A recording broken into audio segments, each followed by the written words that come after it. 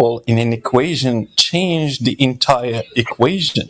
Like for them, they claim it. The globe have the biggest explanatory power. What does that mean? The globe has the so much assumptions. Explanations are just assumptions. So for that, that's why they see that the globe is so cooler than the flat Earth, because you say I don't know, but they don't say I don't know. They assume shit. They assume things. Why the sun is doing like that in the sky? Because the Earth is a ball. So, like Eratosthenes, he assumed a curving surface, a ball, and he assumed the distant sun, and he assumed parallel light rays. So the entire equation, like 50% is based on, like 70% is based just on assumptions. Will they just see that? No, they don't see that. It's explanatory power. Yeah, but you point out that those are assumptions, and then you send them on the goose chase. Well, if they're not assumptions, then they have measured it. When it's measured, it's recorded. It's the same issue as Indio with the guy who denounced the laser test, because if so many flat earthers did a laser test, then a tenfold of Globers did the laser test. The difference is the Globers didn't document it. They never document their Earth measurements. Well, the thing is, how that conversation ended was, I have to go right now. I'm going to go find those laser tests, and I'm going to come back. And that was like 5 years ago. Yeah, but the thing is, it planted a seed, and not everyone is ready for flat Earth. And what a lot of flat earthers try to do is try to get people over the line at this point in time. Sometimes you got to be happy with just planting seeds. Yeah, I agree. Yeah, we try to wedge shit in, right? We try to shoehorn the foot into the shoe, man, when like your foot's just too big for the shoe. No matter how much you try to shove it in there, they can only take in so much information at once. And I don't think anyone ever came to the flat Earth and like, oh, I went in VC talk for an hour and now I'm a flat earther. I don't think that would ever happen. No one should expect that to happen. And it would be dishonest, because within an hour you cannot process all the information that you need to process, let alone do a test while having that conversation. Because that's preferably my standard for a flat earther, is that a flat earther has done his own test. Why? Because you can speak from experience, which comes across as more confident. In reality, you are fighting against the wall, because from my experience, the guy who talked to me, there was nothing he could say that could change my mind. He was talking to my cognitive dissonance, not me. So I had to free my mind, and I had to just sit with myself alone and fight with my mind to just get rid of that, or just stop it for a moment, that cognitive dissonance that was fighting against that idea, that new idea. Guy was a flat earther. So for me, it was something that I couldn't take seriously. Like he was coming from Stone Age in my eyes. So I had to sit with myself and just check about all those informations that I got since I was a kid, on all those sentences that I said, or excuses that I told him to defend the globe, because I wasn't sure. And I found that it wasn't even an evidence, it wasn't a rebuttal, it wasn't a response, it was just an excuse. He talked to me about planes and how planes are going level, don't pitch down their nose to follow the curvature. That was something like nonsense for me. like he believes on Santa Claus. Couldn't understand that it's logic and it's fact. Yes, and we should have, somewhat of a respect for the Globers that engage with us, knowing that it takes time. Like, not everyone is a fast learner. So just talking about flat Earth and being calm and informative, if need be, inquisitive, otherwise, just in the person, we already know about the globe, so why be inquisitive about that other than gauging someone's knowledge? But we have to realize that a flat earther is not born in one, conversation. It takes time. And sometimes I feel like there's too much, like, pressuring. Like, oh, we have to get that confession while we're on air, or we have to get that confession in this conversation. Sometimes it takes time. And if we allow them, and we show that we allow them time, they would feel more at ease and maybe, break that disrespect towards us with, oh, well, he was nice, he gave his time, maybe I'll do a test. Just the thought, or him saying, yeah, maybe I'll do a test, that's a confession. Even though he says, well, I'll remain a globe or whatever, it's still, he said it out loud.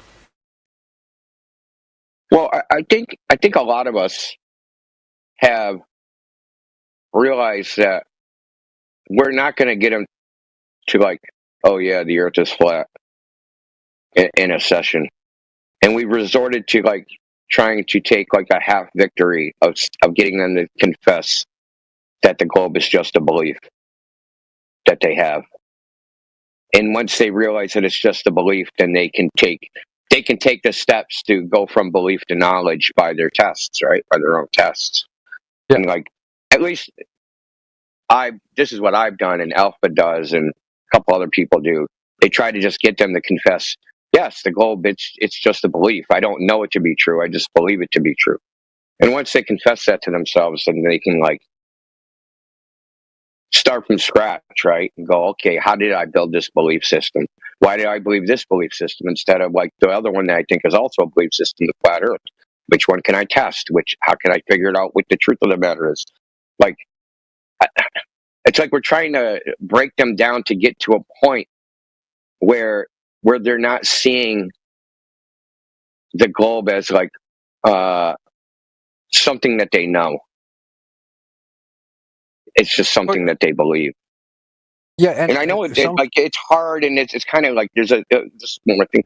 There's a little bit of ego to it, trying to get them to do this. But I think, like, outside of the ego and the freaking contentiousness that's required to get them to do this, I think it's very important, like, just from not the viewpoint of this topic, but just, like, in general. People don't realize they carry around with them many, many, many beliefs that they don't know are actually true.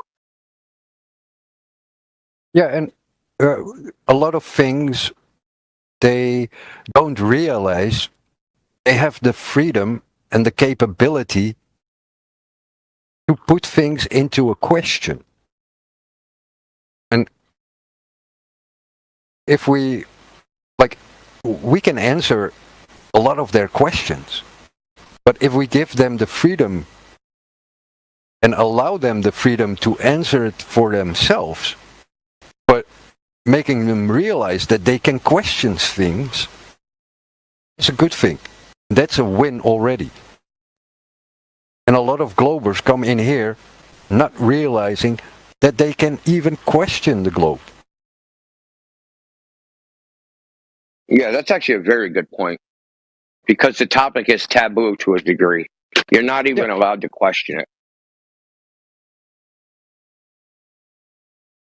Yeah, I guess that's probably a good thing, is getting past the taboo.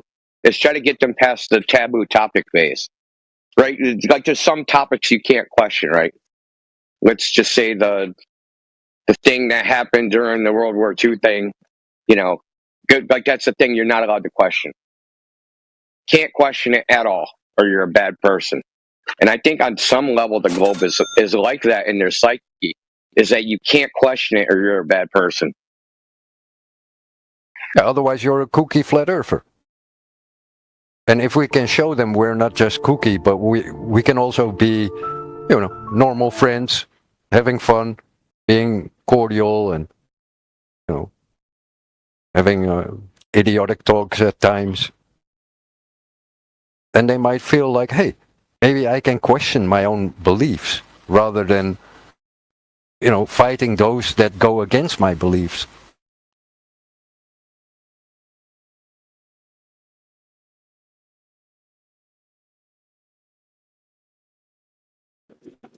Yeah, that's a big hurdle that we have to overcome. The media has gassed them up to think that we are so low on the totem pole. It's not just the media, though. Society, society in general, the culture, the Western culture.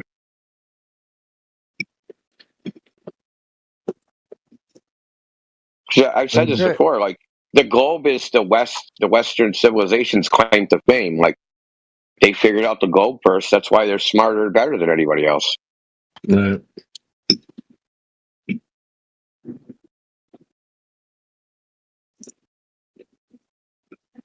Like if you have the let's say the woke glober, if anything, the globe is the worst form of slavery and colonialization of the mind. Oh yeah, 100%. And then suddenly, oh, you give globe. Oh, who gave you the globe? It was the colonizers. Oh, you have globe. Look, you're a slave. You pay for all that globe stuff. And that's why like the dudes from India that come in here and defend the globe. I'm like, bro, no one in your civilization ever considered the Earth was a ball until the British forced that down your throat. And you're in here defending that? Like, have some respect for your ancestors. But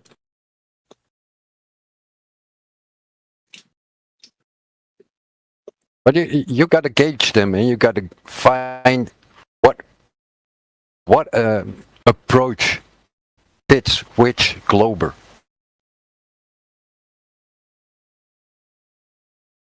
And the best way to gauge them is just to get them at ease, that they can talk like without the antagonism first. And then you go, okay, so we're walking with the globe. How did you come to a globe? I'm willing to walk on this globe for you. Where do you bring me? And how did you bring me there? And then once they give the shit, then you can walk it back. You can bring them to the shoreline. And you can show them the flat water. You can show them the world map and say, hey, this is your map. Yeah, jumping in on that point, if I may, for a quick second, Monkey, just to say, when we're engaging with these guys, keeping them engaged with the point that you're making, being able to get to the point of asking them, who touched you in your no-no spot, and caused that paradigm shift to occur? Why do you believe what you believe? What is your evidence? Like, what do you hang that belief upon? And exploring that tends to yield some favorable fruit potentially that can be explored. Go ahead. Yeah, but I think a lot of it has to do with the comfort that we give them. Like, they come into our house and they start yapping and blaring and calling us names. And if you can bring them down to, hey, we're just like you, we're human. We go to the toilet, we go to the mall, we do our groceries, we have to cook and sleep and work. We're just like you. We just have a different view. on the world. Doesn't make us different humans, doesn't make us or crazy or whatever. We have different experiences. An experience that you didn't have because you believe in the globe. You just said you believe in the globe. And we went for knowledge. Measurement equals knowledge. Have you measured? And then they will go into all the defenses. But they go into the defense from a less antagonistic way than that they came in here, because they came in antagonistic. And if you get that away from them by easing them in a normal conversation, and then you go back to, let's say, the hot topic,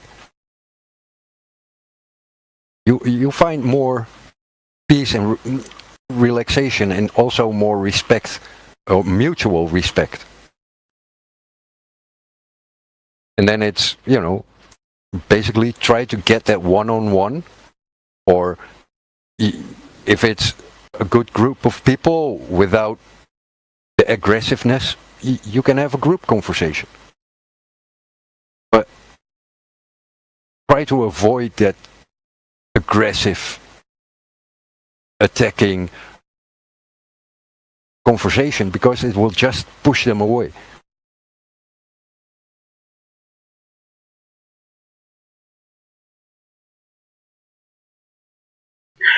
I totally agree with what you're saying. And I think for the most part, there's an effort to do that. Sadly, Discord is an environment that sort of promotes that. I mean, it's called Discord, after all. So we try to find this balance between, we want to invite people in, and sometimes we feel like it's not effective to start talking about the weather necessarily, because we want people to come in and hear us talking about the topic. But sometimes there's an effort to do that.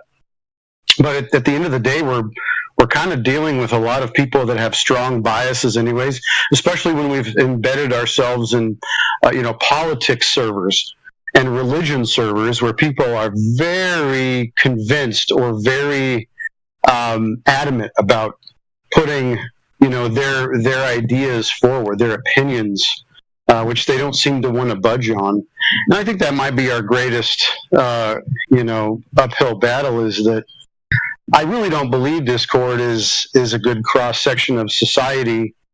But at the same time, I think that it is, and I was talking about this with Alpha earlier in the other server, but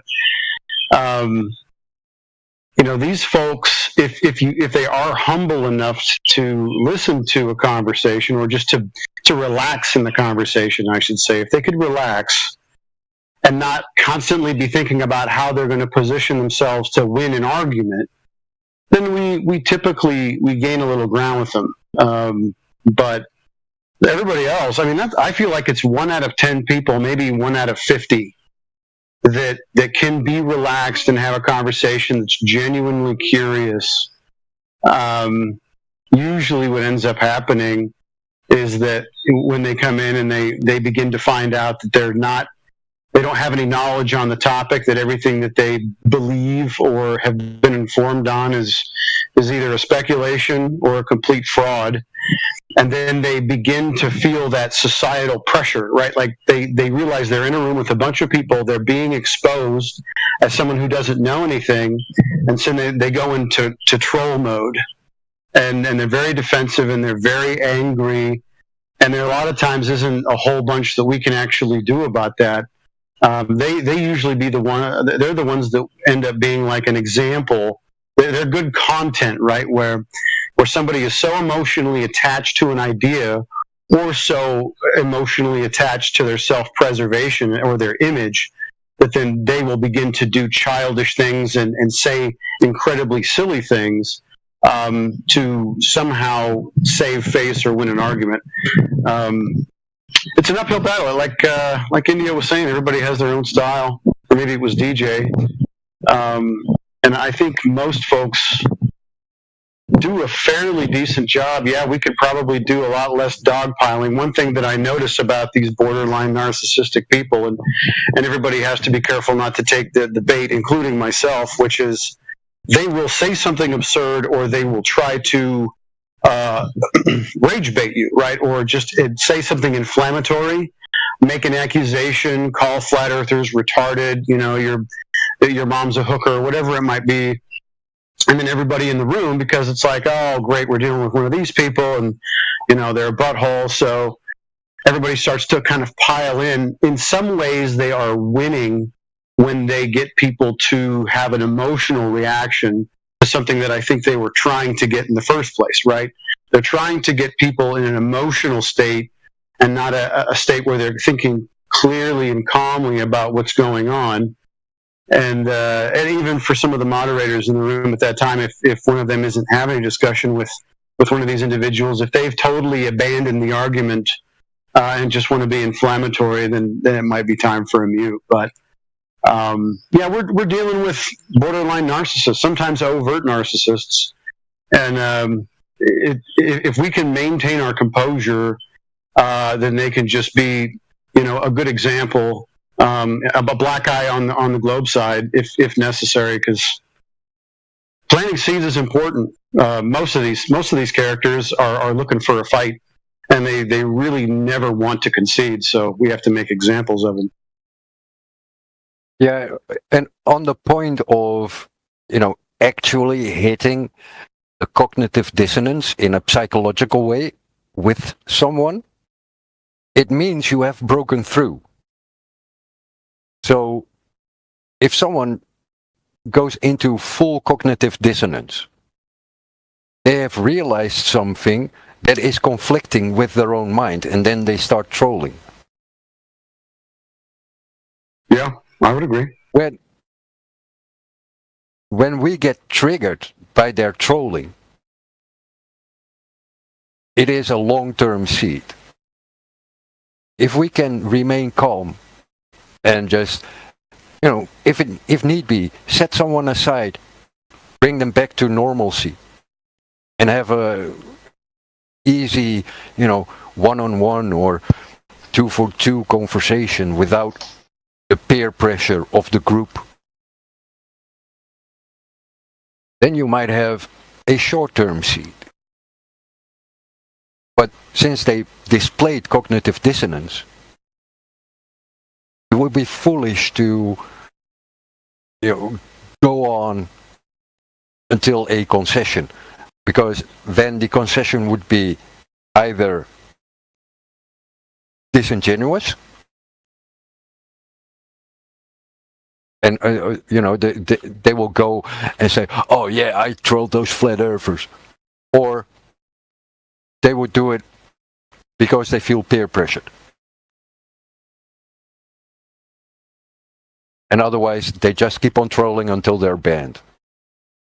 Those things are not productive. Not for us. It's good content.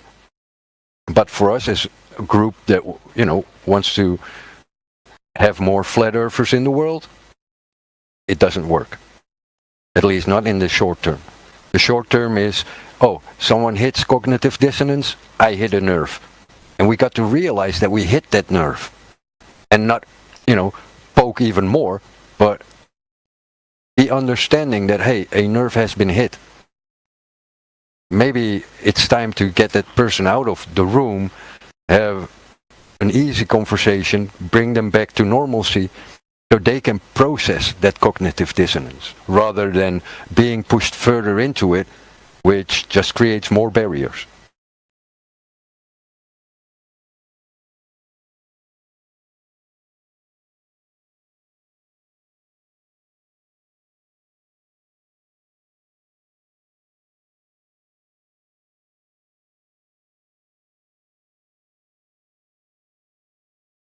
It's so funny you said a black eye on that globe or something like that. I was like, a black guy?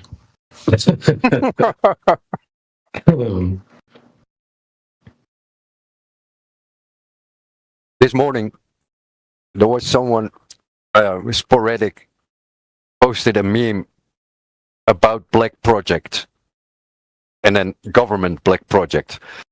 And someone in lobby read that as black projects in, let's say, a racist way. Oh shit! So the conversation went from a meme about government black projects to, hey, why are you being racist? And that's actually funny. yeah, it went downhill really fast. And I was like, what the fuck is going on? Why are they fighting over something? I missed something. And I scrolled back and I said, oh, hey, guys, maybe there's a miscommunication here. And the one who was like, oh, this is a racist remark, admitted to the fact that he read it wrong. He was just in a different mindset in reading how it was written. That was real fun. But I think for those who take up moderation, take the time to scroll back, see what actually happened, see what the cause is of what's happening in the room. Because often I feel like there's not much like moderation other than, oh, I'm tired of the Glober, let's ban him. Yeah, and maybe that's me being dishonest or harsh, but sometimes it feels like that, because when I go to Coke This or I have a conversation with the other side, I find out, oh, it's a really nice guy.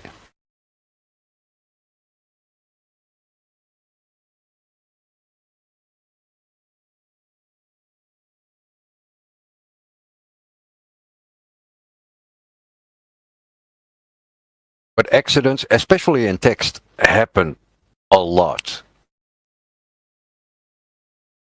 Just because we're actually Heretic actually brought that up the other day. I think like 5 days ago in the mod chat. Basically, that some of the golds are just banned crazy, and they need to be kind of reeled in.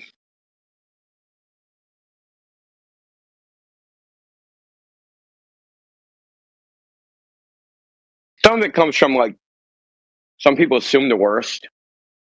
You know what I mean? They read it and they just read it in the most negative possible light, when there probably could be like, especially in text, they're poor communicators. Then like they could say something and it could have like ambiguous meanings. But if you interpret it in the worst possible light, you're like, oh my God, this guy's the worst troll. Time to get rid of him.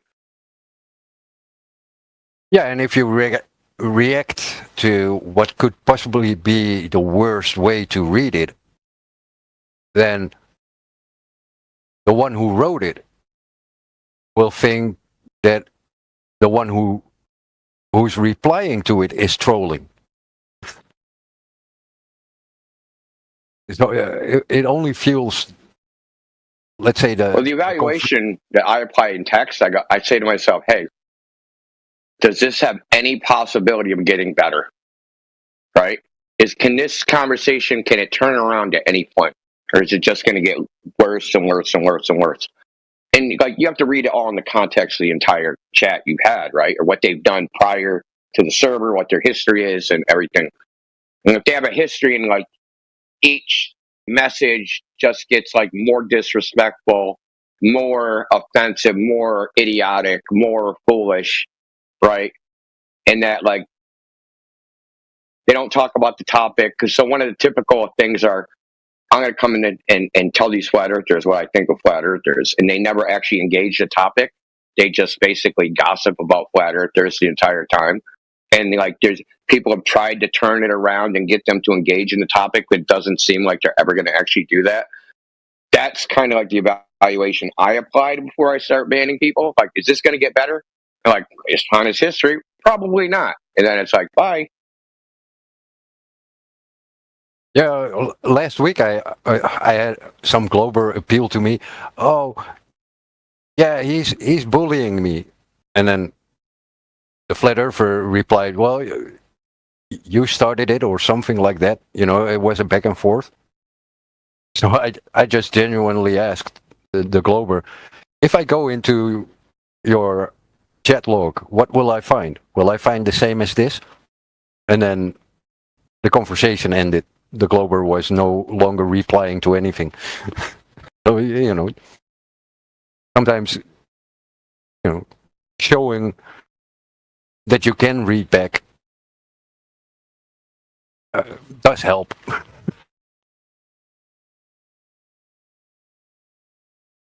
You help them self-moderate. Yeah.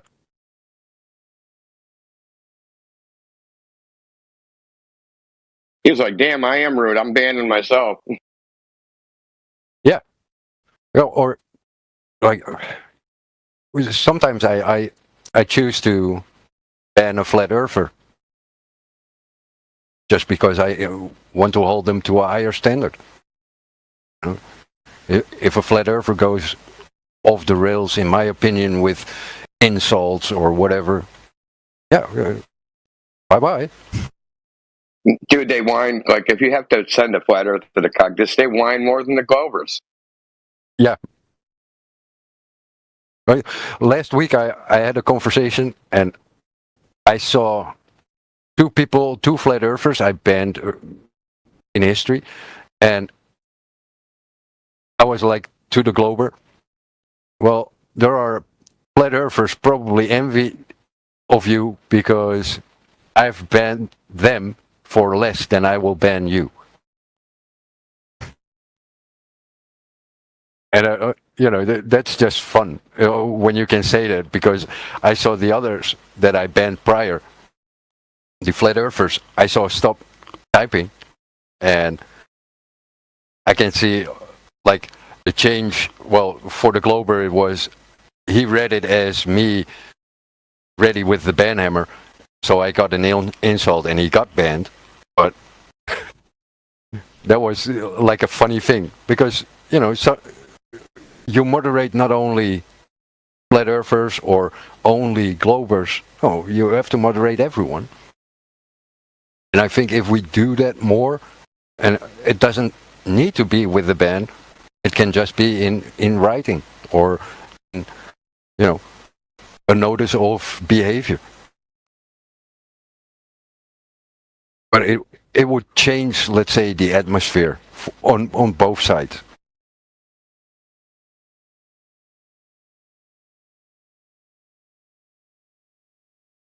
Do you still give out complaint forms? No. My archive cabinet is a bit dusty, but I will bring it back into service.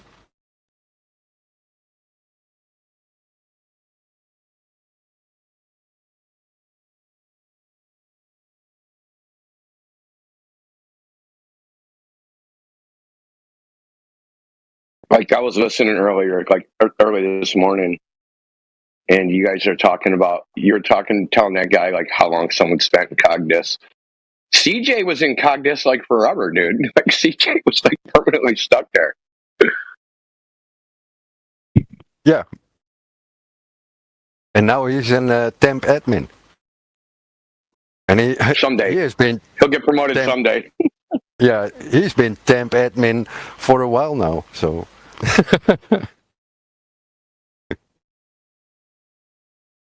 Well, it's a 3-judge panel. We have to wait for one of them to die, so it ain't going to be me. So too bad for Jose or me.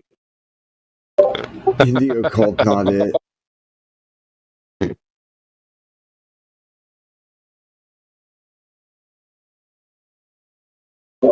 Call not it on dying. Does that mean that you're just going to be part of that panel forever?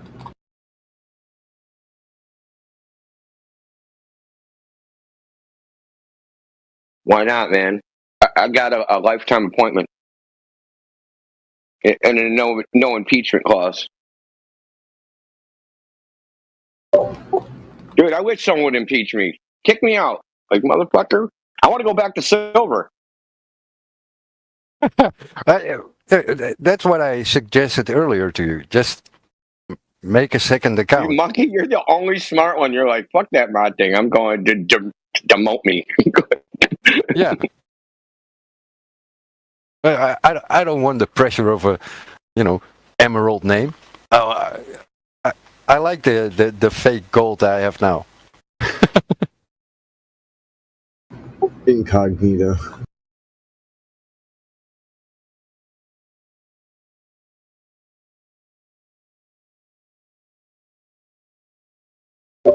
It's just your friendly neighborhood, unassuming golden monkey.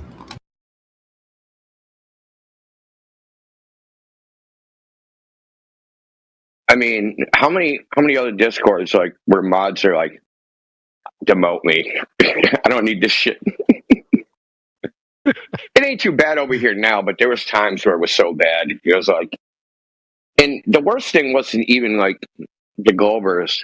Some of the flat Earth infighting, especially over religion, is just it's man, it's just not necessary. Yeah, From the outside, I think it's so shocking because, to my understanding, at least most of you are theists. So I don't know. It was in VC earlier today. Religion got brought up, and things got, I don't want to say heated, but maybe contentious. And that was kind of shocking to me. Well, there's certain sects of religions that it's a moral duty to proselytize everybody to convert to your brand of whatever. Right? There's Muslims where this is a requirement. There's Christians where this is a requirement. I don't know if there's any Jews where it's a requirement. I think they're trying to keep everyone out. But I'm sure there's Hindu sects where it's a requirement. So, like, I don't want to point the fingers. There were certain religious denominations that were in here which felt that every belief they had to be defended, and they had to die on that hill no matter how mundane that belief was.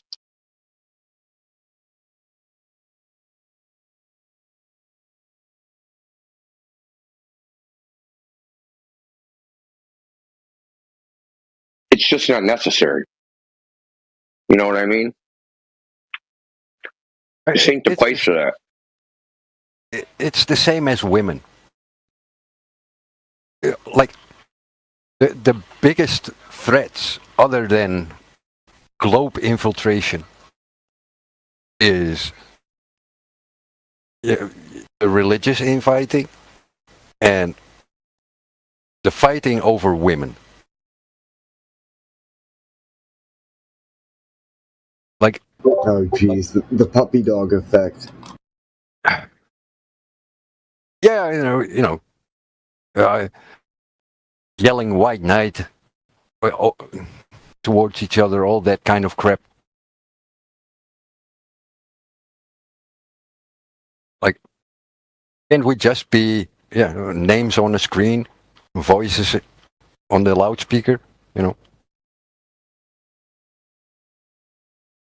Where there's some overlap there where the religious arguments turn into tribalism.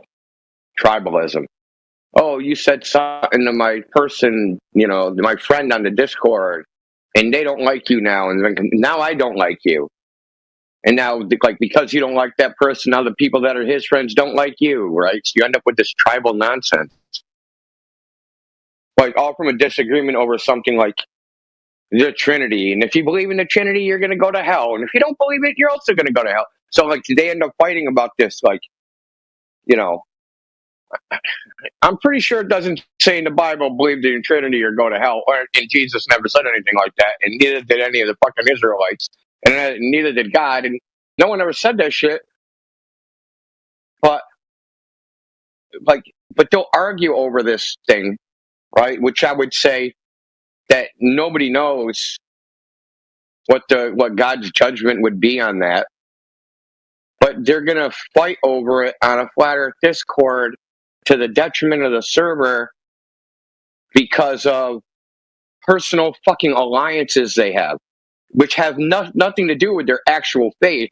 It's like they're just using the faith to further a tribalistic, war party.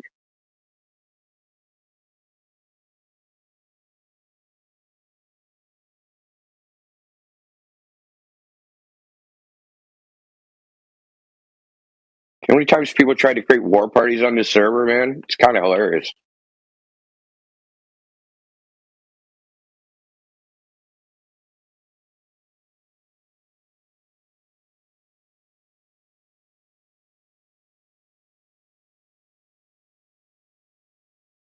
As if there is not enough war in the outside world.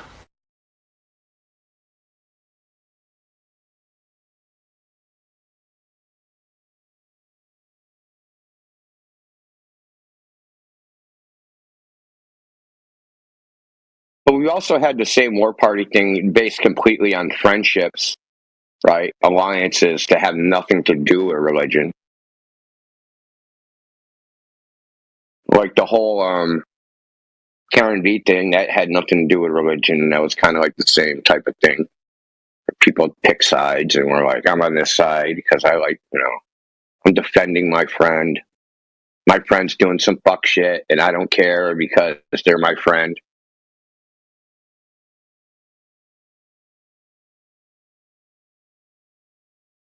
Yeah, it's. I don't know. I think partially it feels like, a deliberate disruption of this server, and sometimes it feels like an organic. Yeah. I don't think it's targeted at the server, though. I think it's just like some people aren't happy unless there's chaos.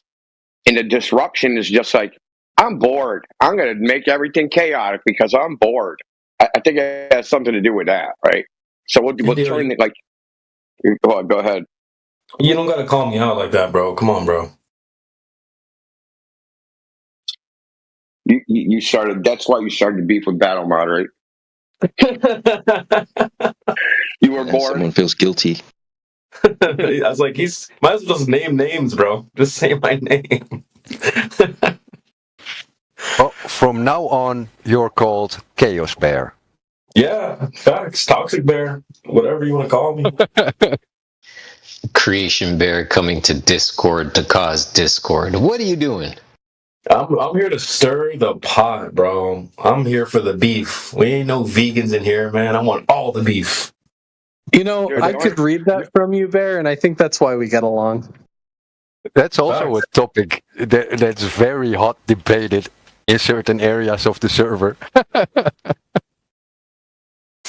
don't want to be nice, bro. They told us to drink bleach and delete ourselves and stuff. And when we're like, we hit them with some smoke back, they're like, oh, why are you being mean? Yeah, that caused a different war party that caused people to leave the server, right? With Geo and all those. Like, you guys aren't nice enough in VC. And now look, go over in Earth Awakenings, and it's the most degenerate, toxic fucking VC on the internet. Yeah. It's like, listen, it's all fun and games until you have to get in the game.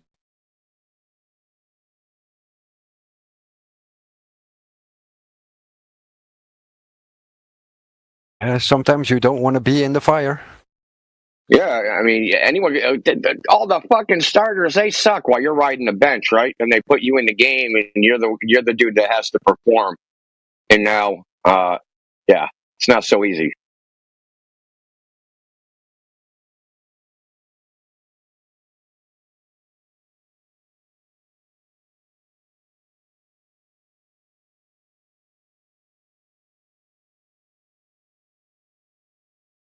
All right, I'm gonna hop in the shower for real this time. Somebody else give their testimony, guys. This is a Yappuccino session. This is a VC Yapster class on how to yap in the VC. what to do. So I feel like Amish could chime in as well. I've noticed that sometimes when the panel is quiet or dead, you'll come in and stir up the pot a little bit. I love that. Love to hear more about your thought process on that. Also, Neil, yeah, I know you do certain things. Like you, yesterday, you threw up a trap and you asked. We had a guy that came in and said, "Yeah, I'm a flat earther," and Neil was like, "So, how long have you believed in the flat Earth?" And he didn't fall for it. But stuff like that is some high level flat Earth jujitsu. So, guys, go ahead and chime in. We're giving advice on yapping. I'm gonna mute up and listen for a bit. Hey, Flat Lloyd, are you there? Maybe he can't talk. Yeah, I'm here. What's up? You and I haven't been in VC much. We haven't engaged much. I was in conversation, or I was in chat with you for a minute, and I saw you trying to hold another flat earther to a higher standard, and I thought that was really respectable. I just kind of wanted to know a little bit of your background. Can I interview you a little bit? Yeah, I mean, I guess. I mean, to answer that question first, it does have a lot to do with this place, but also just because of the plethora of information that you get when you type in flat Earth on the internet. Very often you get there's a dome and there's the firmament's made of blue ice and there's thousands upon thousands of lands outside of rings, and you get all these crazy speculations. And blue ice thing, man. The person I can't stand that blue ice, dude. That is the fucking wastewater from an airplane, dumbass. And what sucks is some of those are like just straight up shills, right? They act like a flat earther and they're just there to freaking poison the well, right? However, some of them are they're ignorant, right? And they don't realize that they can't prove that. Or it's like the guy who's screaming, but the steel beams are cut at 45-degree angles at 9/11, like, okay, that's true, but, can you go prove that? Like, what's it going to take to verify that, right? And things like that. But that's why we were kind of holding him to a better standard. I mean, don't get me wrong, I forgot we were in chill chat, so it was probably unnecessary. But yeah, man, ask away. So what got you in Flat Earth originally? I actually happened to be observing the sky for my architecture master's class. And we were specifically looking at like the middle of nowhere, West Texas. And we spent actually about 2 months just like camping out there, which was a huge mistake in like January. Because if you've ever camped in like cold weather, it's not the greatest feeling in the world, at least in my experience. But in my case, it was for my architecture class, and we were specifically studying the violet hours of light, like the golden hour between 0 and 18 degrees of the sunlight. And it did occur to me that I was seeing a lot of things that I just never really noticed about the sky, right? Like actually measuring the retrograde and just sitting back and thinking to myself, like, wait a minute, these constellations have never moved. Like that is kind of weird, right? I mean, to be fair, that's where I had more of my aha moment, if you will, of going like, it was the first time that I said, are we living on a ball? Like I thought my whole life, right? To be fair, in 2012, when everybody was kind of searching the Mayan calendar stuff, sometime in 2011, I was like, I was looking into all these ancient cosmologies, and I was starting to pick up on things like, oh yeah, geocentrism, and that there was this flat Earth cosmology, right? Sometimes in an egg, sometimes in multiple eggs, sometimes in an oblate spheroid. So don't get me wrong, things were starting to get pieced together over the years, right? There wasn't like, I didn't wake up one morning, I'm like, haha, flat Earth, and just start telling everybody about it. In my case, it was definitely pretty gradual, but it definitely, I guess, started in actually the whole 2012 into the world kind of thing. I'd already known about 9/11 since 6th grade when it happened. So there was already, I don't know, I woke up pretty early, if you will. I had a contractor grandfather who on that day was like, buildings don't go down that way. And he was happy to share with me, his grandson. And explaining, because he was actually in the demolition business at some point. I don't think for very long, but it's pretty obvious, right? You watch the Science Channel, you watch the demolition of great buildings, like it's pretty obvious. You can put two and two together, even as a sixth grader. In this topic, however, though, I do think it varies for a lot of different people. And one of the masterclass advice that was coming to my mind was something that I use as a professor, is remember that you don't have to teach them everything you know in one session, right? You don't have to be fanatic about it. You don't have to increase the tempo. It really is 24/7, and the globe already lost. The funny thing is, like, it never even was. So you really don't even have anything to be insecure about. But sometimes reaching that level of confidence can take a while, and of course, knowing the arguments really well, but that definitely takes time, right? And also when you're explaining to somebody else, you just got to kind of have to remember, like, somebody said it before, they're not going to become a flat earther in an hour, but you might plant the greatest seed. They might not even come back. You may never get any sort of satisfaction from this conversation whatsoever, but I don't know, in the back of my mind, I know that it's never really a waste of time. It's exactly what I wanted to do, and why I even started speaking about flat Earth in general. Because for me, in early 2014, I was kind of going crazy. My mom, at one point, she was like, "We got to put him in an insane asylum. He's nuts." And when 200 Proofs came out, I mean, that was a really big moment too. I was like, "Oh shit, I forgot. Like, look at the ground, not the sky, Chris." So even I made the mistake of, referring to the sky, because that's the way they teach you the globe. So, I mean, don't get me wrong, my fellow flat earthers out there, they're always going to bring up the sky. They're never going to bring up the ground. You know why? Because it doesn't curve, and they've never been shown that curvature. So they're only ever going to bring up the sky. So again, you have nothing to worry about in talking, or speaking up in these conversations. But yeah, I mean, a little bit of my story. 2014, 2015 rolls around. I go to Corpus Christi with a friend with a telescope, another architecture buddy at the time too, and we start looking at boats way off in the distance. I'm just like, fuck, like, really like smiling about it, because for me it was a moment of like, oh shit. I'd been kind of like wondering, what else is it that I'm not getting about this place? Just kind of subconsciously back in the head.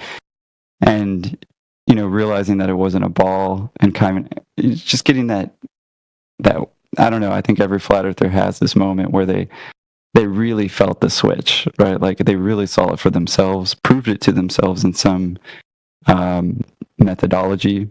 And they start going from there. The sheet or the cloth starts falling apart with all these holes that you're putting into this globe model that you even find out is not even a model, right?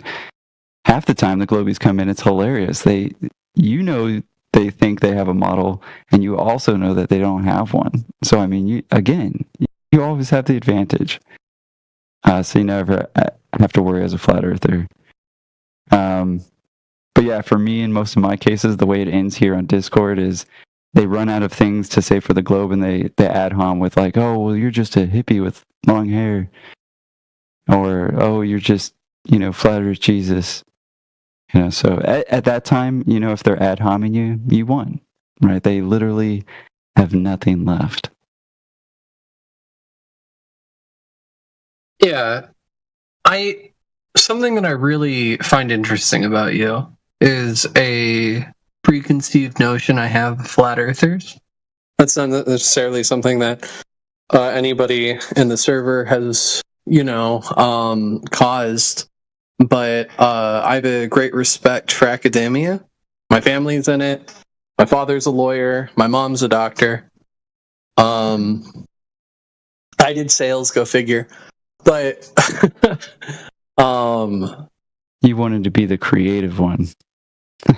yeah, there's a lot of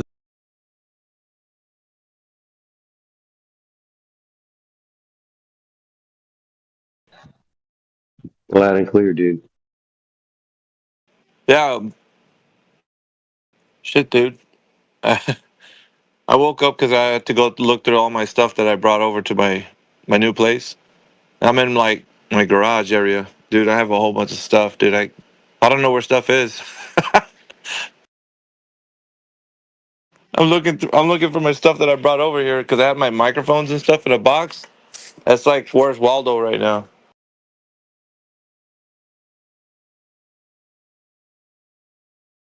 So you all moved? It's like 12 years. You good? Yeah, yeah. I'm already in my new place, but like there's like a double garage area that I put all my stuff in. You know, like boxes and stuff. And I'm in the hunt for like my microphone equipment, dude. I don't know what Well, boxes. why didn't you mark them? What's wrong with you? They are, but like there's identical boxes that are marked. That it's just like looking for the right one. I don't know what, because like the day that we have put stuff in here, it's buried in underneath the mountains of other boxes. So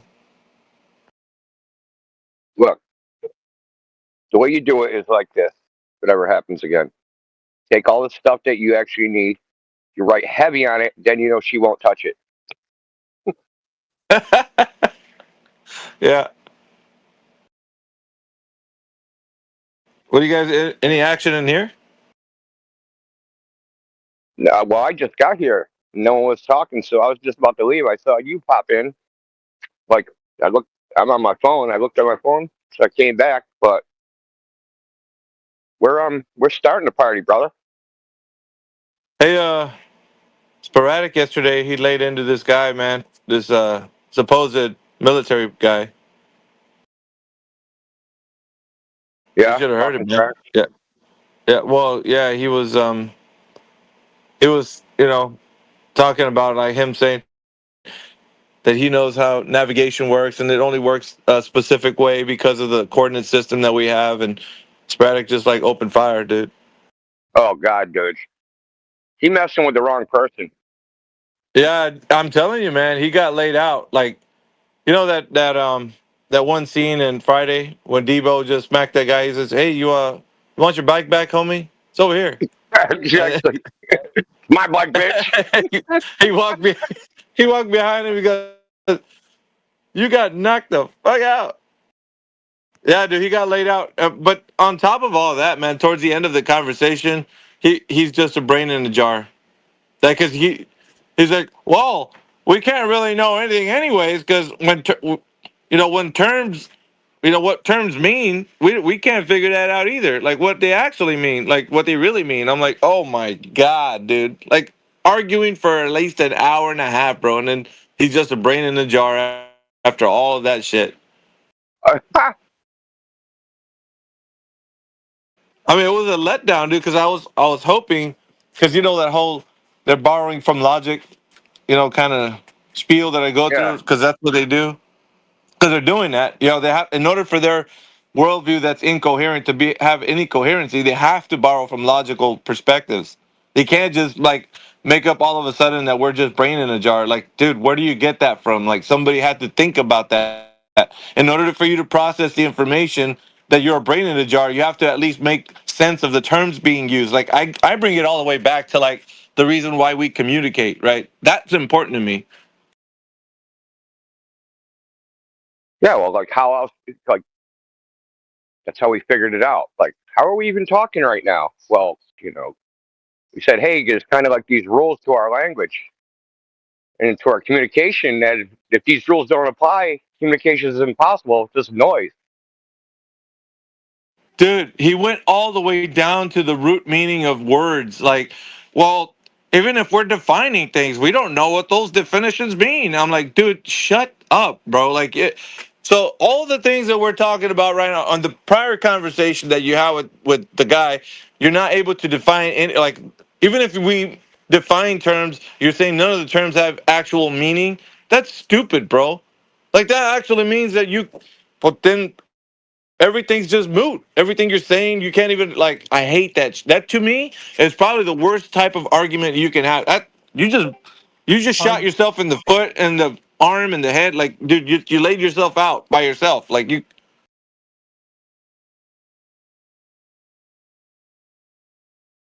I can't stand that, bro. That's so illogical. Like, you just can't say that. because the reason why he actually went there, he was burning down the house because sporadic laid him out. So he just no recovery from it. So he's just like, okay, I guess we got to hit the big red button, like nuke the whole thing. And that shit don't even work because you, it's just like jumping out of the fire or the frying pan into the fire, bro. Like that doesn't help you. Just kiboshing your whole worldview just to save like face. You're just gonna look even worse. Yeah, they I think they get caught up in the moment, right? And they just like aren't thinking about the consequences of what they're doing. Like you sound like a crazy person right now. Yeah, I love pointing that out because that's the truth. It's like it's not more intellectual to say that words don't have meanings. That's utter retardation, dude. That's what that is.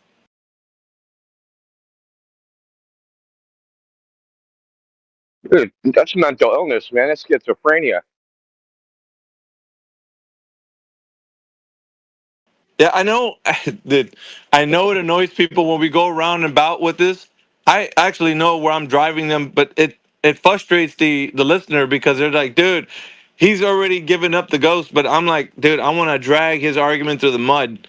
That's what I wanted. I want to make sure that this leaves a mark. Next time he comes back and he's able to perform this little argument, he's gonna remember that he's gonna be like, shit, I can't go this direction. Like they're gonna take me Yeah. into the woodshed. Hope he never does it again, man. Anywhere. Like either even not in this chat or any other chat, man. Because that's just like Yeah, I don't dude, even but like, understand how they can do that, man. I know it's necessary to go through it, right? That this is like you're being so irrational and unreasonable, and then you're in here like telling us how you know the Earth the globe, right? But then you're insane on top of it.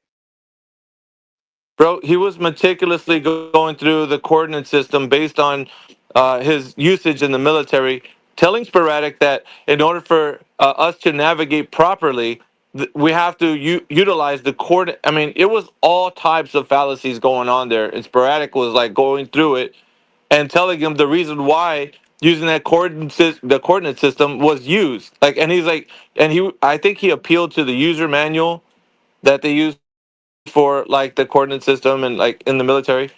And Sporadic was like, dude, don't even go there, man. You don't even use the user manual. You know that. He's like, no, we do use that card. And I was like, bro, shut your dumb ass up. Like in my head, because I know Sporadic was carrying the point, but he was making it a point to say that because of his experience, and he was, to me, that's what it sounded like. I don't know if anybody else got that. But he's like, because of my experience in the military, I used this coordinate system, which then turns out that if we didn't have it, how else could we even possibly navigate with, You'd this never go coordinate anywhere, system that we dude. have? You would just, bro, you'd just be stuck in place if you didn't use that coordinate system. You wouldn't be able to go anywhere.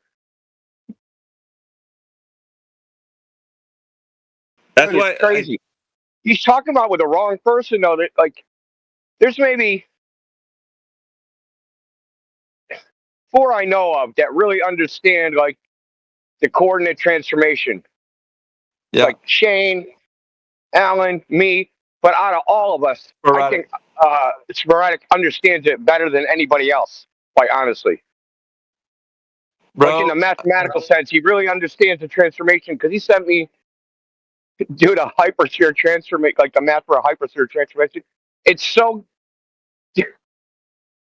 funny, dude, because you can in mathematics you can say, hey, it's a flat surface, and you can emulate a sphere on a flat surface using using a orthogonal dimension, right? It's not like a real dimension; it's like the 4th dimension, right? So if you assume there's just a 4th dimension, you do all the transformations in that, and it's mathematically equivalent. But you're traveling along a flat surface, and that would work just fine. And like the point is that he's messing with the wrong person. Like, bro, you totally messed with the wrong dude, man. You don't want to get into it with him. You just don't. But the guy was so like adamant to point out that the only way this could occur was within the context of the coordinate system that was given because it's proper, because it gives all the coordinates like reference to like the direction you're going, and he's like, without it, then we don't know. So he's like appealing to, what's that word when something works? The fallacy. Yeah, It's the appeal to utility or the appeal to pragmatism.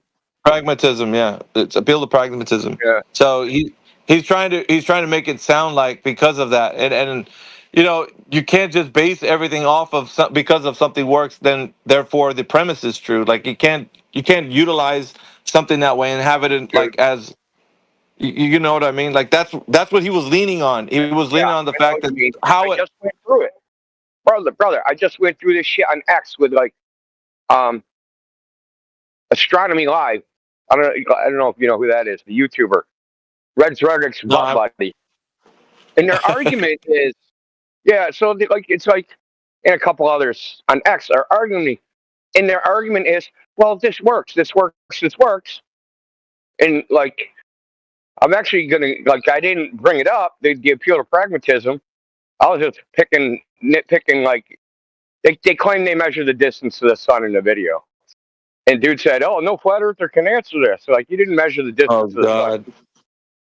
Yeah, and they're like, and Astronomy Live, he's like, "Yes, we did." And I'm like, "Okay." They sat there and argued with me for an entire day that calculations are measurements, bro. I haven't heard that in a while. Calculations are measurements. Yeah, calculations are measurements, dude. According to these guys. So if I calculate, something, that's the same as a measurement.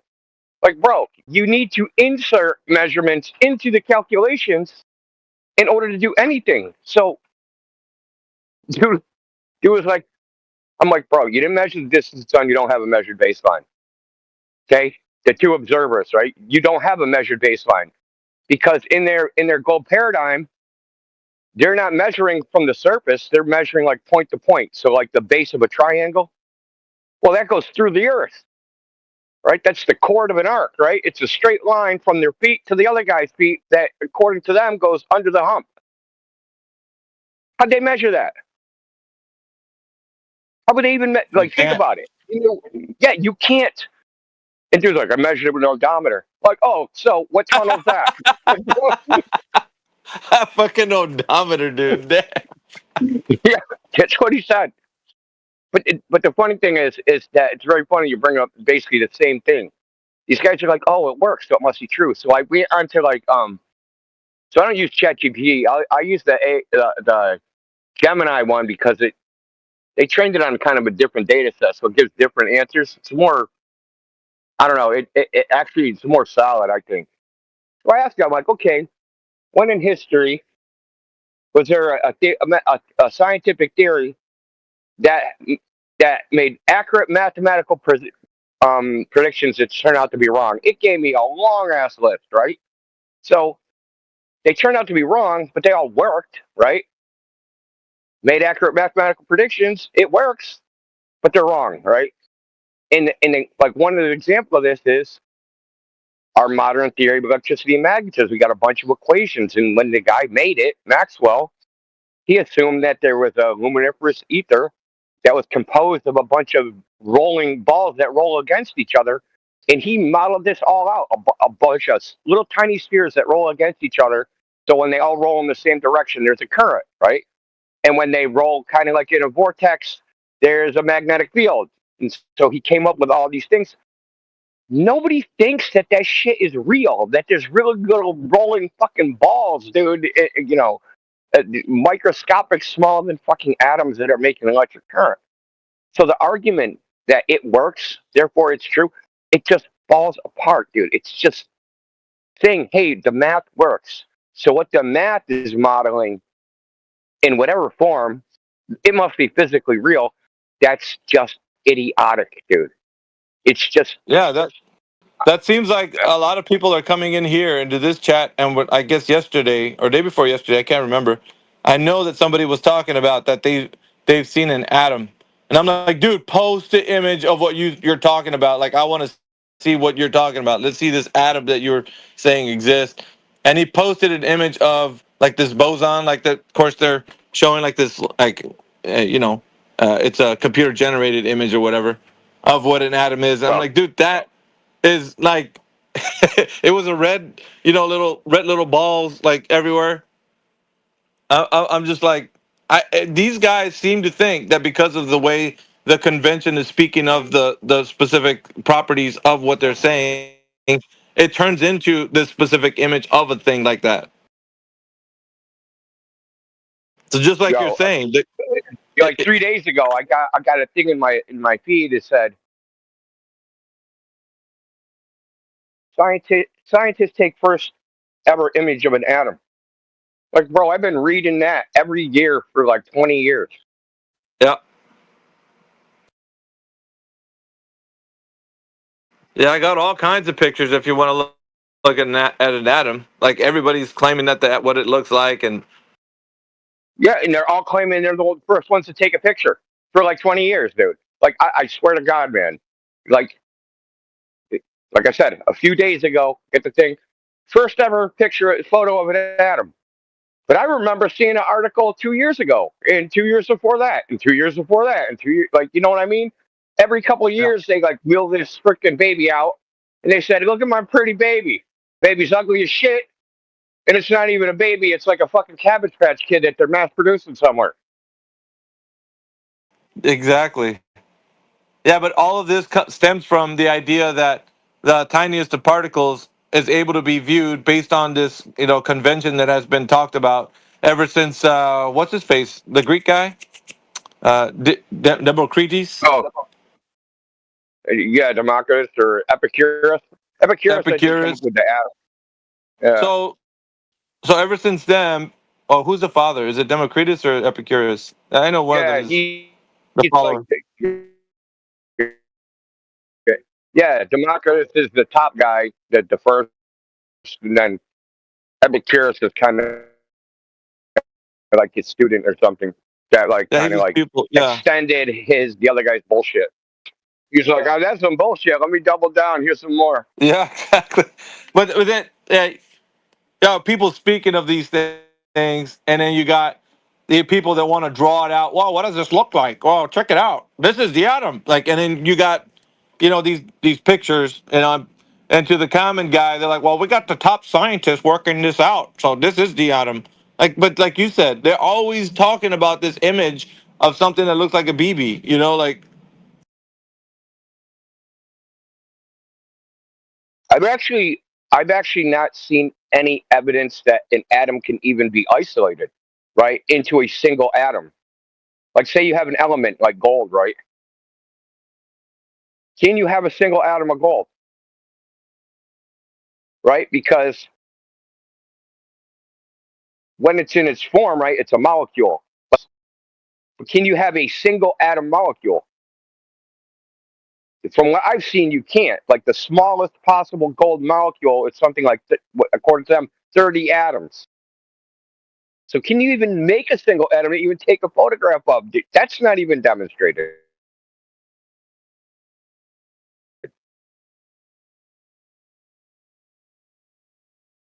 it's hard to have an intellectual discussion when people who are laymen just come in here and say, "Oh, we've seen an atom. I saw it on Popular Science.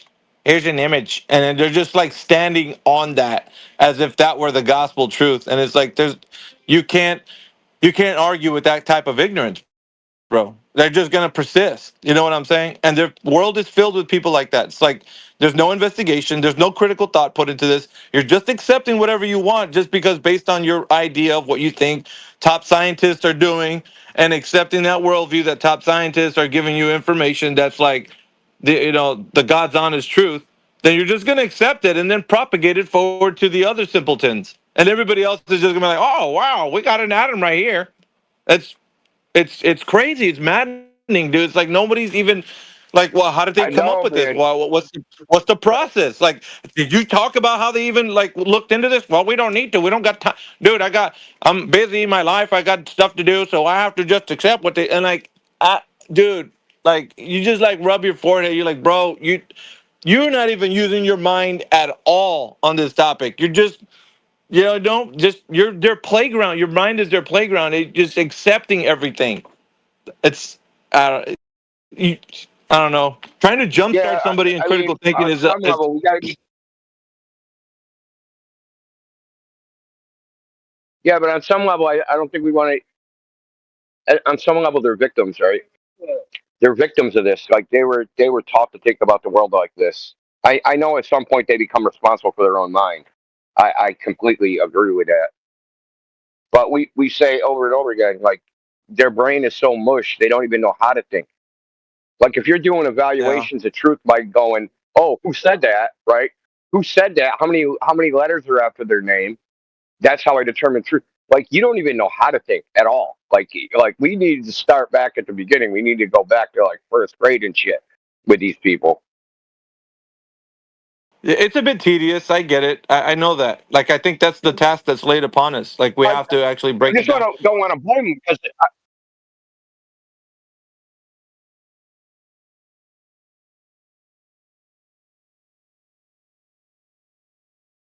I don't know. You cut out, Indio, or did I cut out? Shit.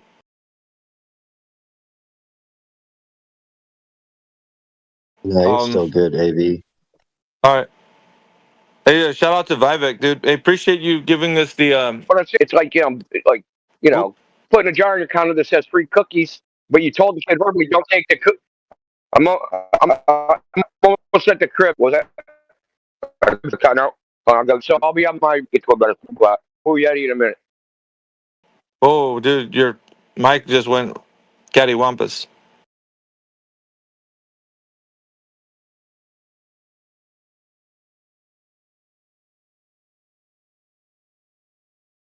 Hey, Vivek, I was gonna ask, is there like with the perms that we have, can we do stage events like with the stage? Because I know Discord has like a stage thing that you can utilize. Is your server equipped to do that? Like if we have host stage events, or is that a separate thing that you got to do? Yes. Because I was thinking about holding stage events, and because Vivek's he's in here right now, the guy that allowed us to come in here. So yeah, appreciate you, man.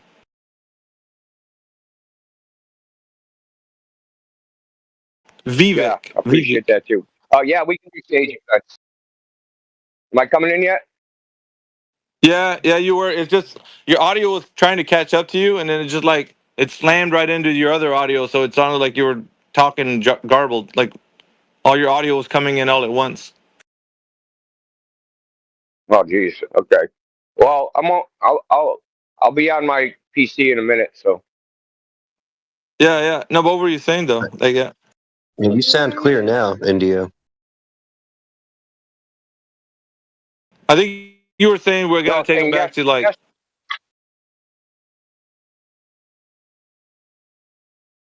Yes, we can do staged events. Did you hear that part? Yeah. No, because I was asking Vivek.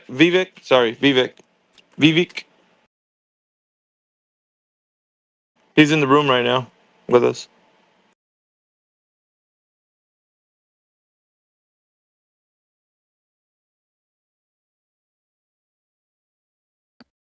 Hello. Hey, how's it going, man? It's going okay, and you? What's going on? Me and Indio just short, yeah, I know. So in short, I'm kind of like outside, but yeah, we can do that. We have like a stage, and we can go on stage. We can do events and everything. I'll just when I get back at my home, I'll just set up like all kinds of formation and everything, and I will let you know. Yeah, I mean, I think do we have to let you know like before we do it like an event? You know what I mean? Like, do we give you a heads up and then you can put it out like on a staged event? No, I mean you. So you guys have the permission to like make events. In this like PC, you can make events. You can cancel your events. You can and start your events and everything. So I will give you same permission. For the stage.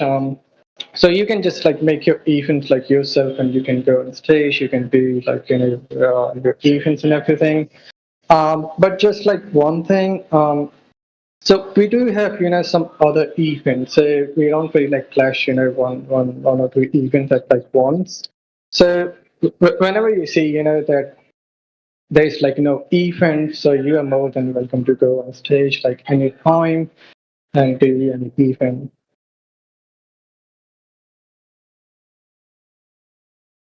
Okay, so Hello. make sure that the events don't clash with other events going on. Is that what you're saying? Yeah, that's all. Yes. Okay. Yeah. Well, I guess what we'll do is we'll look at all the events happening, and then like I guess Mm. if we're going to do like a staged event, we could possibly just make sure that it doesn't collide with any of the other events going on. Like I guess that's Yeah, the best way to that do it. would be great. Yes, that would be great. I can give you like more insights. I can give you, timing and everything, and all that if you need. Yeah. So, but in short, like we do have a stage, and I will add this role like Earth for the stage as like a stage mod. So any of you guys who have the role like Earth mode, you can make your own events. You can go on stage. You can moderate your own on stage. You can put like anyone from the audience and everything. Yeah. So I will just add like this permission for all of you guys to do that. All right, man. Thank you very much for allowing us to be on your server. And like I said, we're enjoying the fact that more people are coming in here, and we're able to break down a few of the fundamentals of like first principles and stuff with them. It's difficult. We understand because of language barrier, but I think we're willing to work with that based on the fact that we know where we're at. So yeah,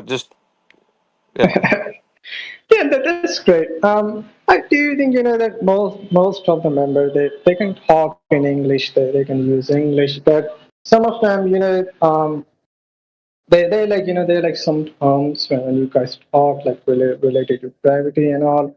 But yeah, it would be like nice if there is something that is like too complicated, that you can like explain to them how it works and all.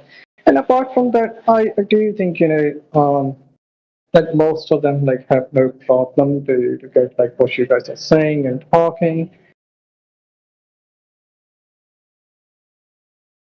yeah, man. Yeah, like I said, we appreciate that you allowed us to come to your server. And Yeah. I'm a flat earther too.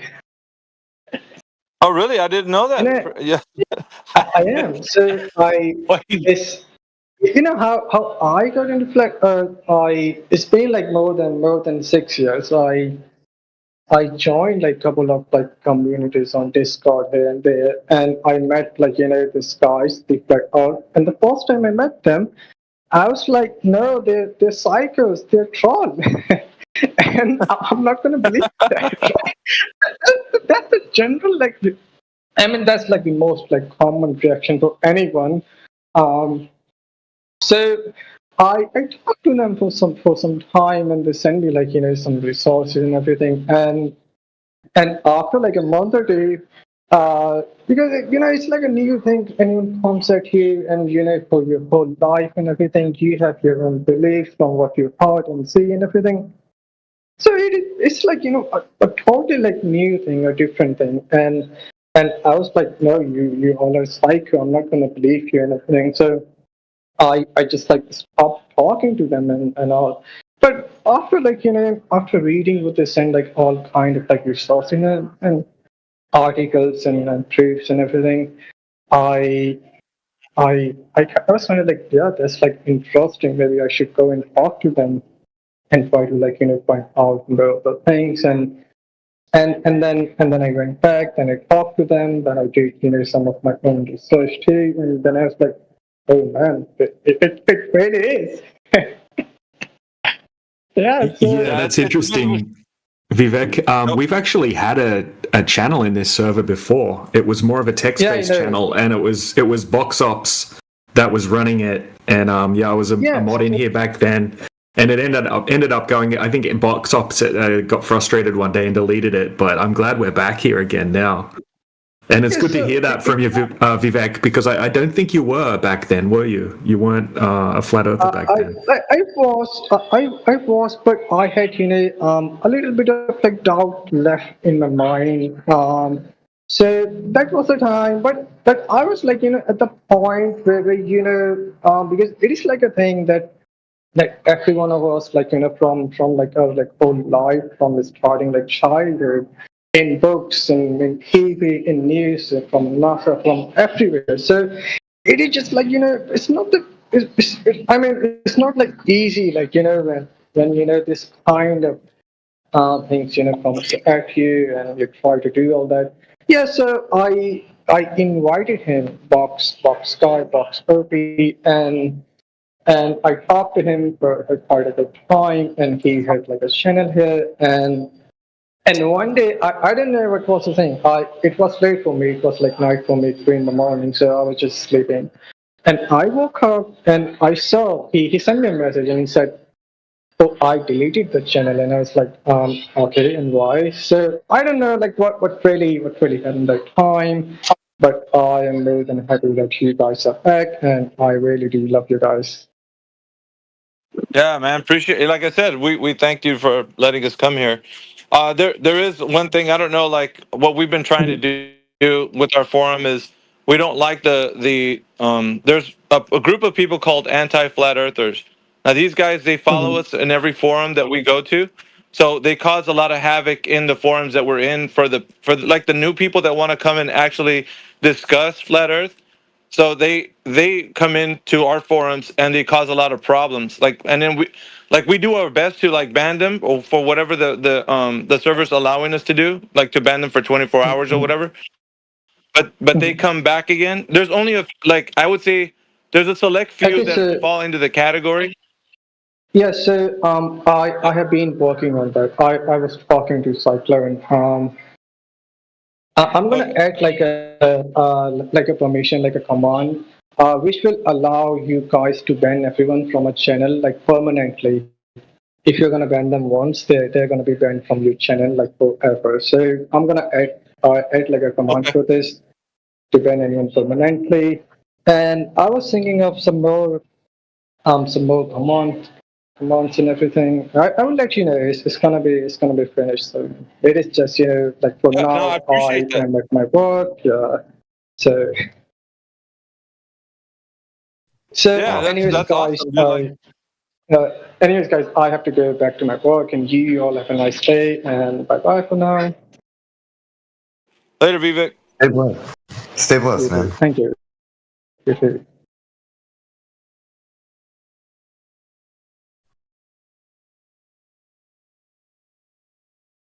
Yeah, just it's good that we have the ability or going to have the ability to like ban them off our channel and not allow them back in, so we can kind of purge them from our forums. That's kind of like the ultimate like goal for us to have like trophy free forums. I don't know why that was hard for me to say. Why is this? What does this name mean? 24/7 flat Earth. What is this VC about? The ground. Yeah, we have discussion in here about the nature of our realm that we exist in. So the Earth that you consider right now, you might think it's a globe, but we understand and know by the physical world that it is a horizontal plane. So it's not a globe. What? Yes, that's what we're discussing. But I'll put it to you like this. I think your name Illusion, right? That's your name. So if you have some type of understanding of why you think the Earth is a globe, we would ask that you demonstrate the knowledge behind it. Or do you have just a belief that it's a globe? This is what we discuss in here. Either you know that it's a globe, like they're telling you, or you believe it is. No, it is definitely a globe, and I can prove it. That's good. Like, what is your first proof, sir? Finally. Finally, maybe like Also, I will do like I will dig stand up 2 poles. at a distance of 1 kilometer or something. So if Earth is flat, if I see from that length, the top of that pole, it should match. But the pole which is opposite side, like 1 kilometer away, it will appear smaller because Earth is a globe. It's a round shape, so that's why it will not appear to in the same height. I don't know. I'm able to explain it or not. Like for example, so things appear smaller just because of perspective, right? If you have a person and they're 2 miles away, they're going to look smaller than they are if they're 2 feet away, right? Yes. Yeah. So I don't understand. The pole will be smaller. I don't. What do you mean by smaller? The pole will appear smaller because the Earth is round, and because of that curvature, that pole will not visible to us of the same height. Oh, okay. So you're talking about smaller in absolute height. Okay, cool. Can you give us like someone actually doing that measurement? No, I have read it somewhere. Oh, and great. I believed it. It's true. Don't you? Well, don't you think we've tested this ourselves? I don't know. I'm hearing this first time that Earth is flat. Okay, so we've taken lasers and shot them 25 miles with no drop in 25 miles. 25 miles is 41 kilometers. Okay. Okay, so I'll tell the test. It was done in the Netherlands. It was a bunch of tests. It's more than one, but I'll give you one of them. So in the Netherlands, they took a laser. They put it 1.92 meters off the surface of the water. They shot the laser to a spot 41 kilometers away. On the other end, they have a camera at 1.5 meters above the water, and they can see the laser no problem. So what the globe predicts is that laser should be 127 meters over their head. Yes. Yeah, so that's not what was observed, though. What was observed is that the laser is at the same height for 41 kilometers. And I can I'll post it in the chat because it's telling you isn't like we as they say in America, we bring the receipts, man. We bring the evidence. We don't just say, hey, this is what happened. We'll show you. Crazy. You guys just changed my mind. I have to study again. It shouldn't be us that changes your mind. It should be you that changes your mind. So these tests you can do yourself, just like you suggested with your polls. Maybe you should actually go out into the world and test that and see if it's true, because it's a simple test, right? Mm-hmm. Yeah, I will definitely want to try it. So, like most people in here, they've tested the goal predictions, and turns out they're actually not true. They're just not. And the only way, like, we could tell you they're not true, but that's not the same as you testing it yourself.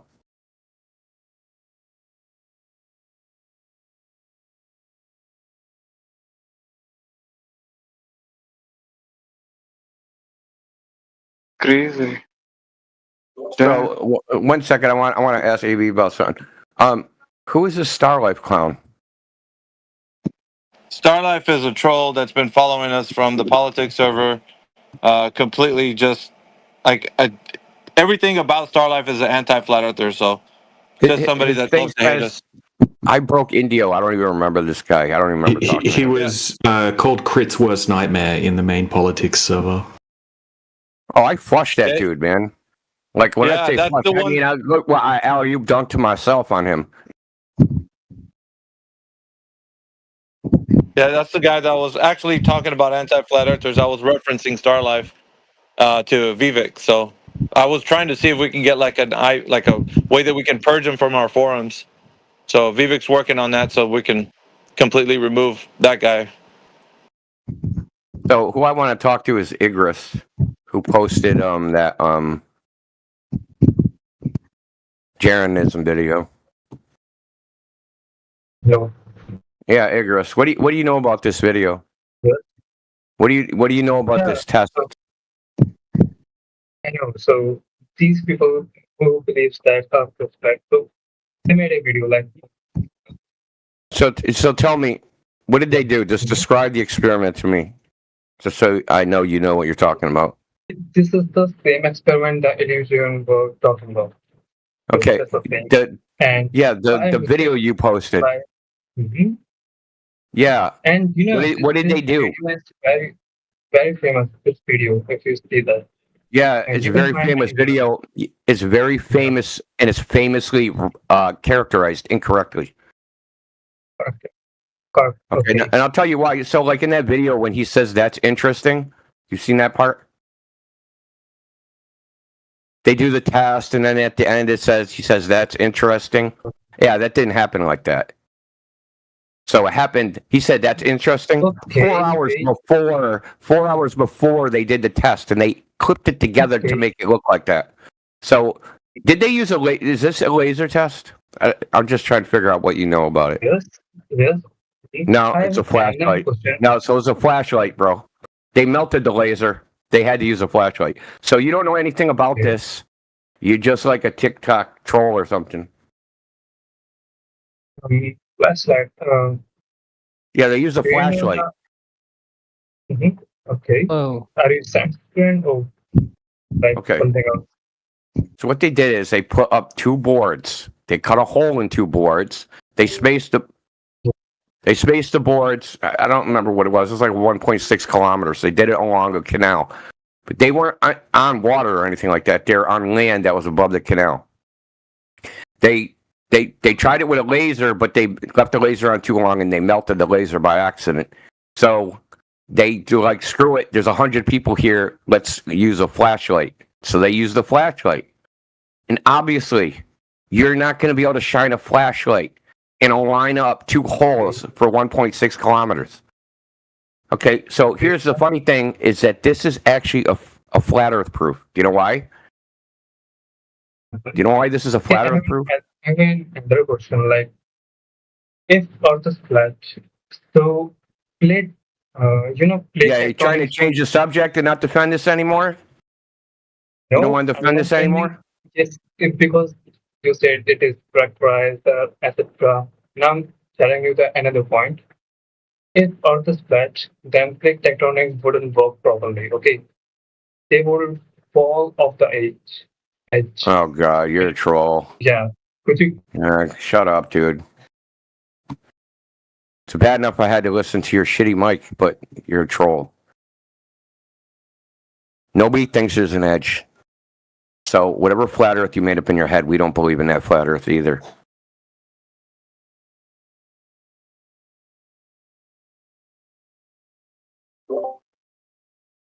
Yeah, Igris is known. He's already attempted many times to talk to us and failed every time. So same old rigmarole. Is he a cartoon actor? It starts with the Netflix video. That's pretty sus anyway. Morning, Dave. Good morning, AV, everybody. Welcome, Dead Air Dave. Hey, Dave. What you doing, Dave? Let's get busy proving this globe. What y'all got? I got nothing. Who else? Well, I have the absolute best globe proof of all. And that is, first, we assume that the Earth is a globe. And then we go talk to our experts who also assumed that it was a globe, who tell us that it's a globe. So therefore, we know it's a globe. Case solved. Time to shut down the servers.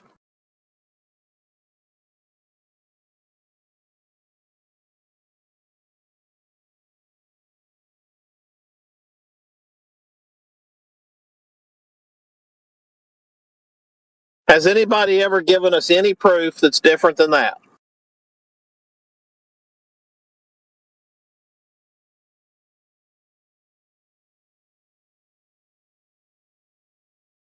I would agree, J.E. Every globe proof starts with, it's a globe to start with. But for some reason, people can't figure that out.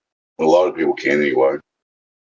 Well, I know it's a globe because it's a globe. It's really what they're saying. Anyway. Absolutely. It starts with it's a globe and then flows through. We know what the experts say. And then, therefore, it's, A plus B equals C. So, therefore, Earth's a big, bendy, water covered ball.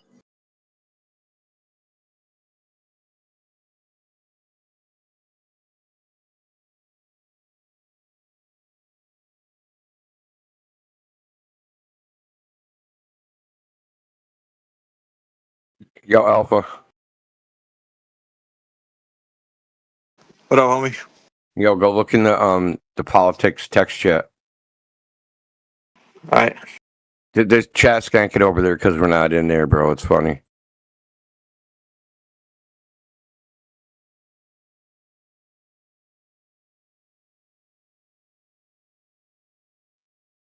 Oh, how sweet. We have people in another server that miss us. That's so precious.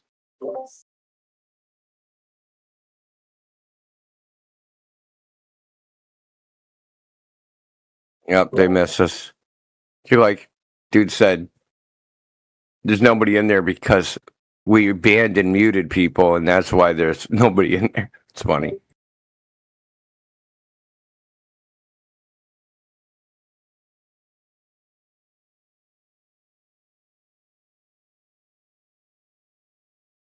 Indigo, I guess even though they're trolls, it's kind of cool to have a little fan base or whatever you call that guy. I know we got groupies.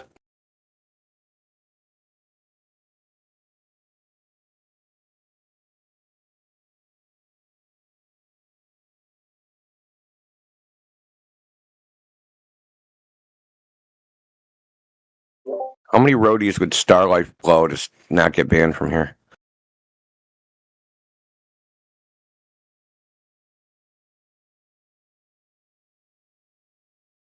Yeah, dude, that guy's been on our jock for a while now. Actually on Crit's jock, but everybody else that comes in here, Starlight thinks that he or she has a beef with like whoever it is. One talking crap over on politics doesn't realize that we could fill that room within 60 seconds if we wanted to.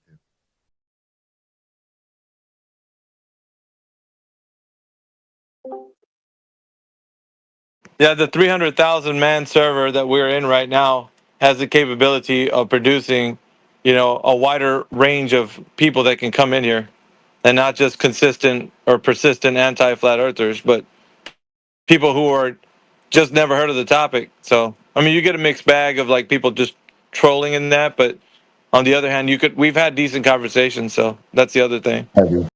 I've noticed that. Been having some really awesome conversation.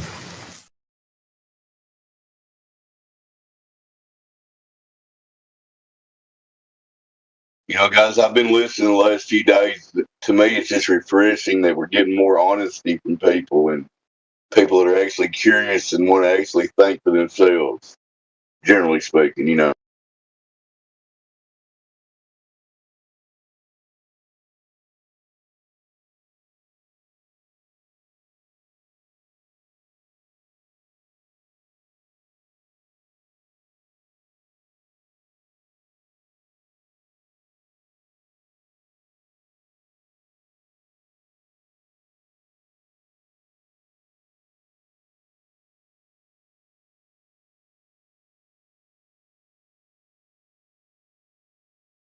I was searching Starlight's posts on our server. He created an account just to spam Earth's round and get banned. What a noob. Yeah, there's something wrong with that one. Yeah, look in the chat. He only got 6 posts in before freaking Retro's like, hell no. Dude, that dude licks windows.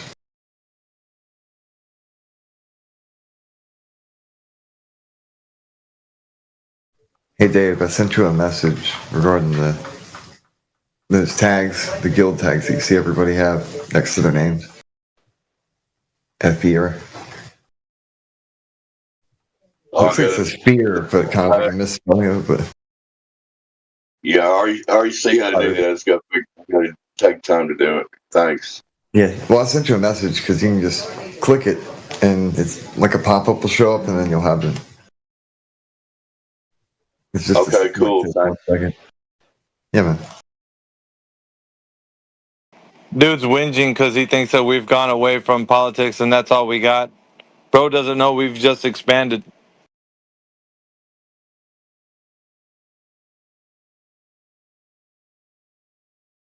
I'm actually going to pop back over there sometime today. Well, listen, I'm like, finally those flat earthers are gone. And just when they let their guard down, bam. Yeah.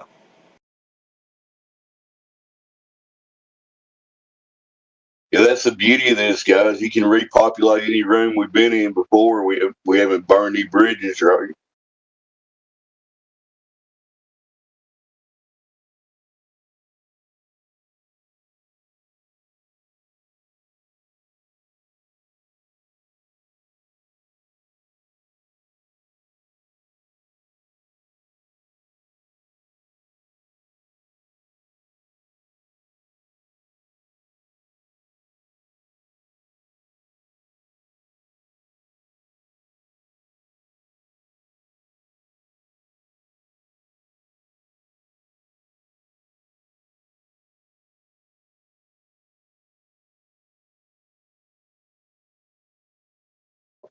All right, we got a new person that thinks they live on a globe. Hello, Dandelion. Oh, hello. That's how I came back here, Dave. It was quite entertaining, actually. They asked me to present Globe evidence. I had a different username. It was quite fun, actually. I should have leaned into it more, but sadly, AI Overlord recognized my voice right away, so it didn't work very long. I missed it. What did you lead with on globe evidence? I'm just curious. Well, actually, I told them I didn't have any, but then they said I didn't have any evidence, so then they asked me if I had any compelling. I said I didn't have any verifiable evidence. So then they asked me if I had any compelling evidence, which then I would say, well, you want me to make up an entire worldview and try to recruit people into my cult? I mean, I guess I could do that, but I don't know. I don't think I could keep it up for very long. I don't think I'd be a good cult leader. Yep. I'd just be like, yeah. I'd just be like, yeah, guys, okay, well, stop listening to me and go do something else because this is getting boring. I agree, Dandelion. It's hard to even pretend that you've got something objective in reality for the globe. I mean, that's a stretch.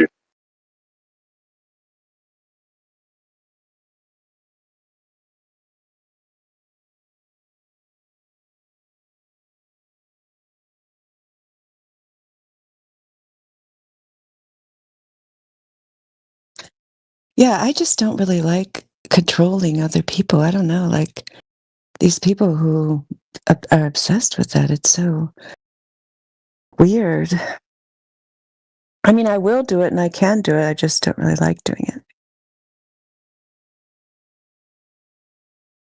Unless seems to serve some kind of decent purpose, which sometimes it does, if you're trying to get people in order so that you can carry on a civilization, I guess.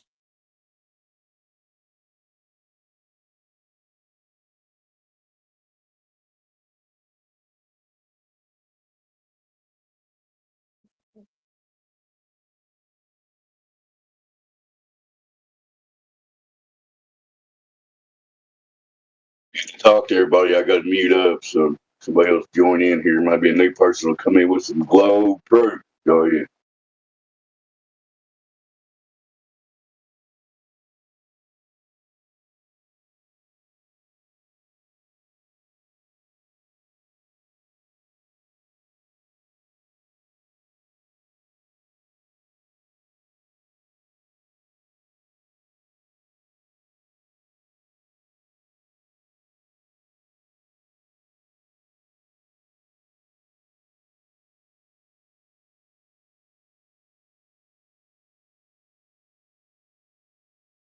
Welcome to 24/7 Flat Earth Discord.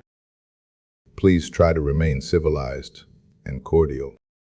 Gravity is not a force.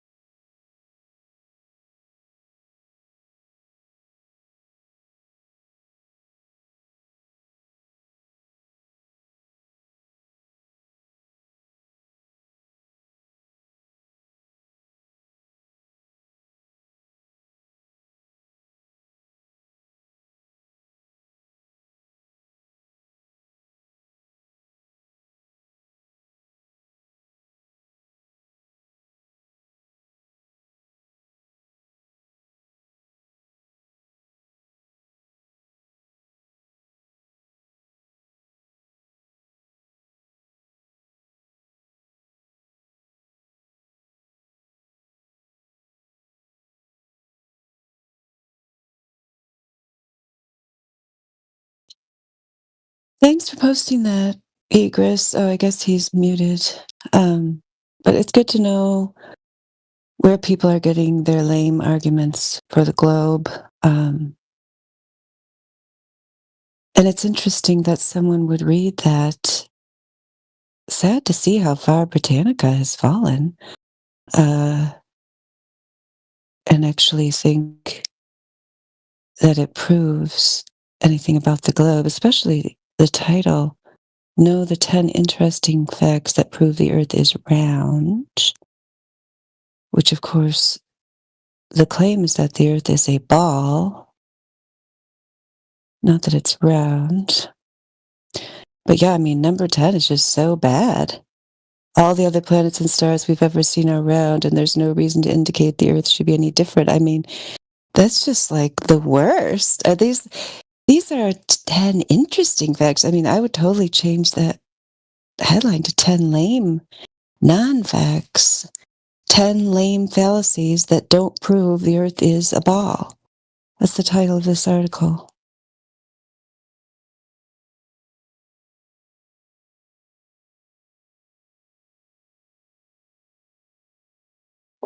Should be 10 things to shut down your critical thinking about reality process. That's too long, I'm sorry.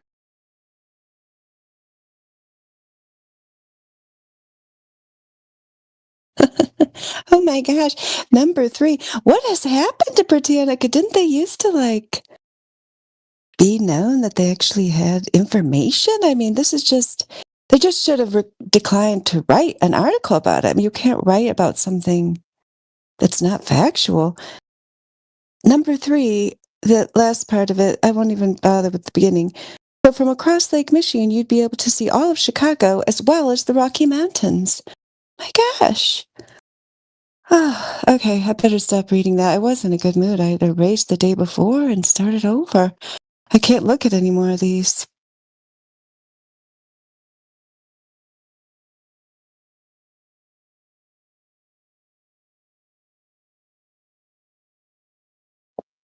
I gotta ask, did that just say you can see the Rocky Mountains from Chicago?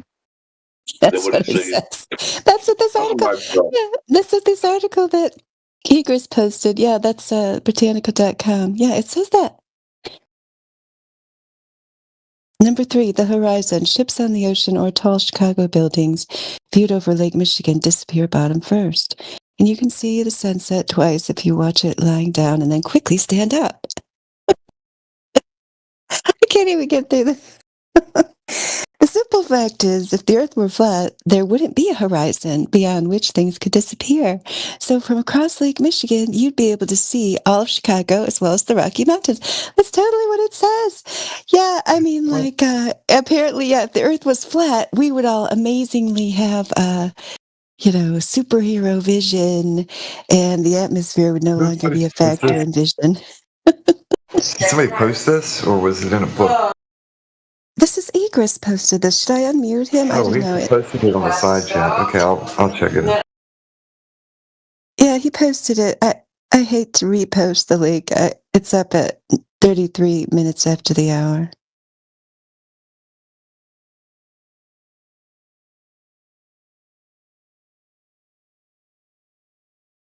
Oh, even Egris laughed at his own joke. He laughed at your joke, Sporadic, so he thinks it's funny too. It almost sounds like a Britannica editor came into 24/7 and got triggered. I'm sorry, I'm going to have to unmute him. I think India muted him, but Egris, are you defending this nonsense?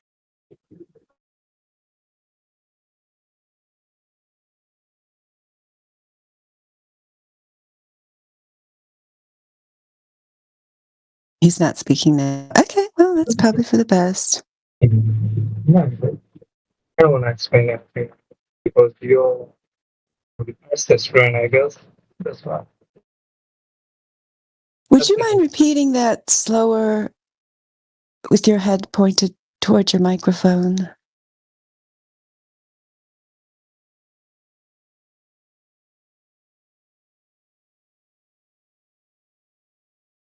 More slowly, please. I mean, did you guys understand it? Okay, I guess he has no defense. I guess that's what I'll have to take from that. So all I heard was a bunch of mumbling and a lot of air. That's all I got was mumbling. And please restate, sir.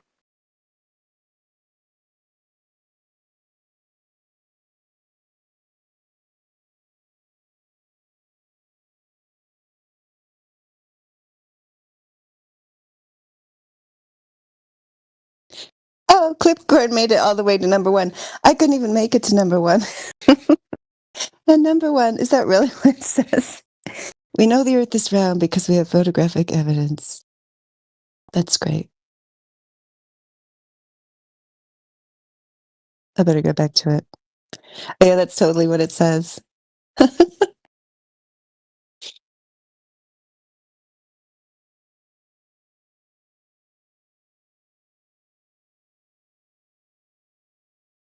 I mean, yeah. The fact that someone would post that and think it's proof of anything, yeah, means we haven't finished doing our job. So instead of just laughing at that one, I'll say the images of the globe, a few of them, a very small number supposedly taken from the supposed realm of outer space, and a larger number of them admitted to be CGI composite images made from a Photoshop-like program, or Photoshop itself, in the case of Mr. Robert Simon. These are not evidence of the spherical shape of Earth.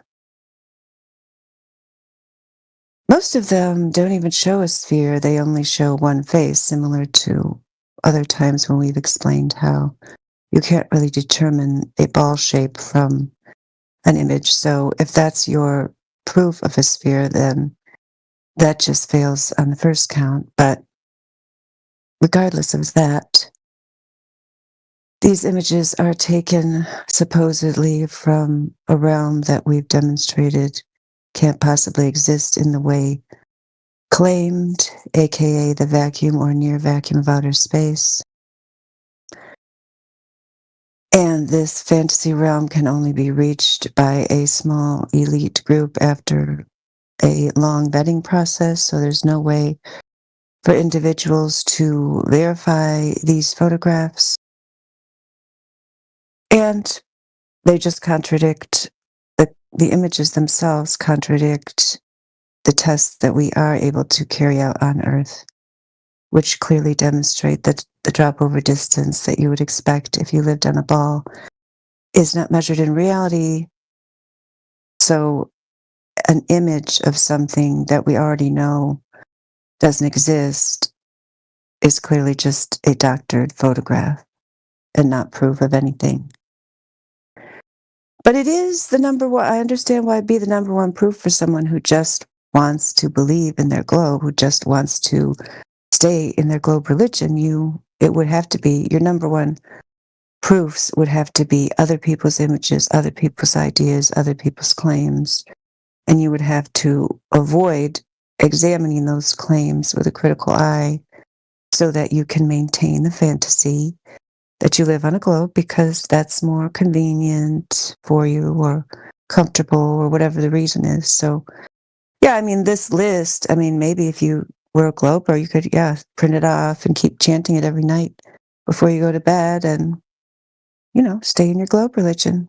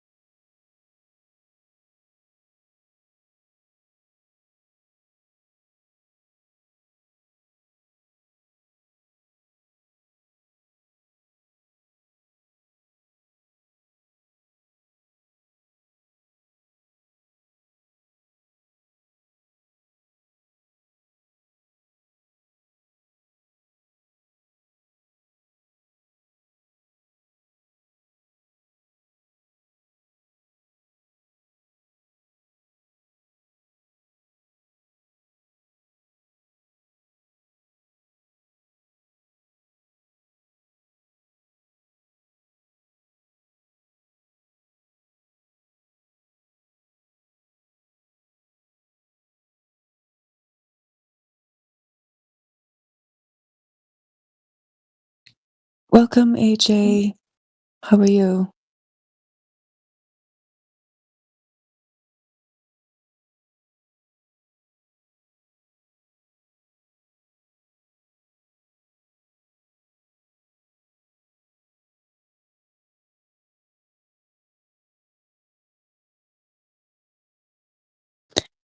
I see you said hello in the chat there, so thank you.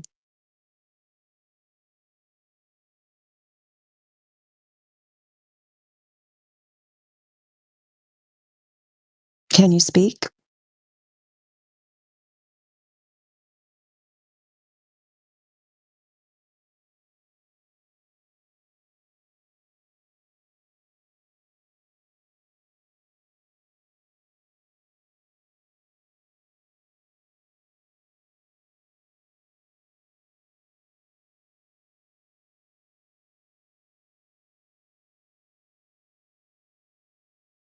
Guess he doesn't want to. Probably just wants to listen. That's what I thought I was going to do, and here I am, just the only one talking.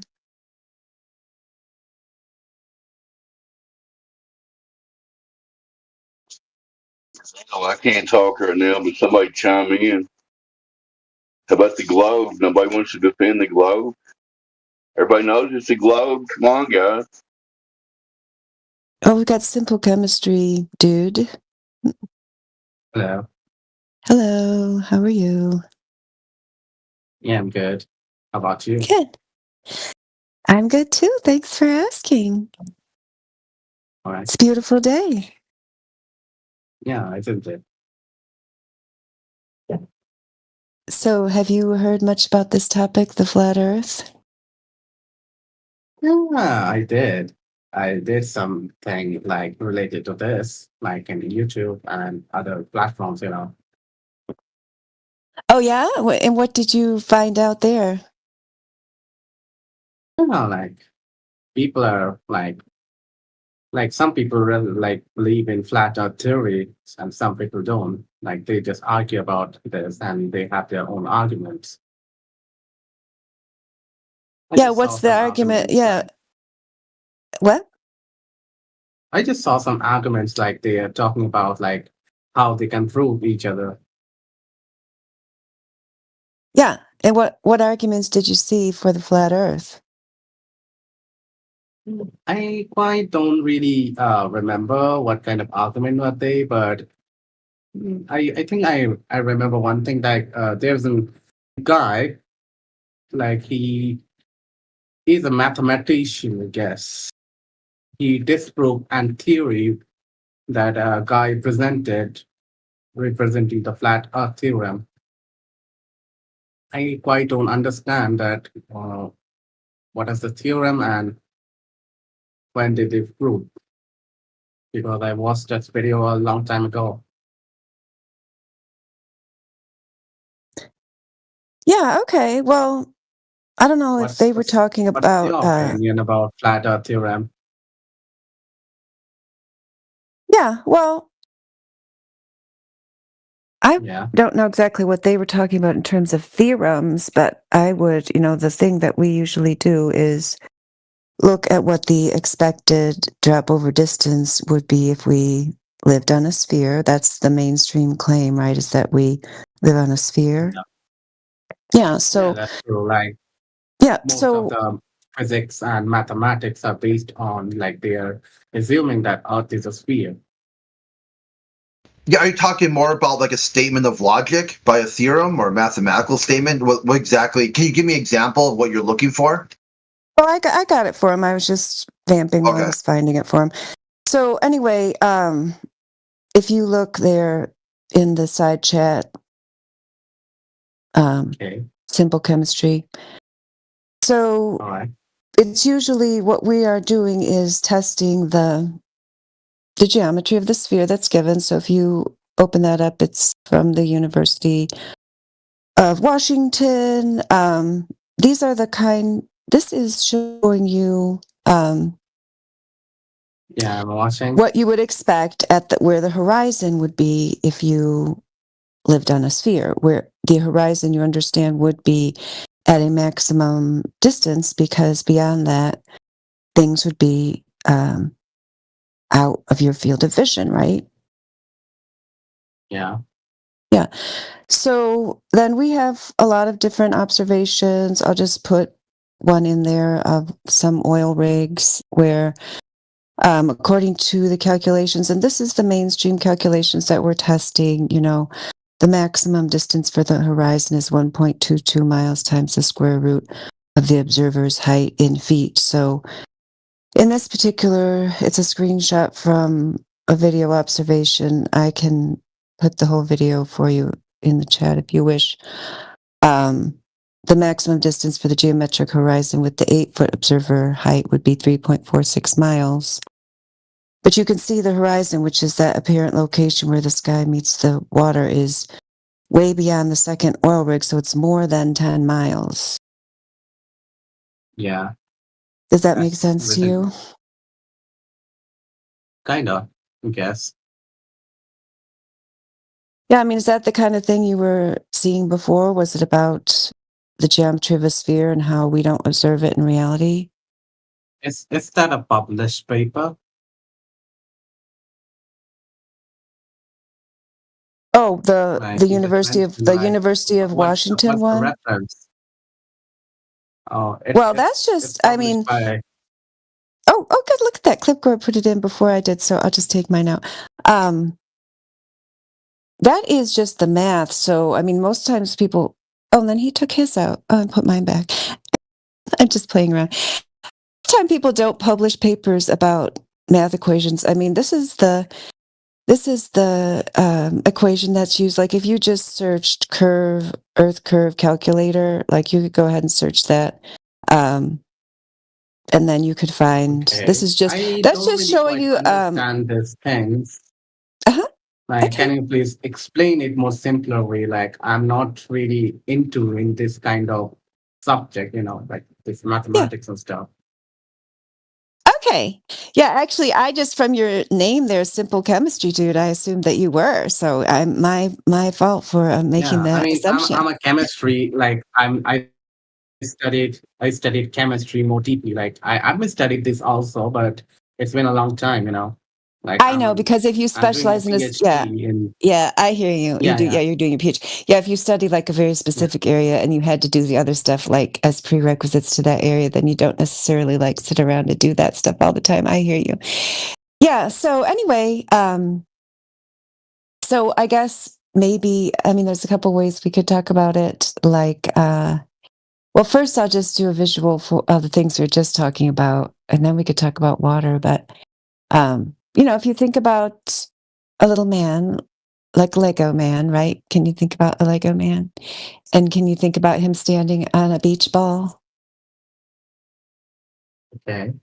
Yeah, not to scale because Lego man would be too big, but it gives you the general idea. If he's looking to the side, objects are going to be around the side so that you're not seeing them. He's looking off, and there'd be the geometric horizon would be the side of that beach ball. And so some people think the Earth is too big. So that's why we have these measurements. I'll put like a more simple chart in there that just has the measurements. And then if you wanted to go back, you could look at those other links I put in there for the Earth curve calculator and the diagrams and so on. But it is very observable because it's growing exponentially, because it's a curve and it's growing at the rate of 8 inches per mile squared. So, at small distances, it seems like not much, 8 inches in 1 mile. But then when you get up to 10 miles, 66 feet, 20 miles, 266 feet, 30 miles, 600 feet, and so on, that we would be able to observe that because we would see things hidden behind this geometric horizon, but they aren't hidden. They're just there, and sometimes you can see them with the naked eye further than you should. Other times you can use binoculars or a zoom camera and so on, and you can see these objects. We can see on naked eyes. Yeah. For example, I've seen the skyline of the city of Chicago with my naked eyes many times. It's a common sight. There's the image of it. 52 miles away, should have over 1,800 feet of curvature, hiding the tallest building completely. From Michigan, across Lake Michigan, Chicago is in the southern part of Lake Michigan. It's on the shoreline. And then over the eastern shore of Lake Michigan is the state of Michigan. And many places on the Lake Michigan coastline there, you can see the city of Chicago across the lake, which you shouldn't be able to see. So, yeah, I mean, that gets into the idea of water. That's why a lot of these observations that... Oh, he's gone. Oh, too bad. Oh, I really wanted to talk about water. Oh, well. Well, hopefully you heard something.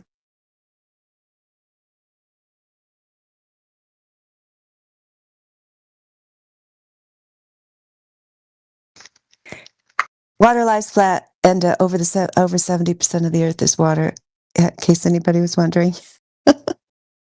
Yeah, it's interesting. Like he was expecting some sort of theorem that was different than that, like like conspiracy theory or something along those lines. So when you just brought it right back to the surface of the Earth, description, adjective, noun, this is what it looks like. He wasn't sure how to unpack that, so he just decided to leave. Oh, okay. Thank you for interpreting, Chris. You're pretty good at global psychology. They're just like inexplicable to me. I can't understand them at all. So I didn't understand what he was getting at the beginning. And so, yeah, I'm glad you did.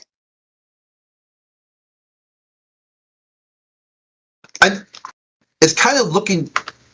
I think I'm coming through. I think it's kind of looking for those key words. They generally have a few buzzwords that they sort of hover around, and when you kind of explore why they picked that individual word to kind of like attach to, you can sort of unpack what they think what they're looking for.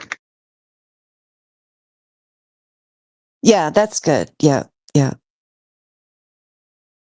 Yeah, I don't know if he was using theorem meaning theory. I don't know.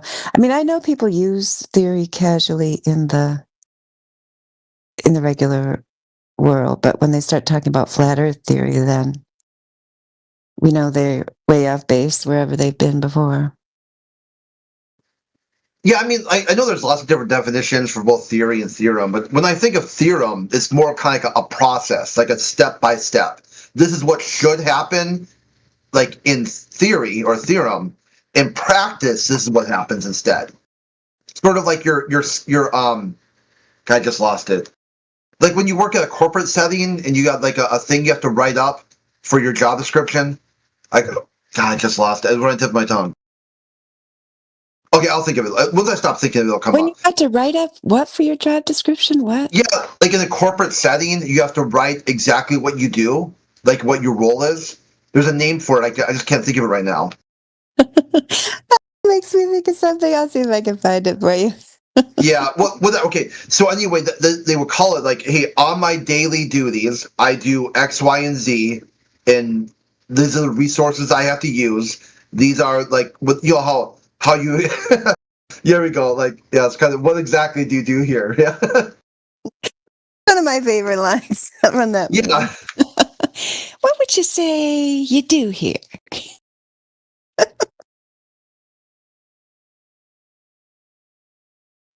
then he answers them honestly. I come in, I get a cup of coffee, I play Tetris, or what. I don't remember what he says, but yeah. Then I try to look like I'm busy for a while.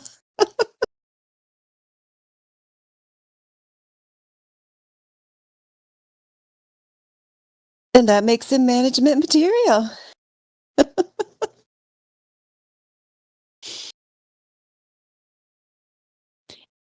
yeah, theorems are, generally accepted and proven, over time, like, the Pythagorean theorem.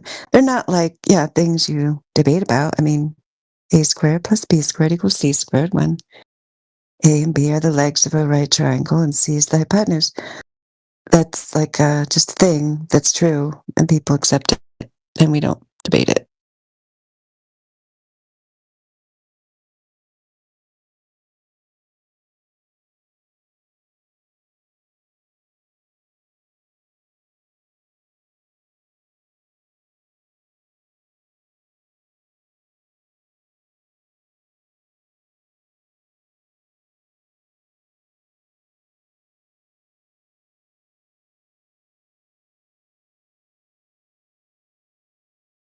Yeah, I'm looking at I just had to Google it. It's just killing me. It says that it's like called modus operandi, standard procedure, standing order, established procedure, set form, work instruction. But it's not one of. It's another one I was thinking of, or maybe I don't know. It's been quite a while. I know SOP is kind of like the military version, or sort of like NGO or government. But it had a different name because I remember thinking what a confusing name just to have that. Maybe it's just a local jargon for when I worked in corporate.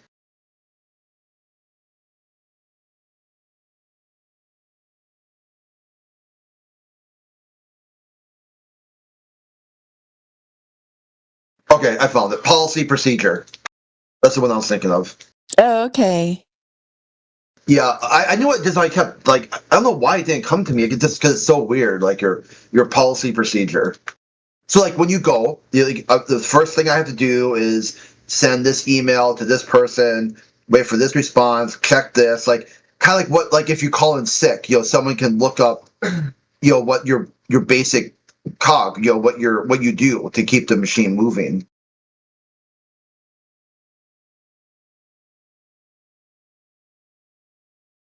Yeah, I guess other people said different companies call it business procedure, workflow, work instruction. I think we use policy procedure. That sounds about right. I feel like it was an O at the end. There was like a... Oh, whatever.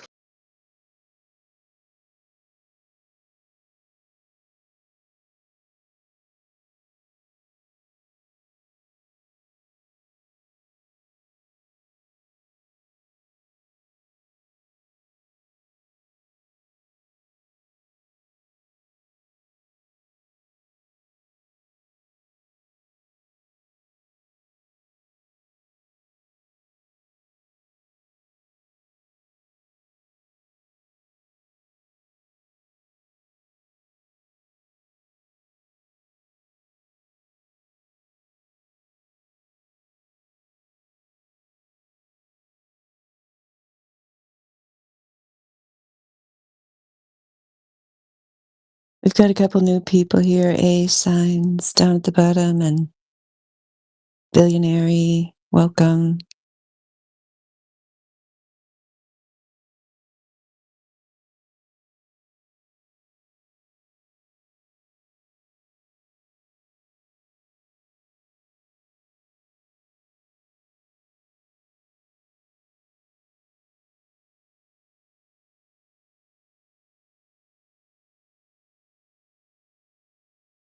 If anybody's got any questions, feel free to speak up. How can Kerr surface be flat? Why do people think they live on a globe? I got a question. Why?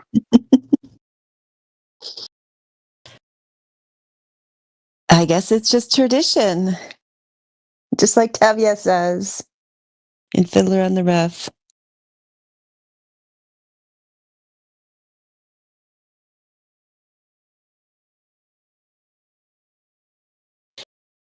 It's not a very good tradition. Yeah, I challenge you to make new traditions based on reality. That'd be cool.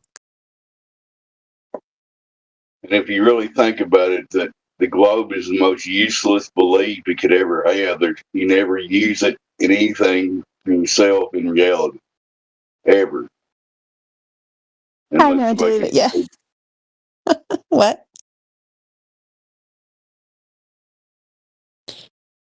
A couple times I've had people tell me that they use it to navigate. I'm like, oh yeah, you just strap your globe there and you passenger seat while you're driving around, glance over at it, make sure you're in the right place.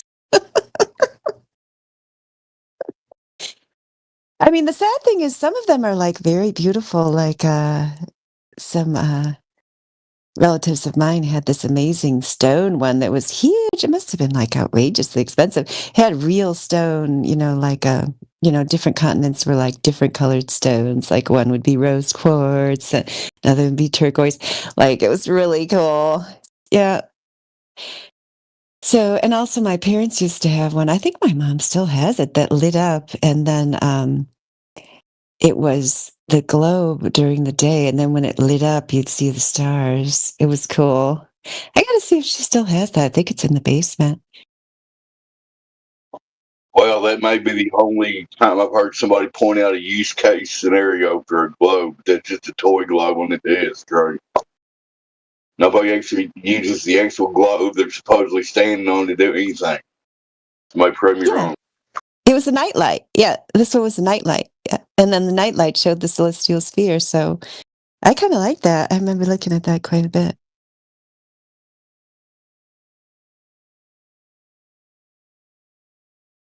You come in here and give us a practical use case for the actual globe. Love to hear it.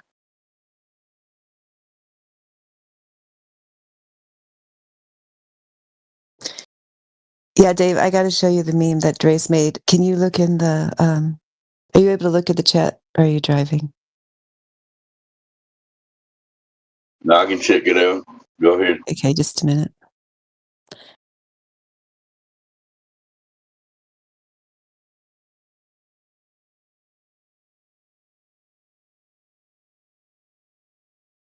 Okay, there it is. See, globes are good for fire starter or fire feeders. Yeah, there's a good use case. I love it.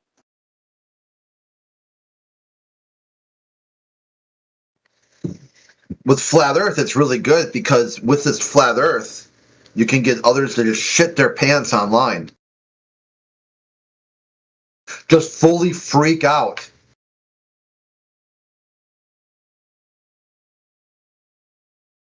They'll ask you, what good is this? You know, what can I do with it? Well, now you can go online and just freak the fuck out over and over and over. Nothing new under the sun.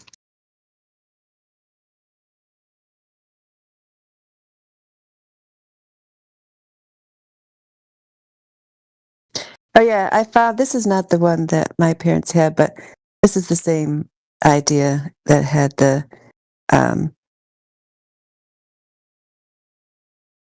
continents at night. I ought to put continents during the day and the stars at night. I ought to put a disclaimer. The globe is not reality. I hate to even post one. But I want you guys to know what I was talking about. Yeah, so you can see it's like there's light inside, and then when you have the light part on, then it's showing the constellations. Ours was better than that one, but that was the general idea. Does that one say not for educational purposes on the bottom? Just curious. I don't know. Yeah, it should.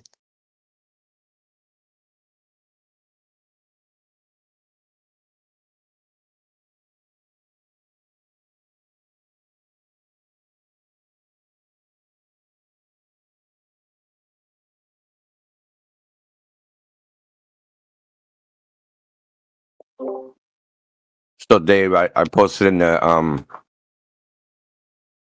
chat, man, the reasons why people think the Earth's a globe. The reasons are my mom told me, I saw it on TV, and most people believe it. So those three reasons are the main reasons. I'd say you nailed it, Indio. Good job.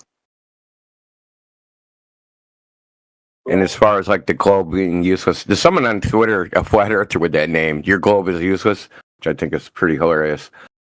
But there's so many serendipities in this topic. It's very funny. Yesterday, I had basically a Twitter war with this guy that said, astronomy needs to be a mandatory course in schools. The number of people, adults included, that truly believe Venus is always seen in front of the moon is proof enough that we have failed a generation of how astronomy works. Astronomy is probably the most useless human endeavor other than how it applies to celestial navigation that's ever existed. Literally, stargazing. They used to be a pejorative. You're a stargazer. Your head's in the clouds. We need to make that insulting again. Oh, Indio, I like looking at the stars, though. But you can insult me. It's fine. I don't mind. I'll do it for the cause. Astronomy. Yeah, looking at the stars, like astronomers look at the stars, but they look at the stars and start like daydreaming, and then telling you their daydream is the facts. India, are you saying if they look at the sky and make up stories and then start calling it facts and science? How dare they? Exactly. That's exactly what they do. And that you wouldn't be on this computer right now if it wasn't for astronomy.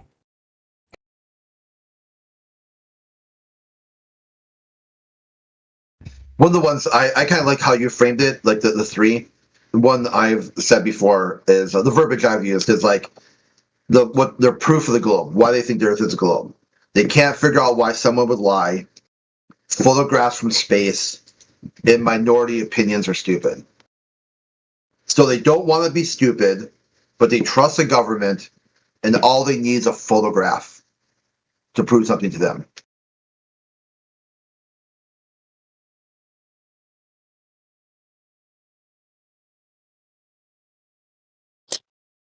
Yeah, I mean, yeah, when you distill it down to that, it's kind of like, yeah, why are we surprised? I mean, that's a lot of people's level of evidence for many things. But I guess the times when it is a little more surprising is when there are people who seem like they are capable of having rational thoughts in other areas, but when it comes to the flat earth or the globe story, they just are not capable of having rational thought. They put it up, throw it all out the window. I bring it up that they have sacred cows that, like, you know, they might be, like you said, they might be able to have rational, critical discussion about some subjects, but there's other subjects which they have sacred cows, and they're not even debatable. Like, this is a fact. Don't you dare. It's a globe. Everything else is a lie, but Earth's a globe.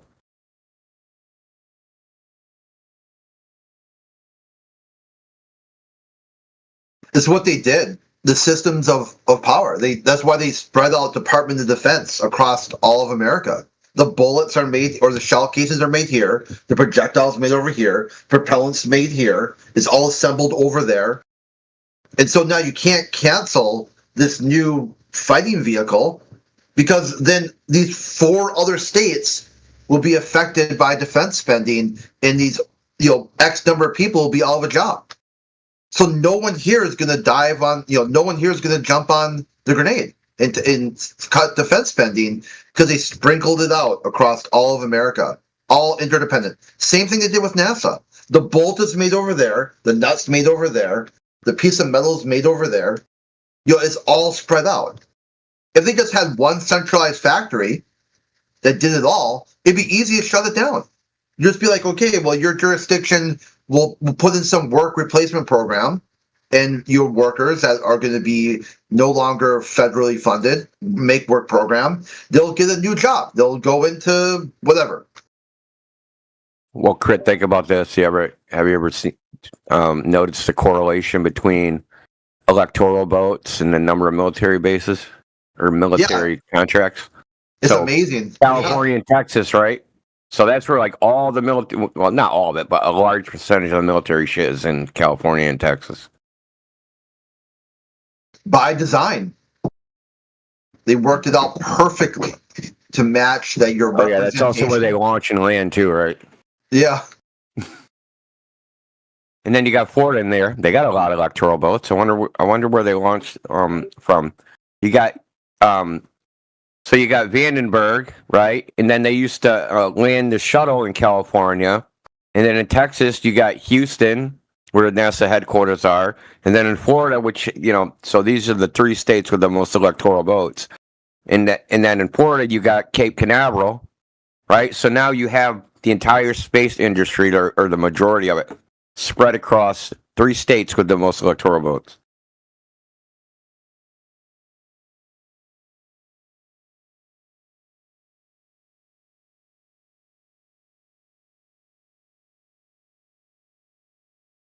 Imagine the uphill battle it is to try to overturn this system.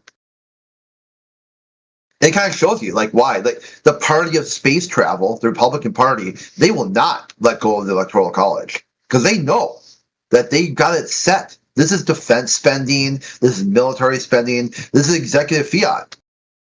And the Democrats are like, well, even if you undo that, you've got those 3 states that are going to carry the union anyway.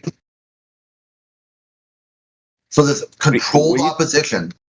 What do you think would happen to say we had 2 presidential candidates, and one is like, I got a big announcement. I'm cutting all funding for anything related to space. How bad would they lose? Yeah, it'd be over because that's like the last, like that hope. Like somehow people think I get it. The federal government's fucked up. Everything's awful. We're just driving over a cliff. But somehow the federal space program is also going to fix it. Just one more photo is all it's going to take. One more imagined galaxy, one more breakthrough, and suddenly the federal government will be like, damn, we did it. You know, there's some people that think they don't get enough money. Like NASA's being handcuffed. They're not getting enough money. That's why their product sucks. They just need more money. Yeah, there's not enough money to give them. That's what I always like to say. One of the questions I ask globalists is the amount of spending NASA gets too high, too little, or just right? They almost always say too little. Yep. I'm like, well, write a check.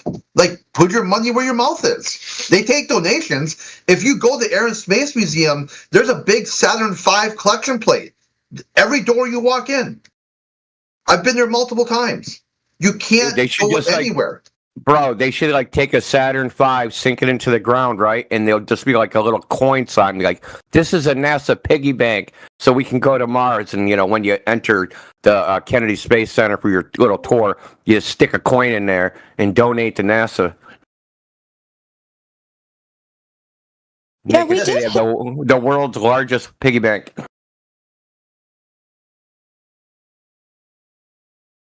Just about a politician who, you know, pushed back on space. You know, Ron Paul was attacking SpaceX and the funding that it was getting back in the day. And I mean, generally, I think, his proposals were to cut everything. But I mean, they were never going to let him get to the presidency. I think he was probably just there to either split the vote or quiet people down or something, because even at the convention where they nominated Romney, they were like not counting some of the delegates' votes. The delegates from Maine staged to walk out of the Republican convention because of the way they were just pretending Ron Paul didn't exist, even though when he was touring, and during the primary seasons, going up against Romney and the others, he was always, of course, getting the biggest crowds, biggest, popular support and so on.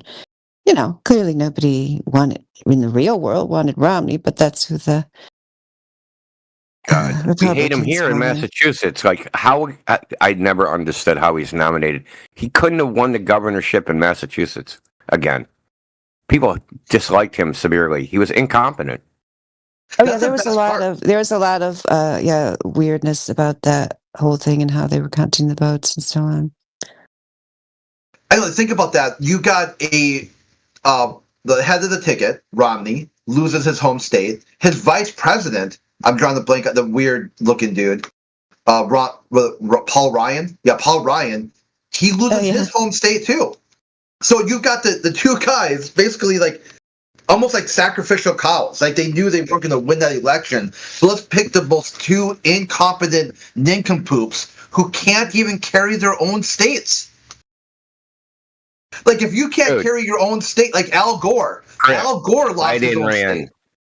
Biden ran. He couldn't even carry his own bladder, bro. Like how did think about what they did. They literally took it could have went into any senior assisted living place and looked for the most debilitated person in there and said, "This is our candidate."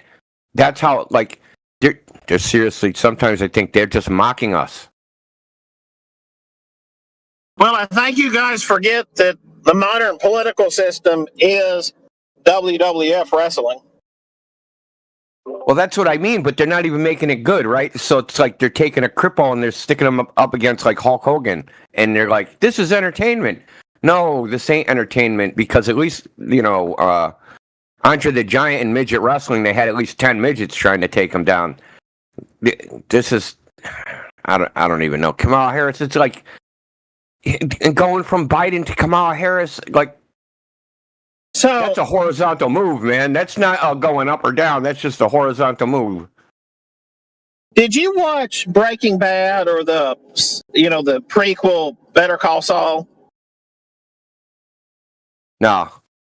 Okay, Better Call Saul ended up being one of my favorite series that was ever around. They did really good, and then along came 2020, and they didn't get to film, and something happened in 2021, so they couldn't film. So it was 2 years between the penultimate season and then the last season, and last season ended up being terrible. It was crap. They got rusty, et cetera, et cetera. And I think that's where we're at, is that we've just got to the entropy of the planners of this political theater. They've just ran out of steam, and the only thing they have left is yellow journalism.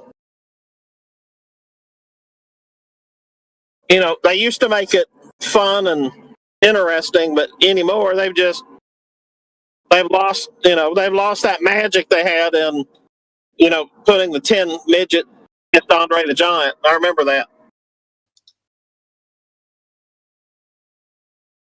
Yeah, they probably just feel like they don't even, I don't know, like either, like India said, they're just mocking us, or they just feel like they don't even have to make an effort anymore because people are just swallowing it. We've got Vinny and Tia here that just joined. Welcome to the Flat Earth channel. Hi, everyone is back. Hi, everyone. Hello. Thank you. Yeah, Vinny. How's it going? It's going pretty good. Thank you. You're How welcome. about you? Thank you. I'm doing very well. Yeah, it's a beautiful summer day here in the United States of America. So have you heard about Flat Earth before? Somehow, yes, but I never looked deep into it. Okay, yeah. So you came to the right place then, because a lot of times things that you might see, if you just tried doing a Google search or whatever out in popular media, are not really accurate about what people who are serious about disputing the alleged globe model would say. So here we're all about showing how the geometry of the sphere that you would expect if reality did match the globe model we're given, we test that model and we find out that it does not hold up in reality, because the drop over distance that you would expect if you lived on a ball is not there. Okay. In simple terms, what that means. Yeah, so, Vinny, you go out in the world and, if you were never told that you lived on a ball, you just look out there and it would seem like you weren't moving, right? It would seem like the sky, the moon and the sun are moving ahead above you in the sky. And it would seem like the earth, just goes out in all directions, especially when you're looking over water. That's where we do a lot of our observations and tests, are on large bodies of water like the oceans, the Great Lakes, bigger lakes, etc. Because you observe, right? Have you been to the ocean? Oh, yeah. Yeah, you observe, like, as far as you can see, it looks flat, right? You can see the horizon. Yeah. Yeah. I have one question though. Can I ask you? Oh, please go for it. I've heard like some people saying like if it is like all flat, why can't we see the biggest like towers or mountains in the world? Great question. We were just talking about that earlier, because that's one of the claims that was found in the top 10 fallacies that don't prove the globe article that we looked at earlier. So anyway, yeah, no. I'm just saying that, I'm saying it's a normal question. Yeah. So, we have limitations of vision that go beyond, even though we have demonstrated many times over, and we can show you more information about that if you're interested, that, there is no geometric horizon. There's no this limit of the horizon that you would expect on a sphere we don't see. We do acknowledge that there's other factors, such as just the natural limitation of human vision, angular resolution, and so on, that make it so you can't see forever. There's also atmospheric conditions, weather conditions. There's many reasons why you don't suddenly become a superhero if the earth is flat. You still have limitations. And the way this is demonstrated in reality is you can sometimes be like, if you were looking out over the ocean like we were talking about, you might see a ship, and because of the limitations of your vision, that ship, if it's going off in the distance, might go outside the range of your natural human vision.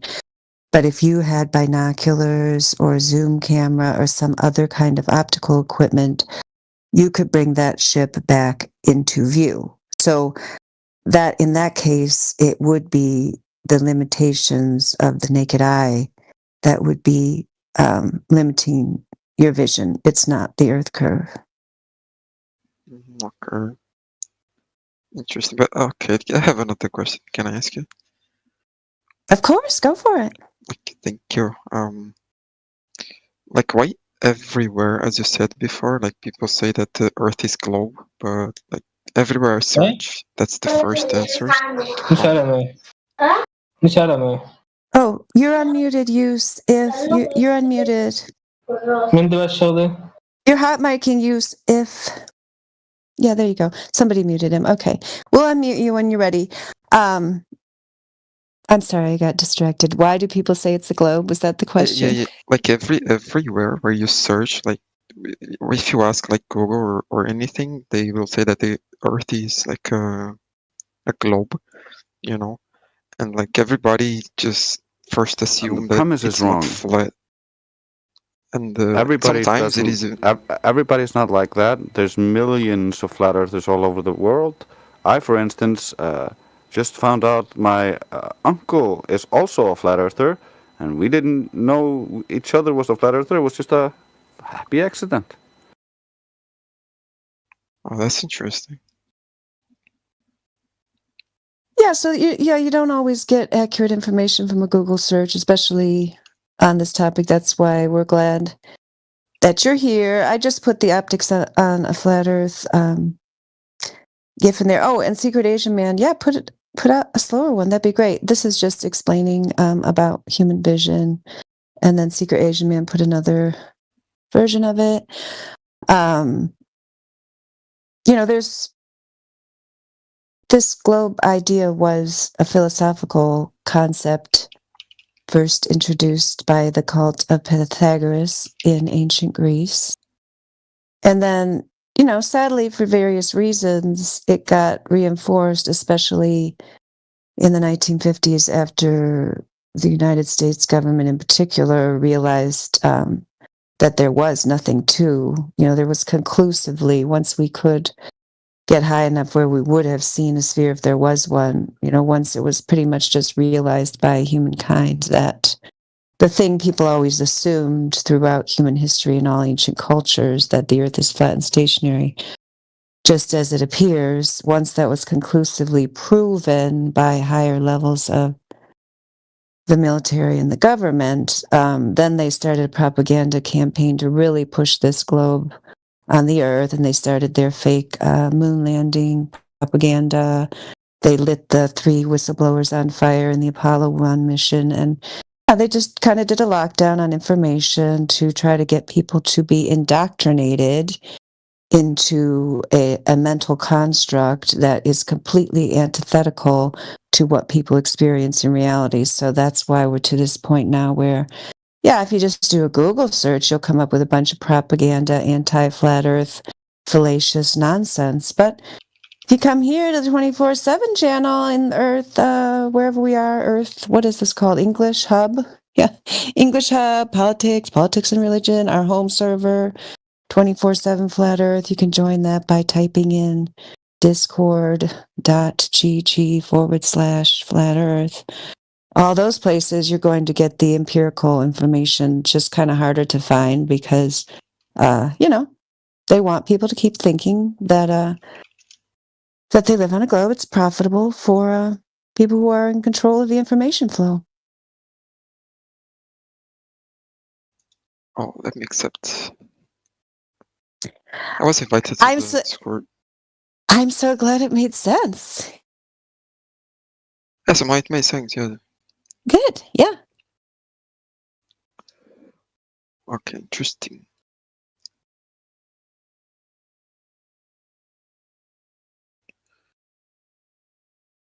Yeah, I would also say most people are absolutely not lying.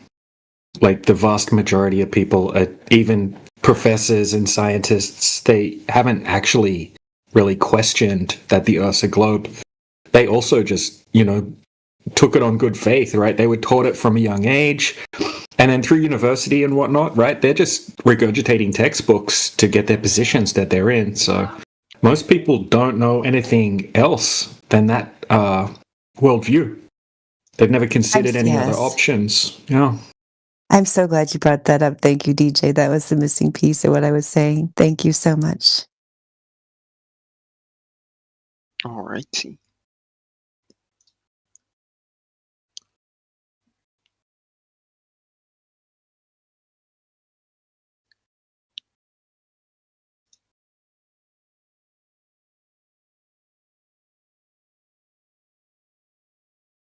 So it's like all the propaganda, right? Yeah, I mean, that DJ was just saying, yeah, there's a lot of propaganda, which I was talking about too, but but a lot of people pass on the propaganda and they don't realize that's what it is. They don't realize the claim is untrue. I mean, I taught the heliocentric model for many years. I had no idea that it was not backed up by research, reality, testing, mathematics. I assumed that it was, like most people do. Yeah, like everybody's. I think like a lot of people believes it's a globe. To be honest, because like people don't think about it. Like if you say otherwise, you're like considered dumb or something like that. But they don't even know themselves, right? Yeah, that's right. Yeah, because if anybody, I mean, dares to your face say that you're dumb for questioning an alleged model, then those, in the nicest way possible, I guess that's what these guys keep telling me. I mean, I try my best to be patient, but it's kind of like, oh, okay, so you think questioning this model is dumb? Like that is the whole point of critical thinking and, the logic that Western civilization was built on. Maybe Eastern civilization too. I think they had a bunch of logic over there. Just civilization in general, is based on making observations about the world around us and testing them. So, I mean, the people who call flat earthers dumb, like, I have to say, like, they have some kind of, I think, intellectual or emotional or psychological deficiency themselves, because that there's no like reason to be doing that. But they're just kind of enforcing. They're more like Stockholm syndrome people who are sympathizing with their captors. They're just enforcing the status quo, little Agent Smiths. They're not serious. Like they don't have a serious claim. They don't know their model. You could just ask them, "Oh, well, tell me about the globe. Then what convinces you?" Ask them that, Vinny. See what they say. Okay, good point. Yeah. Good point. Yeah. Amazing. What kind of like pertinent questions do you guys get about like flat and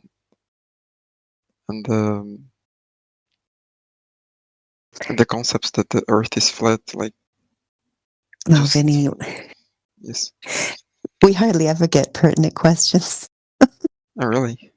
We usually get straw man questions about the sky that has no direct relevance to the measurements of the Earth and testing whether it's a sphere or not.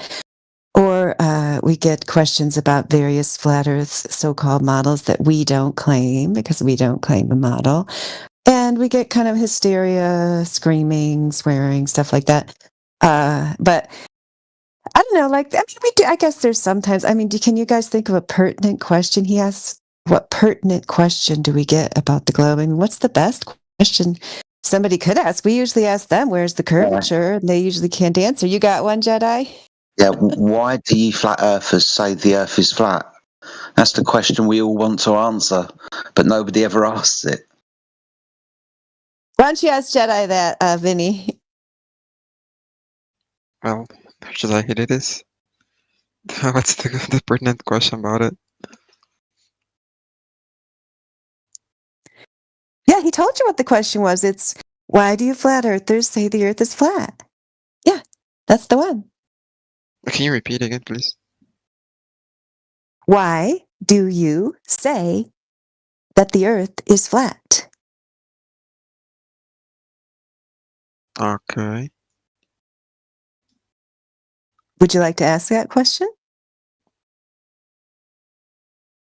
I mean, I don't think I have like the knowledge yet to answer that question. I'm sorry. Oh, no, I'm not asking you to answer it. I'm asking if you would like to hear the answer. Oh yeah, sure. But if All you right, could like Jedi, make he it wants to simple, hear the answer. if you can make it simple, so I can like grasp it easier, Yeah, I would be happy. yeah, I think I did answer it, but like, yeah, maybe I didn't make it simple enough. That's possible. No, but It was your answer before was really good. I could understand. But if there's like more things, that I don't know, it'd be easier if it was like simple.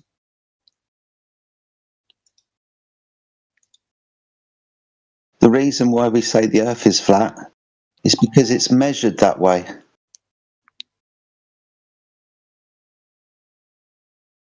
All right. Is that simple enough for you? Yeah. How Cool. how it was measured that way? How? Yep. Me, you, everybody measures a horizontal Earth when you level a table or a picture or a shelf. To be level with the world means to be parallel with the plane of the horizon. The horizon is where the surface of the Earth, water, appears to meet the sky at distance. So to be level with the world means to be parallel with the surface of the Earth. The Earth is flat. We observe it, measure it, and practically use it that way. Oh, okay, because it's parallel. All right, I think I understand. I have one question. Like, if the Earth, like, it's flat, right? The Earth. What would we have like below it, or like at the edge of the Earth? What would it be? Yeah, we personally don't make any claims as to what's below it. For example, the deepest hole that has been dug in the earth is only 7.6 miles. So that's as far as can be verified in terms of what's happening down there in the earth. I mean, we know certain things about inside the earth due to what we observe in terms of volcanoes, earthquakes, things like that. But we don't make any claims in terms of what is below.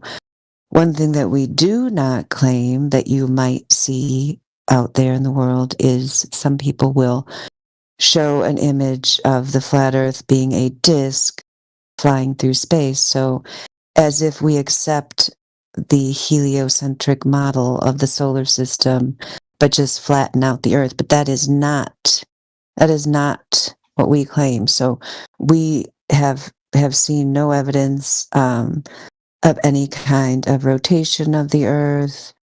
We think the entire heliocentric model is clearly flawed. The concept of there being a near vacuum of outer space right next to our atmosphere is completely false. So that is one of the reasons you can't find good information out there, is because the information that is out there is a complete mischaracterization and a straw man. People make straw man arguments for their opponents because then they're very easy to tear down, tear apart, and burn up because they weren't even real to start with. So, yeah. What was the other one?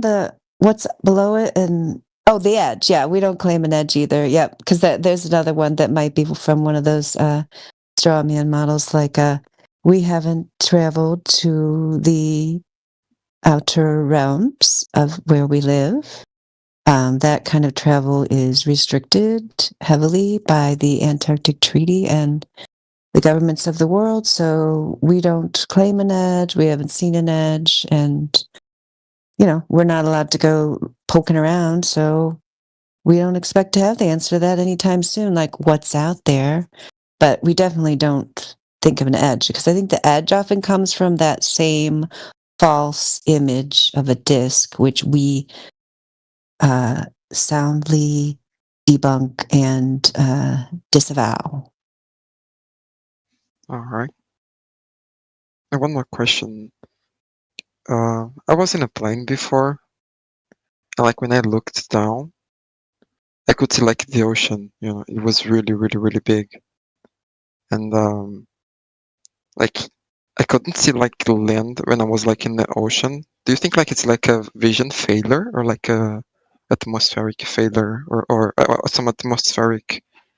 I don't know, like some chemical things like changing that. What could that be?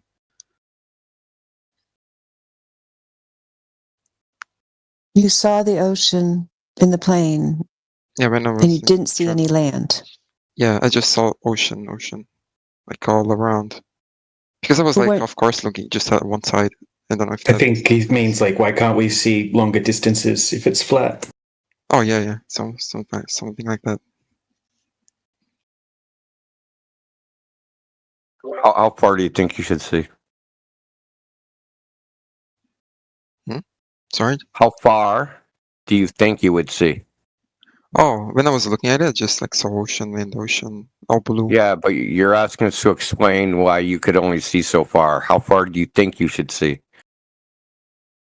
If it was like flat, I should see like everything. No. Why would you think that? I don't get this. Like because like when I'm like in the high up, I can see like the ground, right? And if it extends to a distance so large, then I would be able to see that. Like not okay. if I am in the ground, there's a lot of things that are blocking my vision, like mountains and. Well, eventually, right? Eventually, like your line of sight, it's going to be nearly parallel to the surface of the Earth, right? Like say you're looking at a table, right? From above the table's large enough. Eventually, your line of sight's going to be nearly parallel to the table. You can't see the surface. All right. Right? You don't like watch your TV from the side, do you? Why not? Why don't you watch your TV from the side? Because your line of sight's, if it was parallel to the TV, you wouldn't be able to see the screen. Yes. Okay, yes, this is the same thing, right? But this is like a giant TV. And you are effectively looking at it from the side when you're looking farther away. Okay. Okay, and like say you're in a plane, you're over in New York City, and Europe is what, 4,000 miles away. How big would Europe be? Like the angle I'll be from the tallest mountain, say, from New York City. It'd be tiny. It'd be tiny. These things get smaller the further away they are, right? Oh, I think I got it. Like it'll be so small because of the distance. Yeah, like you can't see like molecules in your hands, right?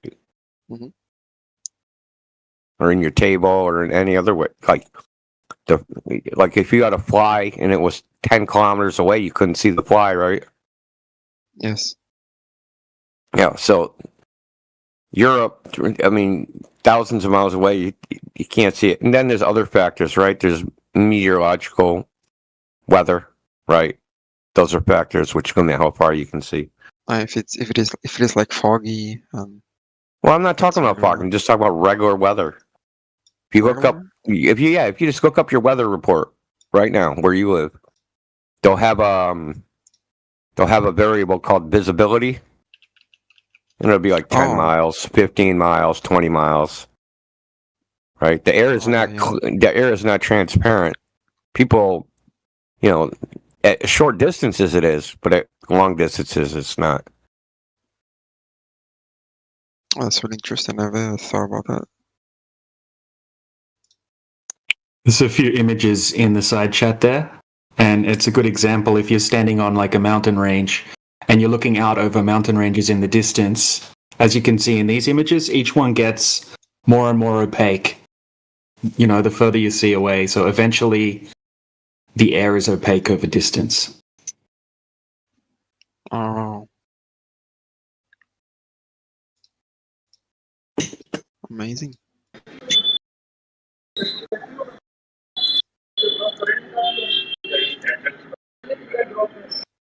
So I think like the maximum distance you can see through the air in absolute perfect conditions is about 200 miles. But what you'll find is if you check the visibility weather report, the visibility on the weather report, it's usually about 10, 20, 30 miles maximum. You know, on average, it's probably like 10 to 20 miles when you check it. So we can't see that far. There's a lot of stuff in the air.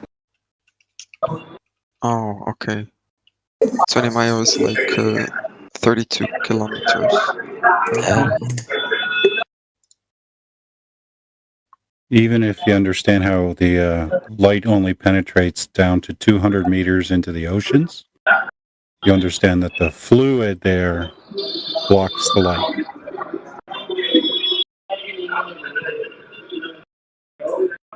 The fluid, what, sorry? Like the oceans. If you look at sunlight, how far it can travel down into the ocean. Oh, yeah, It can only reach about 200 meters before we can perceive it with human eyes. Oh, I think Nano Blaster, you're hot miking. Are you trying to say something? I'll just mute you, I guess. Maybe they're done. No, they're not done. Somebody muted you. Yeah. And it's So sorry, Sonny. One sec. Yeah. One last thing. So it's a nice clear day here in Lublin in Poland, where I'm at the moment. Really clear day, beautiful day, and I just checked the weather visibility rating, and it says 15 kilometers is the maximum distance you can see. 15. Yeah, that's nice. clear, coherent distance. Yeah. Well, what is the website that you usually see those things? You could just type in like a particular area and type in visibility report. It'll usually come up with a link to like a weather chat, a particular weather site that will show you the visibility for that particular area. That's all I did. Yeah, and that's for aircraft flying, so the pilots know how far they can see clearly and how to watch out for aircraft. Oh, okay. Interesting.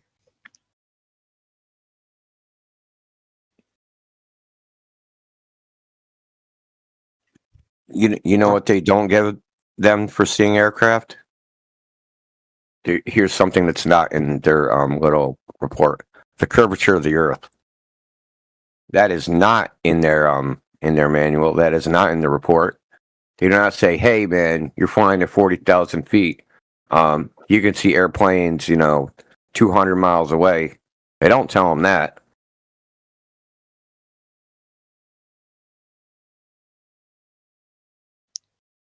And it's the same with military aircraft and their radar systems.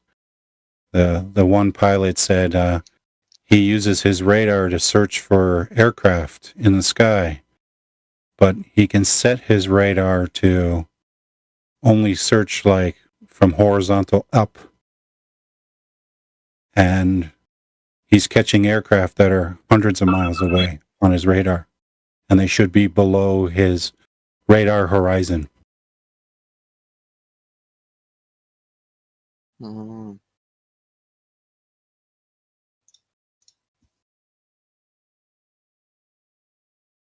Interesting.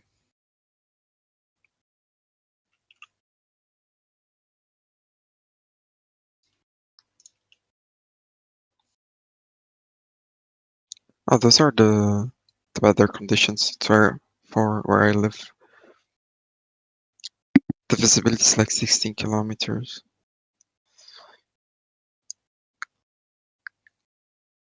Yeah, there you go. Yeah, so you got a good answer to your question. Yeah, interesting.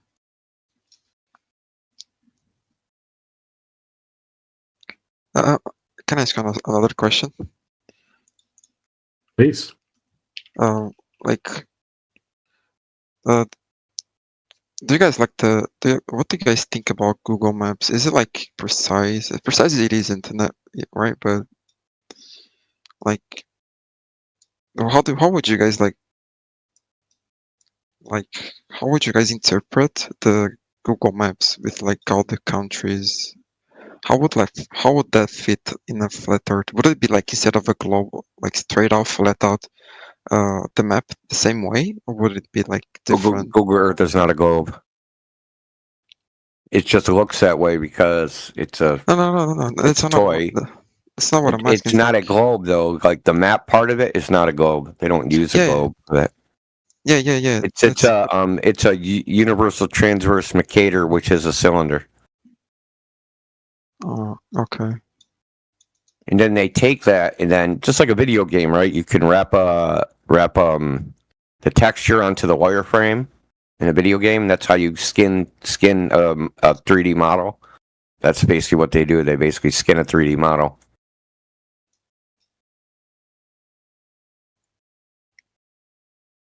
Okay, it's just like they scanned the 3D model and turned it. Yeah, they just took a square texture and they wrapped it on a 3D ball. Okay. We could take a photograph of you and do the exact same thing. Doesn't make your face a sphere. Yeah. Sure. But what I'm trying to ask is like the map, instead of being a globe, like in reality, it would be like extended out as flat, right? Like instead of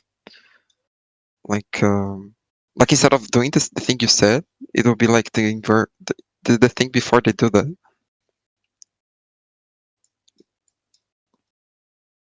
You've seen a Mercator projection map before, haven't you? It's like a big rectangular map. It's a particular type of projection. What is it called? Mercator? The Mercator map. Mercator map. It's the one where Greenland is gigantic. Yeah, so there's a whole bunch of different map projections. So this is a particular one that they use. And basically what they do, they have those little cars that drive around and they take photos of all of the suburbs, all of the streets and everything, right? And then they've got photographs they take from altitude as well. So they basically put the Mercator map or a type of Mercator map into CGI software, and then they start incorporating all of their photos right onto the map. And then you'll see that it's like a combination of real world footage and CGI elements, and they'll basically just stitch it all together into like a big computer program. Basically, it's like an interactive map, so to speak. So it's just kind of like a Mercator projection in digital form, kind of like a computer software application that's interactive. Okay. That's interesting. Yeah, like if you go to Google Maps, you can zoom right in and you're going to see, you can see like a top view of your house or something like that. And then you can hit Street View, and then, you can like go down the street. All of that Street View footage is taken from those little cars that drive around with the cameras. And then they stitch together all of the high altitude footage as well. So when you go up, you're seeing a big like patch, kind of like a big stitch patchwork quilt kind of thing of all of the high altitude imagery incorporated with some CGI elements, to fill in the gaps and that kind of thing. That's what it looks like. I mean, if you go up in altitude a bit and you kind of like scroll around, you'll see it kind of looks a bit like photographs mixed with CGI elements. Oh, okay. Then why would it be like the real map of the flat Earth if it has like those CGI things?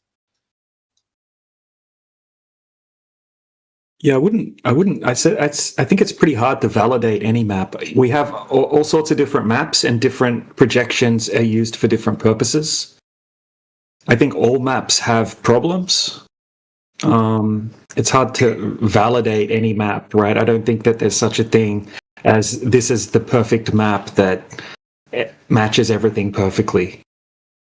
All right. Do you have like one where you can say like more Okay, this is the one I believe it is like more straightforward, but not perfect. I think it's easy to say. It's much easier to say than done, than to do.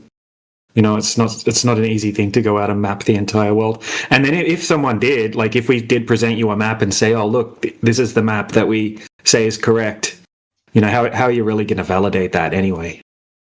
Oh, yeah. It's going to be difficult. Yeah, you'll find some. I mean, there are some people who understand that the globe is wrong, inaccurate, doesn't predict reality, who, you know, some flat earthers will put out maps. Like, it's just not what we do here because we are trying not to repeat the mistakes of the past. You know, people already have this mistaken notion that there could be one model, the heliocentric model, that could explain everything. And they kind of got away with that, you know, more in the past. There was less pushback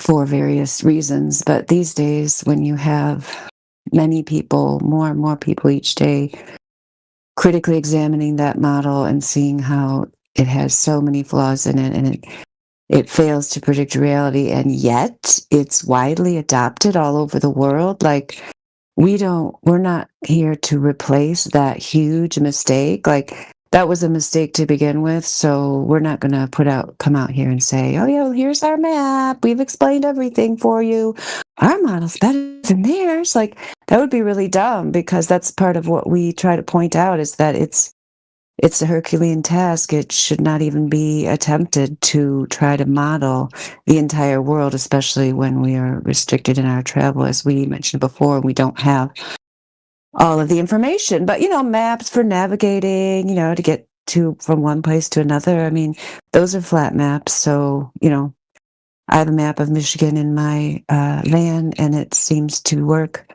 perfectly fine. I've used it to drive all over the state, and it works perfectly fine. Topo maps that are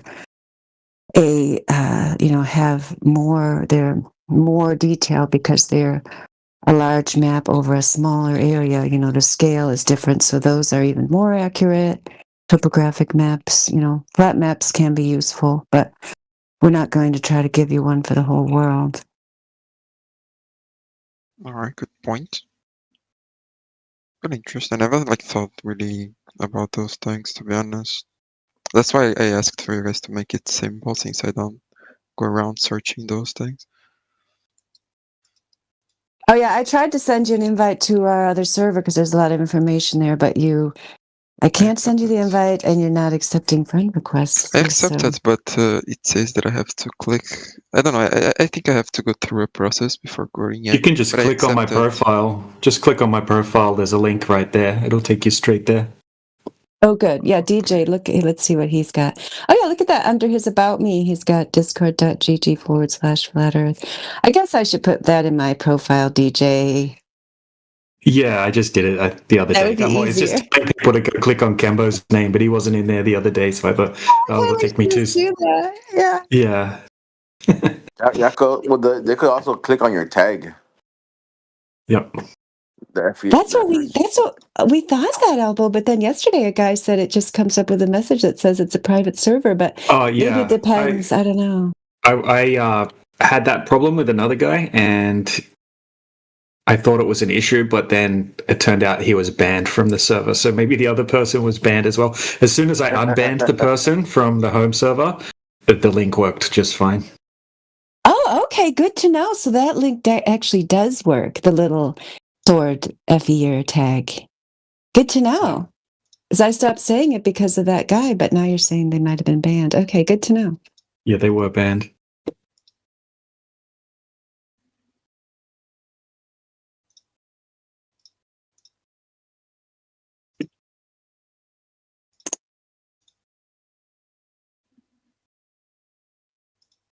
Did you have any other questions, Vinny?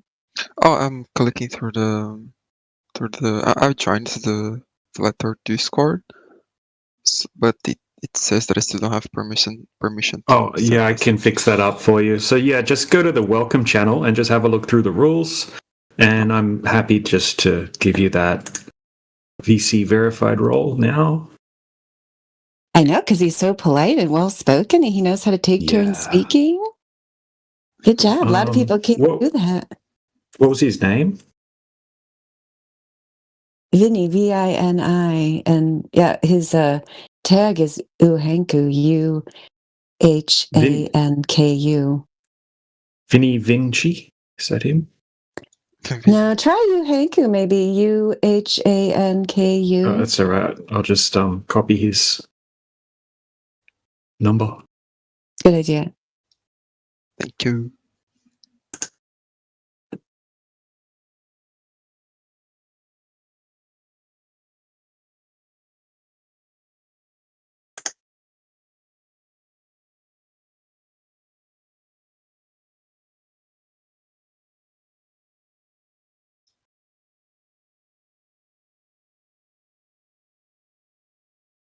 I see Radwin's back to being Radwin. Okay, cool. That way I can start being super nice again now, Radwin, then. Thank you for giving me permission. We can only have one nice person, and I'm going to be that for today, if you don't mind. Oh, although DJ, I guess I could share it with you. Maybe we could have more than one.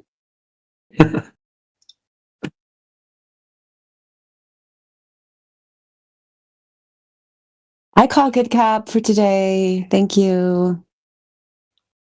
We're going to go over our quota. That's right, India.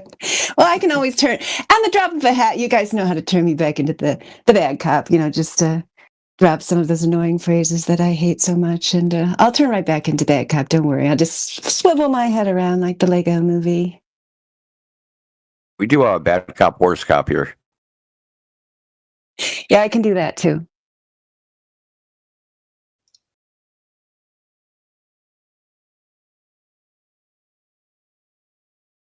We'll just tag CB. Yeah, that's what I had in mind, but I wasn't going to say that. So thanks for saying it for me. Although we've been getting along recently due to a Herculean effort on my part.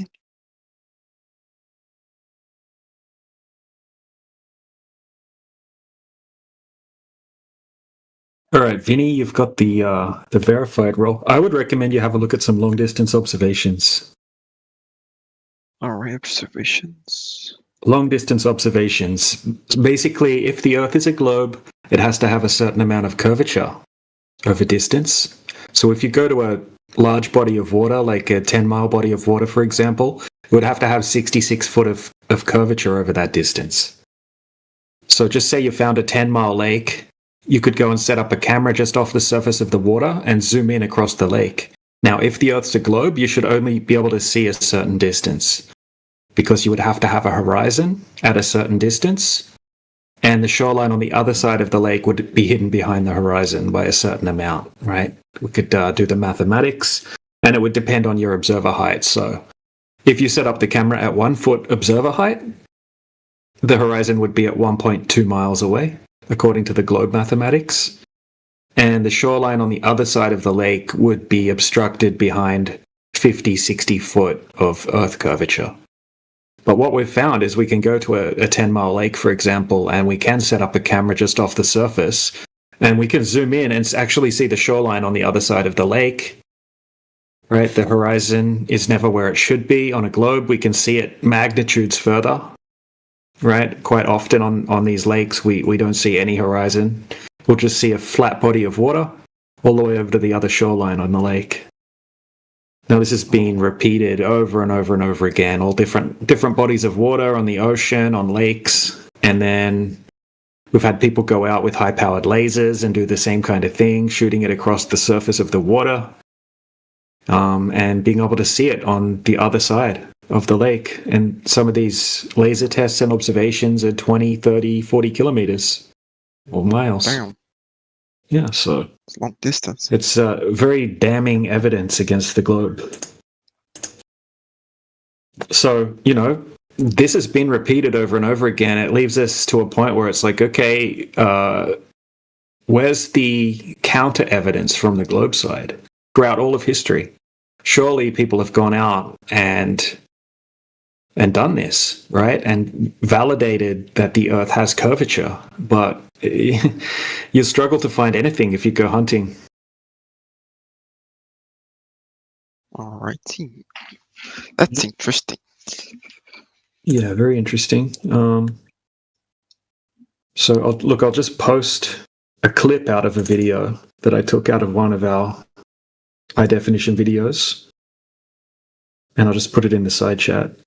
So this is a 21-mile lake, or it's a big lake. It's called the Great Salt Lake in Utah, and this is a 21-mile stretch across the lake. This guy sets his camera up at 5 foot, and he can zoom in across the lake, and he can see the shoreline on the other side of the lake. We can see a big giant smokestack and a little town underneath it. And there's zero obstruction over this 21 miles. Now, on a globe, you would have to have just under 300 foot of curvature over 21 miles.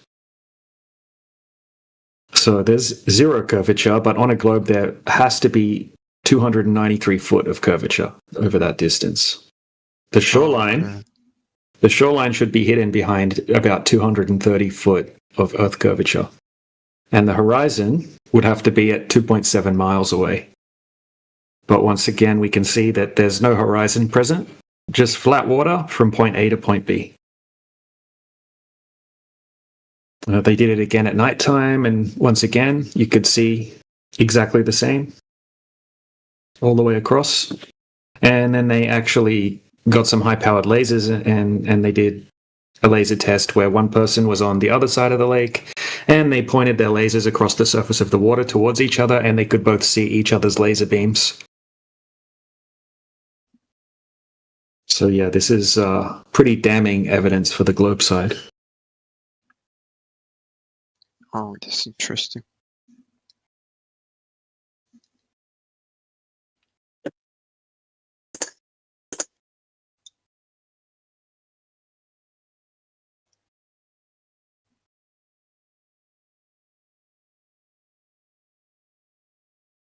And that's basically what we're talking about when we say flat Earth, right? We're talking about large surface areas of water not having any curvature.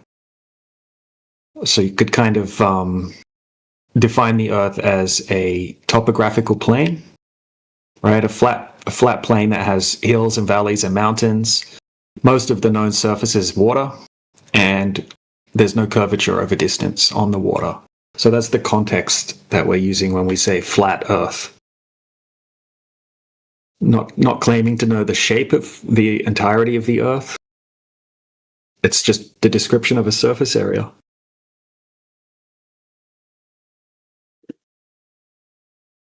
All right, but like even if you're like testing along like long distance, wouldn't it like be impossible to even though like say that Earth would be like a globe, because like since you have like those visibility problems that you can't see like much further than some kilometers, and yeah, I mean, we can see quite often, we can see, 20, 30, like it's not always, 15 kilometers. Sometimes it'll be 50 kilometers or something like that. More than enough distance to be able to validate if the Earth's a globe or not.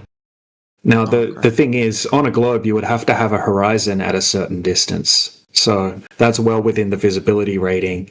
So if they, at school, they taught me if you're 6 foot tall, the horizon's 3 miles away on a globe. Anything that goes beyond the horizon at 3 miles would start to go over the curvature of the Earth. So, all right. That's what a lot of these tests are searching for, is that geometric horizon that has to be present on a globe. It has to be there. It can't not be there. It's like part of the geometry of the Earth, if you know what I mean. It's a physical horizon, and it's based off the height of the observer. And as long as the observer doesn't move or change in height, the horizon couldn't move. The physical horizon. All right. You can have certain weather conditions that are going to alter what you're seeing a little bit, but it's not going to make a drastic difference to the point where we can look over 21 miles like I just showed you, and there's no horizon present whatsoever.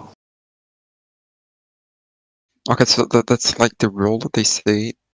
That's if it is right, the rule, then the Earth is a globe. But if it isn't, just like you said, if you're like 6 foot tall, if that rule doesn't work, then the Earth is flat, right? Yeah, well, it can't possibly be. Yeah, it can't possibly be a globe if it doesn't have the required curvature or horizon. Yeah, it's the characteristics that must be present on a globe, especially when they give us the exact size. We can just do the math based off the radius value that they give us, which is 3,959 miles. So you can just go on Google and you can type in Earth curve calculator, and you can look up any Earth curve calculator and put in like the target distance and the observer height, and it will tell you how far away the horizon should be and how much should be hidden and that sort of thing. Oh, they have a website for that. That's interesting. Yeah, here's a easy one to use. I'll just send you the link. 1 second. I'll just put it in the side chat. It's an Omni calculator. It's a very basic one, but it's an easy one to use, and you can convert it. You can change it to kilometers and miles and feet or meters. So yeah. So if you open that up and you type in 5 foot, which is the observation height in that lake observation I just showed you, it will tell you that the horizon should be 2.73 miles away. Oh, okay. And then if you type in the target distance, 21 miles, it'll tell you that the shoreline on the other side of the lake should be hidden behind 231 foot.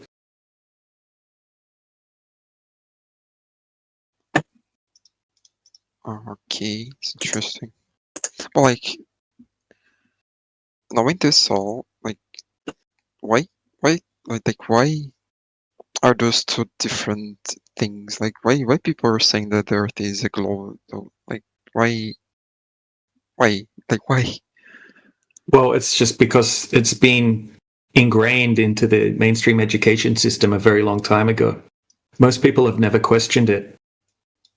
It's just something people are taught from a young age, and they tell people that, oh, the globe is too big and you're too small, so you don't see any curvature. You experience as a flat Earth, but really it's curving. And you experience it as stationary, but really it's moving, but you're just too small and the Earth's too big. So that's what people think, So people never question it. People have never been had access to this information that we're showing you right now. As flat Earth information is very censored, and when you type in flat Earth to Google or something like that and hit images or videos, you're going to see a bunch of propaganda to turn people away from flat Earth. So if you typed it into like flat Earth and hit images on Google, you're going to see a whole bunch of nonsense like discs floating in space with all water pouring off the edges and snow globes and all sorts of crazy claims that we're not even claiming. So people don't really have never really had in recent history an alternative way of thinking about this. So we're trying to show people, look, we're testing the globe. And when we go and actually test it in reality, it doesn't match up at all. It's not just a little bit off, it's no curvature detected. So yeah, we're just trying to give people some information and let them look at the information and then make up their own mind, use their own critical thinking skills, because the education system, unfortunately, has replaced people's common sense with nonsense. Yeah, it's like gossip, there was somebody who originally created this globe story, and then other people just pass it on. And then, once the lie's been told, then people tell other lies to back that up, and they don't have any incentive to go out there and correct their mistake. The people who are actually, putting it out there, the other people, like DJ said, who are just passing on what they've been told, who assume that source they got it from is reputable because they haven't actually investigated it to see whether the information, the concept of us living on a sphere is accurate. Since people haven't investigated that or even investigated the source of this information, they just keep passing it on, and it just kind of snowballs from there to where, it'd take a long time to get the globe lie out of everything in society. I mean, it could be done, but there's a lot of momentum when people are spreading falsehoods and other people agree with it, and it's the convenient thing that society appears to be upholding, even though it's really not. It's really not. I mean, it's very obvious. You can see it's kind of like a hidden in plain sight thing. Like, we can show you NASA documents where they treat the Earth as flat and stationary, military and government documents where they treat the Earth as flat and stationary. We can show you a bunch of pilots who say, yes, when they are flying, they treat the Earth as flat and stationary. It's almost, like the biggest secret most people aren't talking about because they can't a lot of times people have a lack of imagination. They can't wrap their head around how it would be possible for such a gigantic mistake to be perpetuated. But we don't have to understand why. We don't have to know the whole story of it. We don't have to know who's keeping it going and why. We just have to know that it is the case that there is no ball.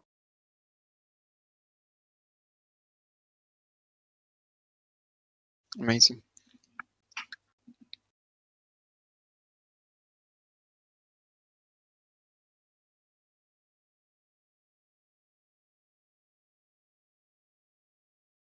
So, what about the sun and other planets? Is it like invention? Or, like, what the hell is going on? Well, I mean, we're fed a story from a young age about what we're looking at. I mean, everyone sees the same thing in the sky, but it's just that most people have been fed, well, nearly everyone is just fed a story on that outer space is a vacuum, and what you're looking at are big giant gas balls in a vacuum and things like that. They'll say, oh, this planet's 50 times bigger than Earth and blah blah blah, and it's 60 million light years away, and they'll tell you all sorts of things as if it's a fact, and then over time people get this belief system and this worldview ingrained into their brain that we're just a little speck inside a giant infinite space vacuum. But once you actually look into proof that outer space is what they're telling us, it falls short. So we don't have replacement answers for all of the crazy claims the Globeside makes. But what we observe works better, I would say, on a stationary flat Earth system. And we don't know exactly the size or the distance or the exact makeup of the stars and planets and sun and moon, but they move in cycles, and the sky is kind of like a big giant clock. Now, the stars each year, for example, if you go out and made a little star map and you see a particular star in the sky at night, right, and you logged exactly where you could see that star, you could go out the next year on the same day at the same time, and that star's going to be back in that spot again. So they tell us that the globe is spinning through Earth in all of these different vectors, never to return to the same place again, traveling millions of miles per hour through the universe. But the stars, they go in this motion and, they reset roughly back into the same place that they were the previous year. And the same with the planets, right? The planets used to be called the wandering stars, and they also do the same thing, except they take their own paths unique to each other and unique to what the stars are doing. And basically the same with the sun and the moon. They have their own cycles and paths, and it's everything in the sky is cyclical, like a big, amazing cosmic clock, I guess you could call it. So, all right, lots of mystery involved, lots of unknowns, but it's amazing. Indeed it is. Yeah, once you look into this, it's actually kind of interesting to realize that there's a lot more to be discovered. There's a lot that we don't know, and I think that there's a lot that we can't even comprehend about what's going on up in the sky.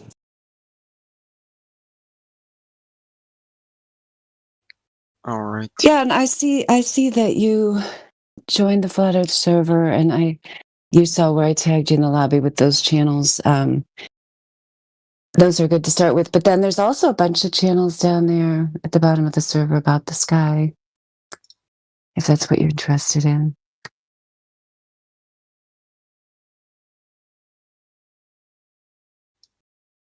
In the Flat Earth Discord, right? Yeah, that's right.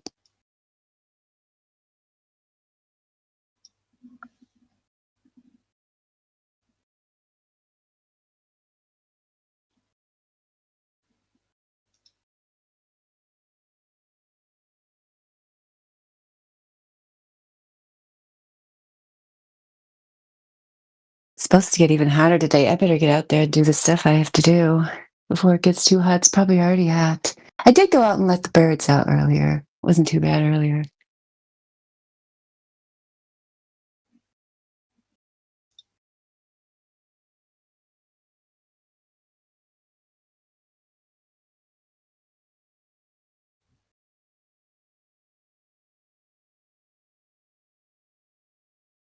At least for me, it's chilling. It's a really chill day. What did you say? For me, it's being a chilling day, not too hot, nor too cold. It's really good. Oh, good. We're having a heat wave over here in the USA. It's supposed to get up in the 90s over the weekend. Damn. 90 Fahrenheit? Degrees Fahrenheit? That's right.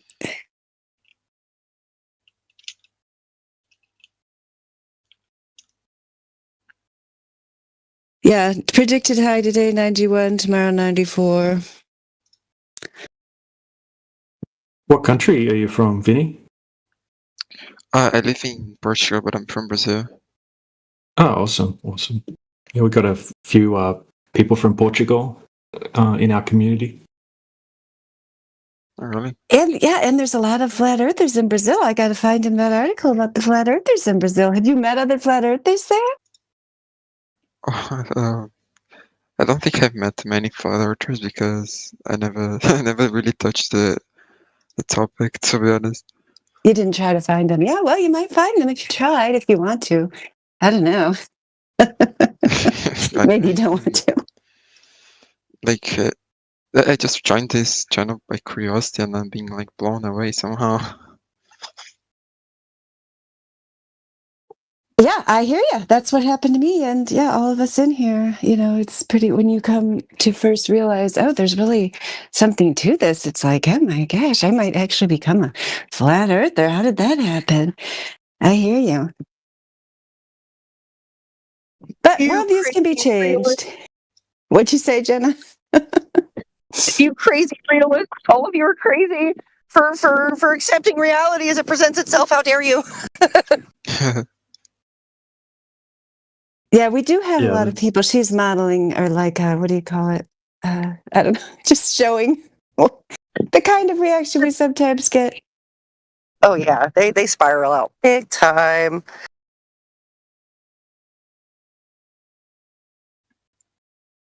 Yeah, that's a good point. That's a good point, Jenna. Like people come in and they think that we're making crazy claims for claiming that the Earth may be exactly as we experience it.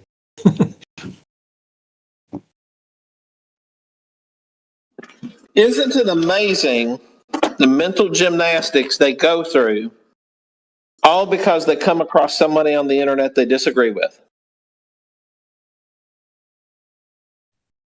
We get a lot of the, you're a flat earther, so everything you say must be wrong because you're just retarded. We get a lot of that.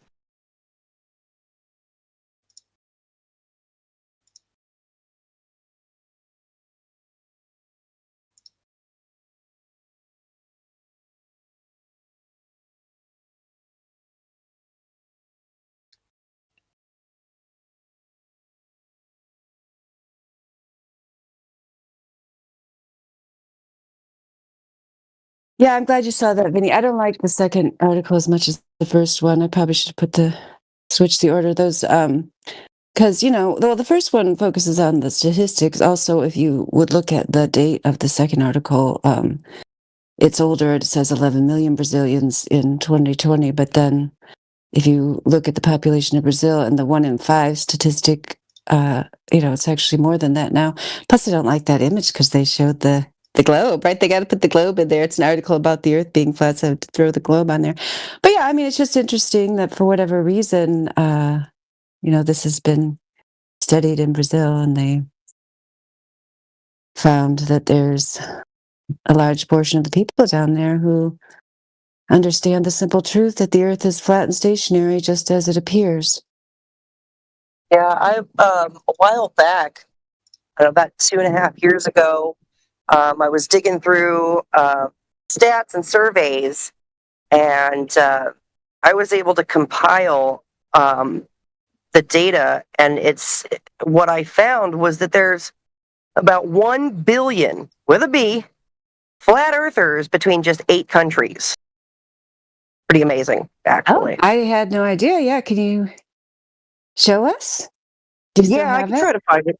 I can try to find it again. I just recently got a new phone, so try to switch everything over. Yeah, if you can find it, I'd like to see it. That'd be cool.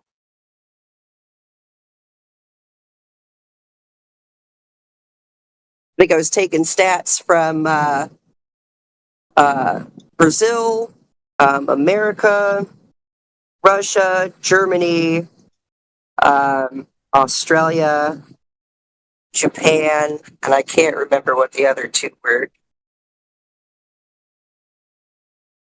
Yeah, and I don't know I haven't looked into what their surveying methods were. Like, was it an anonymous survey? How did they do it? Because I would, some people are just not even going to admit that to anyone. I mean, a lot of people just won't answer surveys, of course. A lot of people here don't like to answer the census, myself included. Oh my gosh, that poor lady, deer in the headlights when she knocked on my door last time you tried to do a census. 2020, yeah, kind of unloaded on her as if she was the representative of the entire U.S. government. But she said, okay, thank you, have a nice day. And she never came back, so... I do feel bad for her. I kind of knew her. She was like a local lady that used to work this place where my daughter works. And I don't think I saw her again after that, but because I moved. But yeah, I kind of felt bad after that. But, I had a lot of pent-up rage. You understand, Jenna. Oh, yeah. Absolutely, man. But anyway, I don't know how they survey it, was what I was trying to say. I was going to say, it's tough living in objective reality, coming to that full realization and being like, man, y'all haven't caught up yet? Like, live in frustration.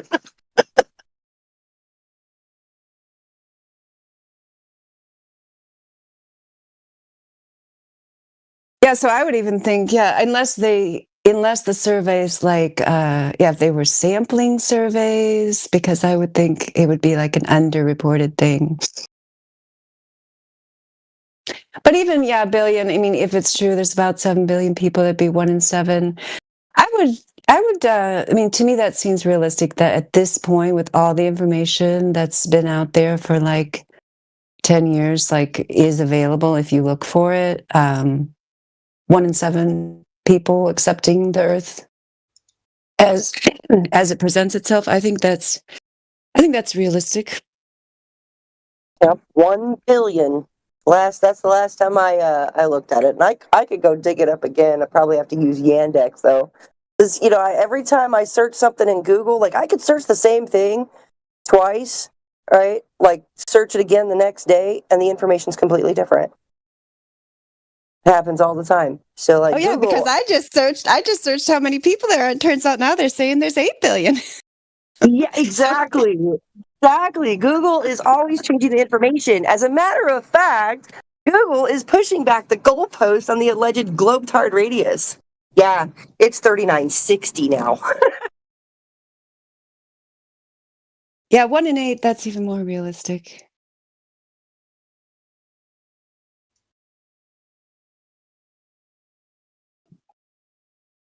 See, I didn't know there were people talking about this topic online since until 2021, but I've talked to people in real life about it since at least 2008, and what I always say is that we are literally everywhere. You go into a store or business or library or whatever, and there's more than 10 people in it, there's probably going to be you and at least another person. You may or may not talk about it with them, so you don't get to find out, but I would say anywhere you find at least 10 people, you'll find at least one beside yourself that knows. And I literally run into us everywhere. It's everywhere I go, I find people that, if I broach the subject, that there'll be at least one that says, yeah, that's definitely the truth. And it's not what the anti-flat earth people would tell us. It's certainly not. We are literally everywhere.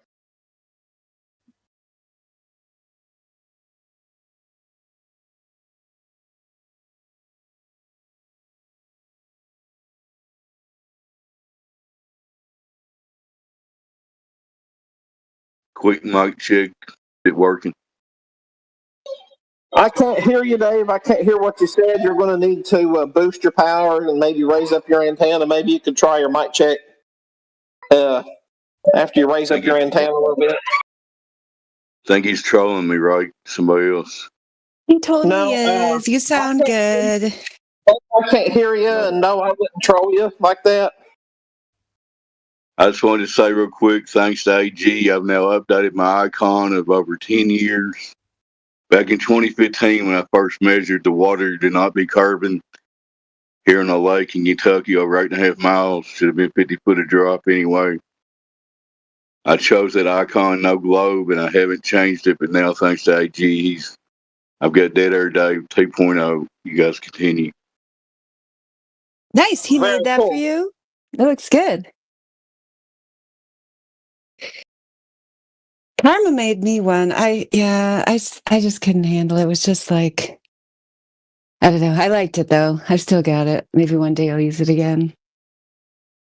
And real quick, to throw in what y'all were talking about, the people I've met around here, around my immediate vicinity, generally speaking, I can tell they're kind of less stressed. They give off a good vibe, you know what I mean? Because I've met like 5 or 6 different flat earthers I didn't know until I met them in real life. So, anyway, that's just been my experience. They're generally less worried about shit going on in the world, you know? I'm sorry, I'm not supposed to cuss on here. Go ahead, y'all.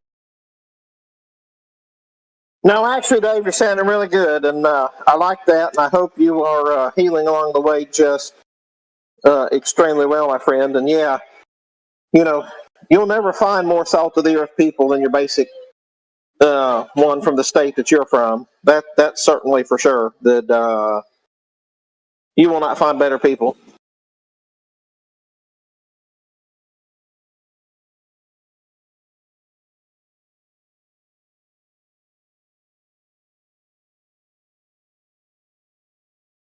Yeah, so despite what the anti-flat earthers wanted people to think, there's plenty of us out here thinking for ourselves. Go ahead.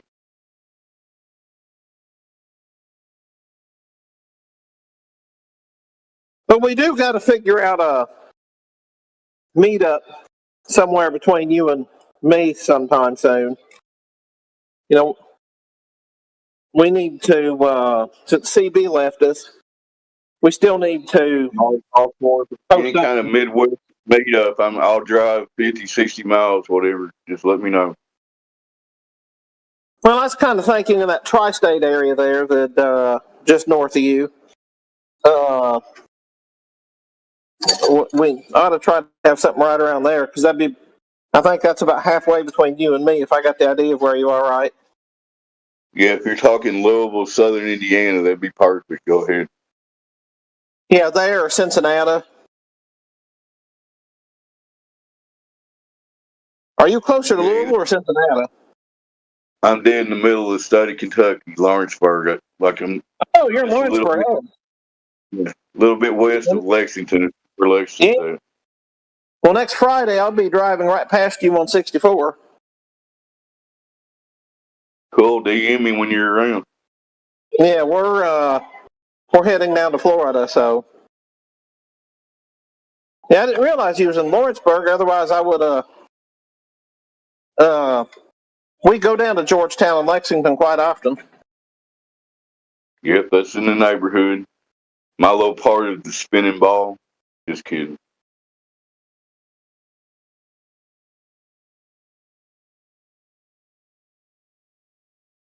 Now, I don't want you to get violently ill there, Dave. But you know, my wife likes that Sonny's that's there at that was that exit 58. They actually have some good food. I mean, it's a barbecue place, granted, but they have some good, healthy choices there too. Anyway, that's a good place to eat. Yeah, it's not terrible. Now that we've covered Kentucky geography, Dead Air Dave signing off, and let's go ahead and prove this globe. I got nothing. Who else got anything for the globe? Go ahead. Yeah, we haven't had any proof today. Imagine that. Yeah. Hey, Dave, did you hear me earlier when I said I had the absolute world's best proof of the spinny ball Earth? Yeah, I heard it. Go ahead and repeat it, though. Yeah, somebody else might be here. Dandelion, Jenna, did either of you hear my absolute best proof of that we live on a big spinny ball, water-covered, bendy ball Earth? Just give it to us again for anybody who missed it in the back. Of course. So, first, what you do, step one, you assume that we live on a globe. Step number two, you go talk to the experts who tell you that you live on a globe. A plus B equals C, therefore we live on a big spinny ball globe. I mean, gosh, I don't know what else we need. Now, have any of our friends come in here to this server or any of the other ones that we're on with any other proof than that? No, that's pretty much the image that Indio put up earlier. My mom told me I saw it on TV. Most people believe it. Pictures from space. Mm-hmm.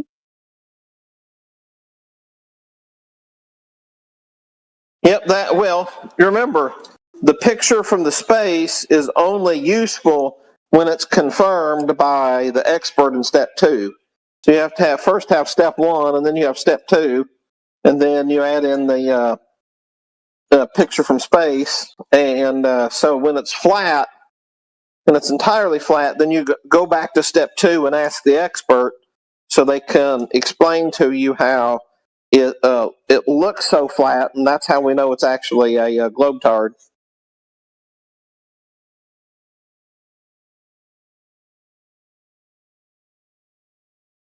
Got a couple people in here that might have evidence of a globe. RJ, Vault 8. RJ is a superhero. Maybe he can be the superhero for the globe. Tell us where that curvature is measured.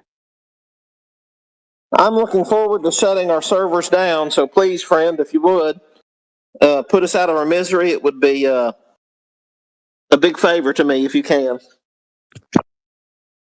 I've got something. Great, Vault. All right, let's hear it. Yeah. Okay, first let's suppose the globe is flat, okay? That means that the government is lying to us that it is flat. Like, we can assume that the government will knows the truth, okay? So now the question is, why would the government lie to us about the earth being round? Keep secrets. To keep secrets. Yeah, but why? Don't know that secret. Wouldn't it be easier for them to tell everybody? So I answered your question.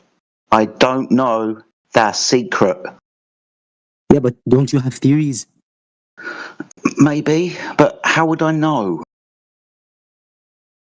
That's secrets for people that is ambiguous. You say they. Who are they exactly? I'd have to go and ask them.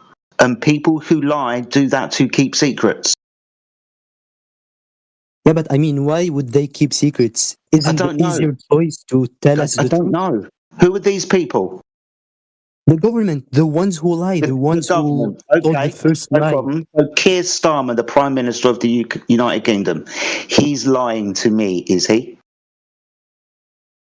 I don't know. Okay, so I would have to go and ask him, wouldn't I? Yeah, but look, my point is... Do you believe that the Earth is a globe? Yes. Hmm? Do you believe the Earth is a globe? Yes, I do. Are you lying to me? I mean, what do you mean by that? I'm not trying to Okay, convince you believe the Earth is a globe. We're talking about whether the Earth is a globe or not. Are you lying to me when you believe the Earth is a globe and repeating that story that you've been told? Are you lying? No, I'm telling you what I truly believe. I believe the Earth is a Exactly. globe. So, for example, Keir Starmer, the Prime Minister of the United Kingdom, might just believe this. He's not lying. He's repeating the story that he got told by his teacher, who probably isn't lying. They're just repeating the story that they got told. Yeah, So but you agree maybe the majority of people aren't even lying. They're just like you, repeating a story that they got told. Yeah, sure, but you agree there's a start for this chain of lies. There's somebody who lied of that. Who? We don't know. All we know is there's somebody So who how lied are we about the ever Earth. gonna know? That. So how are we ever going to know? I mean, we don't know. But look, I didn't finish my argument. Basically, the government is trying to hide this fact. Is it? Is it the government all of a sudden? What? It's the government all of a sudden. I thought we just said that they're just repeating stories that they got told. They're not necessarily. Yes, but I believe somebody in the government was the one who started it. Because they have the most power, they have the most influence. So that's incorrect. You understand the heliocentric model comes from the Roman Catholic Church. This is a religious idea. You're barking up the wrong tree. Yeah, sure, but there have been many ideas in the past that have been proven wrong, and the government didn't hide this. So why are they hiding this specific fact? I don't know. You would have to ask them. Yeah, okay, so look. So how would the government react when... I mean, at some point we're gonna go to space. There are going to be space travels that are given to people. Really? Really? We've been told this since the 1970s. Here we are, 50, 60 years later, still waiting for this shit to happen. Yeah, but and you still think that that's going to happen. How many times do you want to kick the can down the road? But they are currently working on projects. They've always working on projects. You're still not in space. This, my friend, I do apologise, is an appeal to the future fallacy. If at some point in the future people are going to space. Okay, so basically what you're saying is the government is lying about us going to space. No. No?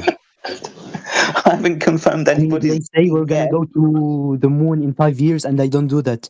Aren't they lying? Dude, I don't You know can call them whatever you want. Call them whatever you want, Vault. If you want to call them liars, you can. No, but why would they cancel these projects? Free to call them liars, man. Go ahead, call them liars. Say the government are liars. No, tell me. Why aren't we going to space then?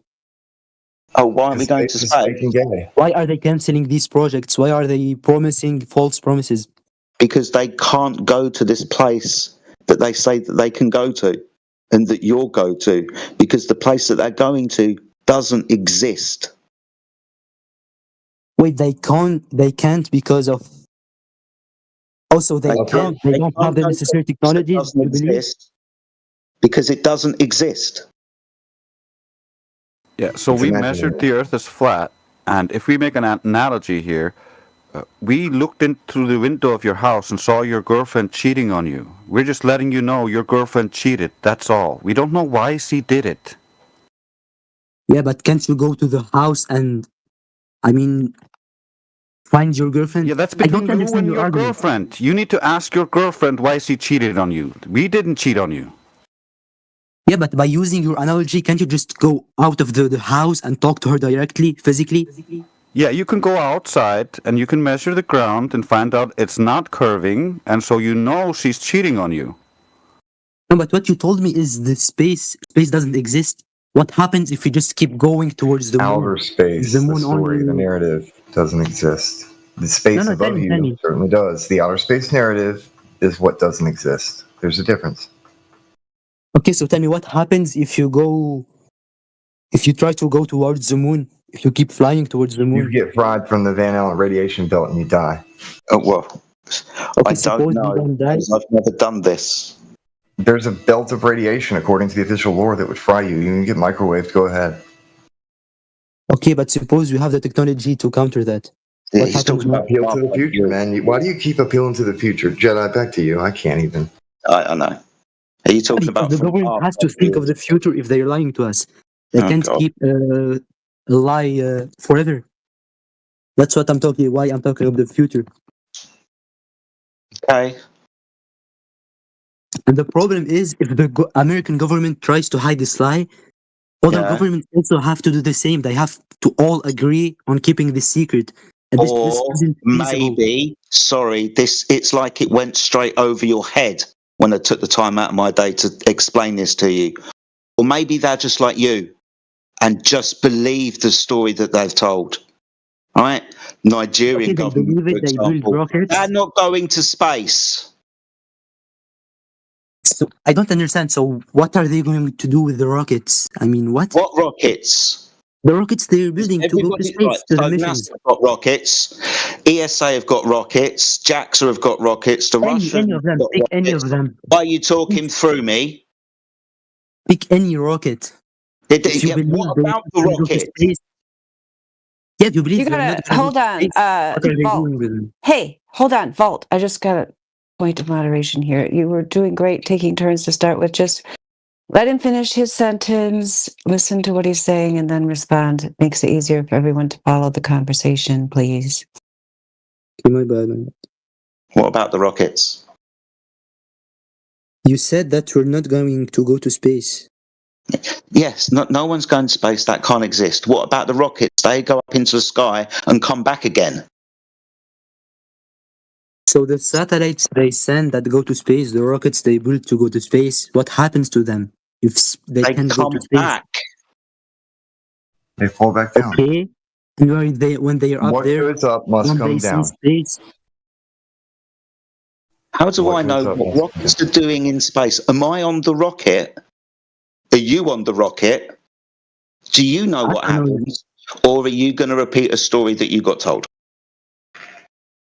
I mean, no, they know what happens. The astronauts know what happens. Ask them, have you? What do you mean ask them? If they're in this place, they know what happens. Even if they Okay. lie, they will What still know happens what in happens. this place? Where did they I mean, go? we can't be sure, but you have to agree that the astronauts they know the absolute truth, right? If the Earth is flat or not. Sorry, the astronauts, they know the absolute truth if they've been about the surface of the Earth, do they? Okay. What? You cut off. I didn't hear you. The astronauts that went to space and went to the moon, like Neil Armstrong, they know the absolute truth, do they? Yeah, if they went to the space, they would know Okay. if the Earth is flat or not. No? Okay. Now, what is the truth that they know? I mean, if I try to convince you, I'm not going to be able to. So Now, I'm asking let's you just what the say truth we is that don't they know know. for now. Let's just What say is- we don't know for now. Because I Fuck can't me. convince you otherwise. I mean, No, you're not trying to convince me. I'm trying to ask a question. Answering the question, you're not helping me understand. I mean, What they truth do are they know? telling us about the shape of the Earth. Awesome stuff. So they know the truth. Good. Yeah. And And what I'm saying is, if we have different facilities from different countries going to space, they just can't, it isn't feasible to hide this truth because Why there's not? tension between countries, between Russia Why? and the US. Sorry, hold on. You do understand that international treaties have been in existence for over 80 years between warring countries like China, Russia, and the United States of America. Things like Yes, I do know that. excuse me, things like the Arctic and Antarctic Treaty. Yes, I do know about them. Good. So these warring countries shake hands behind people's backs. These warring betterment of human knowledge, science, space, right?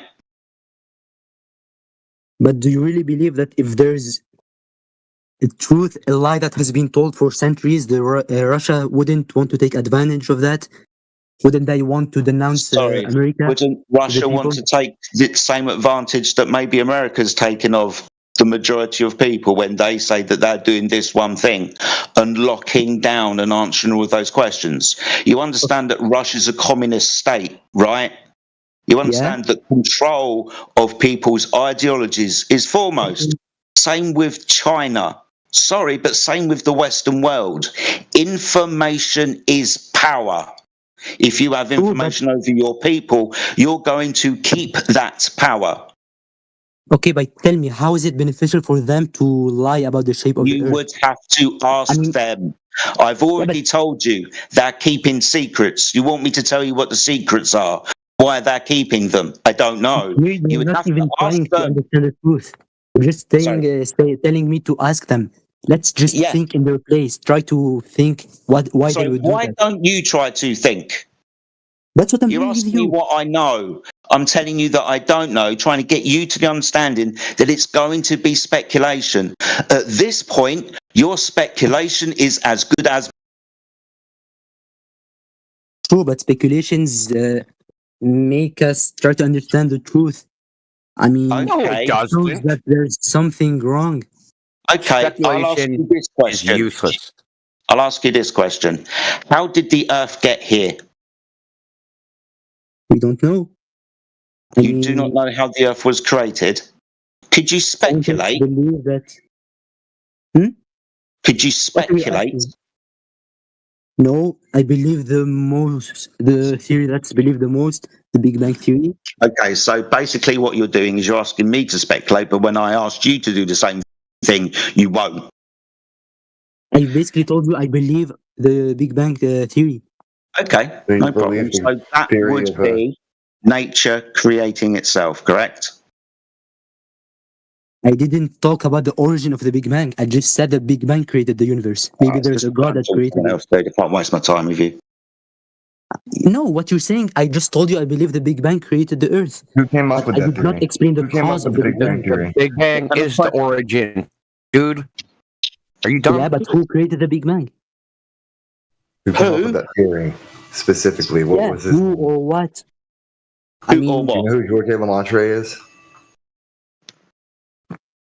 I mean, that shows all the points. I don't know why you're talking about the You origin don't of know the Big who Bang. he is? Because you are asking us the question, why would they lie about the shape of the Earth? I'm asking you how the Earth was created, because in the heliocentric model, it comes from a Big Bang. That's nature creating itself. That's one side of the two choices that you've got. The dichotomy of creation. The other side of the dichotomy of creation is intelligence creates. So when the Earth is not a spinning ball that came from a Big Bang that was exploded into everything from nothing, and the Earth is flat and stationary, you ask the question, how very did that get here then? You understand the Earth was intelligently created. So maybe the religious people, not the governments, who came up with this idea are doing this to try to control the narrative of God. Sure. But when you said that Big Bang means that nature created itself, no. I mean, God might have triggered the Big Bang, and the Big Bang then created the Earth and the universe. Okay. And is that taught anywhere in any religious text? They didn't mention specifically the Big Bang, no? No. Just we know God created the Earth, the universe, created everything. So he also created the Big Bang. Okay. You do understand that when you give people the option to say there's another choice with creation, like things spring into existence for no reason, atheism is born. People can decide whether God is necessary to create things or not. They get to control the narrative of your entire paradigm. Who you are, where you are, how you got here, and why you're here. And even who created the whole entire place for you to exist in, to turn around and ask these very fundamental questions. Sure. Okay. And what's your point? They lie to control the narrative about creation. Yeah, Okay. you were asking the question, the always going back to why would they even lie? He's telling you why. Yeah. But my argument is it's that it isn't feasible for the governments to lie to us Wait, because wait, they wait, wait, have wait. to No, agree no, with no, no, all no, no, other no, no, countries. no. Vault. You've just agreed with him. You said okay. That you Yeah, I understand, said okay, right? but I said it's hard to do that. It's not feasible. No, It what do you mean might it's not? Dude, right now, it's just been a tradition. Wherever it originated from, the origin of how it came to be, is now inconsequential because nobody needs to worry themselves how it originated. It already got around to the people, and it's the most popular idea right now. That's true, but what's there are still important. some people who know the absolute truth. The tops that Yeah, are in dude, the governments. you right now, listen, you can know that right now because of where it came from. Where did the idea of Big Bang, where was its origin? Do you know? Research, science. No, that's okay. That's so ambiguous. Who's the one that propagated? The first person to talk about it. What guy? What's the name of the man that made it up? I can't tell you that right now. I didn't research that. Well, the Big Bang is not a fact of nature. Some guy conjured it up in his own mind, propagated it forward, and now you've adopted it as a worldview that you think is possibly the case. Yeah, but I think it's not in his own mind. He Yes, tried it was. to. It was an imagination. His imagination was that everything came from like a singularity, right, and exploded out into all kinds of matter and energy and everything. And Okay, you that's believe a it. theory that starts, and then he verified it. He tried to explain it scientifically, rigorously. Dude, you don't know what he did. What did he do? Because you just made a statement that sounded like you know what he did. What did he do to verify This it? guy you didn't even know What I existed. know is that he did research, he did experience, and later on Listen, decided brother, to follow. you are talking out of your ass. You don't know what he did. You do not know anything. You didn't know prior to us having this conversation or Jedi telling you. You did not know anything about this man or who he was or where it came from. Even if Now I you're an don't know, I expert? can still think logically. If there's a theory that's Yeah, accepted by logic- so many people, Dude, it means that logic it's would backed state. up by Listen, experience. this is what logic would state, that you don't know what you're talking about. That's logical. Right now, you don't know what you're saying. You're only speaking out of your ass because you think there's some explanation. That's illogical, Okay, sir. Tell me if I'm a not theory going to is spoon so feed you. well- We've been telling you certain names. We dropped the name George Lemaitre. You haven't looked him up. You haven't done that. You just automatically are an expert now. Oh, he must have come up with some theory. You do not know this. You're only Look, we're not saying this thinking because right you now. think this is the case.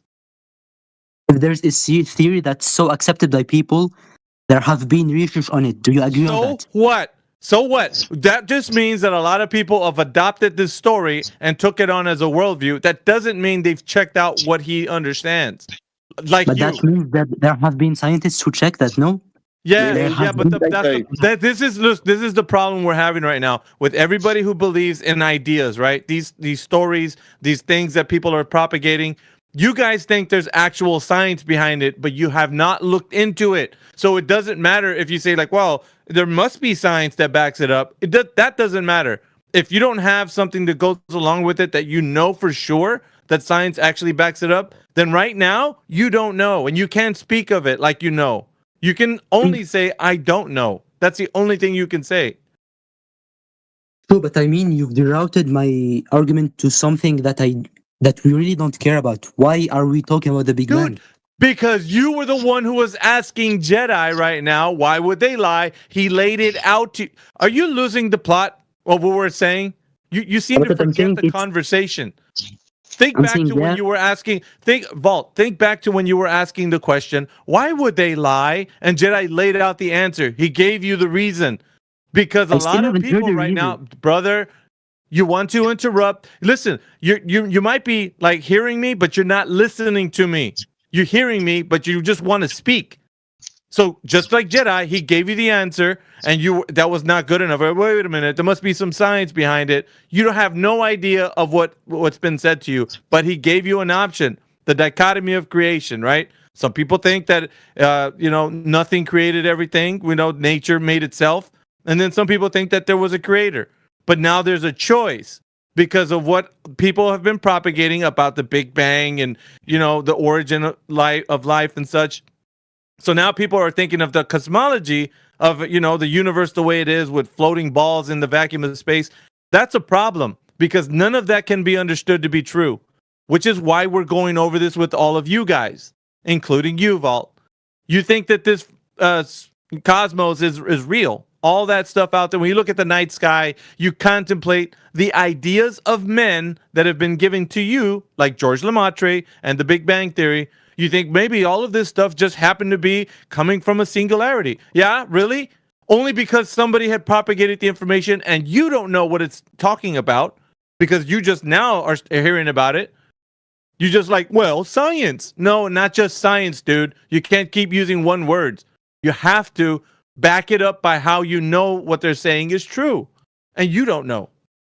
Yeah, that's a really dangerous position, Vault. I would hope you could even step outside yourself for a minute and realize, like, for you to say, you said it a couple times, that because you think this is the majority of position, or because you think, people at whatever high levels of whatever institutions you follow are claiming this, that's why you're accepting it. I mean, you're just admitting, that you're accepting it on faith, so you haven't investigated it. And the thing that happens when you try to get answers from these so-called experts is that they don't have any answers. So you might consider evaluating things, learning a different way to evaluate things besides popular opinion, because that's a very dangerous way to live your life. It's much more sensible to evaluate evidence based on your own knowledge and experience, and maybe increase your knowledge and your research abilities so that can become an even more reliable method. But just going by popular opinion, that's not a good way to make decisions regarding the world. Yeah, so going back to why that's because there are many things we just can't verify ourselves. We don't have the time. This is the problem, Vault. This is the reason why Jedi was telling you, he went through and tell you that the information is controlled. So you are saying the very thing that he was actually explaining as to how things like this come about. Well, why would they lie? Because individuals like you will never ask any more questions other than accept the narrative. You guys blindly accept narratives. You don't ask any questions. You just, the scientist guy knows about it. I don't know about it. So therefore, they have a control on the information. And because you never research, you'll never know. Therefore, keeps you in ignorance. And this is the reason. That's the power structure. As long as you're ignorant about the topic, they hold the power over you until you free your mind and you're able to examine the claims, look into where this came from, and you start to find out that it's only been because people have imagined the cosmos to be a specific way, and then they gave you that information, and now you believe it. But it's all based on a story. It's based on someone's idea, imagination. That's it. That's all it is, Vault. Someone's imagination about the cosmos, and then they handed it down. They told the story again and again. And now you received it, and now that's what you think is the case. And you think science backs it up, physics and all that stuff. None of it's backed up by any of that. It's not backed up by science, not backed up by physics. It has no realm in reality. It is an imagination of men. And that's what we're telling people that come into this chat. We're just exposing you guys to the fact that this is the case. You're only exposed to the imaginations of men. Yeah? There's no scientific background to it, nothing. You can't point to anything that shows that it's in the physical world outside. When you go outside, you don't experience any of those things that they tell you of the cosmos. You don't know that you're orbiting around a sun. You don't know that you're in the arm of the Milky Way. You don't know any of these things. All you do is accept these narratives, and then you ask the question to us, well, why would they lie? Well, obviously, you don't have any inkling of knowledge of the cosmos. That's the problem. You've been believing imaginations of men. You should do an internal critique. That's what you should do. You guys should do that. Internally critique yourself. Ask how I know what I know about the cosmos, and then you'll be able to have a conversation with us and say, look, this is what I know. But currently, right now, you individuals in here, you don't have a knowledge. You have a belief. That's what it is. So what you're saying, if we want to know for certain if something is true, we have to become an expert in that thing, No. in that field. You have to become That's the curious. only way. You have to become Yeah, but curious curiosity and doesn't- research. But you have to have the resources, the experience, the No, knowledge. that's a lie, to do all Vault. that. That's a lie. That's a lie because they're making it sound like you need a lot of resources, a lot of money, and so they're putting you in between the information. So you can't know this unless you have a certain telescope. You can't know this unless you're a professor. Like if that was the case, then all you're telling me is an excuse to believe.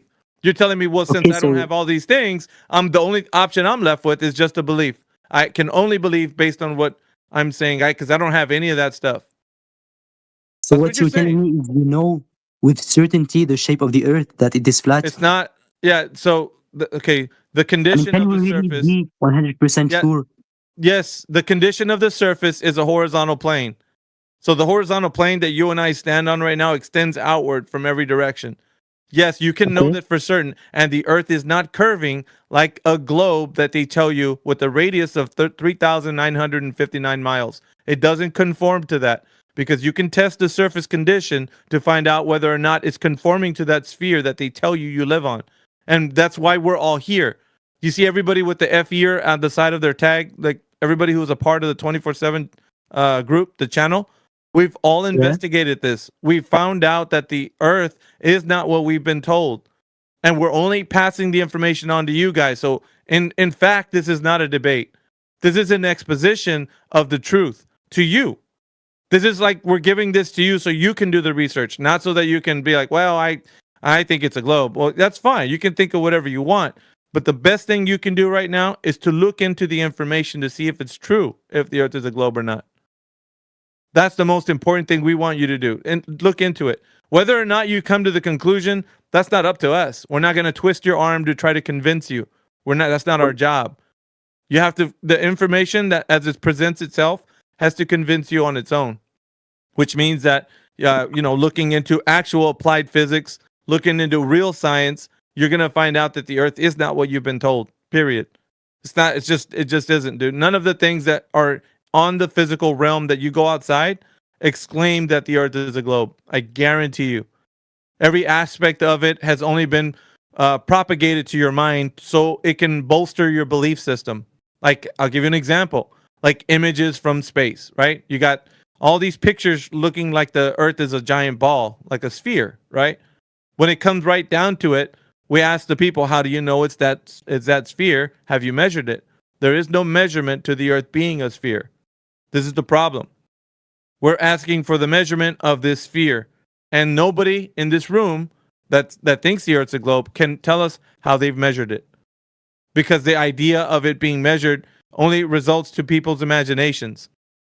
Like Eratosthenes, like Al-Biruni, like any type of distance measurement or attempt to measure, they're not measuring the actual drop rate of curvature of the Earth. This is important, Vault. This is something you should actually take in. In the realm of flat Earth, okay? In the realm of flat Earth, most of the people on the panel, a part of the 24/7, are subject matter experts. We understand flat Earth inside and out. From us, our vantage point, our perspective, we could give you information that could build a foundation so you can understand as well. Okay, so look, most of the people who come in here, they don't have the time to verify by themselves the information, the calculations. So all we can do is really to accept a belief. And what Yes, I would be know the that. better, the more practical belief to believe in? I mean, it's Well, hard to believe that yeah. the Earth is flat because Well, if you're a it's just science student, if you're an engineering student, it's gonna be hard to believe. Yeah, I know that. Because here's the thing. Yeah, science. The idea that science backs up the Earth being a globe is I would say, is a misnomer. It's not true. Science does not back up the Earth being a globe. Period. The globe is an imagination of a man. Somebody came up with this, right, and brought it to your mind. That's what it is. And it's only think about it like this. I'll give you an example, kind of like an analogy, right? If you've ever heard of like the story of Christmas, or Father Christmas, Santa Claus, whatever you want to call him. So that idea is propagated to the whole world. Everybody knows about Christmas, right? Happens in all the countries. Everybody thinks about celebrating that. There's pictures of him, flying around with his reindeer and sleigh and all that. People hold to this tradition like as if it's something real, and we tell our children that Father Christmas is coming every Christmas to deliver gifts, right? All these kinds of things. That's a tradition, and a lot of people think it's kind of like a fun thing to do with kids, so that's okay, just to tell your kids this, like a little white lie, and you hold the festival and all that. So that idea is still being regarded today throughout all the countries of the world without anybody saying, hey, wait a minute, why are we telling our children this lie? We should not lie to our children. We should tell them the truth, that there's no, man with a red suit with reindeer. Why doesn't anybody do that? Because it's a tradition. People just adopted this tradition and now are telling people forward that this is the case. This is the same thing that's happening with the idea that the Earth is a globe. People have heard about it in the past. They've been told about this giant globe that they live on, and it's propagated forward just like Christmas. Same thing. It's a tradition. Now you're going to tell your kids about globe, and even though, check this out, even though you don't know anything about the globe, nothing, you don't know how big it is, you don't know where it exists in the universe, nothing. You just say the same things that they tell you. It's in a solar system. This is the planets. And so you're going to tell your children the tradition of the globe. So just like a tradition, you're going to keep telling this thing information forward. And everybody who hears you are just going to be believers of what you say. But there is no science backing it up. There's nobody that's out there measuring the surface of the Earth as a globe. This is the problem. That's what we're doing in this channel right now. We're waking people up to the fact that this is not true. Nobody's ever even looked into this information, because just like Christmas, you think this is true, like Santa Claus. This is essentially Santa Claus for adults, So people don't want to let go of the space idea because they believe they're going to travel to the stars and populate the planet Mars with biodomes. They have this idea that they're going to do these things, leave this planet because it's dying. We're on a dying planet. All the resources are drying up. We're overpopulated. All kinds of ideas, right? Yeah. Okay. But because of all of these things, we're going to leave this place and go to the stars. In your mind, sounds like it's something that's true. But in reality, it's a fantasy. None of it's real, dude. You believe this story that all these things, these ideas of men are true, and you have never looked into them. You've never researched. You're just believing. Yeah? That's what it is. Yeah, it's just like Christmas. It's a tradition. It's hard to not believe it when, for example, I see the live footage of a SpaceX ship taking off. When you literally see the transition between the Earth and the outer space. I mean, yes, but they're showing you, Walt, they're showing you in a cartoon. I've seen this, what you're talking about.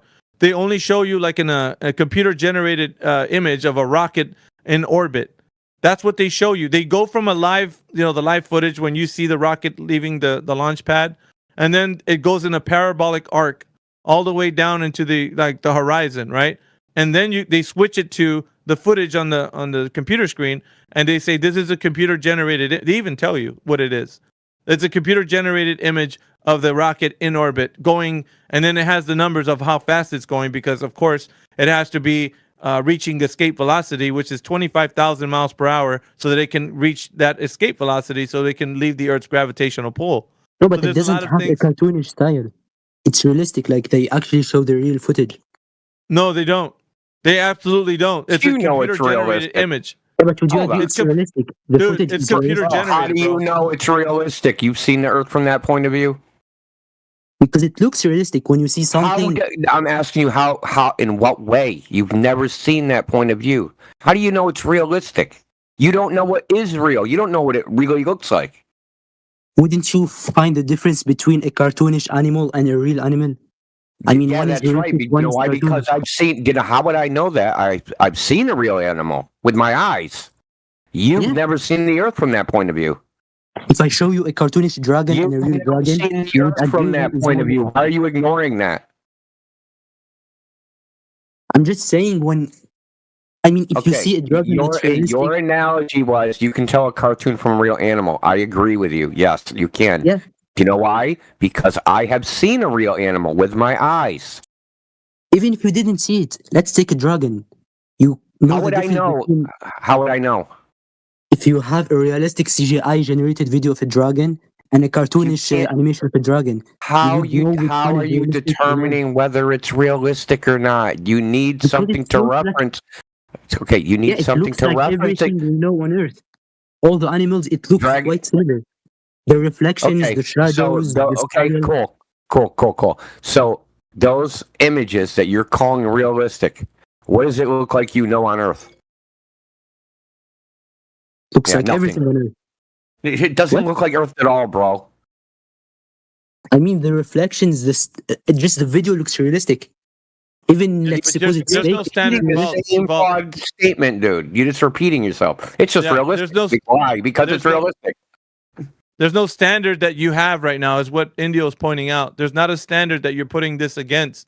You're just claiming it's realistic because of your confirmation bias. You're confirming this, right? Yeah, it looks real to me, so I say it's real.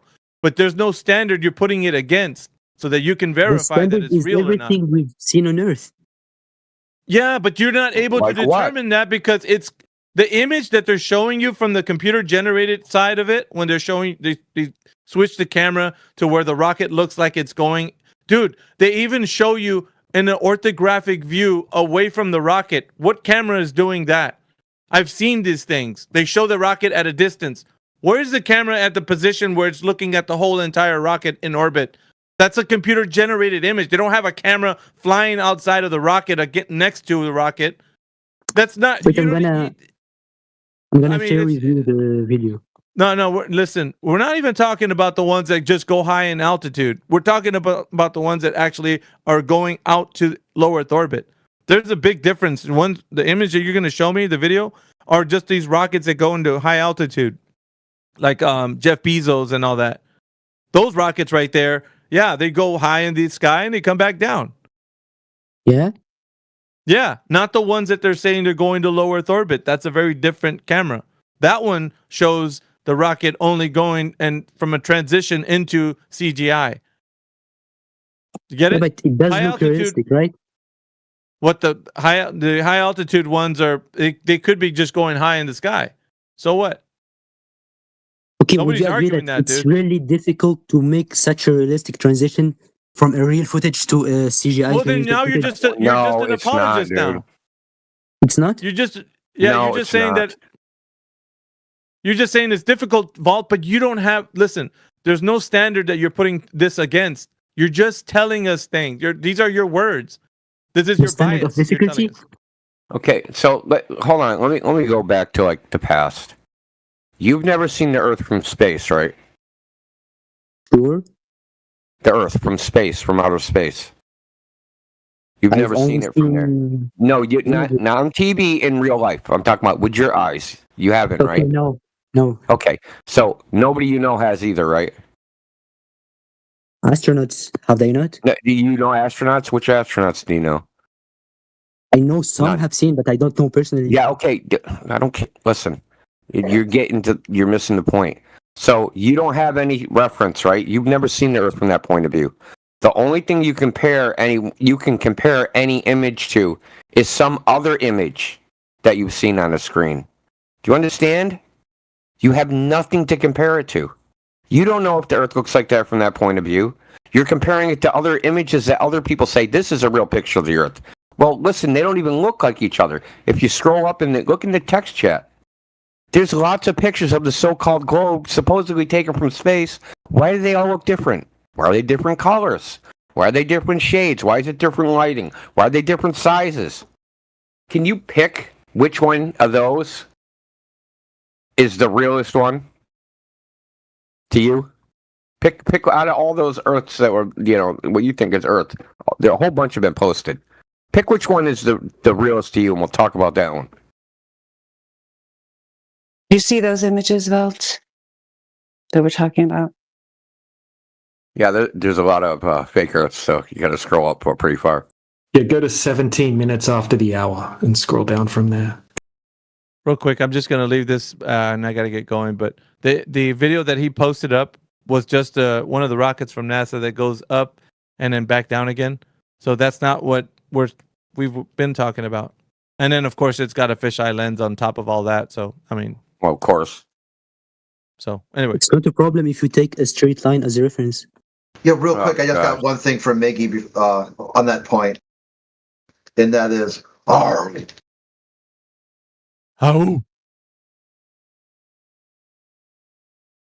So tell us when you're ready to talk about whichever image you think is realistic.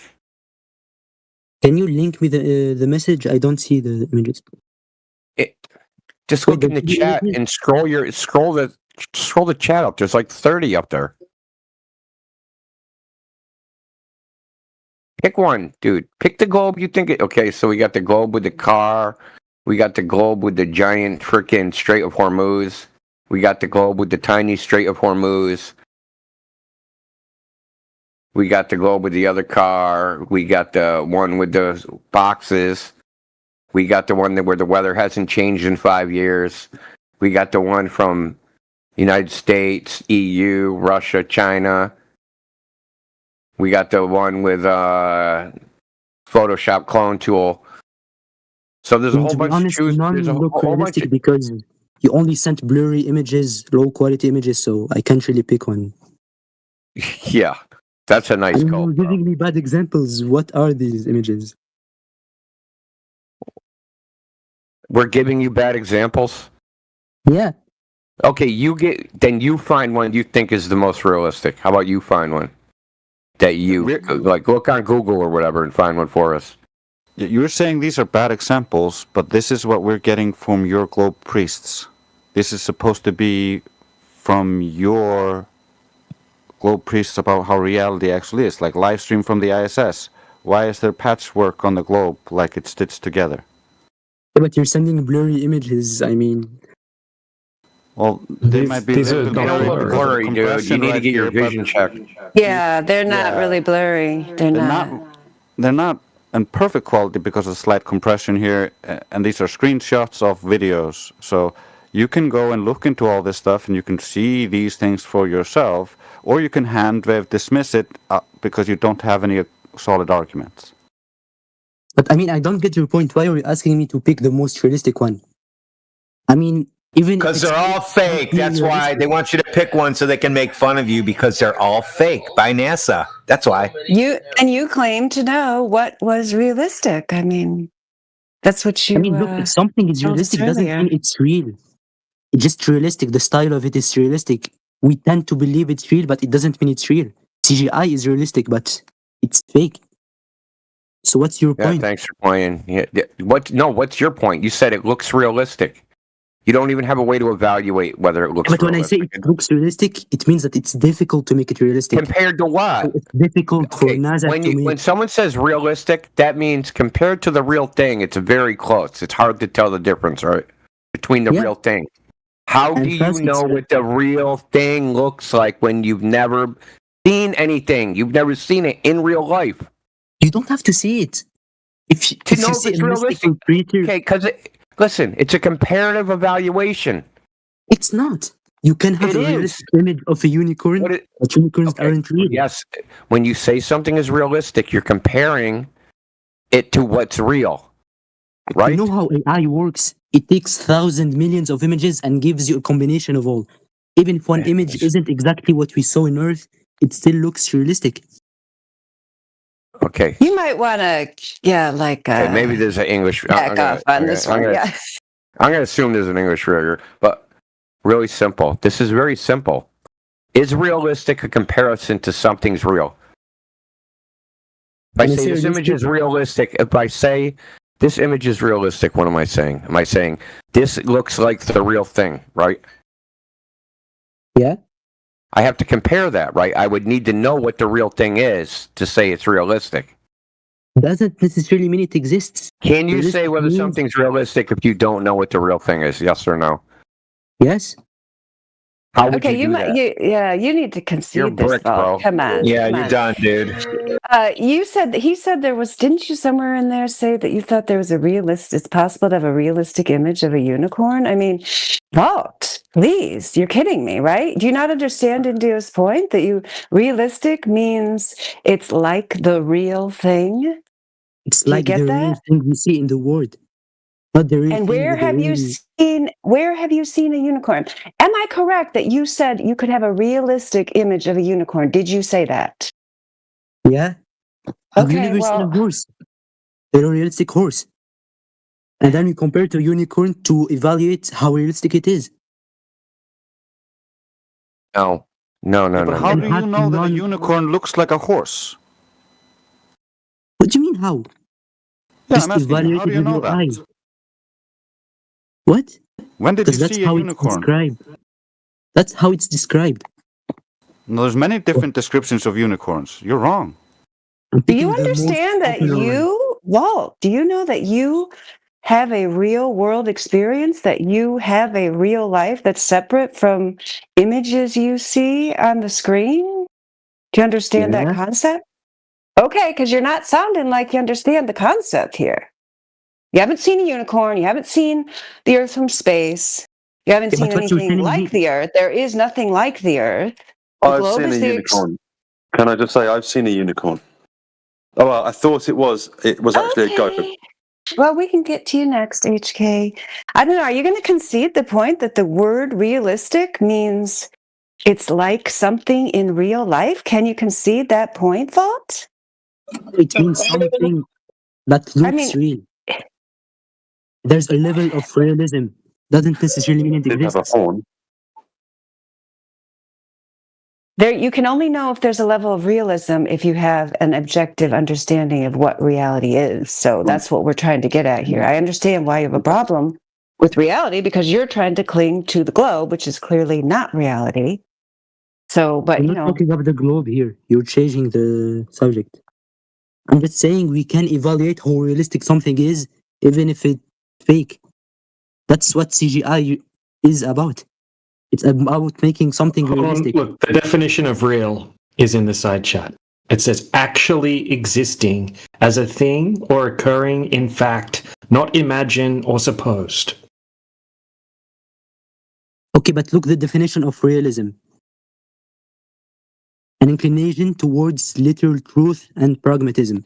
An inclination doesn't necessarily mean it's real.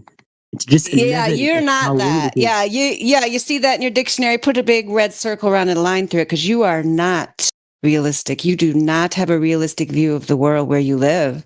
You farmed it out to other people. That's what you've been telling us since you got in here. So I understand why this concept's difficult for you because you don't even accept that objective reality exists.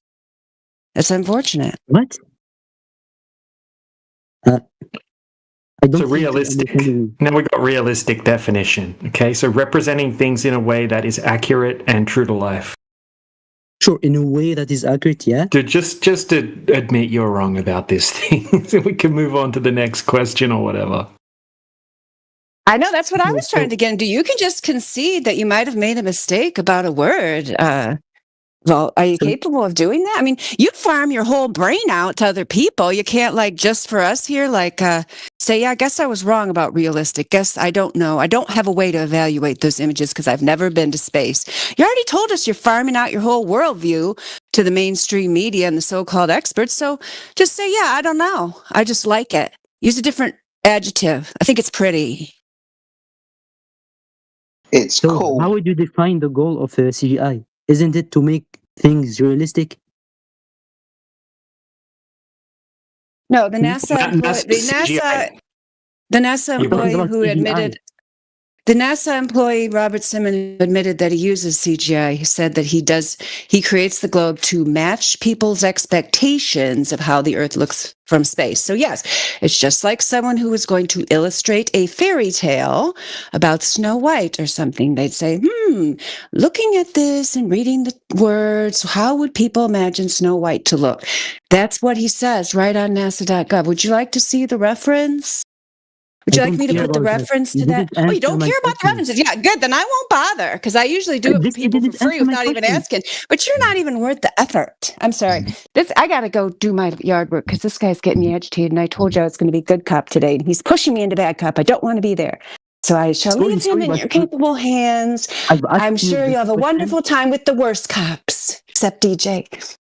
Bye-bye. See ya. I was about to say the same. I know good cop. Perhaps mentally ill.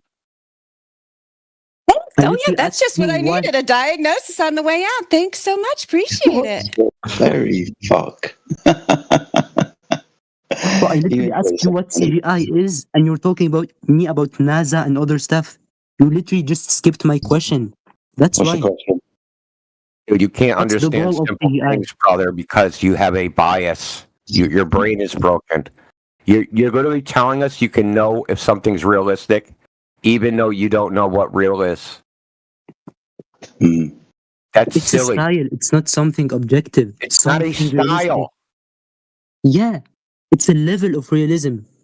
You would need. It's a Not a reference. yes or no question. But it references something real.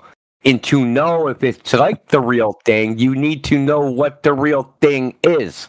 Let me give you an example. Let me give you an example. Listen, okay. You take a blind person who's never seen and then tell him to draw in realism. That doesn't make sense. What? No shit. Bingo! But what is this example? It doesn't answer anything. Okay, listen. Okay, let's do this.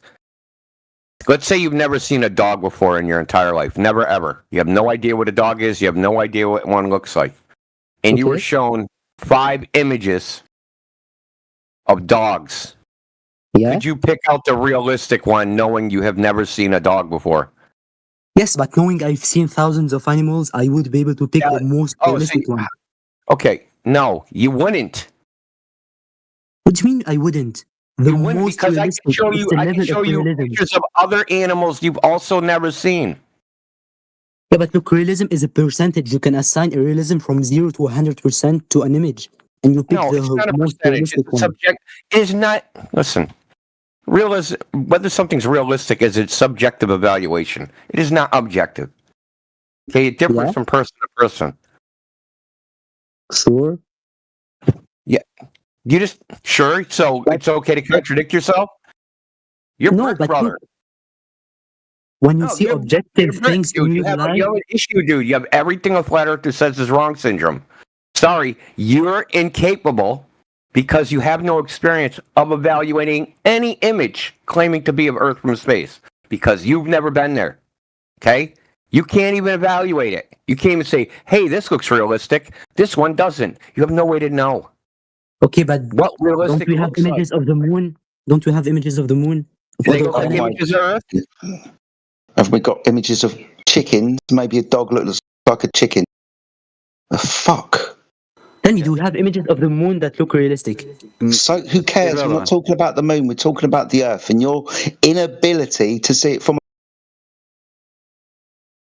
to confirm anything like a picture from a vantage point. Let me You're try to help breaking you up. We can't understand hear this. you. You're breaking up. Yeah, a little breaking up, Jedi. But let me try to help you understand this. So, if you've never seen a dog, and I show you pictures of, and you've also never seen a cat, and I show you pictures of a cat and tell you that's a dog, do you now have a correct representation of what a dog is? No, because you've given me wrong knowledge. Yeah. Because you don't have actually any knowledge of having seen that realistically what a dog is. You just have an image that you believe is a dog.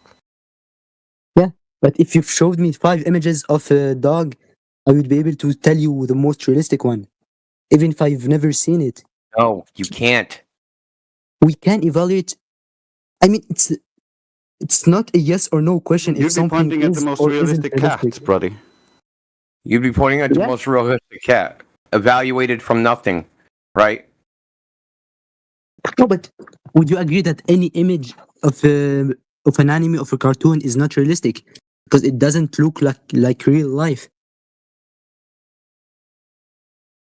right? Hey, I have a question. Well, there's lots of reasons for that, though, right? Why drawing in crayon doesn't look like real life? Yeah, that's what I'm Yeah, saying. but we're not talking about that. Okay. Yeah, you can also draw the cat with like 2 heads, 16 feet, 2 tails. That's not realistic. However, you can draw the cat very cartoony, like a realistic cat. So is this one of the gentlemen that you would see on Facebook posting all kinds of artificial intelligence generated images and then passing them as real because he's not able to tell which one's real and what's not? Probably. I mean, you know, as I've sit back and listened to him, seems like a very nice gentleman. He really does. But I just can't imagine the fact that somebody's not able to just say, hey, you know, I think the Earth's a globe, but you are right. I'm not sure exactly how to analyze a picture from space or whatever outside of what they've told me. I mean, that seems logical. That's the point I'm trying to get at, right? So that's what I'm trying to get at. The real situation, listen, brother, just listen further. The real situation is when you were young, you were presented an image, and they said, this is a picture of the Earth.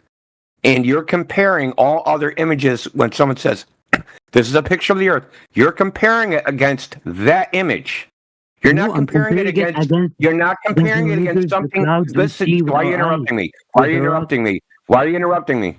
You're not comparing it against something in your memory. I am, though. Oh, you remember seeing the Earth from that point of view? I remember seeing rocks, rivers, clouds. You can't see rocks from space, brother. Okay? I'm talking about real life. You can't see rocks from. You can see rocks from space now. No. Well, you can see Jupiter, you can see Mars, you can see the moon. Yeah, they all look like globes. So what? Or they all look like spheres. So what? So the best presumption would be that we're also on a sphere. No, it wouldn't. What would the likelihood be that that would be everything we see in irrational. space is a sphere? That would be irrational. Yet we're on something That that's would totally be flat. brother. That would be irrational. No, it would be totally It the doesn't logical logically assumption. follow. Okay, It does. Everything you see with your telescope is a sphere. So yet what? you assume that you're on something flat. That's No, illogical. it's not an assumption. It is. No, that's what we observe. It's an assumption. No, it's what we observe. Well, what happens if you measure the Yeah, angles so don't of 3 adjust points that, right? on a You're going to say sphere? it's an assumption, then you're going to run away from that. So really simple. No, Let's go I'm not back running to the- away. I'm right here. No, we're going to go back to, you're running away from your argument. So we're going to go back to the shit's a sphere in the sky, therefore Earth's a sphere. So my statement is, I look in the sky, I see spheres, therefore Earth is a sphere. Is that a logical statement? Well, it would be very likely, and then you do further experimentation. No, what's the Is it a basis of sphere? your And then likely you realize, statement? yes, it is. What's the basis of your likely statement? Because if everything you see is a sphere, the likelihood is that we're also on a sphere. And when you do further experiments, you see that we are on a sphere. Okay, that's cool. This argument reduces to an absurd conclusion. Because if I'm in the woods and everything I see is a tree, that means I'm a tree. You're literally using the same examples over and over. My goodness, He said likely. And he Just said stop we'll talking, do further dude. experiments. This subject's beyond you, bro. You can't even handle basic shit. Now you're going to adjust what I said, that your faulty logic. It's a non sequitur fallacy. It does not logically follow. Okay, in order to conclude the Earth is stop talking. So in order to conclude the Earth is like the things in the sky rationally, you would have to have noticeable similar properties. Things you see. I look in the sky, I see something on the moon, and I see things on Earth that look like that. So maybe they're the same thing. Can you give us an example of something that looks similar on one of these planets? Yeah, mountains, ravines. You can see have them on mountains. other planets. You can see them through telescopes. We also have You them can on see Earth. planets through a telescope. You want to bet on that? Yes, you can look at the moon. Okay, we'll call them large craters, call them mountains. You see them on the moon through a telescope. You don't see mountains on the moon through a telescope. Well, I said you can call them large craters. What's the difference between a large crater and a moon? Then, so you were just wrong.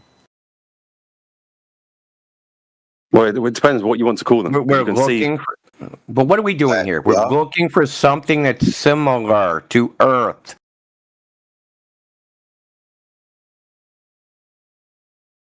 Something that's similar to Earth would be the moon. Yeah. Ugh, that would be circular logic, though, wouldn't it? If you were standing on the moon, do you think it would look flat? Oh, you're not though. Okay, you're assuming if you were standing on the moon. First of all, you're assuming the Earth is like you the think you would moon. fall off the moon? You're assuming the Earth is like the moon. You're getting bricked. Your brain is starting to frizzle frazzle. Okay, really simple. We're gonna stay on this.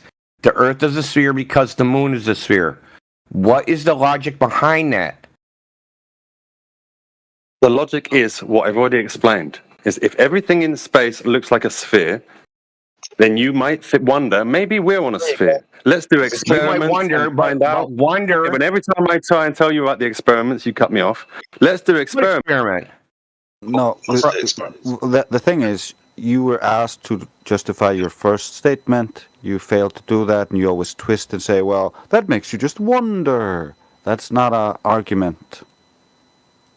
Same thing all along. Everything in the sky is a sphere. That would mean we could assume that we're on a sphere. Shall we check? Let's do experiments. Oh, yes, we are. Yes, hold on. When you measure 3 points on a flat surface, the angles equal what? Excuse me. Hold on. You are correct. If we're going to assume the Earth is most definitely check. Now you're going to start rambling off. Let's slow down a little bit and let's figure out what we check, how we check. I don't like you saying I'm going to be rambling. I think you're rambling now. Dude, we're going to stick to what we're going to do next. So let's slow down a little bit. Carry on. Let's talk about those angles again. You were mentioning triangles. You're breaking up.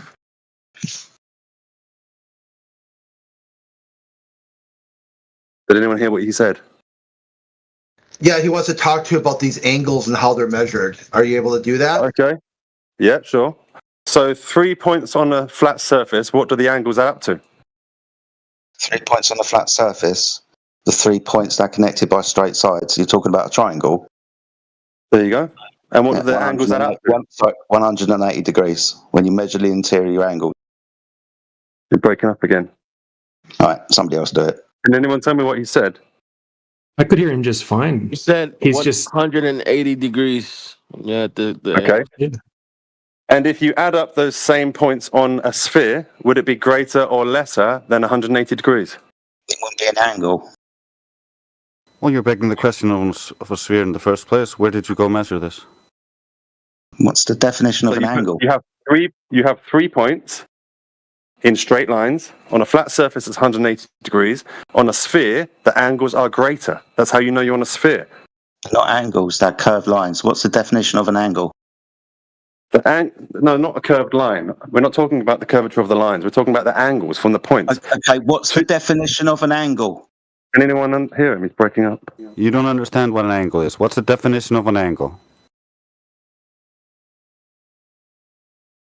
I can hear everything Jedi says just fine. I don't know. I hear him perfectly. I don't know what kind of obfuscation this He is. said, what's the definition of an angle? Can you... It could be a connection. Remember, sometimes people have weird connections between each other where they can't hear. That's true. That's true. So one of them. Yeah, I'm in Hong Kong. Maybe that's why. Yeah, could you drop off and rejoin and Jedi do it also? It should fix it. Maybe Jedi. Okay. First, definition of an angle is, as I'm reading, the space between two intersecting lines or surfaces at or close to the point where they meet.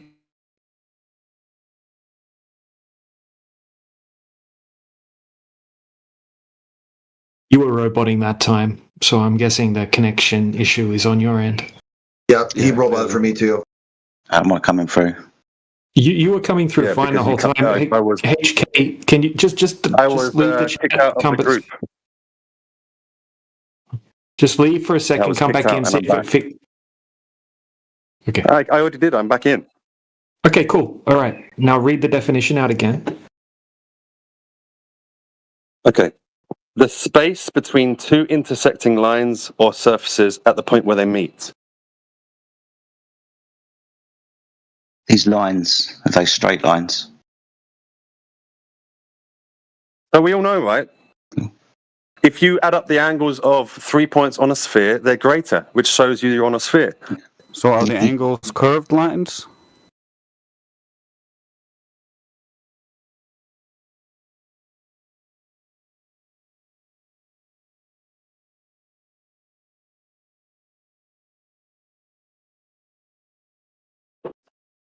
Hello? Yeah, those lines for an angle. What's the definition of an angle?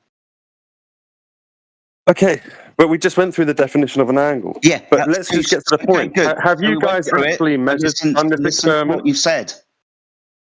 The intersection of two straight sides meeting at a vertex, right? Where you can measure the separation, like with a protractor that has radial lines coming out from the middle of those straight lines. You're talking about measuring angles on a curved surface. Well, these are no longer Euclidean triangles. You're going to have to prove that we don't use Euclidean triangles on the Earth. We use Euclidean 90-degree right-angle triangles on the Earth to measure elevation and depth. And if you use them to measure a triangle, what would happen? We get to where we're going because we use that right-angle triangle to navigate, demonstrating that the surface of the Earth is the horizontal adjacent of the elevation angle triangle that we measure. You're starting to suppose that we pilots don't need to account for the curvature of the Earth when they plan their routes. Hold on. You were begging the question earlier that was pointed out, talking about spherical triangles on a sphere. And if we do this, okay, let's see if we do. We don't. We use 90-degree triangles. You know, but if you have three 90-degree angles on a curved surface, they won't meet. You can't have 90-degree angles on a curved surface. Exactly. Yeah, but we have 90-degree angles on the surface of the Earth when we do things like triangulation, trilateration, navigation, and charting. You know what a 90-degree right-angle triangle is, right? No, I don't. Okay, so it's an intersection, let's say, of a horizontal and a vertical, and the meeting of the hypotenuse by the extent of those two lines. So 90-degree in one angle and 45-degree in two other angles. Doesn't have to be that way, but primarily that's what it is. So the intersection of three straight sides, right? You know that we can use this right-angle triangle to measure either the height of a mountain or our distance to it, but just using a very simple trigonometric formula. Yeah, but that's not measuring a triangle flat. That's talking about one going vertically. We're talking about one going horizontally over the surface. Hold on. The baseline of the triangle, the adjacent, is on the surface of the Earth. We're measuring the length of it. We're also measuring two angles from that straight line. The 90-degree angle, the base of the mountain, and the elevation angle that you will measure to the top of that mountain. That line between you and it is a straight line distance that you probably want to measure. If you want to figure out... It won't be a straight line because you'll end up going through the Earth. Pardon? If it was a straight line, you'd be ended up going through the Earth. No, the Earth isn't curved. We measure along a horizontal Earth to do this, mean sea level. It's navigation at sea. You're begging the question about spherical triangles, and when we use them, when we use 90-degree triangles on the surface of the Earth, both in elevation and as a muffle, that's a 360-degree directional north, south, east, west circle around the observer. Those are horizontal bearing angles too. East, for example, is 90 degrees from north. So straight lines, angles everywhere. Welcome to flat Earth. That's what we measure. Okay, maybe I can just put it in more simple terms. Give me 20 seconds, and then maybe we can move on to somebody else. Cut a piece of paper out into a triangle shape. Okay. Put it on a flat surface, and it will be flat. Put it over a sphere, and it will collapse on itself. It cannot be flat on a sphere. That shows you that the angles cannot add up to the same as they were on a flat surface. That's all I'm saying. So all you need to do is a simple experiment. Is you do something similar to that on Earth over some far distance, obviously, because Earth is big. We do. I just told you. As Well, you've done that experiment. Yeah, azimuthal angles. They're called bearing angles. You know, when you go from one place to another, Yeah. they're all angles. They're all based on 360-degree circles around the observer, or 100-degree arch over and above the observer from one horizon to the other, where 90 degrees at your zenith. Like a protractor around the observer. Protractor measuring straight lines and the separation between those straight lines. You like being at the bottom of that protractor on the horizontal line and pointing at, say, a star and measuring the elevation of that star above the horizon, which is above the horizontal plane, and then figuring out your distance between you and the ground position of that object. It's all straight You can do that on a you can do that on a sphere or a flat No, surface. you can't, because you can't measure angles on a curved surface. Well, you can if they're just directly in front of you and going above you. What are you talking about, dude? Well, you can put a No, triangle bro. on The top of a GP circle, The on top GP of a of the sphere. star you're looking at is sometimes up to 1,000 miles away from you. Okay, I'm a little bit lost by your last comments, but I will just say that with the piece of paper experiment is a simple analogy. We know, we get the analogy. What I'm pointing out is when we actually go and measure the Earth, like you're telling us to go and do this. When we do, we figure out that the Earth is measured flat because we keep using the Euclidean geometry to measure everywhere and travel everywhere. So when we do what you say, we use dude. When we do what you say, we use a flat Earth.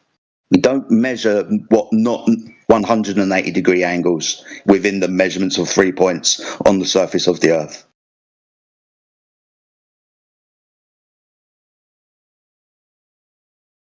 Well, I mean, I'd have to verify it. If you can show me a video or some source where the experiment's been done, it's called I'll have a celestial look. navigation.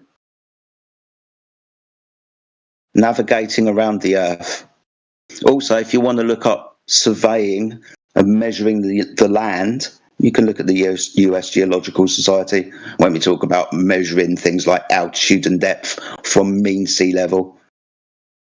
Yeah, it's all horizontal reference. It has to be over a large distance for it to have an effect on the angle. Dude, when we navigate across the Earth. That's a large distance. We can take one measurement over 1,000 miles. In actual fact, that's being kind. It's really about 3,000 miles.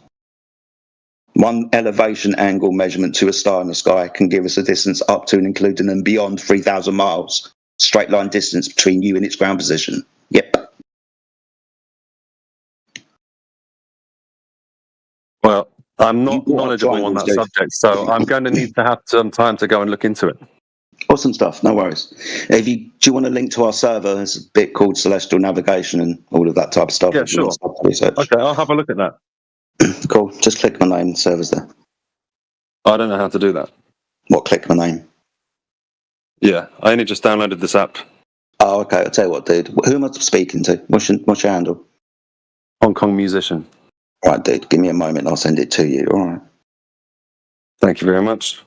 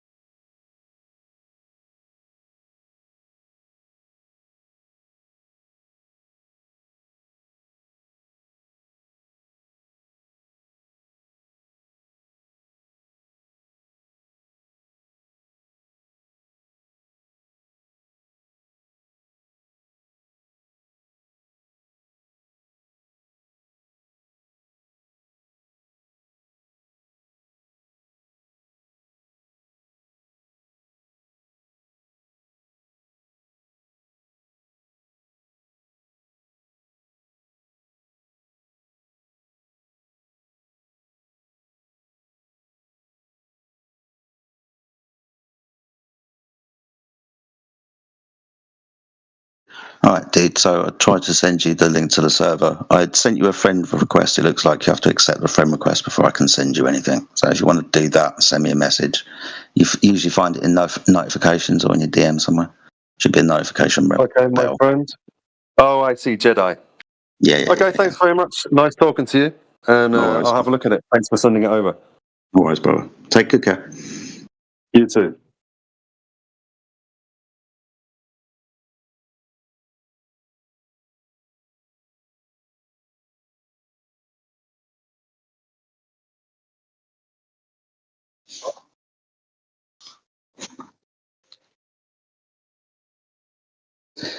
Has anybody else got any questions or anything? Or does anybody want to carry on a conversation that just happened?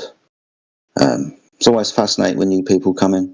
It's always good to have the conversation and the chance to have the exposition from a flat earther's point of view. So always appreciate the conversation. If anybody else wants to chime in, like I said, the floor is open. I'll mute your mics and we can say hi and meet each other. It's good to see you in here as well, Crit. I was wondering where you were.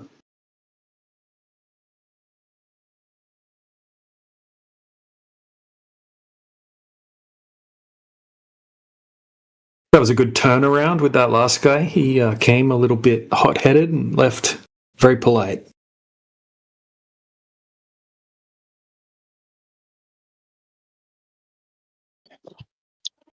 Yeah, man. He's still here. I think he's just he's still here. It's good when a conversation sort of starts off like that, and then after a bit, it's like, all right, well, these arguments do actually make some sense. So look into it, as Eddie Bravo says. And HK, Hong Kong musician, if you're still here listening, when you get to the home server, I suggest you check out the Long Distance Observations channel as well. It's one of the best ones, in my opinion. Tons of observations that are literally by magnitudes impossible on a globe.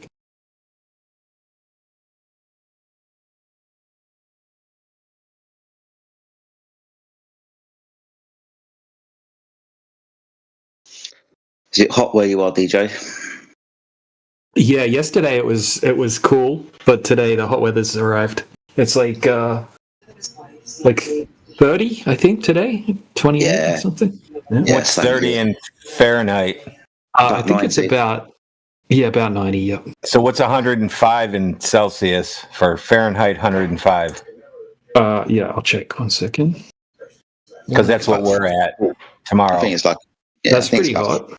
44, something like that. Yeah, so tomorrow, I don't know what today is because it's just now 1 o'clock. It'll start getting crispy in about 2 hours, but tomorrow's 105. Oh. Yeah, that's crazy. That's 40.5 degrees Celsius. That's 40.5. Like an oven.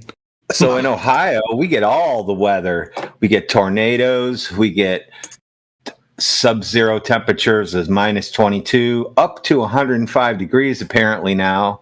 And then we've always had it that way, but people won't tell you that. And then let's see, tornadoes. That's all we really get. Huge snowstorms every year. And then we'll get 1 year, you'll get 3 inches of snow. So who knows?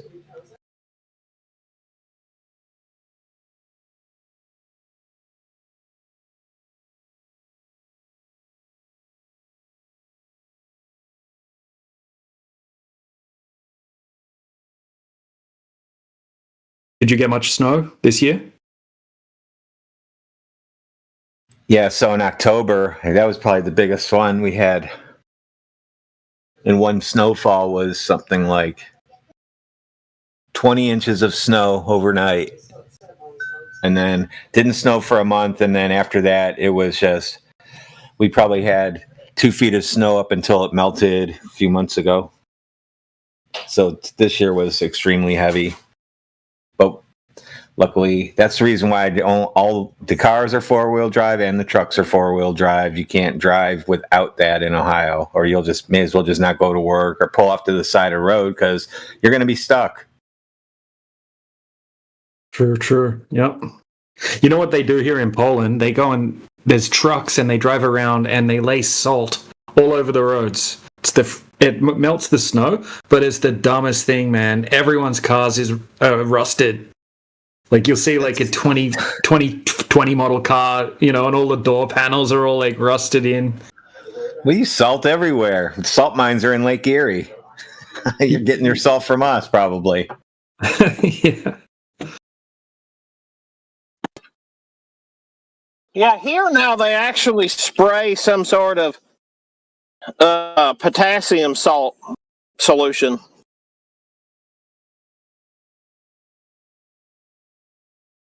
I don't know what's going on, but DJs might not be working so well.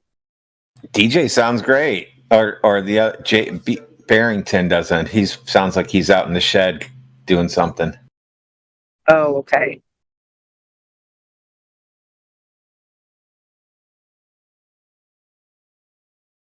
Yeah, that's interesting. I'm sitting here, and my signal is kind of coming in and out, even though I'm stopped on the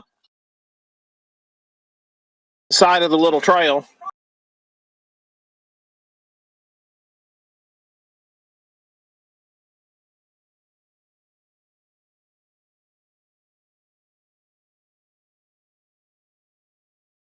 Did HK Musician have something he wanted to ask? Yeah, I have a question. Thank you. Yeah. I'll just preface by saying I'm not here to try and rebuke what you're saying or to antagonize. So this is just a genuine question, if you have time to answer. What my question is regarding things that orbit the Earth, like satellites.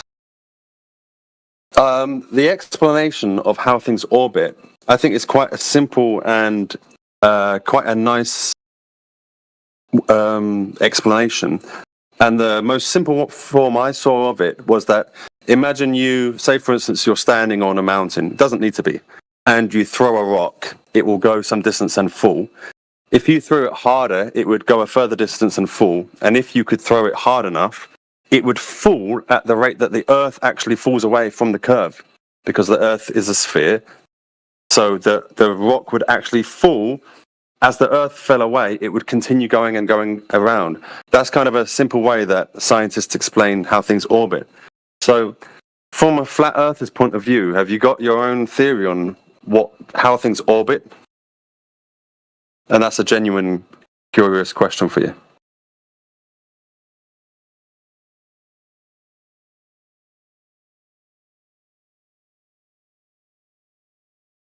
Well, first of all, that explanation you gave us about things falling around the ball has already been falsified because the ground lacks any curvature required to be a ball to fall around. We don't need to make up any reasons or excuses for why things appear to move around other things in the sky. We cannot verify how the satellites actually operate. We cannot go up there and test them. And so all of that must be taken on faith from the space agencies. And like, you're free to do that, but we don't have to do that when that contradicts observable empirical reality. And you can go test it for yourself and then also not have to believe it.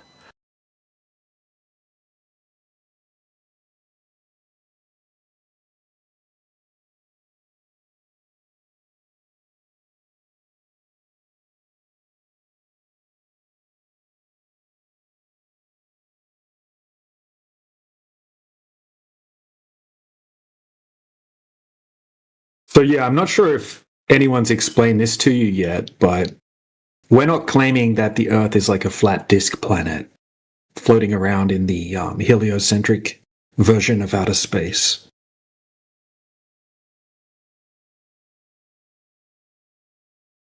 Okay. So that's when we're talking about flat Earth, we're not talking about literally comparing like an object, which would be a globe Earth, to like a flat object. That's not the context that we're using when we talk about a flat Earth. Now, when we say flat Earth, we're just talking about the surface area of Earth that we can test and validate. It doesn't have any curvature over distance. We're not claiming to know the shape of the Earth. And we're also not trying to fit the flat Earth inside of the heliocentric version of outer space. So it would be completely incompatible. So when we go out and test the Earth, right, we're testing like the mathematics that are given to us by the globe side. So if we go to a 20-mile lake, for example, we can validate that is 20 miles across the lake. We can do the math. Now, according to gravity and the globe Earth model, based off the radius value, 3,959 miles, over 20 miles, there should be about 260 foot of curvature, approximately. Now, we can start performing different types of long-distance observations and laser tests and all kinds of different tests to try to find that curvature. And what we've found is that we continuously find zero curvature over those distances. For example, we can set up a camera on a tripod and zoom in over a 20-mile lake and see the shoreline on the other side of the lake. Now, that's not possible if the Earth's a globe.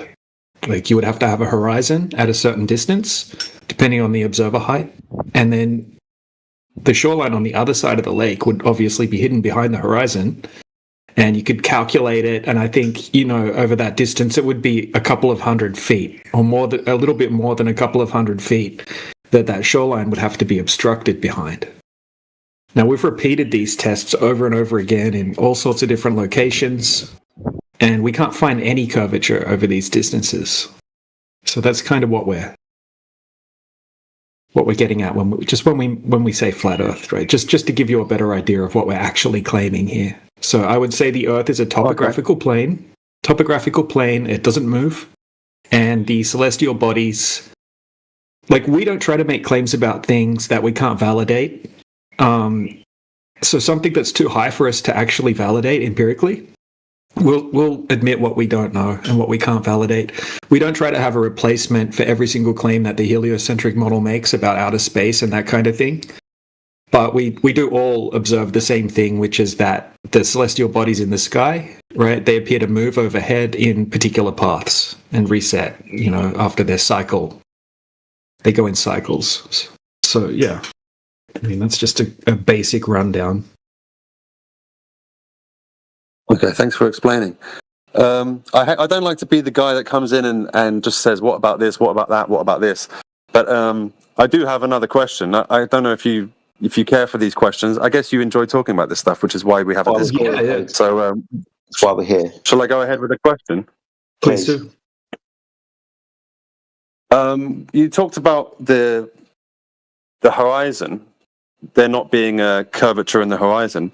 But when you go to the beach, you see the edge of the sea. You see the horizon of the sea. You don't just see all the way to the next country.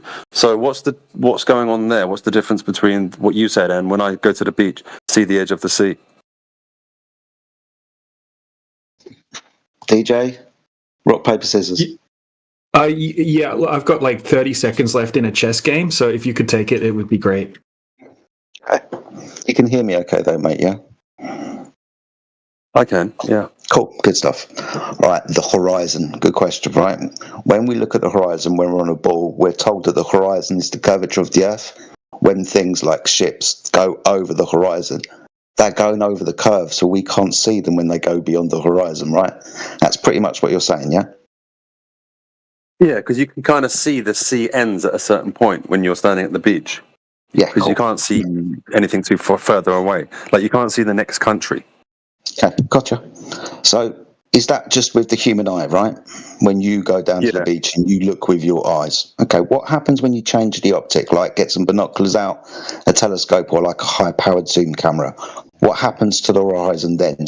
Do you zoom in on that horizon curvature of the Earth like you would do like the top of a mountain? I haven't done it, but yeah, I guess so.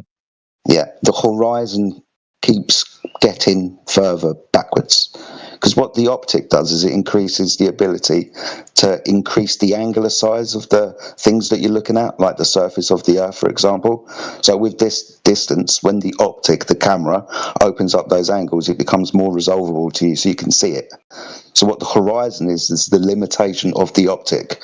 So when you, with your eye, based on the human eye's angular resolution limit of 0.02, when you go down to the beach from 6 foot above the surface of the Earth, to you, the horizon appears approximately 3 miles away.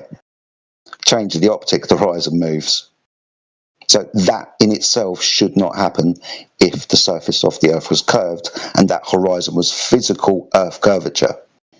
We can also expand on this, right? We can make general assessments as to the distance to the horizon. We can use like landmarks or things that are known distances from the observer out at sea, like oil rigs or lighthouses.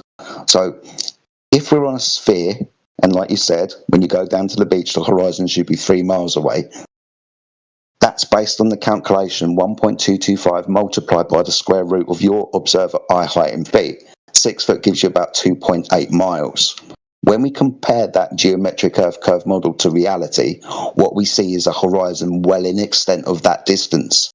For example, we can show you oil rigs that are approximately 6 to 10 miles away, where the horizon should be at that 3 mile distance, and the horizon is beyond the oil rigs at a safe estimated distance of at least 10 miles.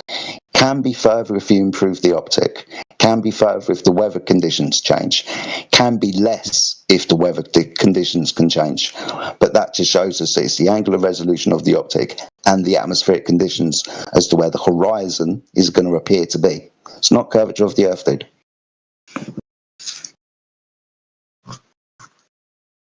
So you're saying it's a visibility issue? Yeah, the horizon is purely optical. It's based on the human eye or the optic, right? The ability to resolve the angular sizes of objects at distance, right? That's how we see things get smaller in the distance. We can't resolve the entirety of the surface of the Earth. We can only resolve a short distance, right? Until we improve the optic, increase the angular size. So yeah, the horizon is purely optical. It is also, of course, meteorological. Right, we're looking through lots of atmosphere, and the atmosphere causes disturbances, right, because of different densities, different pressures that we're looking at, and they could be in different gradients, rising, lowering, whatever. Mirages, these types of things happen. But yeah, purely optical. The curvature of the Earth isn't actually physical, dude. It's not there. You're going to need curvature of the Earth for the Earth to be a ball. First observation, we don't see it. Second one, when we can make safe estimations to the horizon, we're not starting to measure it. When we think about what we're doing, we're looking over a surface of water. We understand that water, that lays horizontally when contained and at rest. It's supposed to be curving around a ball. Now, we understand that when we are to be level with the world, we use the horizon to do that, because level, horizontal, a straight line from left to right, is parallel to the plane of the horizon, to you and level with the Earth when you put up your shelves or you hang your picture, right? So to be level with the world is to be level with the surface of water. Water is 70% of the surface of the Earth. Therefore, the Earth is horizontal, not curving.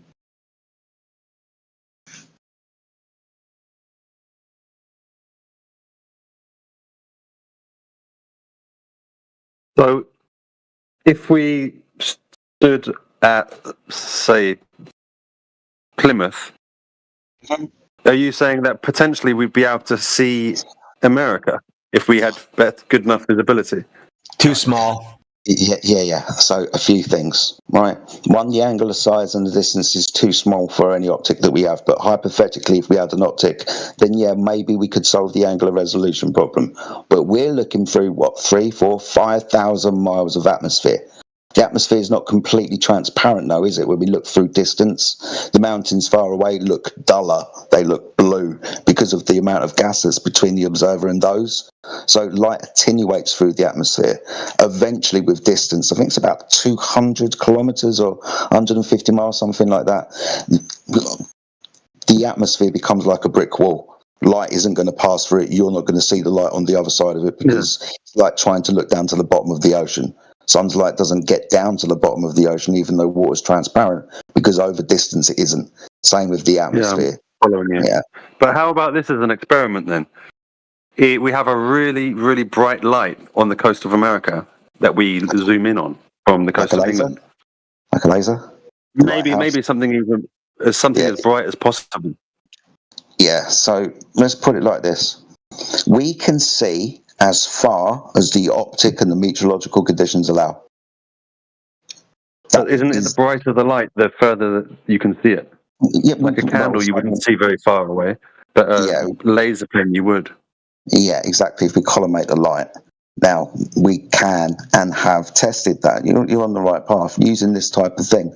So long distance observations, can we see lights at night? Yeah, we can. Shouldn't be able to see them. Can we pass lasers over bodies of water and see if the water diverts from the horizontal line of the laser, like a tangent from a sphere? Doesn't do that. The water's parallel with the laser. This is line of sight targeting that we're doing, right? Line of sight targeting is what the military use and do. So the military use lasers to target things at distance. When we use this straight measure, yes, the Earth is now measured flat. We've confirmed the observations. The Earth measures to be flat. Surveying, dude, right? When we build upon the land, when we want to get level with ourselves from one distance to another. Yeah, when we measure, survey the land, the surface of the Earth is measured flat. I'm following you and I'm with you, but I just think that the surveying example isn't the best one because surveying is normally done on too small of a scale. Well, this is what we don't have to get stuck on that point. But that's what we're ideally doing with the laser, isn't it? Surveying the land from one point to another. Level is what we're getting. So I'm not saying that this is what we do within surveying. It is shorter distances, but when we use the technology that's available, still the same principle. And are there videos showing this? Yes, so in the server that you joined. Is this also in your server? Yeah, laser tests. All right, cool. I'll check it out. No worries, man. Good to talk to you again. I've got to you too. Answer the questions. Yeah, no worries. Yeah, I can show you a couple of really good long distance observations in a second if you want. Yeah, sure. I'll just say that I think the spherical model of the Earth, it makes so much sense when you think about why we have seasons and why some countries are hot and some countries are cold, and why we have night and day, and why the stars appear to turn in the night sky. It makes so much sense that we're on a ball. Although, if there are experiments out there showing that the Earth is flat, I'll look into them and I will take them seriously. Yeah, appreciate it. I mean, I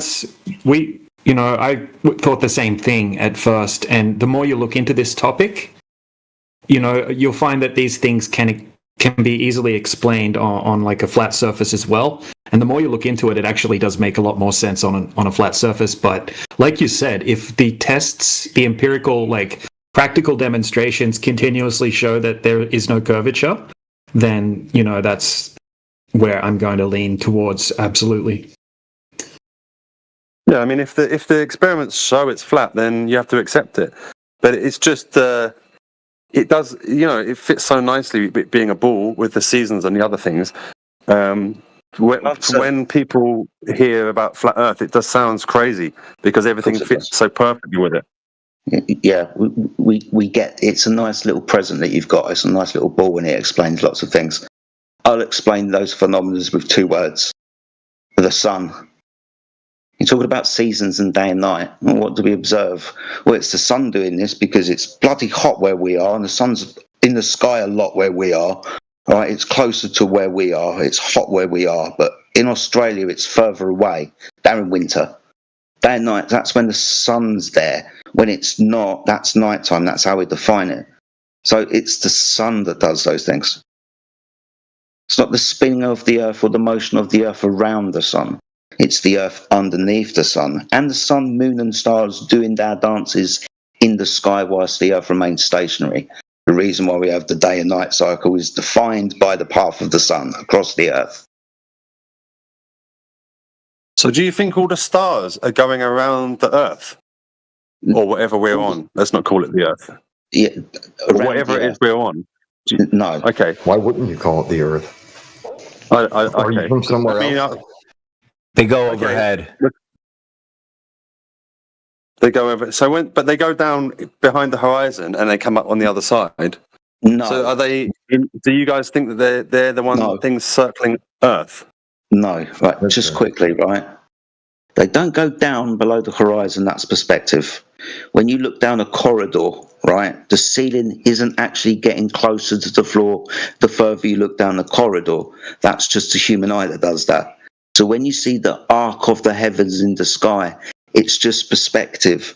The same with the sun, why it appears to rise and set is due to perspective. The sun's path is horizontal and parallel to the earth below, but because you, the observer, are observing it, because it's far away and high enough, it appears to come up over your head and then down again. It doesn't actually go down or anywhere though, because we can see the sun for 6 months of the year circling 2 poles in our summers where there's 24-hour daylight. The sun is above the earth. It's just dependent on you and your location of the earth as to what you're going to see the sun doing. It's all going to be based on perspective. I'm following, and I'm just I'm hearing this for the first time. Okay, so I'll just let you know what occurs to me when you say it. When you see the sunset, the sun still looks the same size, and it just goes behind the earth. Whereas if it was what you just described, you would see the sun getting smaller and smaller and smaller and smaller into the distance. Smaller. Give me a But second. like it would get smaller until a tiny. It would get smaller until it just disappeared. It was so small. Yeah, exactly. You know what I mean? It would just become pinpoint. Okay. I don't think it does that because you can take photos of the sunset just before it goes. It still looks big. Okay, now this is going to depend upon your location and the meteorological conditions, because you can take a photograph in, say, Africa, for example, of the sun reducing very much in angular size before it gets anywhere near the horizon and actually fades out into the sky before it touches the horizon. If you were to use a solar filter, for example, you can measure the pixels and notice that, yes, that sun's angular size has actually changed throughout the day. Sometimes it's more noticeable than it's not. If you don't move around and you live in the same location, like I do in the UK, where it's kind of the same, like coldness or whatever, dampness, or living on an island, we don't really get to see too much change in the sun. We don't really notice it that much. It's too bright to look at half the time. But when it's on the horizon, sometimes it looks bigger than it did when it was in the sky above us. These are magnification effects that can happen on the horizon as well, where the sun looks bigger. Yeah, isn't that just being magnified through the atmosphere? Or it's like a perspective thing, it just looks bigger because it's next to a building? Yeah. So there's lots of things that, like next to the building, we don't have a reference with when it's in the sky, so you're correct. There's lots of things, right? If we're saying it, sorry to interrupt. I didn't mean to interrupt you then. No, you're fine. Shall I carry on? But if we're saying it looks bigger on the horizon, I thought it was supposed to look smaller. I thought it was supposed to turn into a tiny dot and then disappear. It depends where you are. Like I said.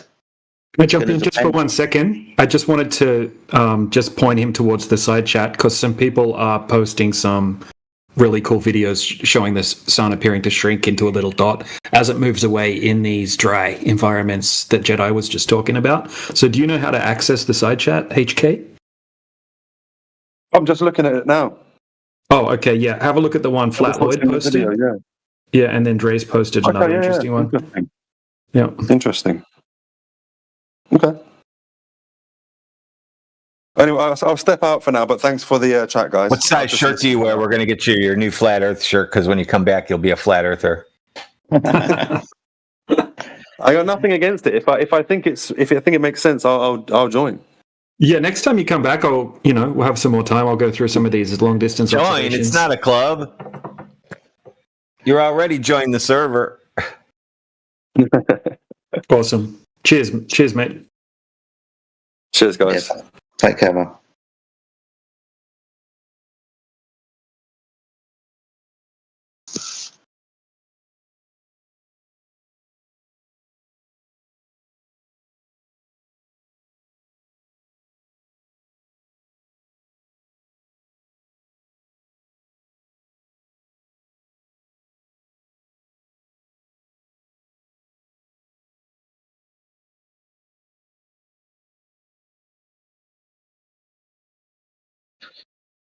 I guess I'll ask if there's anybody else around. I see lots of names in the chat that I really don't recognise.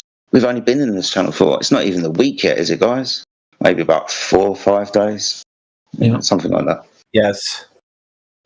But yeah, lots of new names in the channel. If anybody's got any questions, points I'd like to raise, you can unmute yourself. The floor will be yours. Nice to meet you. Don't be shy.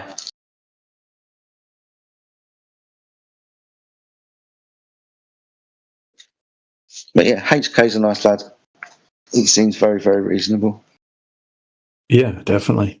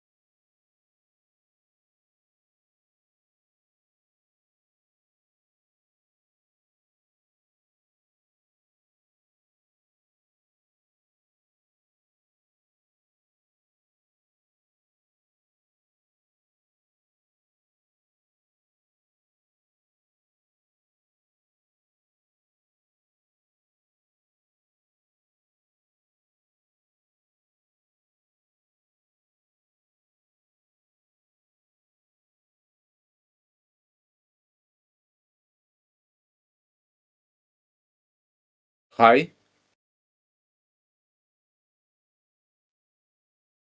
Hello. How you fine?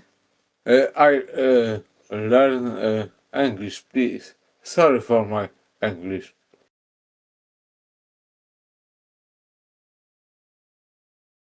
No problem. Welcome. Excuse me, I have a question, my brother. Yes, go ahead. In this room, Mhm. silence, silence, silence in Polish. I'm from Poland. Ah, I live in Poland. Live in Poland? Yes. Yeah. Yeah. Yeah, super, super. Do you know uh, this word typ, words typu kurwa? Yeah, of course. Yeah, yeah. Sorry about that. That's okay. Sorry. Why here? Sorry for my language. It's Excuse not a me. problem. This is the English learning server. You know, Begin. yeah. I try. Why? For many people,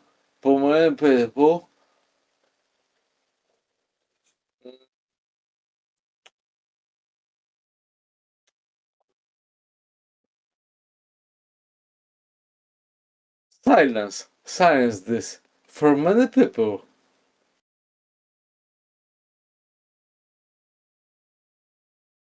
do answer with that?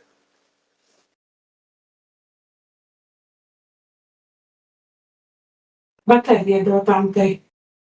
Krzysiek chciał. Ale przyszłam się spytać, nie wiesz, po ile. So, Poraż, this case.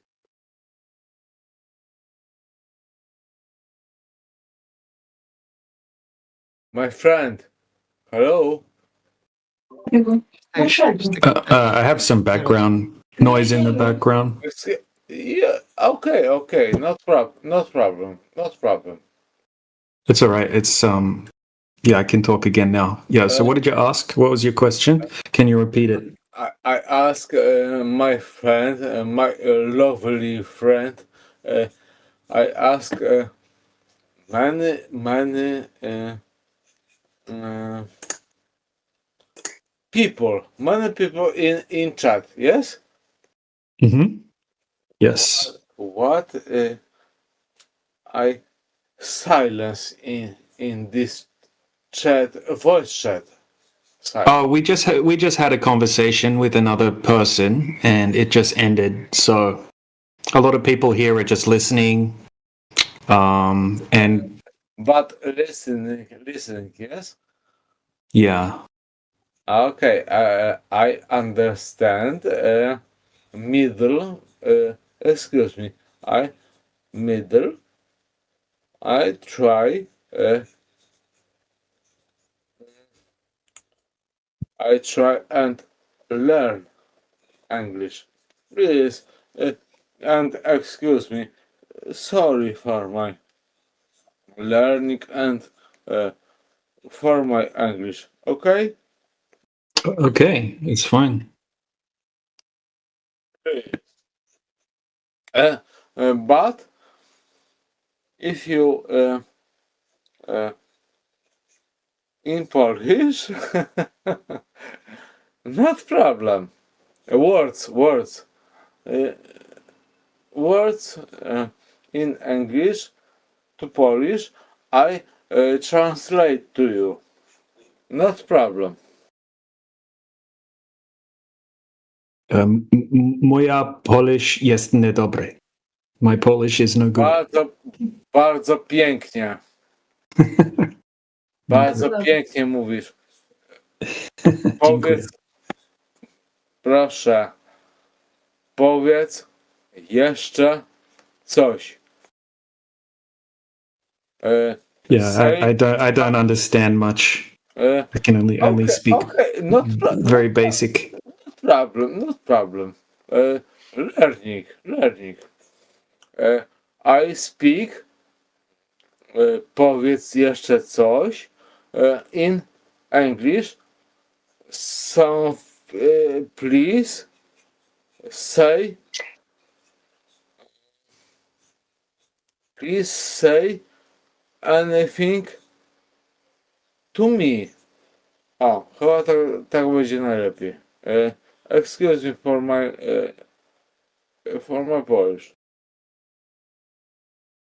That's okay. I think you might want to check out the language learning channels. Because I speak in Polish, I helpful, yes, helpful for this. Okay. Okay. No. Go ahead. A word, simply word. In English, I translate to Polish. Simply word.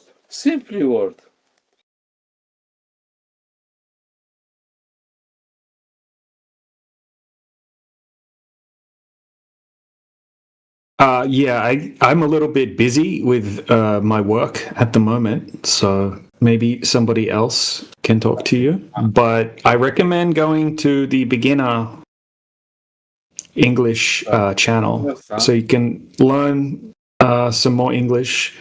This isn't really an English teaching channel specifically. I neither understand this. Middle. Brate, dođi A1 beginner channel. Dođi A1. Dođe? Dođi A1, dođi. Excuse me for dođe. Come to A1 beginner channel. We can speak there. What's that? Wait, please.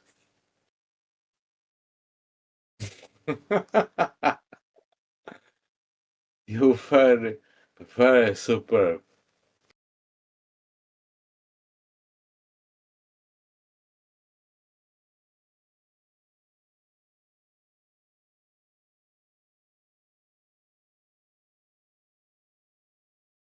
Any more good conversations?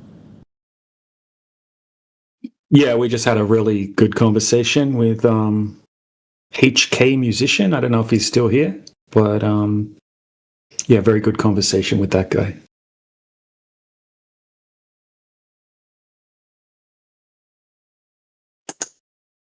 Yeah, man.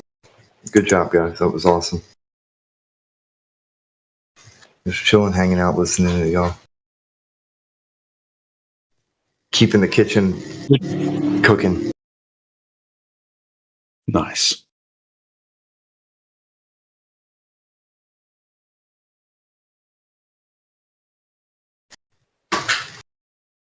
Awkward silence. What are you up to, Jedi? I would be talking more, but I've got such crazy background noise. Kids screaming in gardens down the road, dogs fucking barking, fucking seagulls screaming everywhere, and it's also time for prayers. Yeah. Yeah. But yeah, man, I'm good. The loudspeakers already, dude. I saw that video that you sent me. Fucking A, dude. Hopefully, I don't know if you can or not, but are you involved in anything? Like, dude, I don't know. Yeah, no, so that's something that I've been thinking about over the last 3 days, joining one of these groups or whatever. So yeah, it works, dude. I've got to be doing something, otherwise it's going to sneak up on fucking. Yeah, I mean, yeah.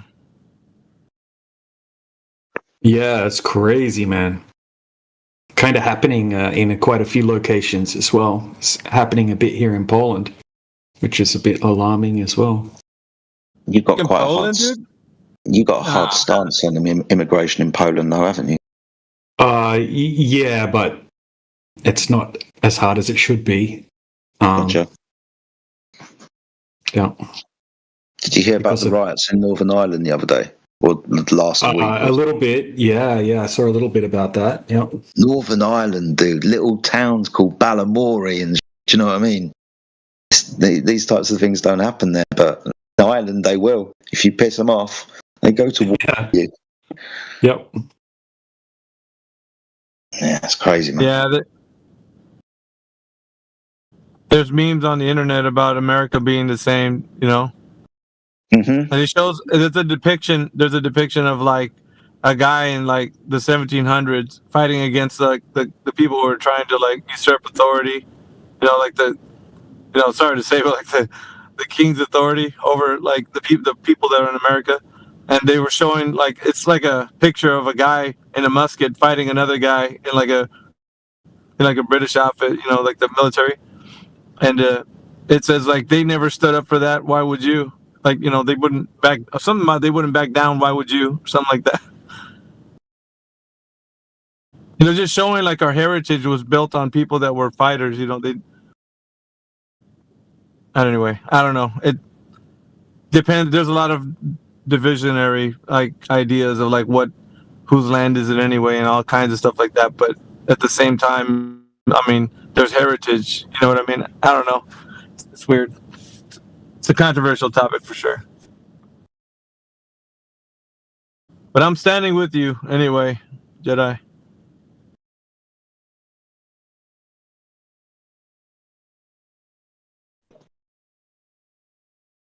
AV, man, hats off to you for going through all that hard work today, man.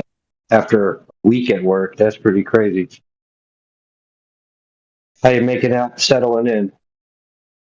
I mean, I still didn't find my equipment, dude. I was still in India. I mean, some of the boxes that are labeled, like, I don't know, the tag fell off of them, and, you know, it is with moving. We got a whole bunch of stuff in my 2-car garage, so I can't find where the hell my equipment is. I got to go back because we had to go into town and go, you know, look for a few things, but I'm in a parking lot right now waiting for my old lady. She's in one of the stores.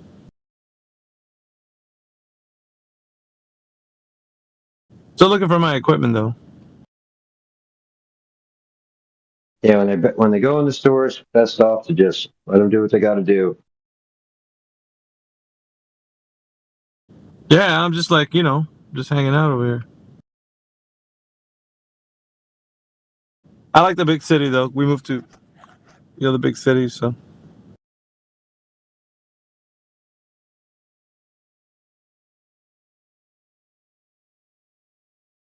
it's a good move overall. Yeah.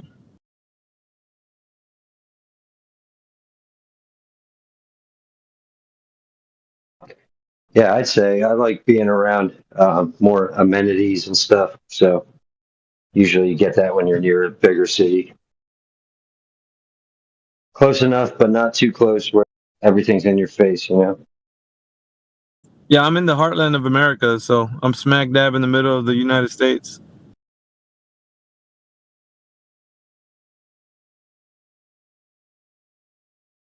Sorry, Alpha Man. I was listening to what you said earlier, but it's so fucking hot here. My phone's decided to overheat, so I couldn't even unmute myself, man. So I do apologise. I was trying to talk to you, but the weather wouldn't let me.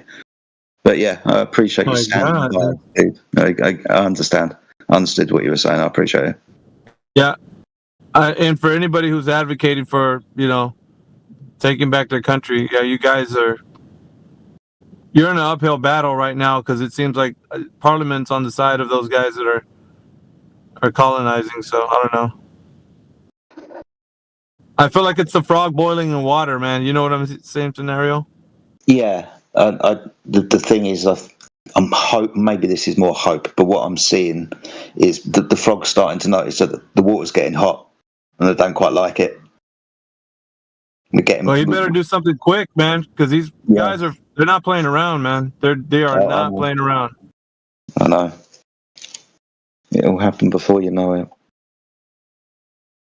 And the riots going on over there as well. What's kicking off with that? You talking about over here? Yeah, over there. They still happening over there. Yeah, I mean they're on and off, but the raids are they're just they're symbolic to like what's really going on with it's a military, it's the government using this force to actually. There's a lot of division, right? Because some people say they're going after like the gangsters, the ones who have like a record and they're on a list. But what I've seen was it's just more of like getting people who are not documented to be here, that sort of thing. Yeah. So there's a lot of that. What I see, I'm not just reporting what is happening. They're not a part of any affiliation, but they're still here undocumented, in America.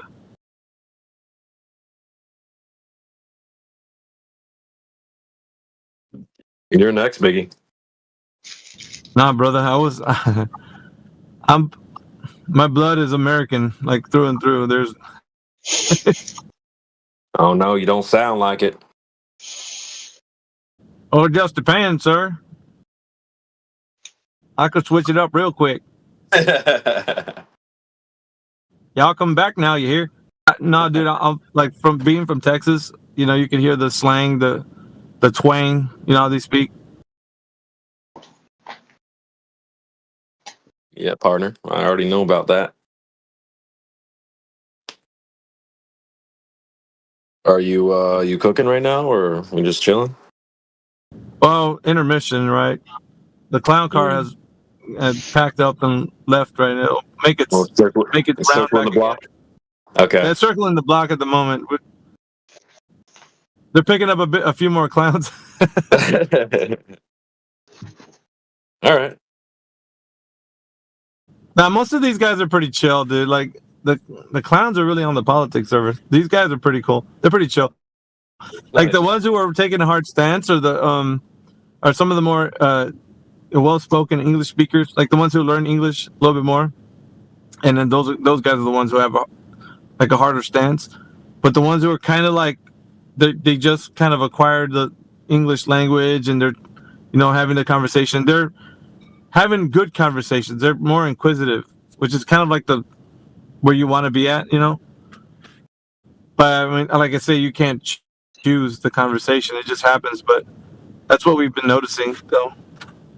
I think I noticed the trend with the Indians, the Americans, the people who have space agencies. Like, not many Russians though. Like, it seems to be like maybe tied something somewhat into their pride or something, or national pride maybe?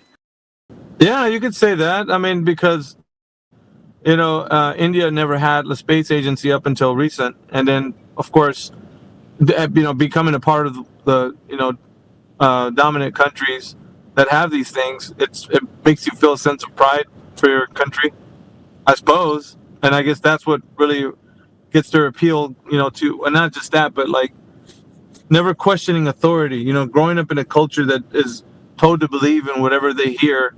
And I think that's what curates that type of mindset.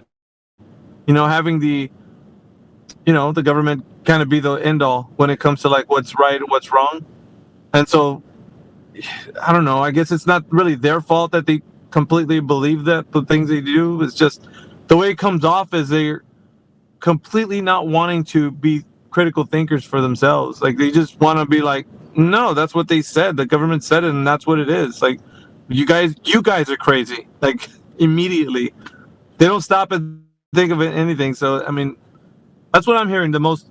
There's only like 2 Indians that I've spoken of so far that we've talked to that are critical thinkers that I know of. And over the years, like nobody else, like usually from that culture, will contemplate the fact that the Earth is flat. Like, you never hear them like siding with it.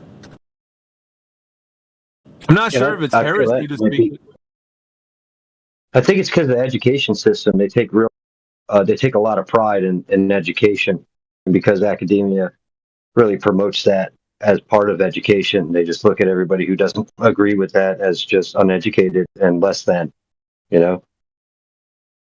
Perhaps. But I think because we have, the education system over here in the U.S. the way it is, we're a bit more free to, because we have many different types of, like, you got private schools, you got public schools, you got home schools, you know what I mean? Like, you got different ways that people receive education. And so for us, it's a bit more fluid and it's not rigid like theirs. It's just only go to school and a brick and mortar. And like, that's the place where you learn about things. And then outside of that, everybody's heresy, like, you know what I mean? Like for us, it's like, it's a bit more fluid. We see how you obtain information could be from many different, mediums. So the medium for us could be like, you could be just learning information on the internet. What's interesting to me, because I talk about controversial things, right? But like the education system overall, most of the things that you learn are things that are supposed to be things that you memorize.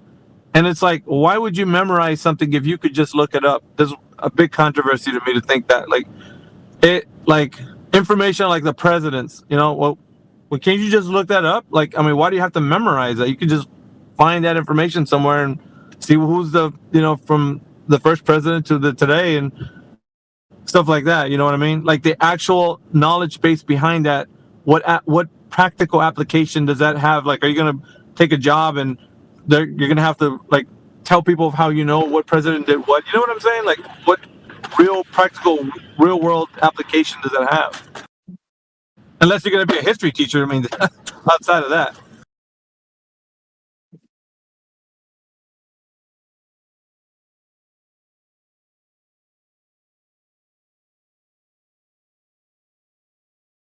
You guys know what I mean? Yeah, man. Stuff that you could memorize. There was one early this morning that was having a conversation with, I believe it was Timbo. But after the conversation was over, he was very like argumentative, and he was like, "Yeah, guys, how was my debate skills?" He's asking questions about his debating, and I'm like, well, how much of that was genuinely you, and how much of it was just like arguing for the sake of arguing? So some of that, I feel like, kids are working on. It seems like competitive debating as part of like their niche of why they're here. Niche reasoning behind why they're here, talking with us about flat Earth. People tend to think that just on a technicality they could actually get a W, but the problem is like we're not looking for that. We're trying to get to the point where people have a conversation where people are speaking genuinely from their mindset of like how they can relay information to another person. So trying to learn debate tactics, that's one thing, right? Just to win on a technicality is like, oh, you didn't use this word and you have to use that word, and that's the only way that you can think about it. And so, pigeonhole an argument to make it sound like just on a technicality the person can actually win based on that, but it's not throughout the content of the message. They're not looking for the content, right? They're looking for the technicality part of it. Like, why didn't he use this specific form of logic versus this other form?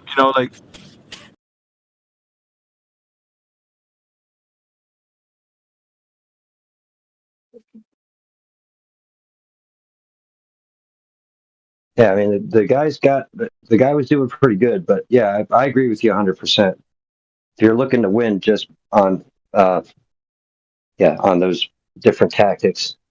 But Trace gave him some good advice after the conversation was over. It's like, yeah, try not to use any logical fallacies, and if you start there, you'll be doing much better. So we'll see.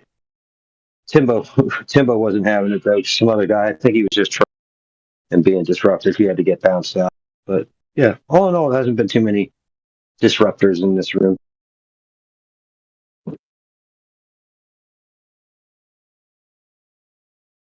Yeah, what we look for is speaking to somebody genuinely. Yeah, we want to hear from the person's perspective, how they view their cosmology. What is their worldview consistent of? Like, is it consistent of something that they can determine whether or not they know truth or they don't know? And having that internal critique, so you always hear me saying that when I'm talking to these guys, having the internal critique to where they understand, like, hey, I don't know this thing. I've just been believing it this whole time. That gets somebody to realize that they don't know exactly what they're talking about. Because you can tell them that they don't know what they're talking about, but their pride will never let them see that. You have to actually allow them to internally critique themselves.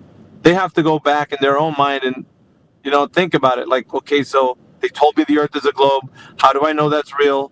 You get what I'm saying? Oh, hey, Vivek, thank you so much. I just got noticed that Vivek says that the stage is available to us now. So if we have events, one thing Vivek did say though is to make sure that there isn't any other events taking place. So if we're going to have a stage event, to make sure that no other events are taking place. And I guess he said that if we wanted to, we could just ask him about it and make sure that nobody else is hosting like an event. But yeah, he's as I talked to him earlier about it, he's in the channel right now. I talked to him earlier about it, and yeah, he said it was cool. So as long as nobody else is having a debate or other events, then yeah, we could host our event.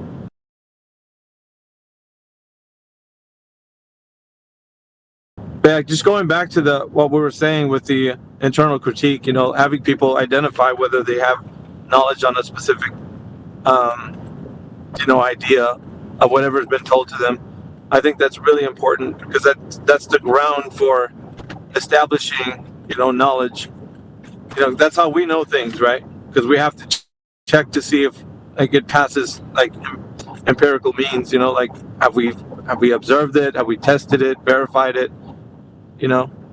Falsified it?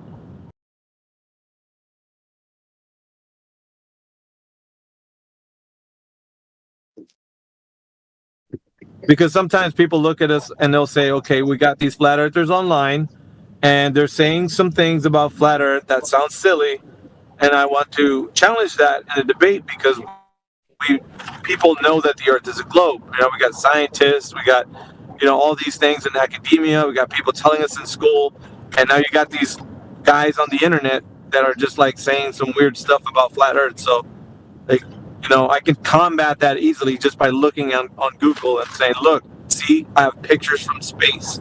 Now Earth is a globe.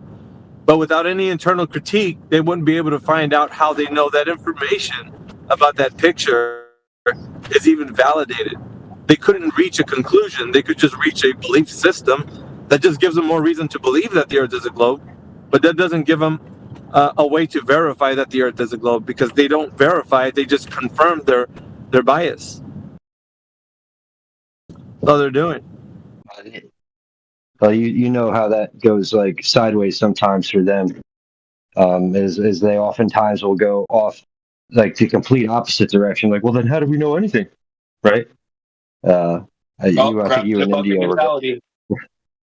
Yeah, you and India were talking about that earlier. Yep. You got to look out for that. And they try to go if they're going down, they want to take you down with them. Like, oh, well then how do we know anything's true? Nah. You just don't know something's true. Don't loop me into that. Yeah. Well, that's the solipsism worldview. So they're going to use that. That's the big red button. You know, you don't press the big red button until you absolutely have to.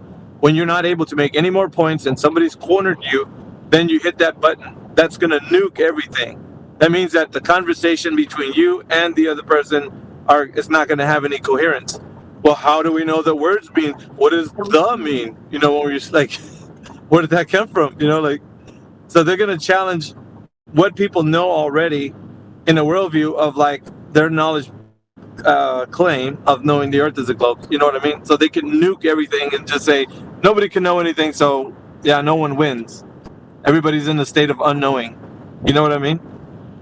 That's just that's where the mind wants to go because it can't find out how it reasoned with itself, how it like hung to this idea for such a long time. It's kind of like, you know, like when you bought a car and it wasn't like the thing that you thought it was, and it's a lemon, it's all broken down and stuff, but you can't believe that you were actually hoodwinked into buying it because the car salesman was such a good, he threw you a good pitch. So you bought it and you're like, man, I got me a good deal. And next thing you know, it's broken down. It's like, it doesn't work, you know, so you're just upset. And then the dealer's like, what do you want from me, man? You bought it, so there's no returns, you know, and you're upset about it. So it's like the only way to combat that is you either use a sunk cost fallacy, you know, double down, or, you know, say that, well, shoot, how can we be sure of anything? We can't know anything. So yeah, that's the problem with these guys, man. They try to use that the nuke button whenever things don't go their way. Okay, I got a question. Can I ask? Yeah, of course. We see the moon with our own eyes, right? And it's spherical, and we see all the planets around us with microscopes, and it's spherical as well. We see the stars, it's spherical as well. So, yeah, telescopes. So, what makes the Earth different, or what makes it doesn't make sense to be spherical as well? Yeah, well, think about this. Remember that I was just mentioning right now, if you were here, the internal critique. Well, how do you know that the thing you're looking at is resembling anything that you're standing on? So, like the moon, for example. How do you know it's exactly like the thing you're standing on right now? Do you have any way to resemble the thing that you're standing on? Actually, it's nearly the same as the Earth, but with different scales, like different gravity scales and these things. Yeah, how do you know this though? What is the point of validation for that information? Like you said, it's like the Earth. In what way? It got a gravity. It's under. Let's do one at a time. It's under physics. It's under physics laws. Yeah, I know. Somehow. Let's do one at a time. So you said gravity, right? Is that true? Right. Okay, one at a time. Let's do gravity. How do you know that the Earth has what they're telling you, and then it's like the moon? What is gravity, sir? It's an attraction force that grabs everything to the center of the planet or the Earth. Okay, what is the scientific validation for that? That we see everything attracted to the center of the Earth. No, we don't see this. I'm talking about how did scientists figure this out about gravity?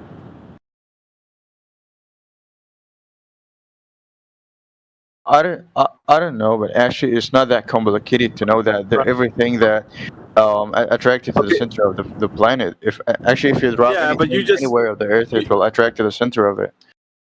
Yeah, but listen to some of the words that you speak when you say them, sir. You said, "I don't know, but I think." I don't know, but I think. So you don't know is what you said, but then you start to say how you think it could be the case. But the problem is, like you said, when you started saying, I don't know, you have to pay attention to what you say when you say it, sir. This is important. This is a part of the internal critique that you should do for yourself. You don't know how gravity has been proven by these quote unquote scientists. And I'm pointing out the fact that you don't know that, yet you're thinking that it's already been figured out. It's a problem, sir, in your logic. Actually, it's not the gravity that was, or the gravity that needs proof that it exists. The gravity exists, but we prove, or we're researching to know how it works or how it exists, because it's already exists and everyone knows that gravity exists. But No, we search to know no, how you it don't works. know that. You don't know that, sir. You don't know that. You said, I don't know. You don't know that. You said everyone knows that. That's a wrong. Your logic is flawed again. Everyone doesn't know it. You don't know it.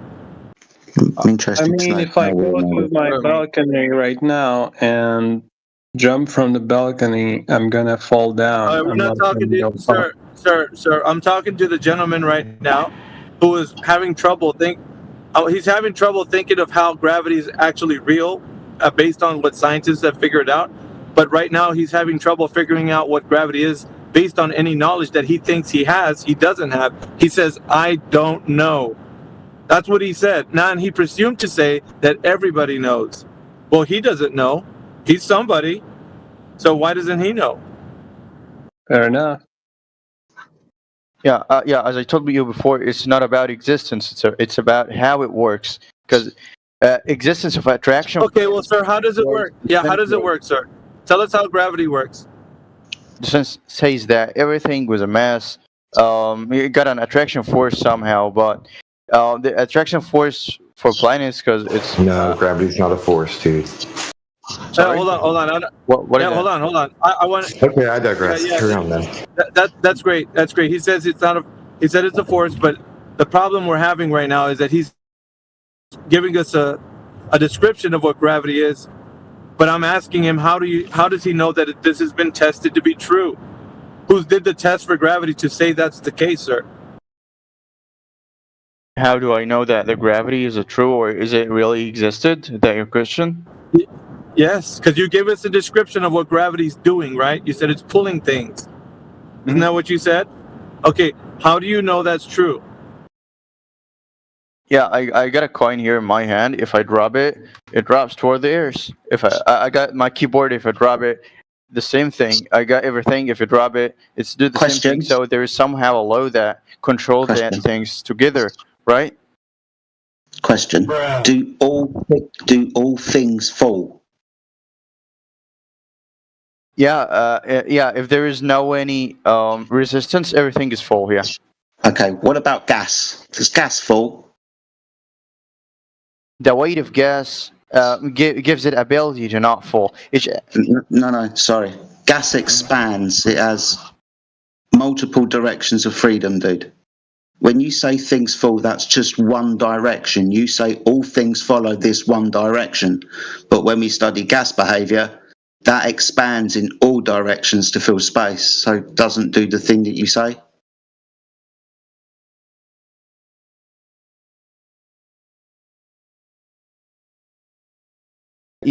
So gravity hasn't been proven. You're dropping, in other words, he's saying you're dropping things right now, like your keyboard, your pen, your coin, all that stuff is dropping. But when it comes to, you say that gravity is still operating, and then he shows you gas doesn't drop like your other things do. So it's not true, because gas expands in every direction. It doesn't follow gravitation like you are exclaiming it does. How do you know that the gravity is not under the gas not under the gravity law? It's under the gravity law, but it's another condition. No, there's no other condition. Gravity has a vector of down according to you. And so the vector of down is not being respected by gases. Gases are moving in all directions. They don't care about gravity. So if that's true, then your example of dropping things falls by the wayside, I pun intended, because you don't have any idea of how gravity is affecting gases, sir. Actually, our atmosphere is a gas. I know this, but the gas that we have expands in all directions. Yeah, but it's still attracted. No, it's not attracted. Actually, kinetic molecular theory explains that gases are having perfect elastic collisions. That means that the molecules of gas are bouncing off each other and the walls of their container. They're not being held down by gravity. The explanation of kinetic molecular theory of gases do not explain that gases are being held down by gravity. Not even in the equation does gravity, it's not even concerned with, like the equation of the ideal gas law.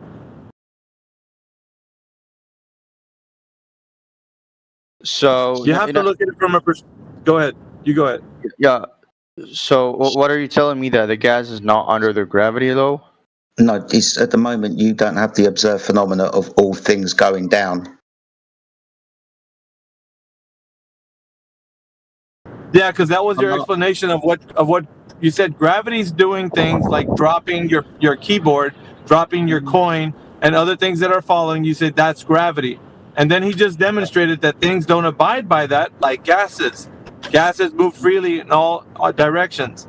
That means that gravity's not acting upon those either. He also Actually, I say that everything is attracted to the Earth, not everything going down. Yeah, how do you know? Like, let me ask you this: you said mass attracts mass. That's what gravity is, and then your example was something falling, dropping something. How do you know that that mass attracting mass is the cause of the object falling?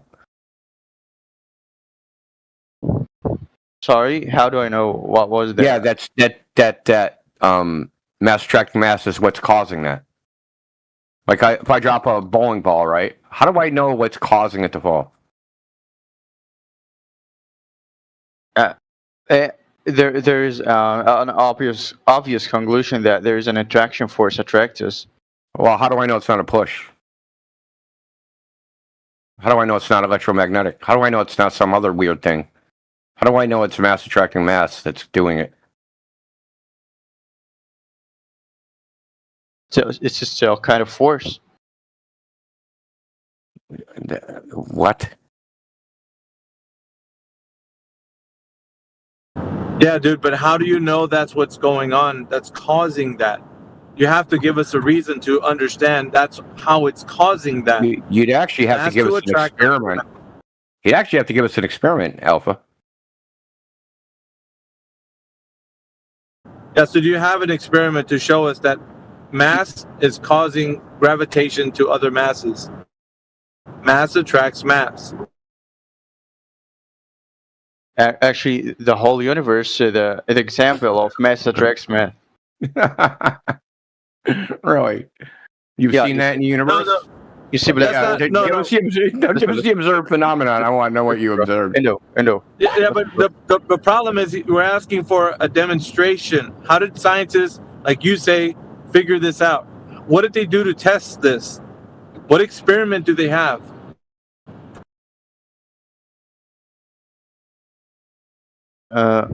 Yeah. Can you please listen? Yeah, if you have an experiment to show us that mass attracts mass, we'll listen. What experiment do you have? Why black holes got more? No black holes. No black holes. No black holes. No. So We're looking for an experiment. No, we're looking for anything called black hole. We're looking for an experiment.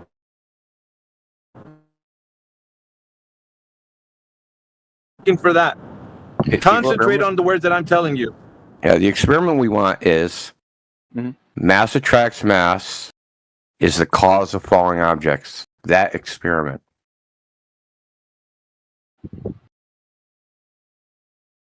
So you're independent. So I can even lay out how the. I can hold on, Kevin. Kevin, 1 sec. 1 sec. I can lay out how the experiment, what it would look like. Right. So it would be like our observed natural phenomenon would be something false. That would be the effect, right? The effect. And we want to figure out what's the cause of the effect. So the effect is our dependent variable. Our independent variable would be our presumed cause. How can we test that in an experiment to figure out why is this thing falling?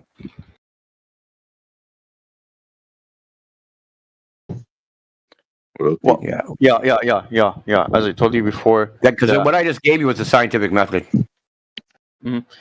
verbatim what the scientific if the method kind, is, if the kind of how you figure experiment out that what you're cause and effect. requesting me to give you, if the kind of experiment that you're telling me to give you is something that I did personally, I've never did a scientific research, or I'm not a scientist.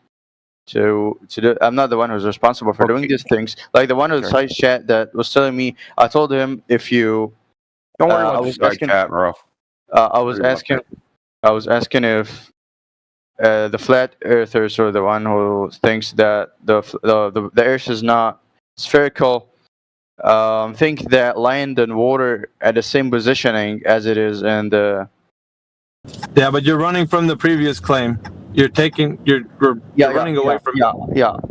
You will understand what I'm saying now. And he told me that you should observe everything with, like, you should go from China to Alaska, for example, to say that they're really next to each other. What does this got to do with falling objects, mass attracts mass, or anything like that? I mean, it's not an obligation to see anything with your own eyes to believe that it's right. Yeah, okay, I didn't ask for that, so you totally strawmanned what I was saying. Can you think of an experiment? I don't care, like, if you know what it is or if it's ever even been done. Can you even think of a way that you would test this? Because let me tell you, this is not a viable experiment. You do not have a viable independent variable.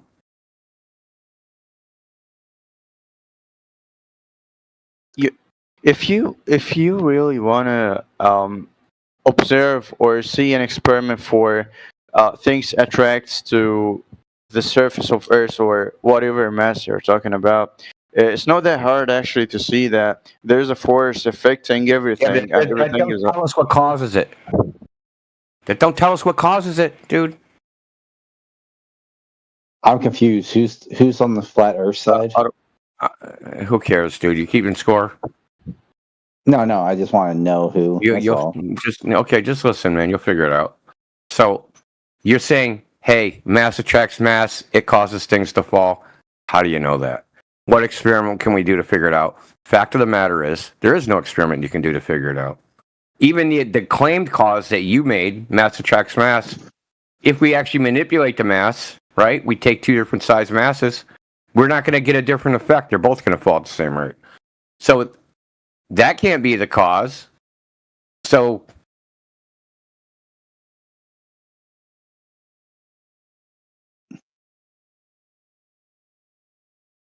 the problem with all this anyway is, even if we granted you gravity, bang, gravity, mass attracts mass, fucking shit falls, blah, blah, blah, it's caused by a pole. How do you get to Earth's a ball from there?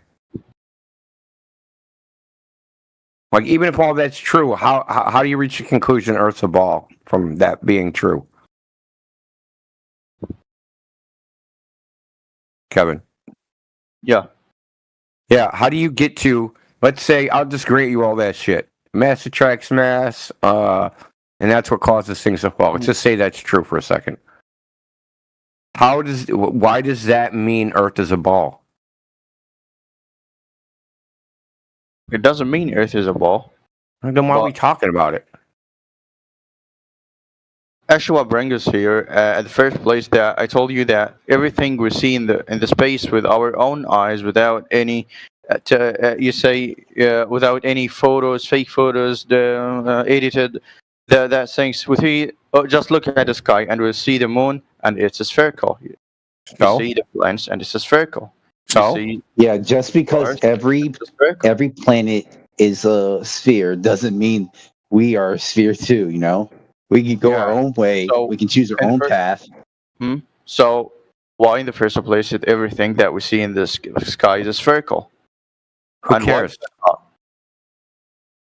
It's kind of crazy though. Yeah, I mean, who cares? Yeah. No, I get it. If I go in the forest and I see all trees, is everything in the forest a tree now? Am I a tree too? Yeah, 100%. Okay, if you're gonna troll, just go on mute, dude. No, but I'm not trolling. I'm all doubtless, man. I'm on your You're side. not helping at all, dude. You're confusing the I'm just dude. saying, You're just I'm gonna here. confuse him. Yo, flat earthers are evolving. That's what I like to hear. No one really cares Hell about yeah. your social commentary. You can just shut up. Just fucking Dude, guys. if you're gonna be a part of like what we do in the culture, dude, just sit back and listen. Otherwise, 24/7 will take it like you're just being a troll. We don't know if you're just joking or what you're doing, so just kind of sit back and listen, bro. Okay, so Kevin, say I made this statement. Okay, this is my logical statement. I looked in the sky. I see everything in the sky is a sphere. Therefore, I am on a sphere. Does that seem logical? At least for me, it seems logical. It seems logical. So if I went into a forest and saw nothing but trees, and I said, I looked in front of me, I saw only trees, therefore I am a tree. Would that be logical? No. Why not? What's the difference? It's the exact same form. The form of the argument's identical. No, it's not the exact same form, but because you're not a plant. But how do I know that? Man, don't play with me this game, bro. Look, I'm asking questions I know the answer to. So I know I'm not a plant because I can look at myself, right? I can see my arms, I can see my legs. I don't see branches and leaves growing out of my body, right? So I know I'm not a plant. I know I'm not like those things. So we can look at the Earth and determine we're not like those things. It seems like Earth is unique. Just as I would be unique if I was in a forest containing only trees, I would be unique within that forest. I'd be like nothing else in the forest. It would just be me and a bunch of trees. Okay? So the Earth, I know it hurts, pains people to hear this. The Earth is unique. It's not a disk in space.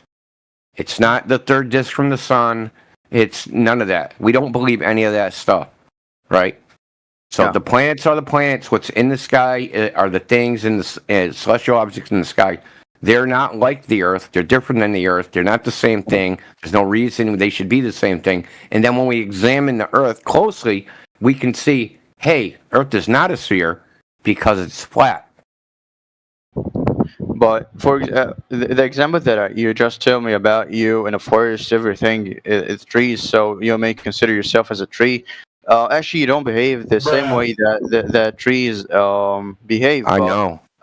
Our planet actually behave nearly the same way that all planets around us do. Can you give us an example of one of these? Can you stop that? Can you give us an dude? You're cracking me up. Guys, I have give like an example of one of these behaviors that we see on Earth that's like the planets. I want to add something, if you don't mind, guys. Why flat? Why not? Okay, interrupting is rude. So you can go after this guy. Well, you can go after Huberman. You guys are just like rude. So I asked this guy a question, and the question was, you said there's something that's observed that's similar. What is it? Yeah. I just say that our Earth behave the same way that all the planets around us. Yeah. Can you say specifically like which one, which behavior? Like we got a atmosphere. All the planets around us got an atmosphere. How do you know that? I actually know that.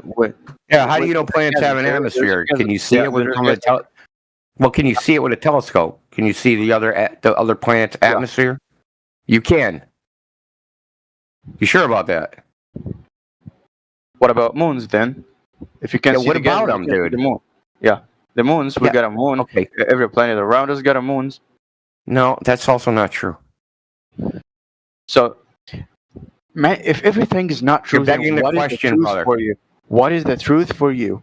How can I tell you that the thing is true or not? Or how can you tell that the thing is true or not? You provide evidence. That's how you provide evidence. That's how you know things are true.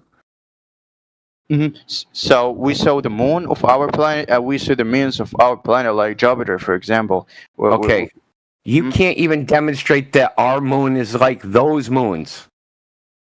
Nobody's ever seen the moon go around the Earth, have they?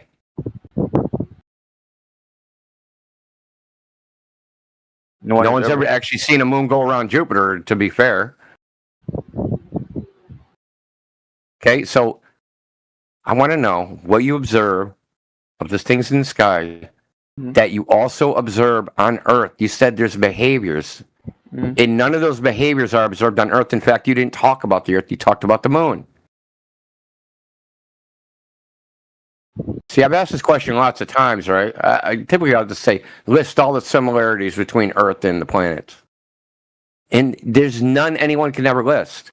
Not even one.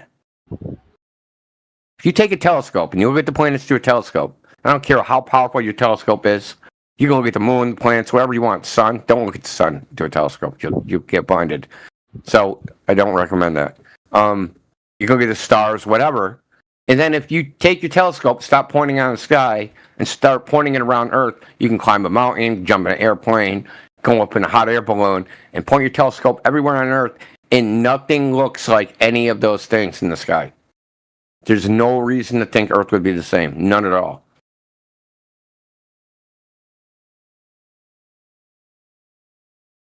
And actually, there's a lot of like phenomena in Earth that make sense in spherical shape of Earth. Like why the two poles of Earth are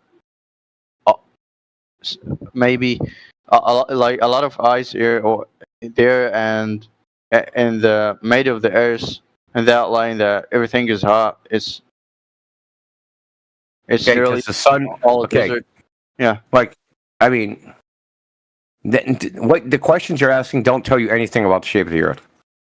You're asking questions about why is there ice here and not there. Okay, that's because the sun the sun only covers so much area, right?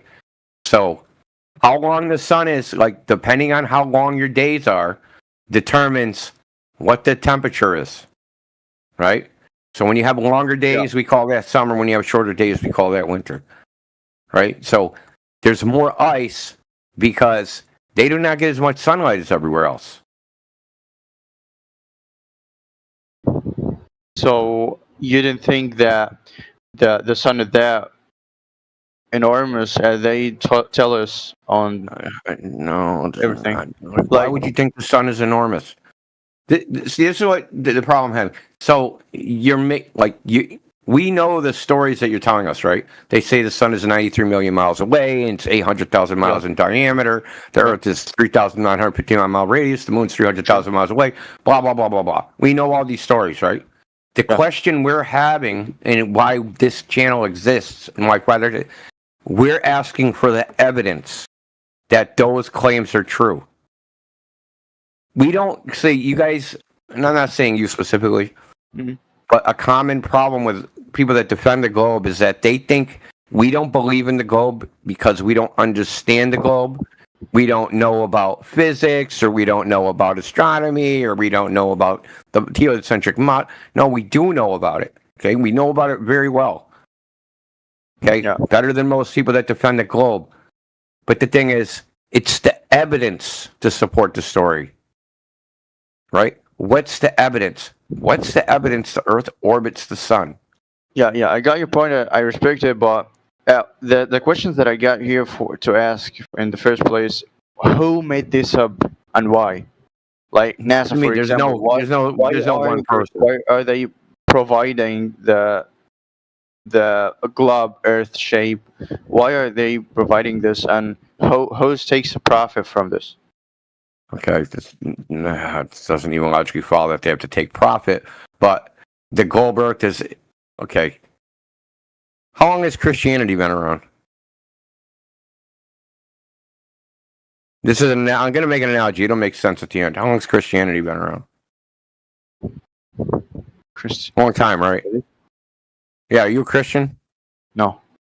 Okay, good. Okay, so you're not a Christian. But there are Christians still around, right? Why are they still teaching Christianity? They think it's the right way. Right. Okay, so this is the same thing. The globe is a secular one-world religion. And I'll tell you how and why. Does it have we're just gonna compare it to what a religion does. Does it have a creation story? Does the modern cosmology have a creation story? How everything was created, the universe, how everything came into existence. Does it have a story? No, there's nothing. The Big Bang is not the creation story? It's a creation story, but it's not 100% fact. The religion says, well, I mean, it is a religion because no one observed the Big Bang, right? No one observed the Big Bang? No one observes. Okay, so it's just a belief. Yeah. Okay.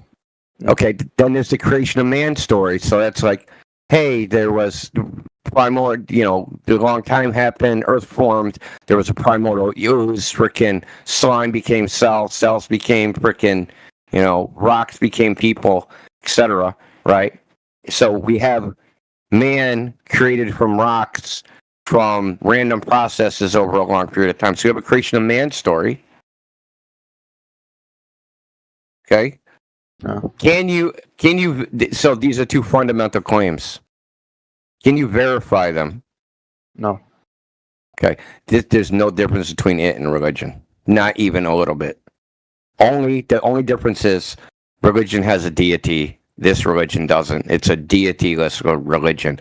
So you asking me why would people lie about this over a period of time? It's not really a lie. It's more like a tradition that people just tell each other over and over and over again.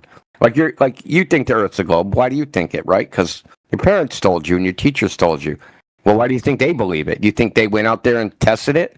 No, people told them, right? Their parents and their teachers. And then their parents and teachers told them, and and so on and so forth.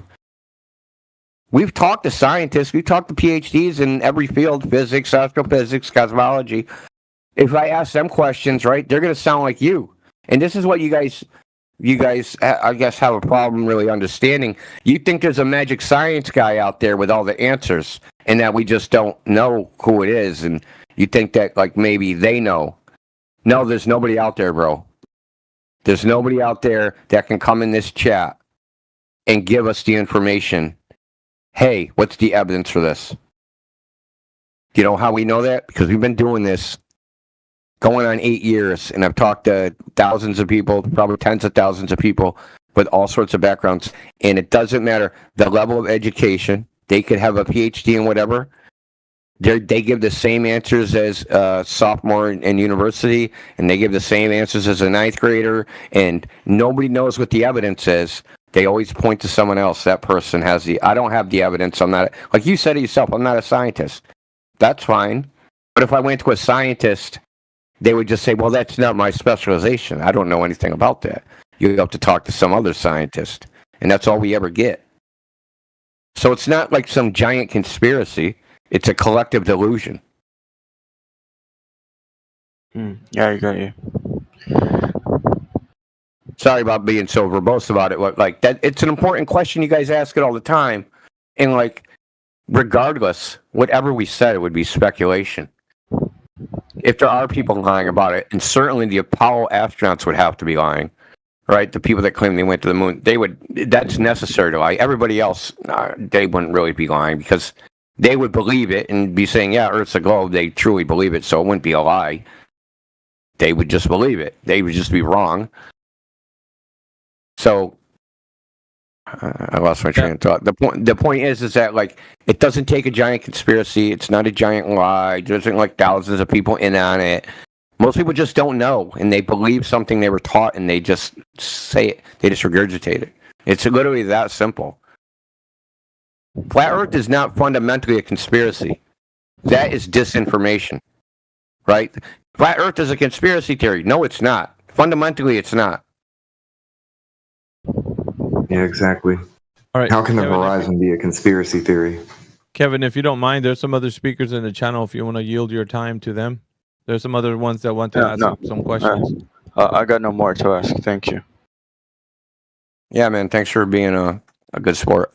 All right, we got some other speakers. We have in the wings right now Andrew Huberman and 010101 or whatever your name is. I'm going to let Andrew go first because he was muted.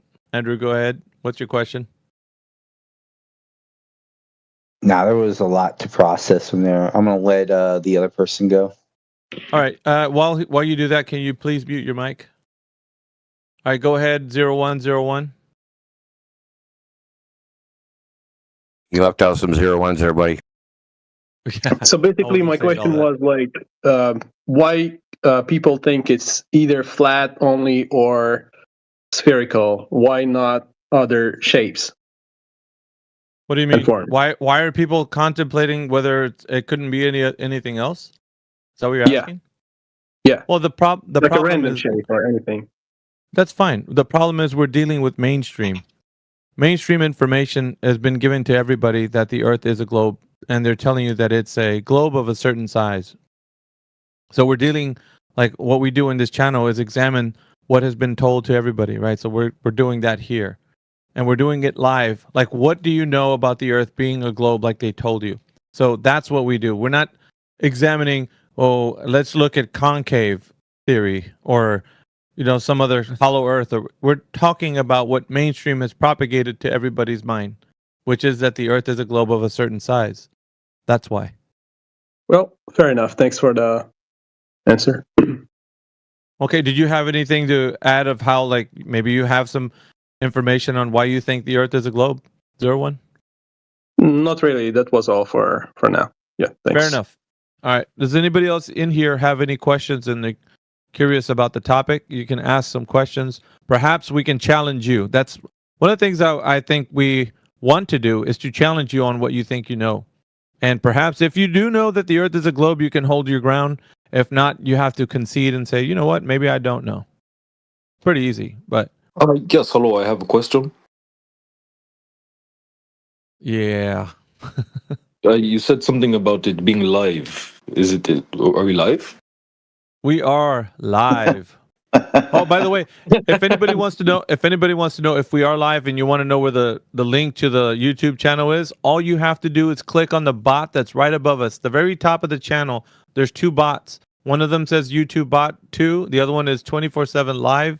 You click on that bot, it's going to open up what the bot is. And on the profile of that bot, it'll have all the links to our channels, including our Discord. And you can also click on each and every one of the people that have F-ear, like by their name, their tag. That links you back to our home server, where we have all the information at the bottom of the server with all the topics that we cover in here. So, yeah, we'd love for you to be a part of the YouTube channel. The YouTube channel is run by Helio Skeptic, and subscribe to him so you can be up to date with our conversations if you're not able to log into Discord. But definitely hang out with us in here and always question your world, and you can find some answers, perhaps. But yeah, definitely if you want to, go ahead and step in here and start up a conversation, or, maybe you got something you want to ask us. Go ahead, gentlemen. So what led you to believe that the world is flat? Well, for everybody's different, Andrew. And I think what happens is you get presented information that is counter to the narrative that you've been told, right? So the narrative is, of course, the Earth being a globe and that. But the things that challenge it are something that would probably be the most obvious, right? Like they say that the Earth is a horizontal plane, so the Earth is flat, right? So you try to imagine a world where you've been told this whole time that it's a globe, but obviously you can see the world around you. So that's where we start with, is what we can observe. We start with observations, right? What do you observe? Do you observe the Earth that's a globe, or do you observe the Earth that appears as a flat Earth or a horizontal plane? Like, what do you observe? And just another question. Do you believe that there is an edge to the Earth? Whether or not there's an edge still is like the place where people haven't traveled yet. So people cannot go to the extent of the realm of existence. So you can't just travel to some place you've never been based on some information that could lead you to like the extent of our realm, right? Because in what direction would you travel if you want to find the extent of our realm? Like the limits. I would say well, if it was something like that, you would go in a straight line and eventually would get there. Yeah, think about this, right? There's ideas that people have. But if I was to tell you, over a long distance, do you think that you could keep to a straight line? And not only could you keep to a straight line, what would be the method that you would use to navigate in a straight line? What would your answer be? Well, I guess if you don't believe in that the Earth is a globe or a sphere, I guess you wouldn't believe in longitude or latitude. Yeah, the coordinate system is one thing, but what I'm asking for is navigating through any coordinate system. What is the way that you know that you're going in a straight line? Like, let's say, we can conceptualize what a straight line looks like, right? You can draw it on a piece of paper, mathematics, things can describe a straight line. That's all good and well. What I'm asking for is the verified information as the travel goes. Like, if you're saying I'm going from this place to that place in a straight line, how do you know the line is straight? I mean, I get where you're going at. Yeah. But you can, like if you were just traveling, 1 foot in front of the other, if it is, I would say, flat, it is, then at some point you would walk to the end. I mean, how long that is, this is what I I'm don't saying. know. I get what you're saying, Andrew. It's not lost on me or anybody else in here. We understand what you're saying. Problem is, how do you know you're going in a straight line? That's the issue. We're addressing the issue, right? The issue is, how do you know you're traveling in the direction you think you are, a straight line, and know that you're going in a straight line? Another question: How would GPS work? Because I can use my phone to navigate to a location. How is it telling me to take the right directions at all times? Well, think about this. It knows exactly where I'm at. How would that be possible? Think about this. It's based on a coordinate system, yes? GPS? That is absolutely correct. Okay. What coordinate system is it based on? Longitude and latitude. What coordinate system is that based on? Satellites. It uses. I want to dig down to the. Let's go to the base root. Where does all this? Look, where does all? I'll be real with you. I can't tell you every aspect all the way down to the atoms of how. No, we're not going to the atoms. We're going to the base. We're going to the base of the fact that where did this derive? Where was it derived from? Was it derived from a terrestrial sphere? Terrestrial, like an Earth? Yeah, Earth. So that's terrestrial. Do you think the coordinates? So there's, I'm asking you, Andrew. Do you think the coordinate I'm just system saying, was it derived from a terrestrial sphere? It arrives from. So what they do is they have longitude and latitude, and then brother, I'm asking a simple question. It's either yes or no. I don't know how you're trying to. Okay, so the ball that you think you're standing on, do you think the coordinate system came from that? The ball that you think you're standing on. I mean, it's man-made, so I don't know what you're trying to ask me. Okay, so you don't have any way to have an understanding whether or not the GPS coordinate system that GPS is using is coming from the ball that you think you're standing on. You don't know if that's true or not. Brother, the coordinates are coming from the satellite. Okay, where were the coordinate system derived from? Was it derived from the Earth being a sphere? Is that's what I'm asking? Do you think the coordinate system was derived from the Earth's spherical shape? How do satellites handle 100 million cars of traffic every day when my Cisco switches only have 48 ports on them? I mean, there are bigger switches than 48 ports. I mean, you can really. I want you to go ahead and post in there a 1,000,000 channel switch for me. Oh, I didn't say. Well, it's not the same technology. Oh, it's a magic technology. It's like, how come my square doesn't bounce like my basketball? You said it's sending coordinates to all these devices. Yeah, it sends coordinates. So, what the coordinates based on? Where are we trying to get to? Yeah, where is it based on? I'm trying for him to answer that, but it seems like he's being a bit dodgy. I'm not being dodgy. All right. I'm gonna let you take. I'm gonna take a step back. Go ahead and you tell me. I want to know what you're trying to get at. Okay, so I'm going to tell you straight up because I don't like playing footsies under the table. I want you to be honest with me, right?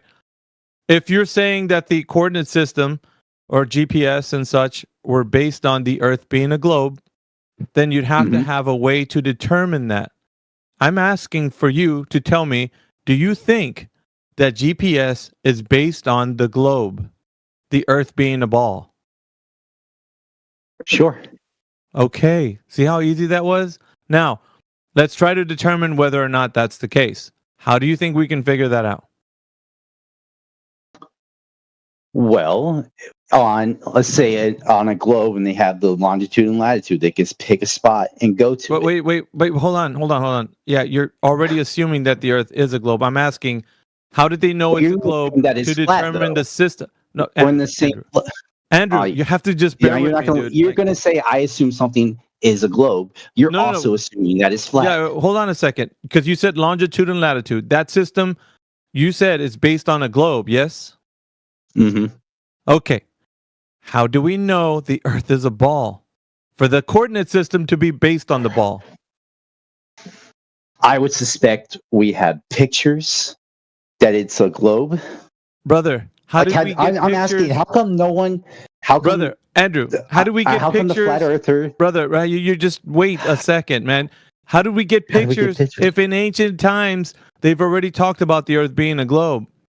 Like you're skipping a lot of steps to where pictures are taken. We don't have to worry about ancient times. Everything in ancient times would be a lie. I'm talking about now. No, now, dude, you don't arrive. How did they get a letter? Listen, how did they get a letter from UK to the US when they didn't even have email? That's basically what you're just going to appeal to something now, but as a matter of fact, you don't know where we got here. Like we got to this to this place in history from being in the past, people propagating the information forward. So if the information was propagated forward, it's not like we're just, forget about the past. We don't have to worry about that because people think they live on a ball, obviously, right? A lot of people do, like you. But the problem is, it's a part of the context of what we need to understand how we got to where we're at now. You can't just skip all of history and say, forget about those guys. Let's talk about now.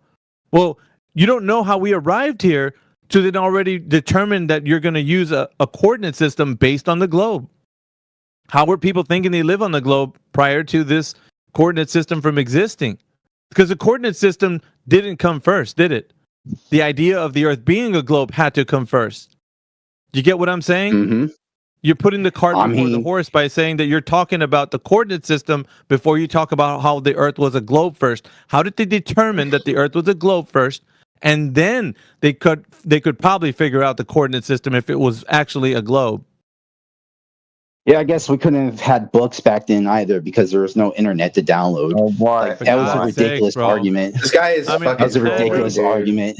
This guy's fucking trolling. Honestly, you're letting go of all reason right now, just so you can save face that the Earth is a globe, bro. You see what you're doing? No, I'm literally saying, how come? I'm reasoning it's with crazy. you, Andrew.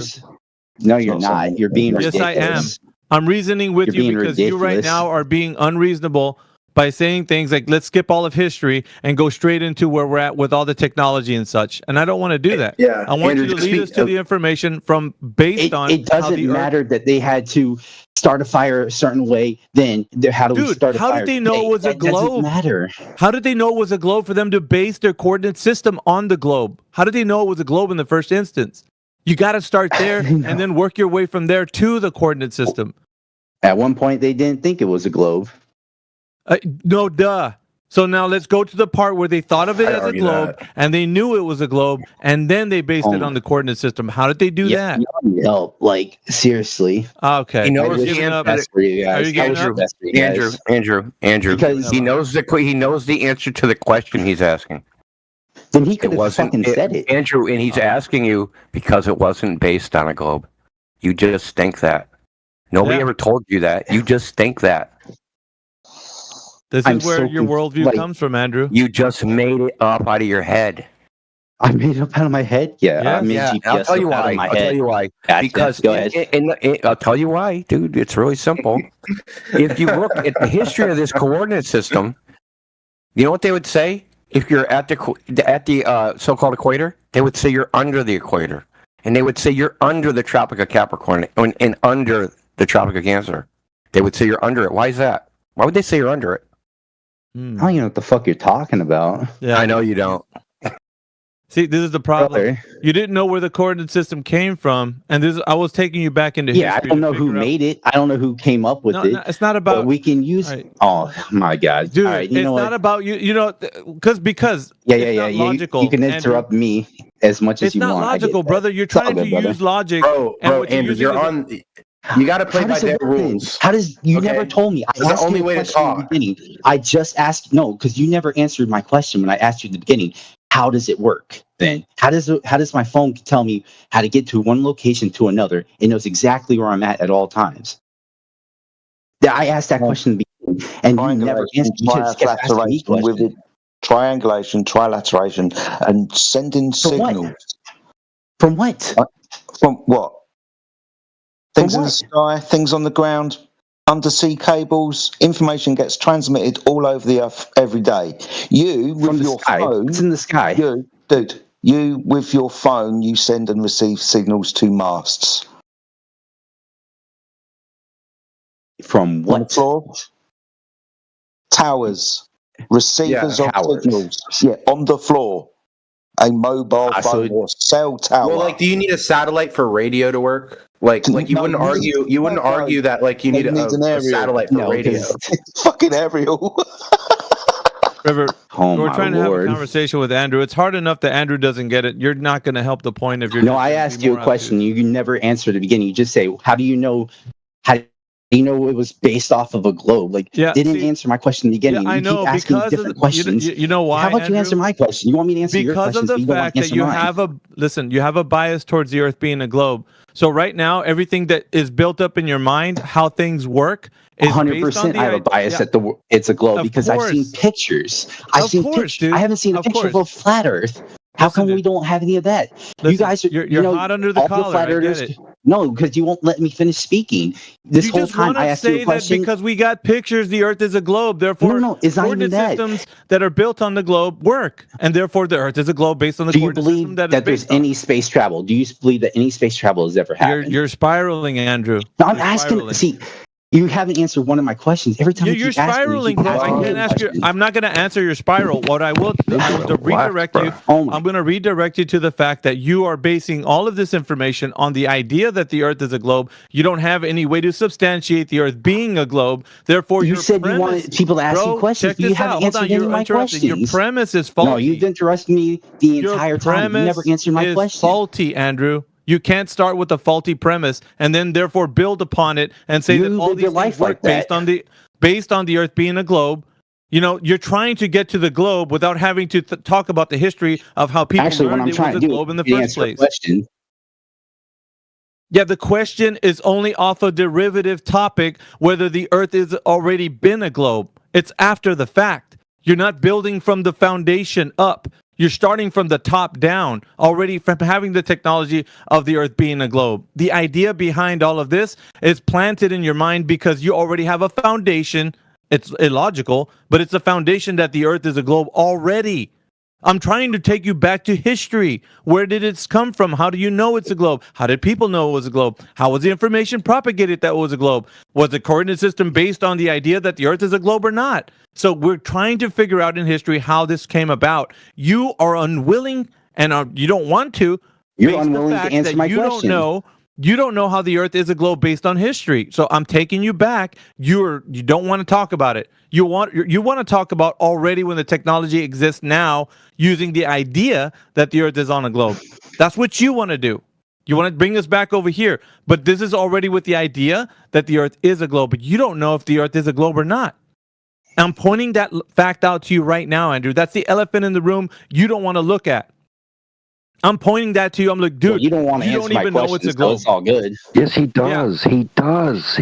You just aren't willing to follow the line of the discussion. which will lead to your answer. You can't answer You just a want a question straight with a out question. black and white answer. Sometimes it's not Just that easy. answer my question. That you could we could have settled this and we could have continued Get to out. something else. No. Just leave. You could have answered my questions, but Just you leave. refused to. It doesn't happen. It does not happen to You could have asked me any question. You don't want to Yes, answer because any of them. I let me wish tell you this, Andrew. would've. Jedi, let me tell you this. Hold on a second. Jedi just answered you. Actually, he did. He said it's working off of technology that we have based on towers, undersea cables, and or technology that's above our heads. But that doesn't mean that the Earth is a globe.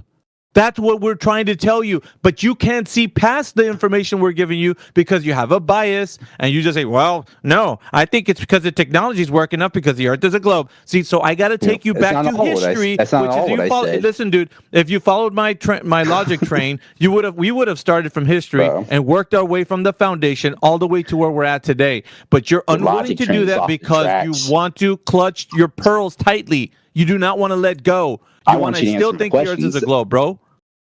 I want you to answer my questions. You see, it was answered. I just told you. Jedi gave you the answer. It was towers, it was undersea cables, and it was technology that flies above our heads. We already told you the answer. That's how the you can have GPS outside of tower range. Yeah, but I guess but you the don't know coordinate that system. either. Listen, dude, the coordinate system that it's based on. That's what we're trying to get you to understand. What is it based on? And you are unwilling right now because of your bias. You don't want to look into it. It's like you're afraid, Andrew. You're afraid of looking behind curtain number one because you know you're not going to find the Earth as a globe. I don't care. You're scared, My life bro. changes neither. Look, even if you're you're scared to look at it. Then why won't you look at it? Even if you're correct, the Earth is flat. Let's pretend it is. It doesn't change my life regardless. Yeah, okay. If that's the case, let's go back to history. Yeah, if you feel that way, let's talk about it. We don't go back. We can say, hey, how Let's come talk about it, Andrew. haven't got together and went to space? But do you not You believe say you're that not people ever scared? went to space? You say you're not scared. Let's go. Let's go to history. Let's find this information out. If you say it doesn't matter that much, doesn't let's fucking go. matter at this point. I'm asking you a question. Yeah, it does matter, How come Andrew, because you're unwilling to look at the information. You're scared, You're bro. unable to answer a question. You're literally right now. You're terrified. You're terrified of looking at this information. No, you are. I'm asking you a question. I wish you would answer it. It was answered, dumbass. It's been answered not but 4 but 5 times. We've told you already. No, that's not the question. I just literally asked You're like, how does this work? How is it working right now? That was your question. Do you believe that people went to space? Do you believe people went to space? Do you believe people have went to space? No. Yeah, the Earth is not a ball for that to be the case, dude. No. Which is why I was taking you back to history, but you're unwilling to go back there because you know the ugly truth that when you go back there, you're not going to find people know that the Earth is a globe, dude. That's the ugly truth. That is. You don't want to go back to history. You're like, when people are in space, that's because you think the Earth's a ball, bro. I don't have to go back to history to talk about the present. Yes, you do. Otherwise, you don't know how you arrived at the location you're at right now with the knowledge base that you have. You have to look at history. That's just a duh. Otherwise, you don't know what you're talking about. You just think that everything exists now because we're only concerned with now? No. How did we get here? What was the path to here? You don't want to look at that. That's what I've been trying to tell you, Andrew. We got to go back to the past. Do you believe people have went to space? Come on, bro. I didn't say you people. I said, do you believe people went to space? No, 16th time. Yeah, the Earth is not a ball for that to be the case. We've been answering your questions. I never said that. I never said that. That's all right. So let's look at because I never said that. That's the third question that we answered from you, and yet you have not answered one of mine.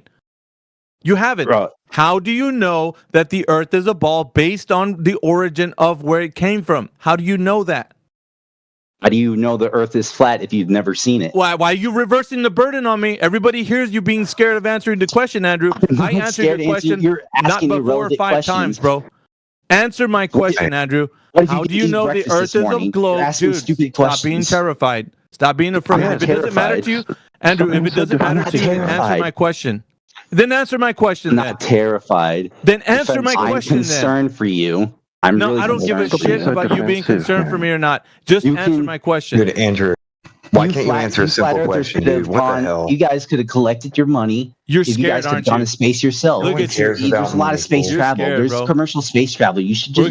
We're gonna put you on mute because you're being too scared. Yeah, you're clutching your pearls. Yeah, you don't want to look at the information, bro. Tell me in history then how they figured out it was a globe. Tell me in history how they figured it out, Andrew. It doesn't matter. Yeah, it does. It doesn't matter. No, it doesn't matter. Everybody heard you, Andrew. All of history could have been erased. Look at and if history, they get into one spacecraft, which they have, they could go up to space like, last chance, Andrew. Last chance, Andrew, bro. you're an idiot. If the foundations aren't shit in the forest 6 million years ago, it doesn't matter. Hey, relax, because man. the spacecraft Out of space. No, because you guys are so stupid. The history has nothing to do with the fact that you can go to space today. Spiraling, Andrew, you're out of control, man. Yeah, that was it. He capped out. That's as far as we can get with him. We're going to put you on a cooldown. Don't leave before we can unmute you, because you'll stay muted throughout all the other channels. So, yeah, if you're going to leave, just let us know. We'll unmute you, Andrew. He can hear me, can he? Is he still here? Go for it. I just want him to know that if the foundation upon which his question is built is untrue, then he has no reason to ask the question, right? And this is where Alpha was trained to lead you. There's such a thing as called the Socratic method. You might want to look that up while you're on mute, right? It's important in this arena that we ask questions sometimes to answer questions. We will lead you to your own answer, but you aren't willing to engage intellectually. You're just like a little kid. Look at the chat, man. It's lit up with people saying history does not matter when you can go to space today. I'm telling you, man. It's amazing how many people have just they all leapt into Andrew's logic. Because we can go to space today, it doesn't matter how history even gave us the idea the Earth is a globe. Yeah. Okay. I'll tell you what. While we've got some silence on the line, I'll tell everybody in the chat, and our friend also is muted, and they can come back with an answer, right? Because they keep asking the question and saying, we can go to space. No, you can't. Space travel, as you've been told, does not exist. There are no rockets leaving the Earth and taking people to the moon, like was said to have happened in history. That could never happen. We're breathing gas pressure. The definition of gas pressure is the force the gas exerts upon the walls of its container. That means the Earth must be a closed physical system. The Earth is said to be an open system. That means there's no necessary antecedent for the gas pressure that you breathe. Being as there's no physical boundary stopping the entropy taking place, then the second law of thermodynamics will dictate that if up there is a great big vacuum, an available space for gas to fill, then if there's no physical barrier stopping the gas will fill the space.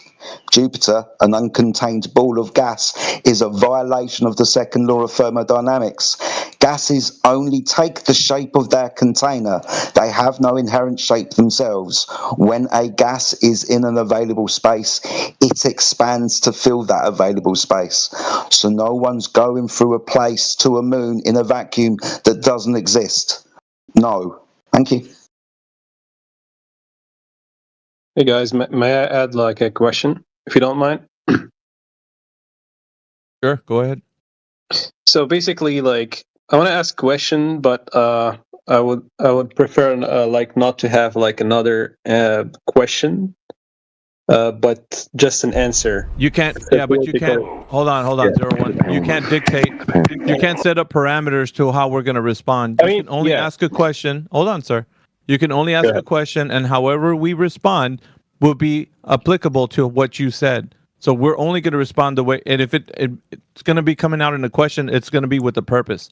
It's not so that we can just reverse any burden on you, but we're going to do it so that you can understand your question either has to be logical or we're going to point out how it's illogical. That's the only reason why we'll point out. All right, no problem. It's more of a theory rather than a question. So basically, if we take let's say 12 helicopters inspired by the clock, okay? 12 helicopters, and each one of them, they go to a certain direction. 12 different directions. They start from the same point. If they meet again, let's say like here they have like enough fuel, unlimited fuel. Okay, hold on. Wait, Yeah. 1 second. Before you continue with this hypothetical, I know where you're going with this, right? Yeah. But it has to be something that's practical that we can do. If you put it in the realm of, okay, I'll just put it this way. If the hypothetical is far-fetched, then it's not something that we could perform to validate. But if the hypothetical is something like, okay, imagine you walking outside and going 20 steps forward, like that's practical. We can do those things. But if you're making a hypothetical that's not practical, that's far-fetched, we couldn't verify the claim to be true or false. So you have to start from 0-1. You have to start from practical means. Okay, make the hypothetical something that's practical that we can do, that people can do. That's all I'm saying. You can't make it that's something that's not practical, because then the hypothetical will fall apart because nobody could verify what you're saying is true or not. In your own mind, you could create a scenario where you could be making a scenario where you are right based on your idea, but it's not right based on practical means of verifying it. So you mean like you want something which is more of a, like an individual scale? Something we can do. There's something like, even if it uses like helicopters or whatever, make it something practical, something we can do.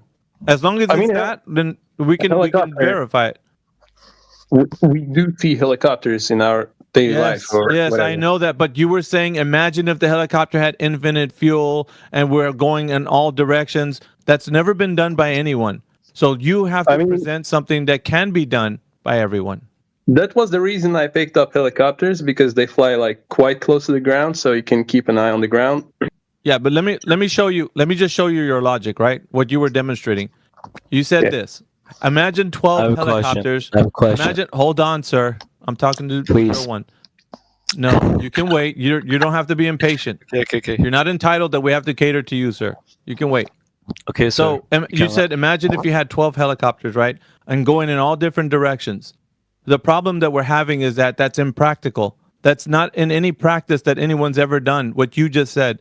And furthermore, if you're saying that it's going to go with infinite fuel, it's going to make it even far-fetched than before. So nobody can do what you're saying to verify. Okay, bro, that the we claim got to it. be, dude. Okay. You're going to get muted if you interrupt. Do not interrupt, sir. We still can replace helicopters with bicycles, Yeah, but we can't. Dude, listen. I mean, I'm trying my very best for you to stay practical, sir. Can you do that? Yeah, sure. Can you stay practical? I don't care what example you have, but just keep it practical. That's all I'm asking. As long as you have food and water, it's still practical. No, as long as you're able to make the hypothetical something that we can all test, then yes, I would say go ahead with your hypothetical. But it can't, if it's something that's outside of the range of us testing, then you can say whatever you'd like. I mean, in your own mind, you think you could be right. If I had to finish like the theory, it's like, let's say it's practical. Okay, let's say no, it has to be. Well, let him finish. No, let sir. him finish. No, you can't continue. Listen, this chat operates on people being logical, sir. He's not going to finish something that's illogical. That's not going to happen. If he's practical and logical, yes, he can continue. I guarantee you will hear him out. Guarantee it. Fair enough. Maybe fair enough. So what experiment would you suggest for me to conclude? At my skill, I'm going to tell you like this. I want to tell you like that because I'm going to answer what you just said. I'm going to tell you like this. It's not something that I would be able to tell you because I do not imagine the Earth being a globe. So if for me, I couldn't tell you how to work that out. You would have to figure that out on yourself and then perhaps come back later and then lay it on us. But I would say it like this. I do not believe that the Earth is a globe, by the way. But I'm trying to understand how we can prove it that it's flat. Right. No, it's not about proving that it's flat. It's about proving the claim that it's a globe. It's obviously flat. It's obvious. When you go outside, you see the Earth as a horizontal plane. Nothing more. You don't see the Earth as a globe. So it's obviously a flat Earth. Now you've got to make the case for it being a globe where we do not see the Earth as a globe. So it's not if you're going to make if you're going to make a practical example, it has to be something that we can do, sir, and test. But who can't walk or ride a bike forever, like as long as food and water. Dude, listen. Okay, I'll put it to you like this, right? Do you think that a person on a bike can travel the whole Earth? Why not? Answer my question. Has it been done, sir? Yes, there is people who traveled like thousands. So do you think, brother, listen to me. Do you think that somebody can go over the oceans on a bike? Yeah, with a ship. No. Bro, what the yeah, but you're using another form. You're using another form of travel. It's not a bike anymore. That's why I picked the helicopter. But you said like it's not allowed. It's not practical. Yeah, you this isn't GTA, dude, bro. It's not GTA. You just finished saying. You're going to use a helicopter. 01, listen to me. You just finished saying we're going to use 12 helicopters going in all different directions with infinite gas. That's not practical. That's all right. GTA. That's what Grand Theft about Auto, like an bro. airplane? What about an airplane? A jet plane? That's still Grand Theft Auto, bro. Okay. In an airplane, does an airplane have infinite fuel? There is like some tankers. Dude, bro, you gotta work with me here. You gotta work with me. Does a plane have infinite fuel? Yes or no? It doesn't have infinite fuel, but thank you. Can bring a tanker each time. You cannot, bro, dude. Bro, what tanker, bro? What tanker are you talking about? Who do you think we are, Richard Branson? No, dude, like honestly, the things that you're saying are so illogical, so impractical. Nobody can do what you're saying. You're putting the claim of the Earth being a globe, how you verify it, far out of everybody's reach. Nobody can test what you're saying because you're making this idea that nobody can do. Couldn't you just say transit? No, I'm asking him because he's going to have to come up with some method that he's going to verify the Earth being a globe and some practical means. And everything so far that he's shown is just, all of it has nothing to do with anything that anyone can do. I personally can ride a bike forever if I want to. You're going to go over the oceans? You're going over the oceans, dude, in a bike? I'll switch to a boat. Bikes that can ride so if you switch to a boat, you're changing your method of travel. So that means that your bike example is not just a bike. Now it includes a boat. Think with your brain, sir. You're not talking about something that's logical. You can't travel the Earth on a bike, bro. If I have like an airplane that uses solar power. Yeah, bro. I can virtually travel infinitely. Childlike mentality. I mean, this is childish, bro. You haven't listened. Nothing that you've described so far has put it into the practical use that people can see that this is how it can be done. Nuclear power. Nuclear power. Yeah, that's great, dude. Give up, bro. That's wonderful. Are you going to put a nuclear power thing together? And then no, because you're requesting like a source of energy that can last like for long period of time. Listen to me. It's not that I don't want you to speak, but right now you've gotten into so many different types of ways that you're trying to prove that you could travel over the Earth in such impractical means that nobody can do what you're saying. Nuclear power, ride a bike across the whole entire Earth. Dude, these are examples of a child trying to explain how the Earth is a globe, bro. The United States got aircraft carriers that can travel forever. It doesn't matter. Let me do this. I'm gonna do this for you, man. One more thing, right? I'm gonna give you one more chance to give us a practical means. If not, I'm gonna go to another speaker. I will allow you one more chance. Give us a practical means that we could travel the Earth, so we could verify, like as you said. You want to know the Earth's a globe? Try one more time, sir. If not, I'm just gonna go to another speaker. Aircraft carrier. It has Can it travel? Okay, I'm gonna stop you right there. Aircraft carrier. Can it travel over the land? Yes, it has like aircraft. It has like fighter. No, sir. The aircraft carrier is a boat. It's a ship. It cannot go over land. So therefore, you'd have to change your mode of travel. So it's not going to be just the aircraft carrier. So you're putting rules here, like.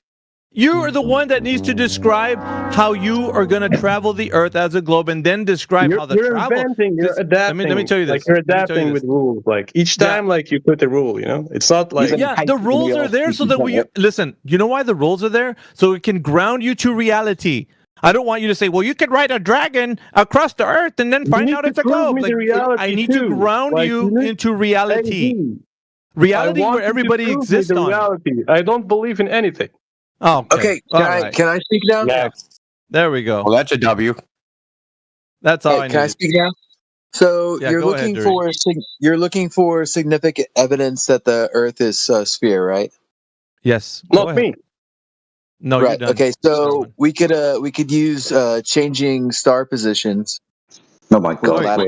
Go ahead and show us. Well, you know what? I do it this way. I'll let you exclaim if you can. Put it in a statement of how this is going to be the case. So we verify the Earth being a globe. All right. As you travel north or south, you observe a noticeable shift in the positions of the stars in the sky. Right. Mm-hmm. Wow. Would you like an example? No. I mean, what I'm saying is with your example, Deirdre, I think that's your name, Deirdre. Deirdre, with your example, I want you to exclaim how doing all of this leads us to the conclusion that the Earth is a globe. So basically, you could probably do it this way. I think it is a better way. Form it in a logical statement or logical syllogism, right? With two premises that are true and one conclusion. So premise one, what's the statement that would be true? Traveling the Earth and seeing something shift? Like, you know what I mean? Like, put it in a logical statement. Two true premises and one conclusion. Can you do that for me, Deirdre? Yeah. Hold on a second. I got a call. Okay. Can I finish his thought? If do you know where he's going with it? Yeah, like I didn't really get to finish like the example. Oh, I thought you were on a call. No, I said cough. I had to cough. Oh, go ahead, Deirdre. I thought you said call. Maybe he thought you said call. I guess so. Like, I guess it would like this would be like the premise. Like, so the premise one is like as you travel in a direction, you can observe a noticeable shift in positions of the star in the sky. And premise two is the North Star, Polaris, appears higher in the sky the further north you go, and disappears below the horizon once you cross the equator. And the conclusion is the this situation, this phenomena is only possible on a spherical Earth. Okay, now just hold off, Deirdre. I'm going to have the panel examine your logical syllogism and see if there was any logic in the syllogism. So I'm going to hand it over to 24/7. Does anybody chime in to see if he was correct on his premise? Go ahead, Jay. So stars go below the horizon. You'd have to prove that to be true. I think you might be begging the question of the horizons, the curvature of the Earth, for things to go beyond and appear to go downwards to. The phenomena can be clearly explained due to perspective. Things above your eye, like, excuse me, the light that's above my head, to the observer at the other side of my room, the light isn't directly above their head, but they've got a light above their head. You're asking us why the sky looks different when you change location. You've changed location and the sky's different there. When you get there, it's a different sky. So yeah, I've got issues with premise two. The premise two. With the conclusion, man. How did you even reach that conclusion? Yeah, there is no answer. You know, you're not. Okay. So we see the stars; they're different in location. Polaris, you can't see it when you go south of the equator, whatever that is. Therefore, that can only happen on a sphere. How did you reach that conclusion from those two premises? Below the horizon. Oh, what the below the horizon thing? Yeah, the begging the question that the Earth's a ball. Yeah. That went below the horizon. So, how do you know it went below? Yeah, that was my question. Yeah. Yep. That's to the gentleman. The gentleman, if you could respond. Deirdre, I think your name was Deirdre. Right. Let's see. So your assumption is that since the Earth is flat, that No, we're not making assumptions. We're only talking about your claim. Well, I mean, if you're right, wait till I finish. Well, you're not a child, so wait till I finish. I'll be done in like 10 seconds. So we're addressing your claim that The stars, since they go out of your range of view, that they're going below the horizon is begging the question. Nobody sees anything going below the horizon, because if it did go below the horizon, you couldn't see it. So how would you know that's the case? Let's see. Well, it provides, it provides like observational. You're looking at it, observational evidence of a spherical Earth. The shift in star positions. Excuse me, I'm talking. Can you let me finish? Thank you. You know, I know I'm going to stop you because you don't have evidence. No, you don't have evidence. Excuse me, you're interrupting me. You're begging the question again. That's why I'm stopping you. Yeah, please let me finish. The shift in star positions as you move north to south can only be explained by a curved surface. If the Earth were flat, the positions of the stars would not change in the same predictable manner. Yeah, that's not true. So, okay, let's say I'm in a gigantic Walmart and there's lights all over the ceiling, and I label the lights. This is Polaris, this is Aries, this is Orion, yada, yada, yada. Right? And their different lights are labeled different things. Then I walk from one side of Walmart to the other side of Walmart, and the positions of those lights in my field of view, they change. They moved around, right? Now I'm standing under different lights at the south side of Walmart than the north side of Walmart, right? Is Walmart a globe? No. Okay, so no, this isn't evidence the Earth is a globe. It's only evidence that you moved around. Yeah. Oh, look at the different things that are over here. Right. Right. So if but if you were to go north or south, right? And if the Earth were flat, the positions of the stars would not change. Sorry, I just demonstrate that false by the Walmart example. Yeah. Wait, are the stars in the sky the same distance as the lights that you see at Walmart? No. Well, it wouldn't matter. What do you mean it wouldn't matter? Because you're moving from one location to another. You were under this thing, and now you're going to go and stand under that thing, and then you're going to ask us, why the hell is that thing up in the sky when I stand under it? What do you think, when you walk around, like the same star follows you around or something? Well, is that what you guys think? That's what you think. Evidence. That's what you think that flat Earth is. For example, Dudry, if I could ask you, what do you think flat Earth is when we say flat Earth? Can you describe a mental picture of it to us? What you think it is? No, I don't know. You'd have to tell me. Like, I'm not sure of your position. Like, I am under the position that the Earth is a sphere. Yeah, so. I get it. But if we say flat Earth and you say this could not work, why do you say this could not work if you don't have a mental picture of what you think flat Earth is? Because you're okay. So in other words, what I'm saying is, if you have the globe right on one hand and you have the flat Earth on the other hand, you're comparing them together, and then you can say, okay, I can see what one on the globe is doing, and I can see what the flat Earth is doing. So I'm comparing them. And the flat Earth does not work. So what mental picture do you have of flat Earth to say that does not work?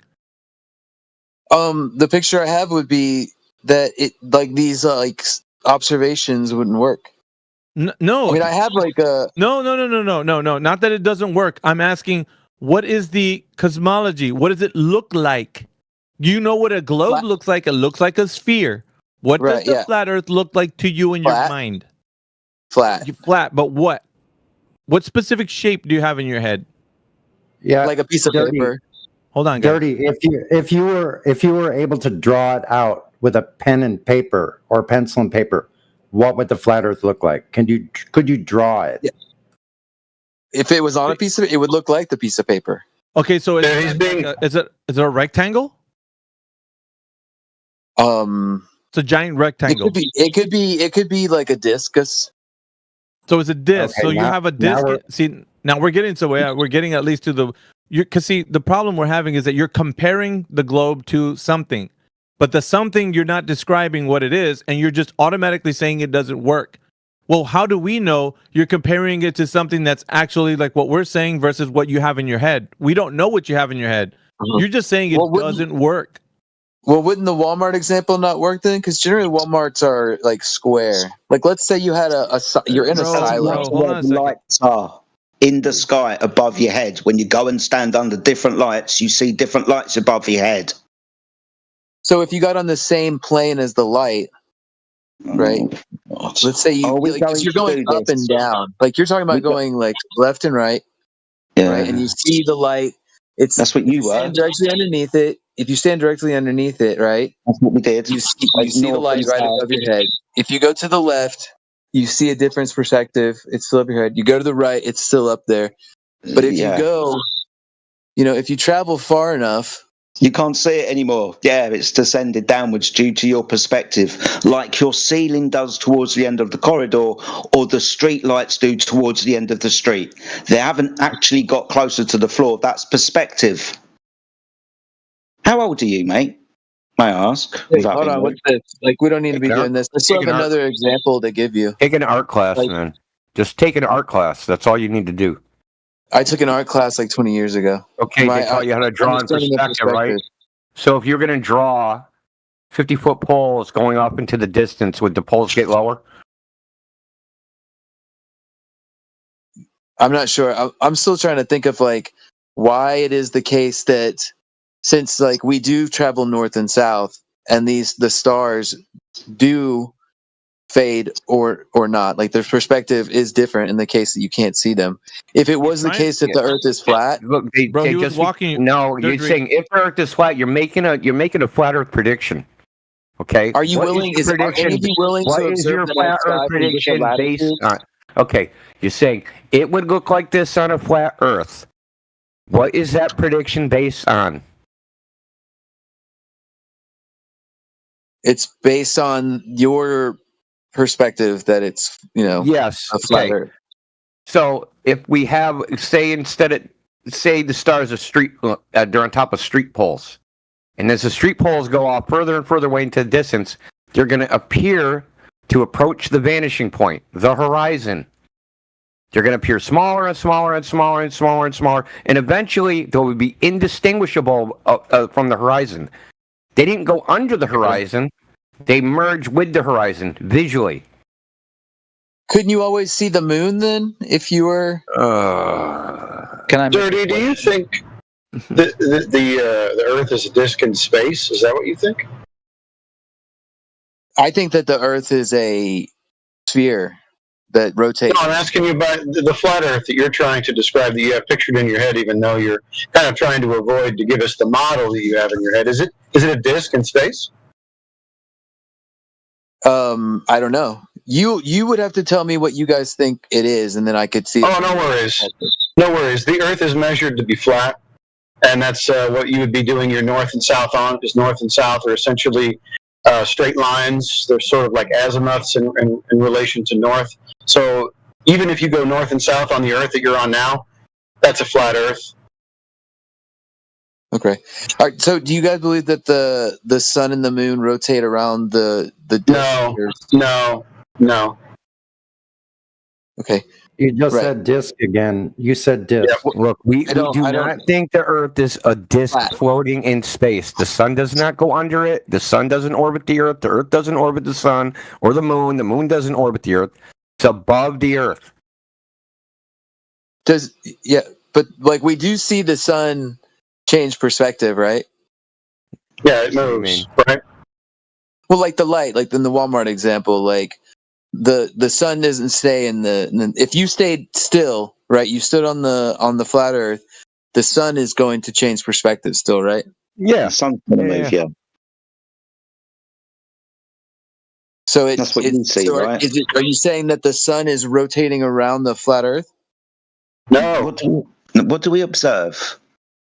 The sun in the sky and moving across the sky. So that's where the sun is. It's in the sky, moving across the sky. Well, it doesn't really move across the sky. It kind of like moves in an arc, and depending on where you're standing. Like, so is that across the sky? That arc that it moves. Come on, dude. Yeah, sure. Yeah, exactly. So you didn't need to try and correct me. That's exactly what I said. It moves across the sky. I can talk about the independent verification of this, right? What do you observe the sun doing? Shifting position. Cool. So the sun. But it would also depend. Look, so like some people on the Earth also like, if you were in Australia or China, right? Let's say someone's in America and someone's in China and they're talking on the phone together. Wouldn't they both see the sun in the same position? No, because for example, like the light, for example, if it's daytime, noon in America where you are, where the sun's right in the sky, for somebody else who's not in this location where the light is, they're probably not going to be able to see it if they're far enough away. We call this not being able to see the sunlight nighttime. Right. Yeah, but you can see the moon during the day sometimes, right? Yeah, that's because the moon moves across the earth and it comes to where you can see it and then disappears and then goes to somewhere else where they can see it. Like anything that moves. Sometimes you can see it if it's close enough for you to see, then it goes away, then you can't. Shock horror. But you're not really, that's kind of like... What? I would you think this is somehow flawed logic when this is what we observe? It's a bit weird. It's a bit weird. Like, I mean, again, you haven't really like explained to me why someone can see the moon in America, but or see the sun in America, but not see it in China. It's not and in then China. That rotates, and those people at different times. It's then see the conclusion. First of all, I wouldn't reach the conclusion they can't see in China. Because they did hold on. They did a simultaneous FaceTime where a dude was in the UK, someone was in Washington State in America, and another dude was in Australia, and they all saw the moon at the same time. What about well, then, like, what about if that was like, what about other places away from it across the equator? Because I guess you guys believe in an equator. Well, I don't, but that's not the point. The point is, in the other places, the moon's too far away to see. Like, get a telescope. Yeah, but then, like, how do you explain seasons? The sun moves. There's nothing else. What seasons? What do you mean by seasons? Like summer, winter, fall. Yeah, I know the names of them. Like, but what do you mean? Like, what's the naturally observed phenomenon that we're talking about? Changes in temperature. Yeah, temperature, daylight, amount of daylight. No, hold on. Those aren't the same thing, though. There's astronomical seasons and meteorological seasons, and they're weakly correlated. Okay, so when it's like, okay, for example, yesterday was the first day of summer. It wasn't the hottest day of the year. In fact, it was the coldest day over the last week. It's like 67 degrees here. So it was 90 degrees. It was 90 degrees for the week prior to that.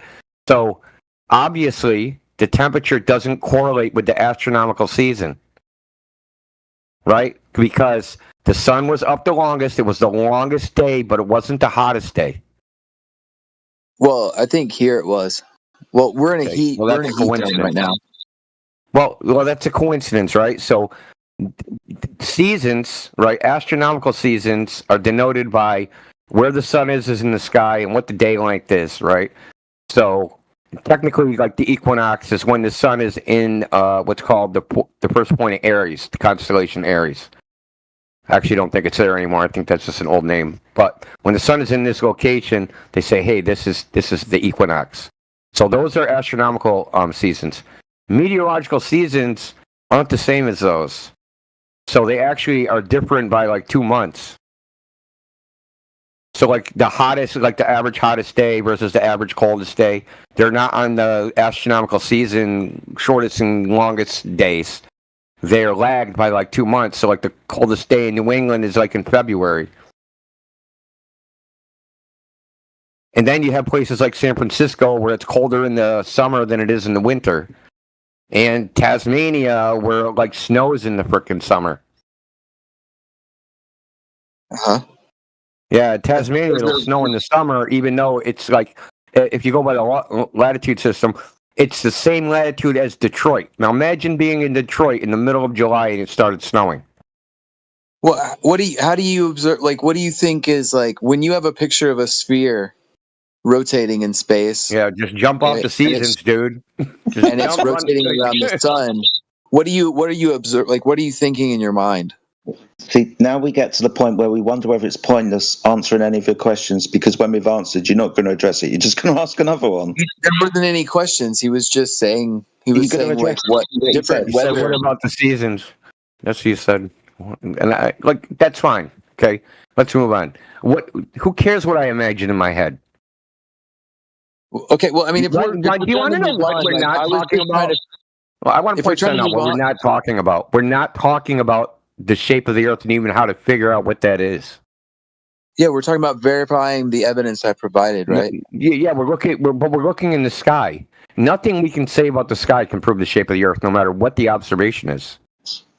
Well, I mean, it could be like independently verified by you or by anyone. No. Willing to observe the night sky from different latitudes. No, this is a matter of logic. This is just a pure logical. Well, no, fact. this empirical. But you're not observing the thing that's in question. You're observing something that's not in question. We're concerned with the Earth. If you look at the sun, okay, if the question's about the Earth, you don't figure out what the Earth is by looking at the sun.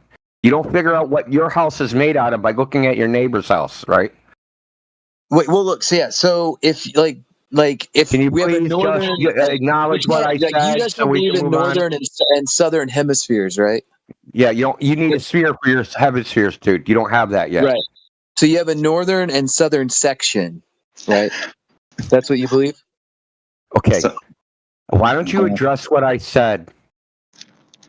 Well, if I took a piece of paper and I drew a line pointing, he shut you going up. one way and a line going He's the having other an way. inner monologue, trying to. He's just trying to think of the next thing to say so that he can continue this party. He's not. What are you talking about? You're unwilling to answer any of the things that have been asked you. People have been asking you questions, Deirdre. You're not answering anything. You're just keep asking questions. Monologuing. You're monologuing. You're not responding to anybody else anymore. Oh, I'm sorry. What was the question? Because it didn't sound like a question to me. There's been like 3 questions that you haven't answered so far because you're monologuing.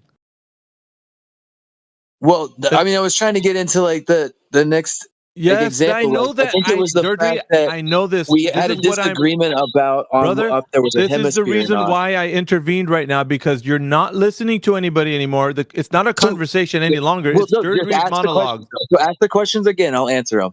No, that's not how this works. This means that you need at least to cool down for a little bit. Let another speaker come in. Well, at least tell me the questions so I can can answer them and think about. You're not them and gonna, answer dude. them. Here's the easy way to do it. Server mute. That's it. Just take a cool down, take a knee, let somebody else, ask some questions. Yeah, let a bench warmer come in.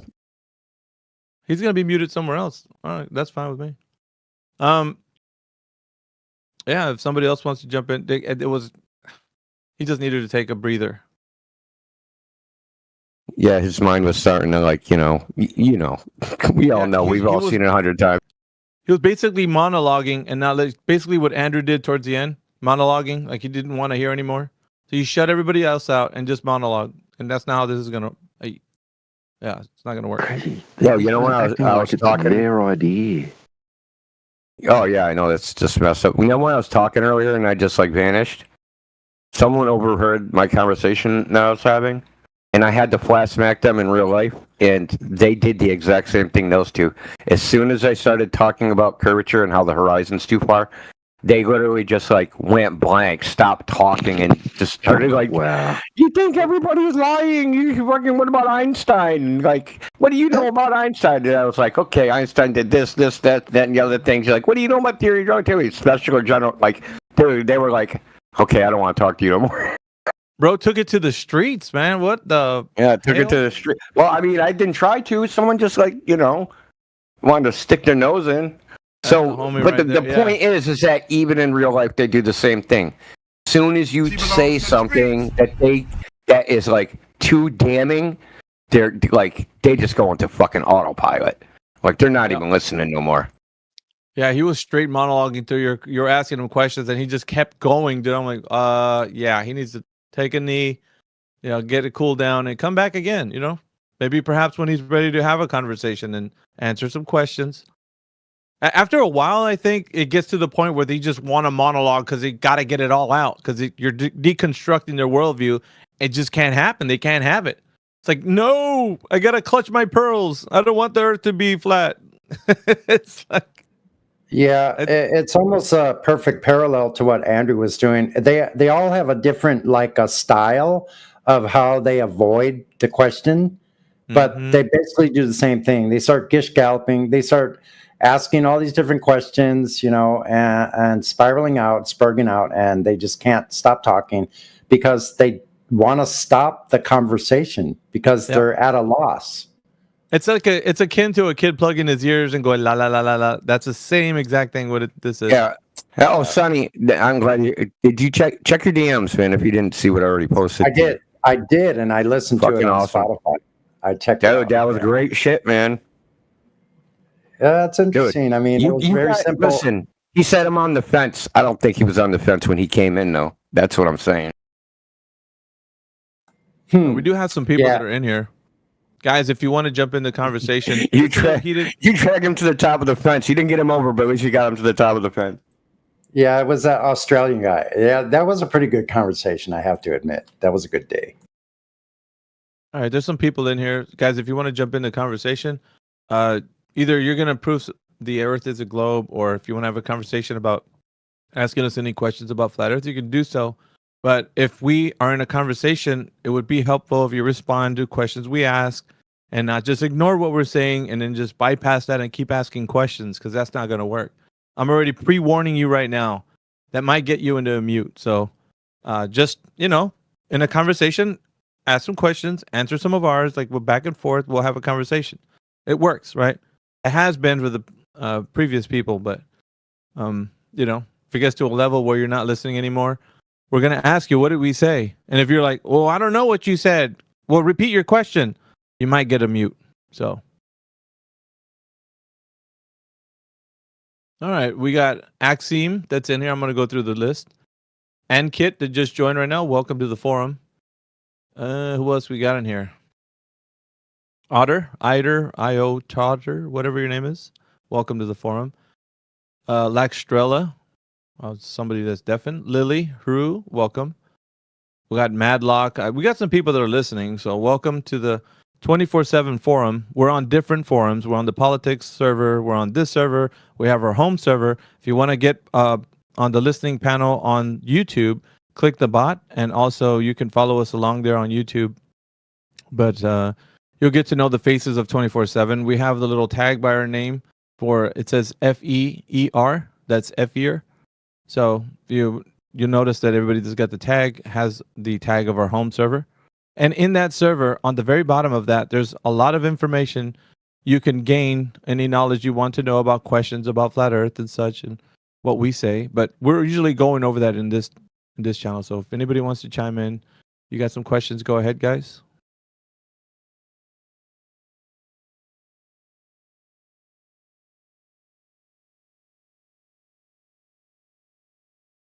All right. Since nobody spoke up, I was just going to say to all the newcomers, anybody listening, just like Alpha was saying, if you just click on that FE tag for any of us, our home server is on there as a link, just in case that wasn't clear. Yeah. Yeah, there's a lot of information at the bottom of our server because we have terabytes of information of Flat Earth. So we encourage you guys to go look at that information. There's plenty more than we can cover in conversation right now. So if you're interested, you can follow us there. But also the live stream. So it's pretty good, man. We've been going for about 6 to 7 years. Helioskeptic is the owner of that live stream, and he's been gracious enough to been live streaming us for about that long. So we have a catalog of our content. That means if you want to catch up with any of the conversations from all the people that speak on 24/7 panel, you can go back to the live stream and figure out like who said what, when, where. And we have it there to document our interactions. We have to sometimes because people say, I didn't say that. We're like, well, let's rewind the live stream. We'll find out if you did or did not say that. But usually, most of the time, people misspeak or they say things and they didn't know they meant to say that. So we'll have to go back to the live stream. We point it out and they're like, oh, okay, I did say that. So yeah, we're we're live streaming at all times, but we're doing it for keeping everybody honest because we can rewind live streams and find out if somebody said something. So, yeah, welcome to 24/7, man. And we, like I said, we appreciate Vivek for letting us come here to this server and kind of have a conversations with people about flat Earth. So, yeah, welcome to the 24/7 panel.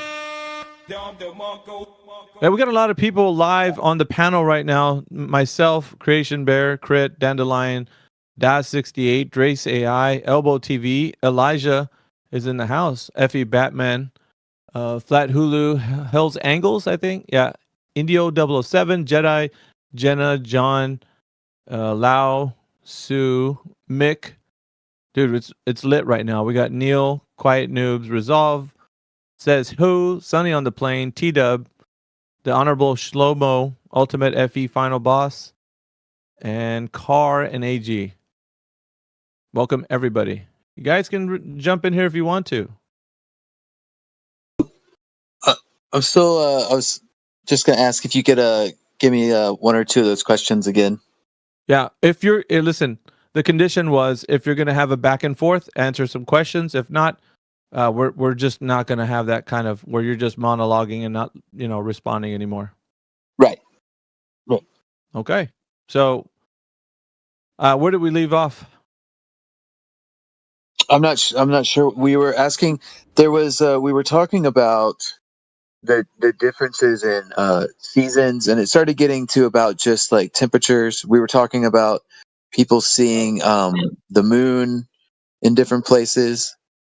You're basically asking why do we have seasons on a flat Earth? Is that what you're saying? Well, I was wondering what the idea of seasons, like how seasons were explained through like flat Earth theory. It's just it's simple, right? Because it's the proximity of the sun to your geographic location. So if the sun is closer to you, guess what? It's summer. If it's farther away from you, well, no duh, it's winter. Yeah, it's pretty simple. There's not a big brain to think about it. It's just where the sun's located and, respect to your geographic location. Pretty simple. Mm-hmm. That it? Cool. Well, I mean, sure. Yeah, like that's. I mean, I could probably try to refute that. I kind of you can't because it's an explanation of what's happening. Like what causes the season is the sun's proximity to your geographic location. So would you say when the sun is up at daytime, it's hot? Would you say, is that a true statement? I mean, no, because like if the sun's up, that doesn't necessarily mean it's hot. Oh, right? So the sun doesn't cause heat, Deirdre. Oh, certainly. Okay. Depending on. So then we can say we can make the statement. Then you just contradicted yourself. So that means when the sun's up, it's hot. Yeah. No. Okay. Let me ask you the other question, and let's go back and forth like ping pong. So does the sun cause heat? Yes, the sun can cause heat. So when the sun's up, is it hot? No, not always. Is it not hotter than it was during the night? Think about this for a moment, brother. Yeah. Well, I'm saying like the sun. Yeah. Like the sun can. The sun can shine in like Antarctica, and it can still be like. Is it hot in the summer when it's warmer? It's hot. Well, that was the question. That's where he's getting confused, Davey. No, listen. It's hotter. It's simple. Not in his. It's relative to him. Yeah. But when we say when the sun's up, what causes seasons, right? Well, the sun's proximity. So it's proximity to you, right? If it's farther away, that means it's going to be cooler, right? When it's closer, it's hotter. Is that a true statement? Are those true statements? Hello? Yes. Okay. So therefore, seasons happen to deal with the proximity of the sun. Farther away, closer to you.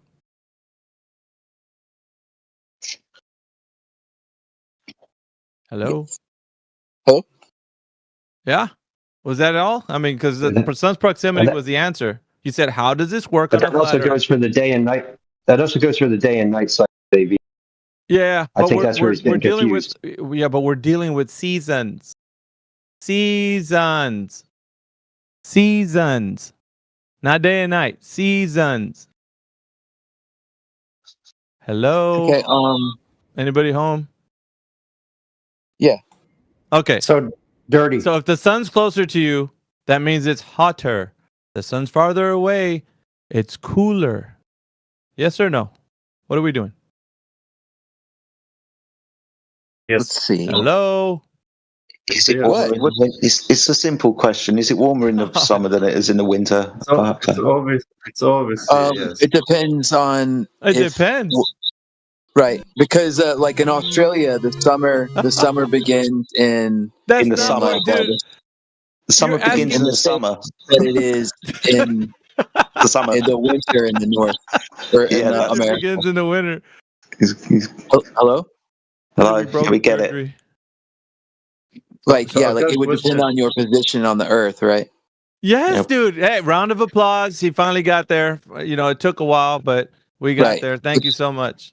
But it would be the fact that the earth is a sphere that would cause that. No. Wrong. So dirty. No. Wait. Dirty. Hold on a second. No, the fact is that what I told you was the seasons are caused where the proximity of the sun is, and you said okay, you agree with it, and then you said at the end of that, but the fact is the Earth's a globe. No, you tag that on to seasons. Seasons didn't need that. You tagged it on. Do you hear what you just did? You tagged that on to seasons. Seasons did not need that. You tagged it on. Well, so what's responsible for seasonal variation? Okay, the proximity of the sun to your geographic location. Yeah, Right. if I might interject real quick, dirty. Are you in the Well, I live just chat? have a question about the tilt of the Earth. Hold on, we're not there yet. That could be the next one. So we're still on seasons. Are you in the chat? Are you in the chat right now? In the side chat? Sure. Okay, so do you see what I posted? I'm Sunny on the Plane at 44 minutes. It's an hourglass looking shape. It's called the analemma. Are you looking at that? Do you see that? No, I see. Scroll up. I see an inner core picture. Scroll up. Okay, so you got to scroll up to 44 minutes after the hour, and you'll see what I posted. If you're in the right chat, it would be the open chat for this live stream. I'm in the side chat. Post it again, Sonny. So just repost it. All right, one sec. Just give him a moment. He's gonna repost it. Hopefully you're in the right chat. Okay. All right, he posted. So do you it see what I posted now? 48 minutes. If not, you're in the wrong chat. Yeah, Sonny. Yeah, I see it. Okay, good. So this is called the analemma. It's an hourglass shape, right? So what this is at the same time, like every day throughout a year or various times throughout a year, this is showing the position of the sun, right? So to the right side would be north. To the left side would be south. So this is basically a measurement of the sun's position and its course throughout the year. If you were watching it, it came overhead, and then you snapped a photo of it. That's what all those points would be on that hourglass shape. Those are all measurements above a flat plane. That explains the seasons. Yep. The sun's proximity to your geographic location. Yep. That's how the seasons. Yeah, that's how the seasons occur. This is why they occur the way they do. Do you understand that? I'm a little bit confused. I know, because you're trying to insert the ball in this, and you don't need the ball. You don't need it. People that make these observations can do so throughout the year. And when they snapshot a photo of the sun throughout the year, it creates this hourglass called the analemma. And so the sun's proximity to your geographic location, right, will vary. So it depends if you're in Australia or in North America or in Europe or wherever you are. You're going to take a picture of the sun every day throughout the year. It'll create this hourglass in the sky, which is called the analemma. And all it is where the sun's position is in regards to your geographic location. That's it. No globe needed whatsoever. Yeah. So this doesn't require rotation of the surface. It's measured above a flat plane. It would be totally different if Earth actually was a curved surface, but it's not, clearly. This is one example. Wait, right. Can I explain my position? Yeah, you go ahead. What? Right, like the analemma, the figure 8 pattern that shows the position of the sun in the sky, right? So we're talking about at the same time each day over a year. Yeah. That results from the Earth's tilted axis. No, and its elliptical orbit around the sun. Yeah, let me show you why you're wrong. Okay, one way to show you how you're wrong: prove that the Earth is a ball right now, doing that little spinny thing in your little image there. Prove that it's a ball. Do that, and tilt it if you want. We're not going to wait, Dudry. We're asking you a question. Do that thing that you say you're going to do. You're showing us a depiction, a cartoon ball. I want you to show me how you know it's that cartoon ball. Show me. Prove it to me. How are you going to do that? We're not waiting. I guess I can. Thank you. That's the answer. Thanks for playing. But wouldn't that be a fallacy? No, it's being honest. That's what it is. You're honest.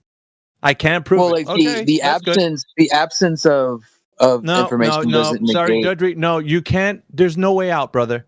This is the answer. You can't.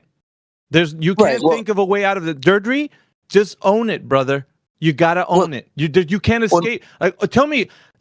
Once you say it can't, I can't show you. That's it. That's all she wrote.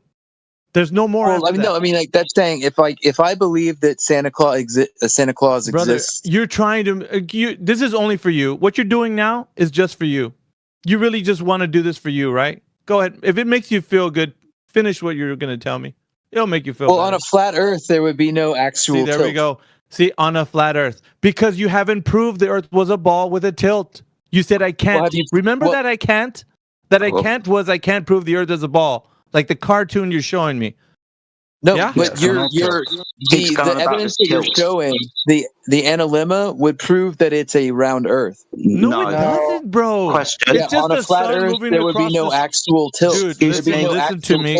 Listen to me. It was just the sun's position in the sky. That's all it ever is. It's not the Earth being a ball tilting, because you can't even, like you said, I can't prove it. I can't. You can't. Well, what's the mechanism? What's the mechanism to create seasonal variations? Dudry, listen to me. Sun moves for the 20th time. Yeah, you can't prove the Earth's a ball, bro. You said it.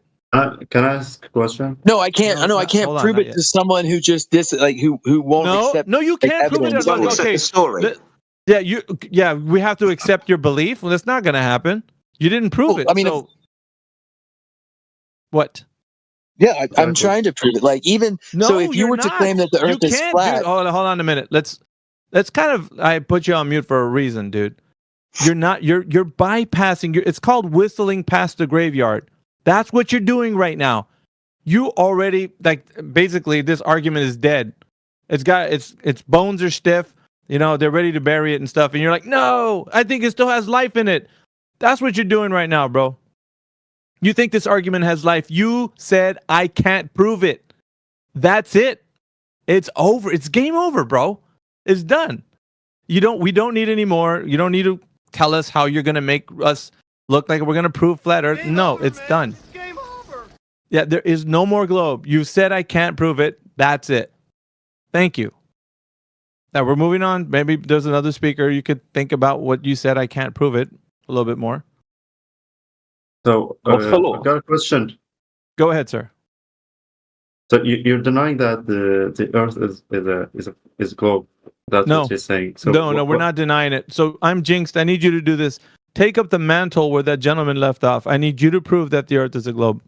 Go ahead, sir. No. I've just got a question. Can you do it? The shape of... I'm jinxed. Can you do it? No, I can't. Thank you. Maybe there's another speaker that can. Yes, we're moving to somebody who's capable, sir. I have to hold you on mute because we don't need any more questions. We want somebody right now in the call that can actually prove to us that the Earth is a globe. This is so important to everybody. that somebody hears, someone who knows that the Earth is a globe, prove it to everybody else. If you cannot do it, we'll just move to another speaker until we reach no more speakers, and perhaps we'll come back to you and then say, okay, let's talk to you again. But for right now, we got to see if there's anybody else in the chat that can prove that the Earth is a globe. We want them to speak.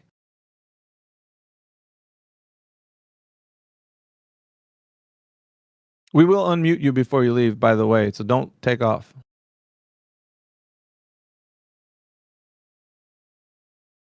All right. Does anybody else want to chime in to how they know the Earth's a globe? If not, we'll go right back to this guy. I just have one question. Oh. I see there is a YouTube in here. I just want to know, is this actually live? We are live. Are you scared, Jedi? He was already going like, oh, hell no. It just gets me every time. It does, right? I'm not used to all of the new accents in here, so I think he's done it twice to me now. It's like, hold on. Oh, it's fucking CB again. But there is another question we got to ask CB though, man. Why does he got that OSS tag, man? Is he dissing us? I know. Is he, like, a part of like some other group? Nah, I'm not changing. He's falling bro. off the wagon. Like, I don't know, man. Like some kind of. It's a jacket. I gotta rep the OSS, bro. He said it's fresh and fit thing. I asked him the other day. Hell no. That's Myron's thing. Yeah, I'm not changing it, bro. Sorry. That's all right. Oh, we know where your allegiance lies, bro. Now the true colors are showing through. He's a my boy fucking Clipboard knows. He's My a boy deserter. Clipboard knows about it. Yeah, is it what you call it? Shit. What do we do with deserters though? I don't know. What's our policy on that? I don't know. I think they firing line and shit. Clipboard, where you at, brother? Clipboard, I need backup. India's gonna take your bars off your collar, bro. I think that's what's gonna happen. Clipboard, throw up no slash. I don't know. If you want to go back to Jinx, we can. I think he was. We'll give him a funny nickname. Yeah, but he's not crazy, dude. Yeah, we're gonna bury the honorable creation bear. We'll just find some scrub name somewhere on the internet, just attach it to him. He can be Brenda. Oh, Damn. It reminds me of one of those Clint Eastwood spaghetti westerns where the first part of the movie they're showing them like stripping him of all of his like tags and his like medals. He says, "Oh hell no!" He's giving like dude. He's giving like 2 middle fingers to the Discord, and he's just like, "Yeah, I'm keeping this here, boys. I don't give a damn about you guys. I got to ride with these folks." I'm like, bro, man, we came a long way, and I don't know, man. We did come a long way. You know what? I don't even know if I like FEER. If you guys come up with something better. Oh, snap. Shit. Indio, you just going to take that, Indio? Yeah, like what? You guys want to get back to the debate? I'm open to the ideas. You can only use 4 letters, so I think somebody took it off, so I can't use that. He's going to say fresh and fit, because that's where his allegiance lies. So you guys want to get back to the debate? What debate? There isn't a debate, bro. Like that's the problem. Like this is not a debate. It's an exposition of how people don't know that the Earth is a globe. Yeah. So you asked for like what was it that you said you wanted me to prove that the Earth was round? Yeah. So Back to the foundation. what evidence would you accept? A measurement of curvature, a curvature, drop over distance, a direct measurement on the surface. Horizon curvature. Bro, look, see, this is not a monologue, right? See it, test it, measure it, verify it, falsify it. Any one of those. Well, would you accept photographic evidence? No. Okay, so it's not just any evidence, right? You do have specific evidence. Listen. Are you not listening? Is this a thing where you're not listening again, Deirdre? Remember what I said? When you don't listen, we'll hold you on the mute. You have to listen to what we're saying. We're telling you what we require. We're saying it. You're not hearing us. Yeah? Unverifiable pictures are not valid evidence. Okay. So what about lunar eclipses? Hold on. Here we go. Especially when we're making interpretations, right? There's a reason why we have engineering diagrams before we put together something. We don't just go look at the pieces and slap it together and say, oh, that looks like 10 feet. Oh, that looks like 12 feet. No, we have engineering diagrams, but we don't see in the engineering diagram. So if you're going to show photographs, it depends on what it's a photograph of. If it's like photograph with a tape measure taking a measurement, that's fine. If it's a photograph of like, oh, look, it looks like a ball, that's subjective. We don't want that. We want objective measures. Okay, so you want subjective measures? No, objective measures. Metrics, dude, quantifications. Not qualitative descriptions that are subjective. Looks like a ball to me. Do you accept looks flat to me? You accept that? Wait, a ball looks flat to you? No. Do you accept as evidence the statement, it looks flat to me, so that proves it's flat? Do you accept that? No, I guess not. Okay, why? Because it's subjective. You would like an objective one, right? Yeah, because that's subjective. We're not going to accept that from you either. It looks like a ball, therefore it is a ball. We're not going to accept that from you either. What we accept is measurements of said ball, measurements of said flat. Measurements, like with instruments, where we quantify what it is. Right, with like a GPS? GPS doesn't, no. Yeah, like GPS modern geodesy? What does GPS measure? It's what, a global positioning sensor? Yeah, but it measures this. It measures time technically. It measures the Earth's shape and size. No, it measures the Earth's. How does it measure that? You got the acronym wrong too, by the way. My goodness. Maybe I did. What is it? Okay, GPS. So GPS is a passive beacon. Sends out a message. Your receiver gets the message and it says, "Hey, when did it send this? Oh, this many seconds ago. I received it at this time. Okay, that beacon is this far away." That's what GPS measures. Doesn't measure the shape of the Earth.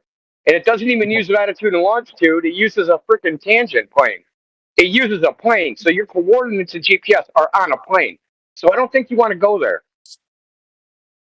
Why? Well, why not? Hold on. Because let's they calm use down. a plane. They don't use a sphere in GPS. They use a plane. Right. You really don't know what you're talking about. You mentioned GPS, dude. You don't know. You don't even know what it is. Well, I mean, the measurements confirm the Earth is an oblate spheroid. No, they don't. Okay, give us the measurements. Post the data that your receiver got from the GPS that confirm the Earth measurement. What? Oh, hold on. Let me look them up. Oh God. Let me look it up. Nope, we're not going to accept that. I need to see if it exists first. Hang on. Oh, so here's the funny thing. Even if you look it up and post the data, it's going to give the data in X, Y, Z coordinates in a Cartesian coordinate system. Let me explain something, Indio, to the audience because they don't know this. But when we ask somebody for information and they say, "Let me look it up," there's a problem. And I'm going to ask the panel, what problem is it when we ask somebody where the information is and they say, "Let me look it up"? What's the problem? I'm going to ask the 24/7 panel. What do you think the problem is? That's pre-Googleization vocalization syndrome, or what is it, Drace? Oops. Yeah, it's premature explanation syndrome and pre-Google. What was it? Pre-Google vocalization syndrome. Pre-Google vocalization. Pre-Google vocalization, and then premature explanation syndrome. They're two different things. Yeah, but the problem is they've already made the claim. They've already made the claim. Yeah, if they made the claim, they said that this is true, and then they said, "Let me look it up." That's a problem. And of course, we could let him look it up. Let me see if it's true. That's true. Oh, let me see if it's true. Something they haven't looked up before or haven't done any research on. Yeah, that's correct. They haven't done research on it, and they said, like T-Dub was saying, it's true. He's saying it is true. But then he says, "Let me look it up." So for the audience that doesn't know what he just done, he's doing that. He's looking up the information. He thought it was true, and now he's just now looking it up. And you guys didn't know that. That's why I had to stop and give you guys that information. What do you think about that? Let me unmute. So what if he's seen, or what if he already seen it somewhere, but he just forgot the source? He didn't because he had to look it up. So sorry. Try again. All right. So big problems for him, not for us. But it's actually a double issue too. Now I think about it, because he doesn't know what the data is, but he took it a step farther. He said it proves the globe. The data that he don't know what it is, he's taken that to a conclusion. Right? So he's made it two claims. The data is this, which you don't know, and it proves this, which you also don't know. Correct. So can I ask a question? Right. So yeah, like I don't know the specific measurements. I know that through triangulation, longitude and latitude.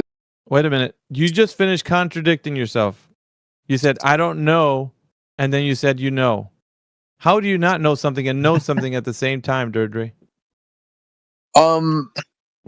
Let's see. I'm trying to think of something complicated that I don't keep in. Why are you trying to... Dude, you don't have to try to think. Either you have the answer or you don't. It is not very complicated. This is the same thing liars do. Liars do what you're doing now. And you don't need to do it. You can stop. You can stop doing this. You're only doing it to soothe yourself. But we're hearing you actually do it live. But I mean, you don't have to do it. Do it live. You're contradicting yourself. It's just... Would you say that there's a lot of desert in the Gobi Desert? Oh my goodness, dude. We don't have to give you any information. You have to do a presentation of how you know something to be true. You're asking us questions. You should be presenting information to substantiate your answers. Like whatever it is.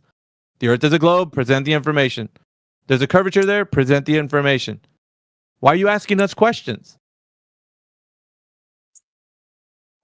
Well, I mean, like you were calling me out on something, but if we're going back on to everything, just actually, me providing the evidence, you haven't. Right. Well, so can we maybe I can ask. No, this is called bargaining. You're bargaining with us now.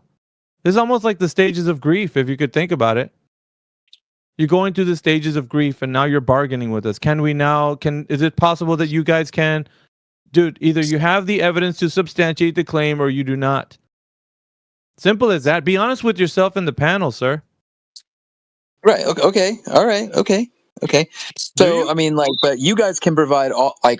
Okay, don't be going to you guys. Either you can provide the evidence right now to substantiate the Earth being a globe, or you don't, Deirdre.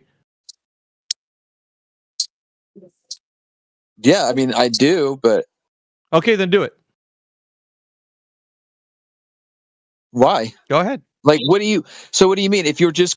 Okay, so you don't need to ask me any more questions. Just do it. Like Nike. Just do it. Go. Right, yeah, there's images. Well, present one. Let's see it. Let's see. Look it up. Yeah, I know. But this is going to soothe him. It's soothing him right now because it makes him feel good that he can do something about him not knowing anything. It's a process called... this is an identity crisis that he's going through right now. He's trying to find his identity within the idea that the Earth is a globe and a cosmos that's ever expanding. So he has to do something about it because he can't believe for this whole time he's been believing just a fantasy, a fairy tale. So he has to go through this process. Everybody like that struggles like the way he's doing now. And I'm only exposing this to you guys because this isn't a debate.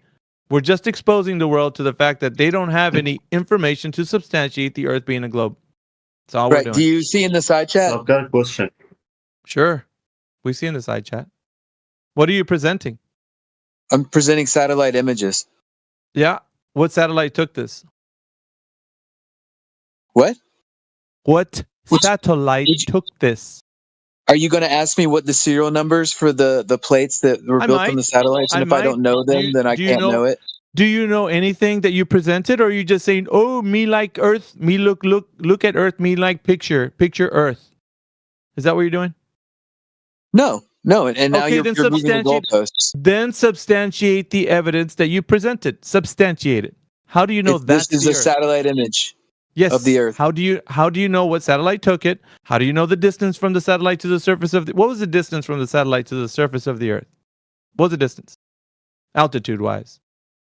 Let's see. I'm not sure. Let's see. How can I put this to you? Google. Do you have any satellite images that would corroborate your position? I don't need to use a weak form of evidence to show you that the Earth is flat. Exactly. I can demonstrate that to you in a practical sense, and also a measurement and an observation. I don't need to. Do you have any evidence that the Earth is flat? Do you have any evidence? Hey, wait, one sec, bro. One sec, bro. One sec, bro. What you've done is the equivalent of me presenting you a photo of Bigfoot and saying, "See," and then having to provide no more information about it, and you having to accept that it's true and real. Well, where's your picture of Bigfoot? Yeah. Do you have any evidence? No, that's not how this works. You don't know any of the. Deirdre, no. Are you making a claim? Are you making a claim? Okay, we're roasting you right now. Hold on. This isn't helping you, Deirdre, that you're spiraling, right? So all you can do right now is present the information and say, this is how I know this proves that the Earth is a globe. Substantiate that information of the picture you put in with relevant information like the altitude of the satellite, what satellite took it. Let's see. Any information that you can say the dimensions of the Earth from that specific image. So how can you tell the size of the Earth from that image? Or anything, dude. Just give me something. What do you know about that? You have to Google everything? It sounds like you're just throwing things on the wall and seeing what sticks. That's what it looks like to the audience. Are you there? Are you going to hear me, or are you just going to say that? Because you go on server mute. It's up to you. Choose. No, I thought you were. I was muted. I had to see if I was open. All right. So, are you going to be able to substantiate the image? I'm presenting things that would be evidence, right? No, yeah, but if it was evidence, then we could confirm that it is. But what we're doing is dismissing it on the grounds of it not being evidence. So it's being dismissed. You submitted it as evidence. We're dismissing it as not evidence. Yeah. Yeah. Otherwise, based on your standard of evidence, you now believe in Bigfoot. Yeah. So we have to run it. We have to run it at least through empirical means. So in what way can anyone verify that image? And the answer to that is we can't. So therefore, it goes by the wayside as not evidence. All right. He also said. So there's the Landsat. There's the Landsat satellite. No, you hold on. They asked me a question. How to verify? You went back on what you said. I asked you if I said the Earth looks flat, therefore it is flat. You wouldn't accept that. And I told you the Earth looks like a ball, therefore it is a ball. We're not going to accept that because it's a subjective evaluation. So you're saying, here, look at this picture. It looks round, therefore it is round. And not only that, looks round, you can't even verify how it was taken, where it was taken from, or anything. You can't even compare it to anything. You can't evaluate it in any way, shape, or form. You just have to believe it or not. That's just like Bigfoot. This is a picture of Bigfoot. Okay, I believe it. That's it.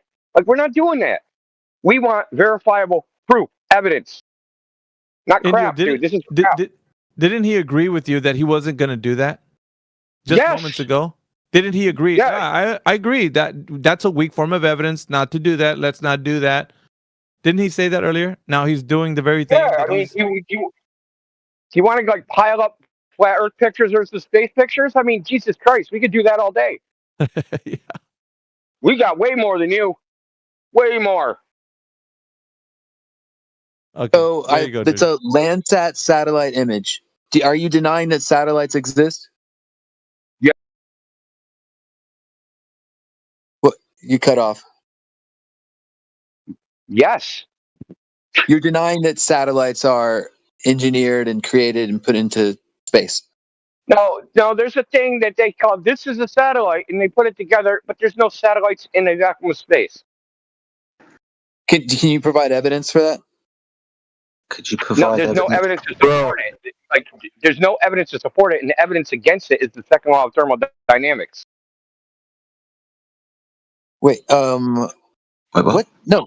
I need evidence that satellites don't exist, that there isn't engineering They to exist create the satellite.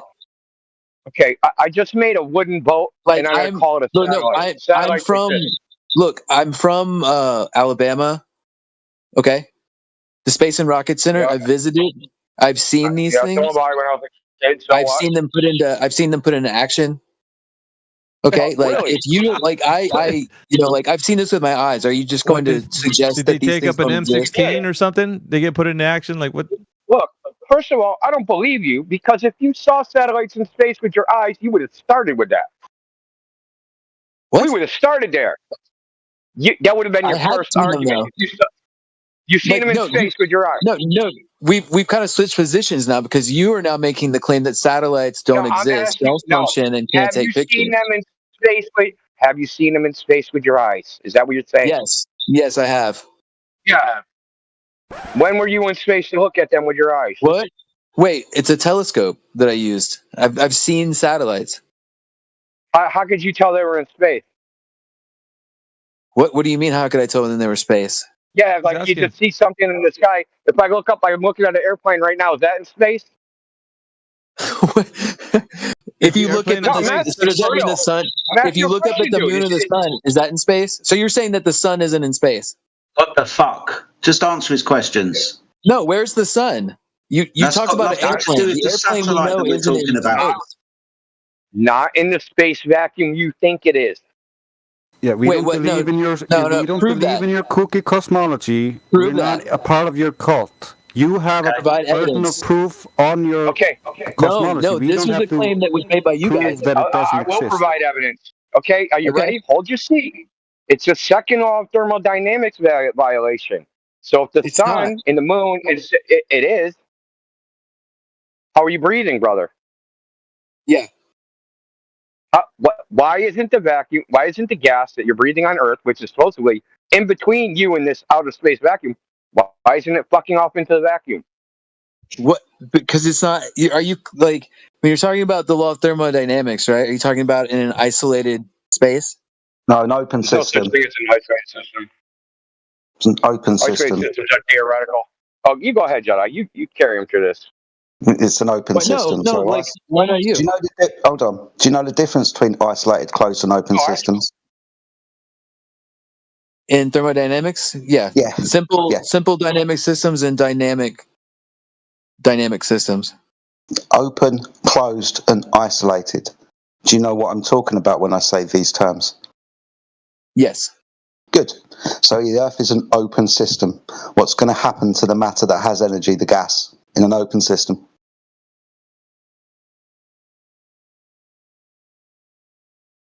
Leave. Because it's open. Right? Mm-hmm. Cool. So that's why we're talking about satellites, the stories you get told about the sun, moon, and stars in a vacuum not being real, because it violates that very simple law of nature that we experience always. Gas expansion. Gas expansion into a vacuum. We've got gas pressure, haven't we? We're breathing it, right? Mm-hmm. Yes. Good. What's the definition of gas pressure? Let's see. Try and think of open, closed systems. It'll be one of the two.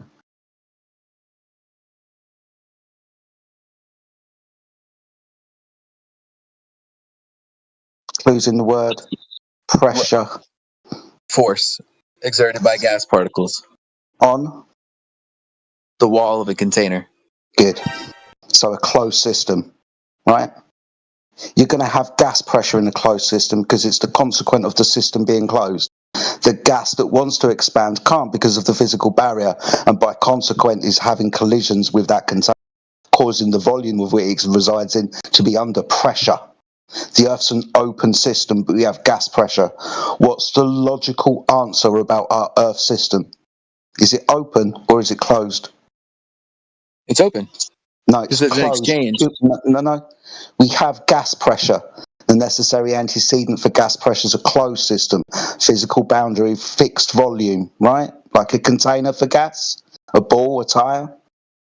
If you open the system, the gas escapes. The open system will dictate the energy contained within the gas will disperse. Right. Right. So. Right. And there's an exchange, right? Okay, so thermodynamic systems, closed systems, like heat can radiate from one system to the other. The physical matter, because the system is closed, can't escape. Like when heat is given to gas, temperature, right? Lots of busy gas, but can't escape because the system's closed. If you open the container to an available volume, the gas comes out. So if the Earth is an open system, what's going to happen to the gas? It's going to be pulled into its center because of gravity. No. Within the laws of thermodynamics, what's going to happen to the gas in an open system? Wait, a simple dynamic system or a complex dynamic system? It's a very complex system, but we're still talking about a thermodynamic system. Right, yeah. So then you are conflating two different things. No, we're talking about a thermodynamic system. No, which one are you talking about? A simple thermodynamic system or a dynamic thermodynamic system? Because this is a normal thing. Excuse me, I'm explaining this. Yeah, tell us what the difference is. You're not explaining anything, dude. Yes, I am. A dynamic thermodynamic system. These are mistakes that are made in thermodynamics when people start to compare simple dynamic systems with more complex thermodynamic systems.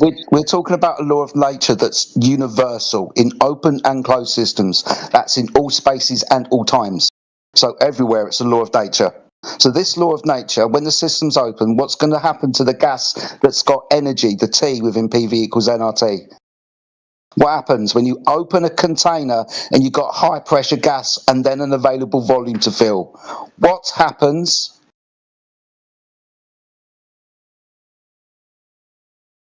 It expands. Thank you. So this is why we know the vacuum of space isn't true, because it violates that very simple law second time. You want to invoke something else that isn't to do with what we're talking about. You know, whoever's in your DMs isn't going to help you, Durdry. No one can rescue you from truth. Yeah, no one can rescue you from the truth, bro. It's going to get you in the worst You guys position. are making flawed. No, let me just explain. Let me hold on. Durdry. I unmuted you so that you won't be interrupting, right? So here's the thing. Whoever's in your DMs right now, they're going to put you in a worse position. And I'll tell you why. Indio just went over it. What is the difference between those systems? Go ahead and describe them right now. Do it. What are you talking about? The differences between a simple thermodynamic system and, yes, go ahead a dynamic thermodynamic system? Yes. Hold on. But in relation to the second law of thermodynamics, I want to see where in the law it says where it's qualified. Can I talk? There's a qualified. No, hold on. When I finish my sentence, you can talk. We want to know the difference in the law of thermodynamics where it says there's a qualifier where it says this does not apply to a complex or in another case a simple thermodynamic system. When did they make that distinction? They made that distinction when they made the claim that it violates the second law of thermodynamics. No, within the second law of thermodynamics. And then they use. He didn't hear what your question was, Indio. Within the second law of thermodynamics, where is the distinction? You keep on interrupting. You didn't hear me again, did you? So within the law of thermodynamics, there's a law of thermodynamics that makes a statement. Where in that statement about what the law is there a distinction between simple and complex systems? What do you mean, where is it? It comes from the context. The context? So it's not in the law. What? Yeah, he don't get it. He doesn't understand. Yeah, I get it. Somebody's feeding. Here's the problem. Somebody's feeding him in the DMs, but they're not equipping him with critical thinking. He needs to be critically thinking about what's being given to him if he's going to explain it. So whoever's helping him in the DMs, you're doing him a disservice. You're not helping him because now he's being grilled on this, and you should be in here, coming in here and talking to us instead of letting him be a puppet for you guys. Whoever it is coaching him, you should do a better job at that. Because now he's got egg on his face because he can't make the distinction of what the difference would be. And I blame you, whoever's in the DMs. It's your fault.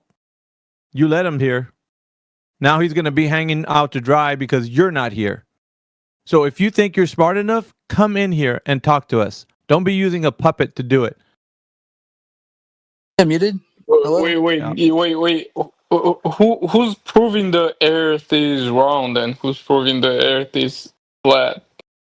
That's CB again. Yeah, no, that's No one not has. CB. This time is different. Okay. Don't give me the ideas, Jedi. I don't get the subject that you guys talking about. I'm Yeah, sorry. we're talking I just about want to how join people, how people have this belief that the Earth is a globe, and they can't realize how there is any real world application of the Earth being an actual globe. So, do you think the Earth's a globe? Earth is a globe. Yes. The globe is. Okay. Damn, the question is really tricky because globe is the created from the. It's simple. Do you think the Earth's a Earth, globe? right? Do you think it's a sphere? Do you think it's a giant globe? Oh, it's a sphere. Okay, prove it. Prove it? Somebody already proved it for me. I don't have to prove Oh, it. you're not going to do it? Okay, thank you. We'll put you on mute and go back to the guy we were speaking to then. You don't have evidence that the Earth is a globe? We'll move on to the next. But we'll also remember, don't leave until we can unmute you, okay? We're just going to move on to another person. We don't want you interrupting the other conversation. Yeah. So can I actually finish what I was talking about? Yeah. Okay, thank you. So can you give me 30 seconds to talk without getting jumped on by the guy with the Asian or the old man thing or what? The British guy? Well, now you have 20 seconds. Yeah, you're the claim that space violates the second law of thermodynamics is incorrect. The second law states that in an isolated system, entropy tends to increase. However, the universe is not an isolated system. It includes various processes and interactions. Right? In space, processes like gravity and radiation contribute to increasing entropy with local decreases in entropy. Can occur as long as the overall entropy of the universe increases. Additionally, phenomena such as black holes and cosmic microwave. Hello. Stop. Vivek, we need you in the Ask a Hindu VC right now. We have people being racist over there. Shut him up. Shut him up, dude. Yeah. Okay. No, We're not talking about said at the very systems. beginning. Hold on, Jedi. Let me. So at the very beginning, I said isolated systems don't exist. You just read something and confirmed it. Thank you. Yep. You're actually reading from Professor Phil Bellum, who is too afraid to come into our channel and actually speak to us directly. So his message to you has already given the idea that the cosmos is a specific thing that he hasn't proven it that it is. So he put you in a worse position because the cosmos, as you were explaining the way it is, to be as complex as you're saying it is, hasn't been proven by anyone. So it's just a hand wave dismissal completely because it's fabricated. You're not able to provide any evidence. Have you substantiated that complex system that includes the cosmos being what you are saying it is? So you have an overall worldview of the cosmos being something very specific, and you're saying because it's this specific thing, then second law of thermodynamics can not be used the way you're using it simply. He also didn't address the argument. The argument was open close, not isolated. Yep. What are you talking about? Yeah, Professor Phil Bellum's not going to help you. We're talking about open and closed systems, not isolated systems. Is a closed system an isolated system? No. I explained this to you earlier. Isolated system, no transfer of matter and energy. Closed system, transfer of energy, no transfer of matter. Open system, transfer of both energy and matter. Isolated systems don't exist. You're just wrong. Yeah, Phil, stop being his puppet, dude. He does this to a lot of people in different forums. No, there's no one in my DMs. Yes, dude, you read straight off of something. Stop the cap. You were reading off of something. Phil was a flat earther. He's just trolling Globers, getting them to embarrass themselves. That would be funny. Oh yeah, no. Phil Bellum does this to people that we speak to. He does it. When someone sounds like they don't know what they're talking about, he jumps into their DMs and feeds them information. And then they're his puppet for as long as he has them. And they think they're winning an argument, and he's not. Dude, don't trust him, man. I'm telling you, he's led a lot of people down the wrong path. This is poisoning the well. No, this is you thinking for yourself, not letting some other individual think for you. That's what this is. We want the answers to come straight from you, not Phil Bellum. Okay, that's fine, right? So, all right. So yeah, I'll admit that I was wrong talking about being isolated systems or closed systems. Yes, you were. Can I get a mic check? So you're saying that simple. Yeah, you're saying that closed conditions. I just wanted to make a point that he mentioned a decrease in entropy, but that does not equate a reversal of entropy. So even though there may be a decrease in the rate of change, right, it's still going to change, right? So it's still increasing, just not at as a greater rate as it might have been without those variables involved. So whatever system you're talking about, entropy will always increase. Is that true? Yes, it's always going to expand. He's talking about the rate of expansion. Right. All of a sudden, the gases are going to start collapsing upon itself. The gases are going to start collapsing upon itself, for example. You were talking about the behavior of gases, correct? Yeah, yes. Right. So do gases expand to fill available space? Yes. What happens in the presence of gravity? What's gravity? And you'll also have to understand that gravity is not mentioned anywhere within the second law of thermodynamics because it's not observed. Oh. Okay. So gravity doesn't exist? What's gravity, Deirdre? Hold on. I want to be clear. It's not observed within the second law, as in, I'll give it to you, but it doesn't affect that. Okay, so gravity does, as far as we can define it. Show it. Gravity. Show it. Show what? Show You're grasping gravity affecting entropy. Wait, gases? This is gravity affecting gases. The same gases you are saying that can't. Being specific, the entropy of gases. The entropy of gases. You said gases can't be held in a closed system, right? Stop talking. Stop. Listen to what he's saying, and don't. I didn't even get to finish my question about behavior of gases. Listen to what he's saying and repeat back what he said to you because you haven't been listening at all. Yes, I have. He's talking about how gravity has nothing to do with entropy and the thermodynamics. Yes. Yeah. So show gas expansion into a vacuum being impeded by your assumption of gravity. We have examples of that. Let's see. Stop Googling while you're having this conversation. You're supposed to know what you're talking about. You're conflating belief with knowledge. Like you've been doing it this entire session of people proving everything you bring up to be falsified. You don't know what you're talking about. Obvious. Let me just.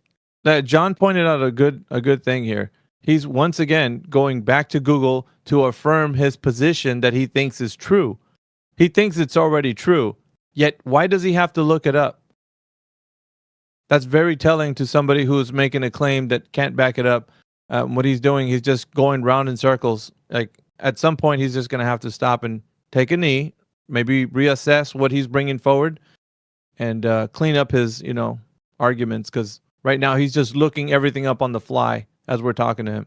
That's just not going to work. He's reaching. He's just reaching. He has nothing. Google's not going to save you, bro.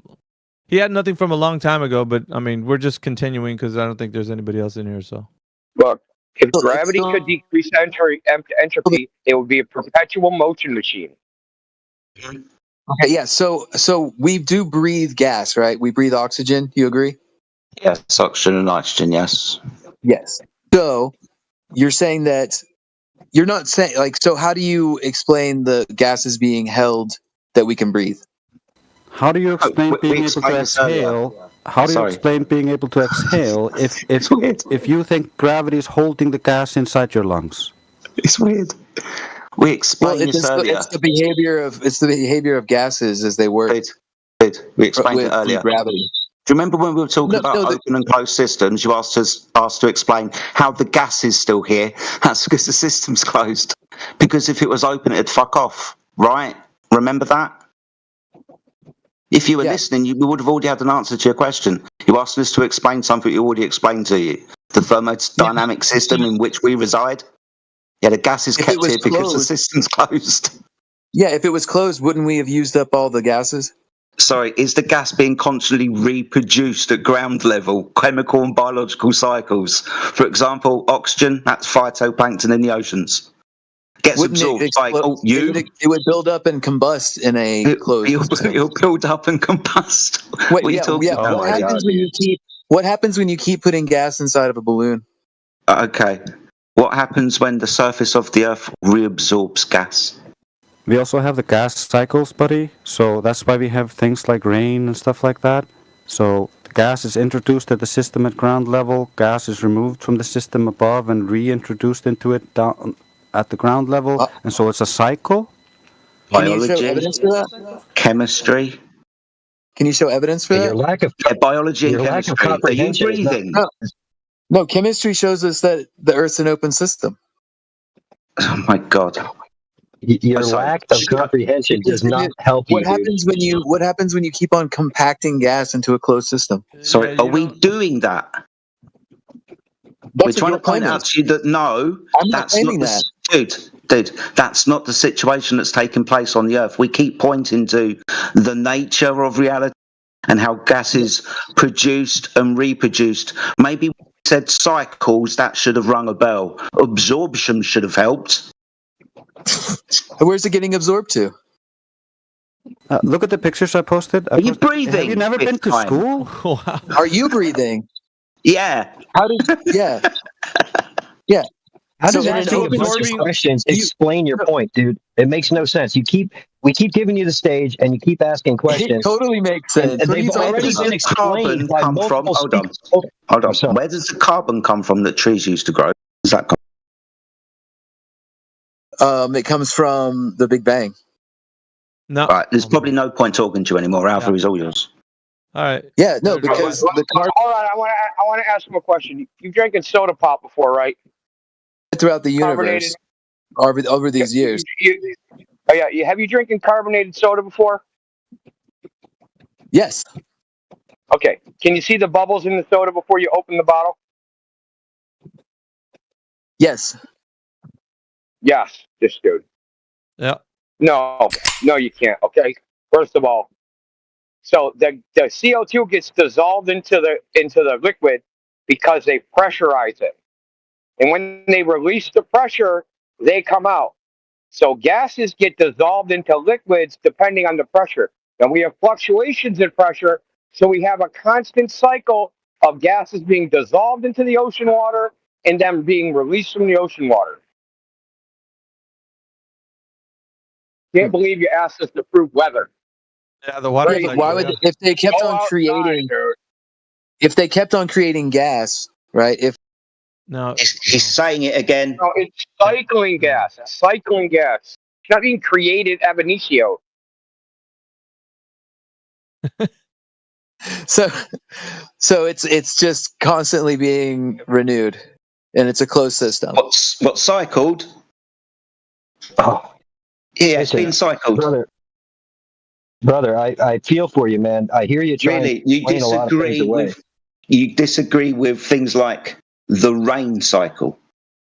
Oh, boy. Oh, no. No, you don't then. So you do understand what I'm talking about. Water that turns into gas, comes back down again. As rain? Mm-hmm. Okay. Oxygen, nitrogen that's produced within biology in like the soil. Like Injo was talking about how things are dissolved to water due to pressure. You disagree with these things. You think we're stupid, right? Well, I mean, whether or not I think you guys are stupid, I think you're grifters. I don't think you're stupid. Like seriously, dude. What? There you go. Hey, I don't think you believe the things you're saying. May I just speak to you for a second, guys? Just can I speak to this gentleman for a second here? Dirty. I've been listening to this conversation for the entire duration of it, all right, since you've gotten to the chat, okay? And the one thing that's been outstanding to me the entire time you've been trying to prove your points, which you've been failing miserably, is the fact that you believe a lot of things that you can't substantiate, which was AV's main point that he was trying to drill to you, is that you have a lot of beliefs and you think they're well-founded, but you don't have a well a good understanding of what you're trying to explain. But you believe it, and we could get behind the fact that you believe it. We understand that you believe it. We were there at one point too. But at the end of the day, when you scrutinize what you're claiming to know, which I think you have a really bad understanding of the word knowledge, and you have a lot of faith, right? You have to look at what you can prove and what you have to just have faith, right? You're appealing to experts, which is fine. A lot of people do, right? They go and they appeal to experts all the time. But you need to be able to differentiate what you know, what you can't know, what's knowable, right? And what you believe. These are things that I feel like you need to learn how to categorize them and put everything in their proper box. Right now, everything's that's been explained to you about thermodynamics has been explained thoroughly and adequately. I just don't think you're comprehending what people are putting down. And I feel like that's where we're getting lost here. Well, what wasn't explained to me, like we keep on getting sidetracked. I was talking about comparing simple thermodynamic systems. Nope, you're not going to do that again. Nope. You're not comparing anything because you lack knowledge on anything. You don't know how rain happens. There's a lot of things that you're saying, you're just saying them because somebody's feeding you answers. Dude, you're far away from knowledge, dude. There's nothing you can do to bring to the table right now where you can have any discernment about what you're saying. You got the acronym wrong for when you're talking about GPS. Like brother, I'm telling you, you're just so far off the reservation at the moment. You just need to honestly, just take a knee, listen, play back the audio, listen to what you've said so far, and kind of, do a little reassessment as to how you should go about this again, because right now it's not working, dude. Anything you're doing. Right. Out of one side of your face, you're saying gas cycles don't exist or couldn't exist if the Earth was flat and contained. But on the other side of your face, you're saying, well, of course we have gas cycles. So your internal contradictions are not helping you. Nope. Right. So, I mean, like, can I get 30 seconds again? Nope. You had like more than that already. Okay, give me 5 seconds. Your word count has exceeded like the number of words you can make in like in a day, bro. Like, yeah. Well, gas cycling can illustrate how gas is. Dude, you don't have. You're just reading off of stuff, bro. If you had discernment, you'd be able to say, "Yeah, I know how this happens on a globe. It has to deal with the globe. It's just not information you're just going to read out to us. What connection does this have to deal with the Earth being a globe?" You're just now talking about does he think that gravity's compressing gas? Go ahead. Yeah, it's Brad. Yeah, do you think gravity's compressing gas? Hello? Yeah. Do you think that gravity compresses gas? It doesn't. I mean, it affects gas. It affects the behavior of gas. Does it compress it though? Is there an enthalpic process of gas compression? It pulls it to the center. I'm not sure what you're saying. Right. So that means you claim it compresses gas, which means heat has to be released, right? Well, towards the surface. It holds gas in around the surface. Yeah. Do you know what enthalpy is? Well, do you understand what I'm saying? I do understand. Do you know what enthalpy is? ENTHALPY. Enthalpy. Explain it. Give me the definition. Basically, through the condensing process, heat is released. Is that what's happening when gravity compresses gas?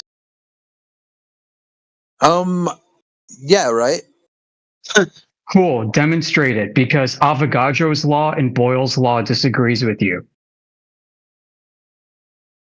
Oh, well, then maybe. Yeah, those are laws of nature, bro.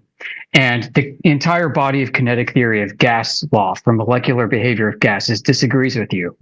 Yeah. Do those laws support the idea that the Earth is flat? It has nothing to do with this right now. Listen, do you think gas molecules go in parabolic arcs?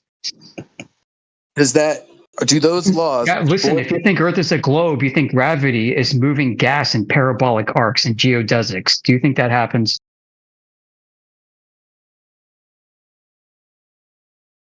You know it doesn't happen, right? Because Maxwell's going to disagree with you on that one. See his Theory of Heat, by the way. It's a great book. Right. So, in the context of this situation, right, when we're talking about is the world round or flat?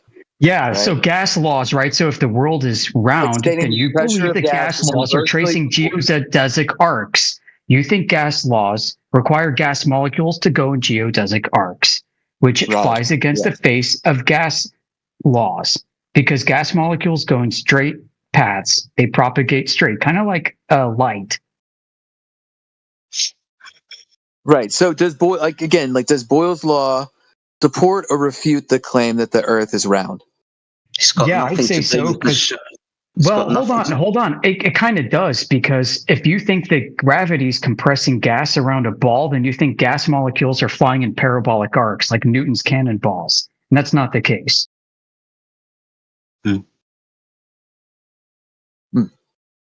Yeah. Okay, I got to step it up. Just wanted to bump in here, say hello, and if you see me again, we'll have another chat. Right. Yeah, sure. I mean, maybe we can talk about atmospheric pressure. Yeah. Regarding that, by the way, gas molecules. The funny thing is gas, the mass of gas does not have anything to do with pressure. In fact, gas pressure is what's called mass independent. Avogadro's law demonstrates this. You could have 3 different gas molecules of increasing mass in 3 different containers, the same moles, the same number of them. You heat them up to the same temperature and they'll all have the same pressure independent of mass. Gas pressure has to do with the frequency of those gas molecules pinging against a sensor that measures pressure. Right. Irregardless of the mass. So there's no mass gravity interaction of gas molecules. See the kinetic molecular theory of gas. Right. So you're in favor of a flat Earth? Oh yeah, you bet. I'll so talk to you actually later. then we can't have a conversation. Yeah. Well, then you can't have a conversation either. How about that? Right. You just canceled yourself out. If you can't have a conversation with him, then you can't have a conversation with anybody else. It was exceptionally good information. It was really good. Yeah, essentially, if you're going to be denying the gas laws, you're the science denier. Interesting. Well, no, I'm not denying them. I'm saying they support a spherical nature. No, you're denying them because you're claiming the gas is curving downwards and creating pressure and heat at the ground, which is not doing. You're violating Avogadro's law, Boyle's law. Sachs law, Dalton's law, parts of Brownian motion, the kinetic theory of gases, and second law of thermodynamics. Yeah, those all support the idea of a spherical Earth. No. Show me the spherical Earth within Boyle's law. Boyle's law helps explain how gases behave under pressure, which is relevant to understanding how the atmosphere functions. Excuse me. In PV equals nRT, how do we solve for P? No. Yes, Don't get off of here. Boyle's law helps explain how gases Boyle's behave law under pressure, is right? part of the ideal gas formula, which I've just read out to you. Yeah, so we just use those laws to destroy your assumptions of an atmosphere, so it doesn't support it, and saying it supports it isn't actually support of it. So in PV equals nRT, how do we solve for P? P's pressure, by the way. How do we solve for pressure? I'm sure this is something that you want to talk about. Well, dude, you said that this supports a globe Earth. I'm asking you, within PV equals nRT, how do we solve for P? Remember, we're going to be talking about closed systems again. No, we're talking about an open system. No, PV equals nRT, Boyle's law, right? The proportionality between the volume. Hold on. The proportionality between the amount of gas within the defined contained volume. Pressure is solved by force over area. Area being the physical boundary for the force of the gas that has kinetic energy to press against in frequency. So Boyle's law supports a container. Understanding the cause of the gas pressure that we're studying is the force that the gas exerts upon it. The globe Earth has no container, so it does not support Boyle's law. Yeah, it does. Where's G in PV equals nRT? How is this? No, that's not a question to me. That's not a question to me. I'm gonna dial back. I'm gonna give you an opportunity, like many others before. No, you're not. You don't know what you're talking about, Sunshine. Stop dying on this hill. It will kill you. Doing is like a.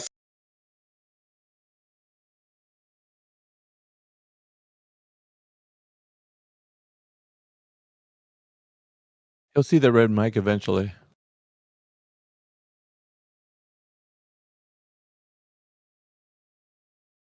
I mean, I thought I was pretty concise, AV. I told him your lack of comprehension is very apparent. And I mean, he needs to look at what can be known and what he knows and what he doesn't know. He's persisting right now because it has a lot to do with his pride. Because he came in, I don't know what he is, or like maybe he debates or whatever. He might hold some kind of position or high regard in the server, and people look up to him. So he has to have some kind of way of not just walking out of here with a massive L. So he's trying to figure out a way he's going to make the Earth be a globe in some kind of argumentative way. Right. So not only are gas molecules... Sorry, I got another second. Not only are gas molecules not interacting with a gravitational field, but they're also not moving in parabolic arcs. So that debunks the globe itself. It debunks outer space and it debunks the globe at the same time. Isn't that great? Thank you, Maxwell.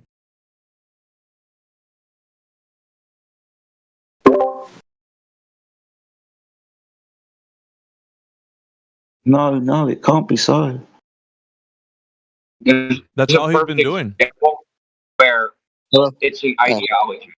He has an idea. So you have an idea that there's this gravity thing and it's affecting gases and somehow reversing or stopping entropy. But there's literally zero evidence that's even possible. And if you discovered that, you have discovered a perpetual motion machine and it's free energy forever. It's over unity forever. Right. You understand? The reason we can't make perpetual motion machines is because of the second law of thermodynamics.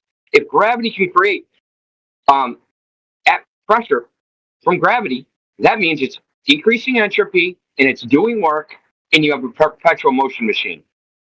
Or it would be like talking about an open system. So let me talk about the parabolic arcs. Yeah, don't address the fucking thing I said. I hear you, dude. I wouldn't either.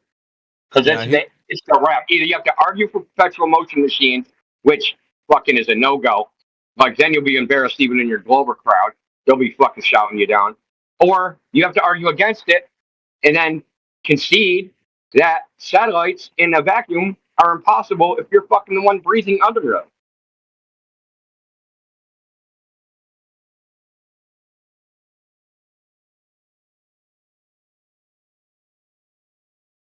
He has a big problem with it, man.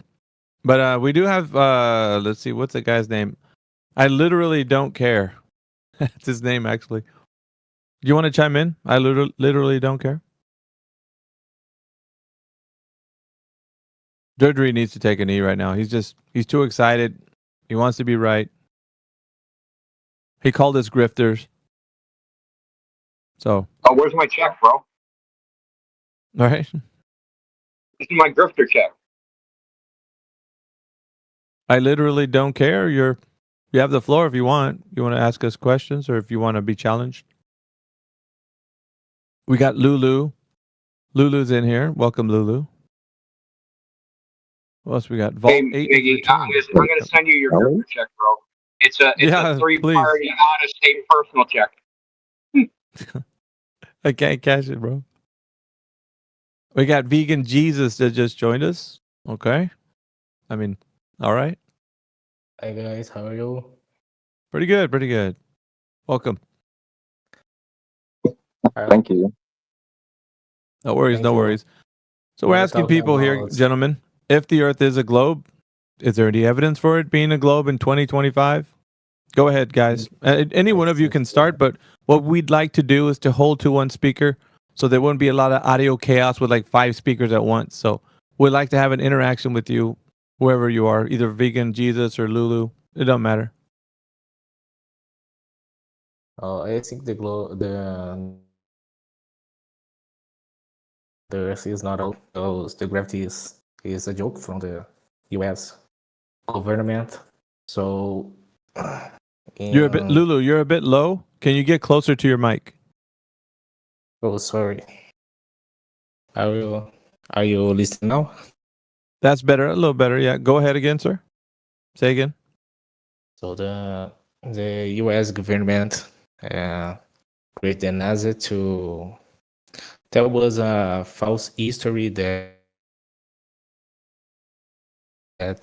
the Earth is a globe, but it isn't, because the people say that we have a limit on the Earth, but nobody asserted this in the past. So I don't think that we have gravity on and this history about Earth is a globe.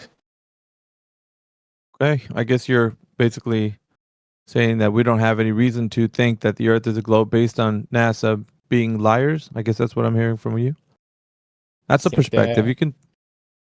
It's because my religion. I think the religion can contribute about this thinking, so everybody can think what is correct. But we don't have so much proofs to say that the Earth is a globe. I don't see it. I just see some images on internet or transmission for another countries.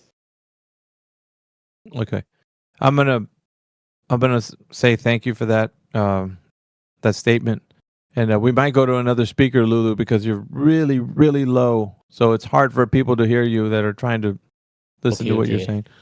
Okay. So thanks for that. Who else do we got in here that wants to chime in? You guys can chime in. The floor is open right now. If not, we'll just turn Deirdre loose again. Do you guys want to hear him say how he doesn't understand how he knows what he knows and just speaks through his ignorance? And it's up to you. Well, he's saying he can prove that gas particles follow parabolic arcs. That's what he's saying in the side chat. Yeah. Want me to release him back to the wild? DJ is all yours. No, Go ahead, DJ. I'm busy. Release the Kraken. So okay. Right. Well, let me clarify though. So it would the idea that Sporadic was saying is that gas doesn't move in parabolic arcs, therefore the Earth is flat. So No, that's not like the reason. That's not the be all and end all reason why the Earth isn't a globe. Right, but the claim was something about the parabolic arcs of gas. Yeah, I mean the definition of gas particle movement, like it clearly states that gas particles move at random in all directions, and they move in straight lines, infinitely, between collisions, and they can move indefinitely to fill any container of any size. Blah blah blah. Yeah. Right. Yeah. A projectile, like in a vacuum, it'll follow a parabolic trajectory due to gravity, right? No. No. Definitely not. I mean, unless you can prove that. I mean, it goes against the definition of gas particle movement as well. I mean, like, do you have? Surely you have some evidence to back that claim up. I suppose. While gas particles, like they're affected by collisions and thermal motion, they still obey similar principles when considered in a larger system. You're gonna trigger Jedi to all get up, man. Why the gases move? The kinetic theory explained that gas particles are in constant motion, right? Colliding with each other and their environment. This motion results in a distribution that can show curvature over time and distance, especially in a gravitational field. Hell nah. Where's the evidence of that? Post it. I want that citation. Yeah, I want to see where that says anywhere in science. Post it. The movement of air, all right. So the movement of air masses and weather. No. I don't want to hear you say it. Demonstrates that gases can travel. Stop. I want to see evidence of that. Show a citation of somebody putting up a gas law that describes what you just said. Because I think that's just crap. Post it. I want to see where it says that in science. Do it. That is just really, dude, I don't know what you're reading from, or somebody made that up, or Right, what. yeah. So Boyle's law, Charlie's law, Avogadro's law, ideal gas law, Graham's law of diffusion, these all support those claims. Really? That you said they go into forms a curve on the dude? No, I want to see the direct correlation from that curve of gases. What causes that curve path? Show us. Let's see. Was it the PV equals nRT? Yeah. So what causes the curve path of gases? PV equals nRT. See, it's gravitational fields, right? So where's the G in PV equals nRT? Oh my god! You fucking contradicted yourself in less than 20 what are you talking about? It's where are you trying to say outside of? You said it was in the. You said it was in the ideal gas formula. Right? Are you claiming it's in a vacuum? Are you claiming it's in a vacuum? No, this is gas behavior. If you put gas into a vacuum, shock horror, it's no longer a vacuum anymore.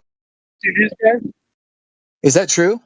What if you put gas into a container that once was a vacuum? Yeah, it's not a vacuous space. It's got stuff in it called gas. Like, sit down.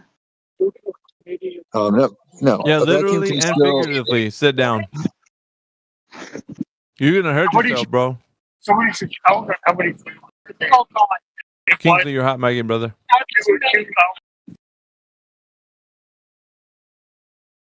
Yeah, dude, you're right. Of course, yeah, but like right, yeah, a complete vacuum would have no matter. Man, this guy, you need to just sit down right now, man. I'm taking a breath. We've got a vacuum, and then we put gas in it. Okay, which way does the gas go? Right, it's a partial vacuum that you're talking about, right? Yeah, so we've put gas into an available space. Which way is the gas going? It would depend on the context, correct? Yeah, you've got gas in space. The context is the gas in available space. The context is the gas has T, that's kinetic energy, temperature. It's going to move. I'm asking you which direction the gas is going to move. Parabolic trajectory. No. Gases expand to fill volumes. Their motion are straight-lined paths. The only things that deviate them straight line a physical interaction with its environment, other gas molecules, your fucking head, or the walls of its container. If you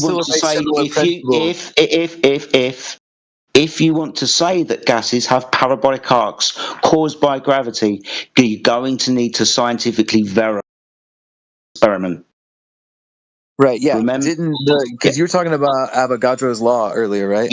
Yeah, in a container, yeah. Wait, in a container? Yeah, because the gas is going to expand otherwise. Yeah, otherwise, what? If you don't have a container, the gas fucks off, doesn't it? You notice that about gas? Its power of indefinite expansion. But how does gravity affect that? It doesn't. We haven't mentioned gravity once. The only person who keeps mentioning gravity is you, hoping there's going to be a phenomenon somewhere that we can attach to it. But we can't. Because then you are talking about not reality, right? Because we are affected by gravity. Show it. Show pressure being caused by gravity. You show how we aren't affected by gravity. Sorry. No, you have got to demonstrate your causal claim that pressure, our atmosphere, is caused. Can you do that, please? You broke up. You said I'm denying reality. Then show it in reality. You have a demonstration of. Well, no, you tried to say that gravity has nothing to do with this. Like we don't. I'm asking you to show it. Why? What relevance does that have? Because then you could show it me. Then I wouldn't just have to believe the words that were coming out of you. You could show me it. Demonstration is key. Yeah. So wait. So what are you? So are you asking me to show you that gravity doesn't gas affect pressure Earth? that we're breathing is caused by gravity. Yes. Okay.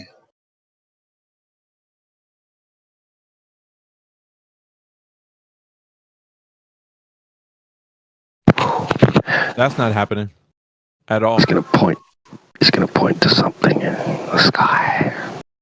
Yeah, that's not happening. You're gonna look like the meme, the skeletons waiting on the park bench, Jedi, before this information gets to you.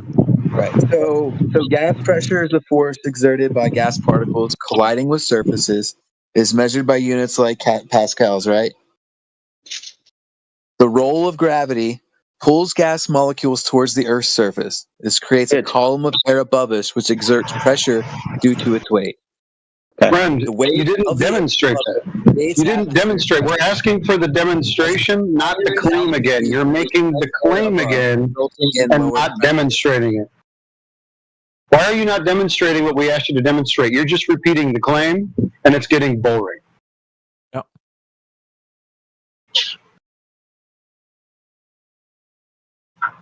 Let's see if he recognizes you. Am I unmuted? There we go. This is why pressure decreases. No, we're not gonna hear you ramble and continue.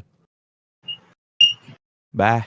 So far, you've made a lot of claims, but no demonstration of the claims. You haven't even provided citation, I think, up to this point. I can tell you're having a hard time multitasking between reading what Professor Phil Bell is sending you and having a conversation with us. And it's retarded, dude. You're actually ruining the globe on your own. It's fantastic for us, but I'm surprised you're continuing with this behavior. Gas pressure is caused by the weight of air molecules above us, influenced by gravity. Holy shit, bro. Right. All we need right now, all we need is the demonstration of that. Go for it. Okay, let's see the demonstration of it. Of hydrostatic pressure? We can know the concept of hydrostatic pressure. Dude, you just said yeah, prove it. The gravity, man. Just prove it. Do we have a new player? In a fluid like air, pressure increases with depth due to the weight of the fluid above. This principle is used to explain how atmospheric pressure works. What are the Pressure times gravity times height. Okay, so you're still going to need to demonstrate the claim that you've made. Now that we've let you read it fucking out. So you want me to demonstrate it? Yeah, right. We've got a standard here, a causal mechanism. We're going to need science to prove this. We can prove gas pressure is caused by the container because of things like Boyle's law, Avogadro's definition of gas pressure. You need to do the same, but with gravity. Cause pressure with gravity in the scientific experiment, please. I love your British accent. Good. Yeah. Okay, so let's see. Should we talk to the new player? Yeah, we should. Hold on, the relationship between gas pressure and gravity. Yes, now he's just going to keep reading off. His time's up. Yeah. Yeah, we could just put him on mute for a while. I mean, we've been talking to him for a while. Even just to take a knee and just to talk amongst ourselves, we could probably do that too. Yeah, it's clear. We've got Samir. The AI, and just like the AI resets and doesn't really understand the context of what's happening, he's the same. We could be speaking to an AI. Yeah, you're essentially speaking to an AI flesh extension. Yeah, I'd say that's what he's consulting. Yeah, Deirdre, before you leave, make sure that you let us know. That way we can unmute you. But you're not gonna speak anymore until we're ready for you again. Go ahead. So we've got Samir. Samir, welcome. What brings you here today, friend? What brings me here? I don't know. I just wanted to join and speak about anything. What are you speaking about, guys? This is the flat Earth room, the 24/7 flat Earth. Yeah. The theory of flat Earth. No, not a theory. This is the reality that we all experience, right? Okay. Let me ask you one question. Okay. Okay.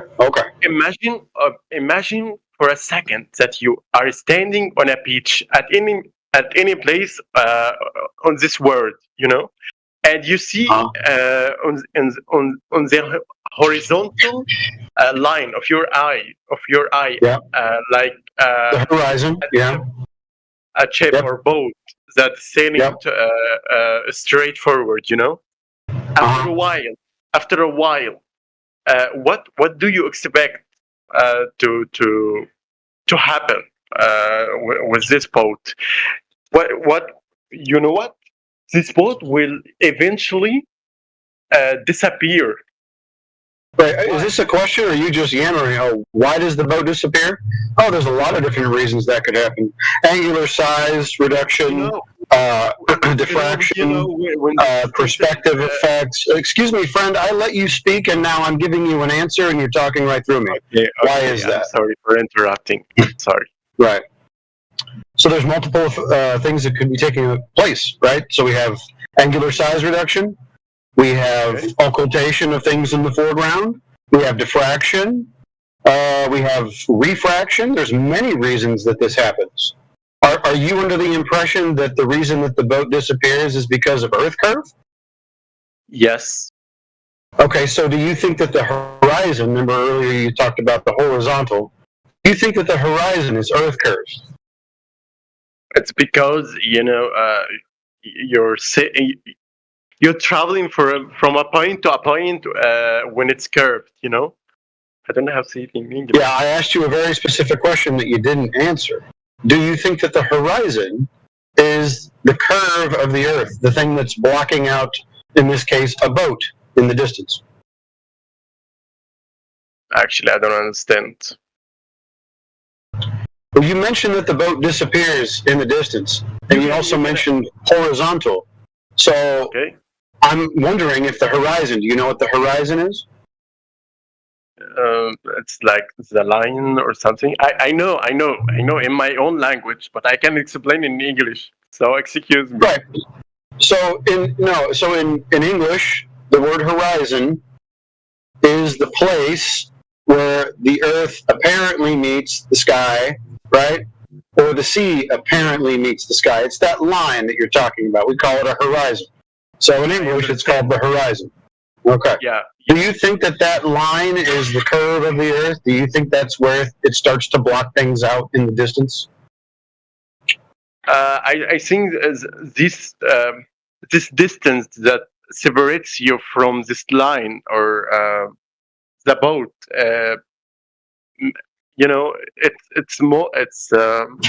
it shows you how's the thing's going. The curve of the land that you are standing on. So you think the horizon is the curve? Yeah. Okay. Yeah. So would that curve have to be at the same place all the time? Since the Earth is a fixed size, it's one size, the Earth, right? So that line should always block out boats and buildings in the distance at the same place, right? The same distance? I can't say that I 100% understand what you said. But we'll figure it out. We'll figure it out because I know that English is not your first language. So you're going to learn some English today, and you're going to learn about globe geometry. Okay? Yeah. So let me give you an example. Like if you think about a hill, the hill will always block the house behind it, right? Yeah, exactly. Yeah, right. You're always going to just see an X amount of the house if the house is peeking up over the hill, right? Yeah. Yeah, that doesn't change, right? Yeah. Guys, I have a question. If Earth was flat or is flat, okay? The end of the Earth, the endless the end. Sorry.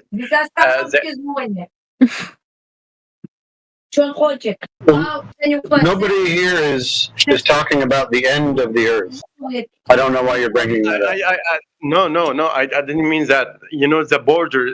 Okay, when you work on any land, like any country, there should be an end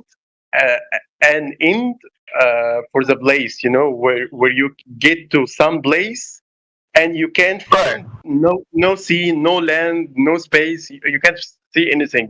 As if Earth was flat, you know. So I don't understand. Where's the end of the Earth? Is what you're asking. But who here talked about the end? I didn't bring up the end of the Earth. You did. Do you think there's an end to this Earth? If you, it's like a blade, you know. The blade have borders. You know. I'm understanding you, friend. I'm understanding what you're saying. The problem is that I didn't bring that up. You did. I didn't talk about the end of the Earth.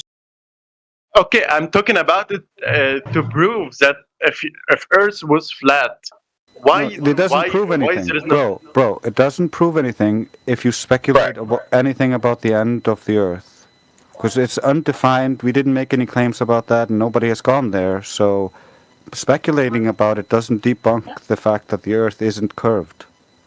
That's measured. How can you explain? How can you explain if I'm traveling from China across the sea, I will get to America? Then if I travel to from America across the sea, I will get to the Middle East and North Africa. It's like a circle, you know. Yeah, and it's like a circle. Yeah, it's like a circle. Did you travel in a circle? Yeah. Did you travel in a circle? I mean, it's like an eggy shape. Yeah, but you went in a circular path, didn't you? In this hypothetical. What? You went in a circle. Went from America, went across America to Africa, went from Africa to, say, Japan, crossed the Pacific Ocean, went back to America again. Yeah, circumnavigated, went in a circle. Okay, you went in a circle. And went in a circle. How does that prove a sphere?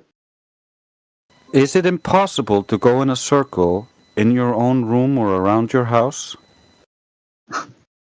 What kind of this question? I can't understand. Because you're claiming it's impossible to go in a circle on a flat space. So I'm trying to help you understand that that's not actually impossible. You can go in circles even though the ground is flat. You have some sort of... Like when you draw a circle on a flat piece of paper, you can obviously go in a circle on a flat surface. That's what a circle is. Okay, I understand.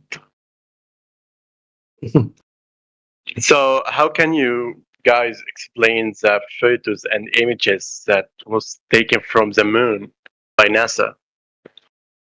Well, I can't explain them because I didn't go to the moon. I didn't take the pictures. But what I can tell you is if the Earth is actually curving like it is in those photographs, then we would be able to measure that curvature. And nobody in the history of mankind has measured that curvature. Are you aware of this? Oh, no, I didn't know about it. So why on Earth I can see the moon is round?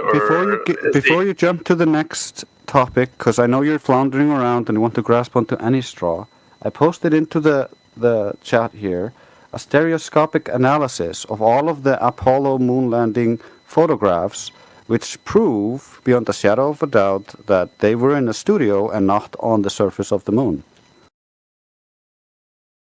Oh, I'll read it.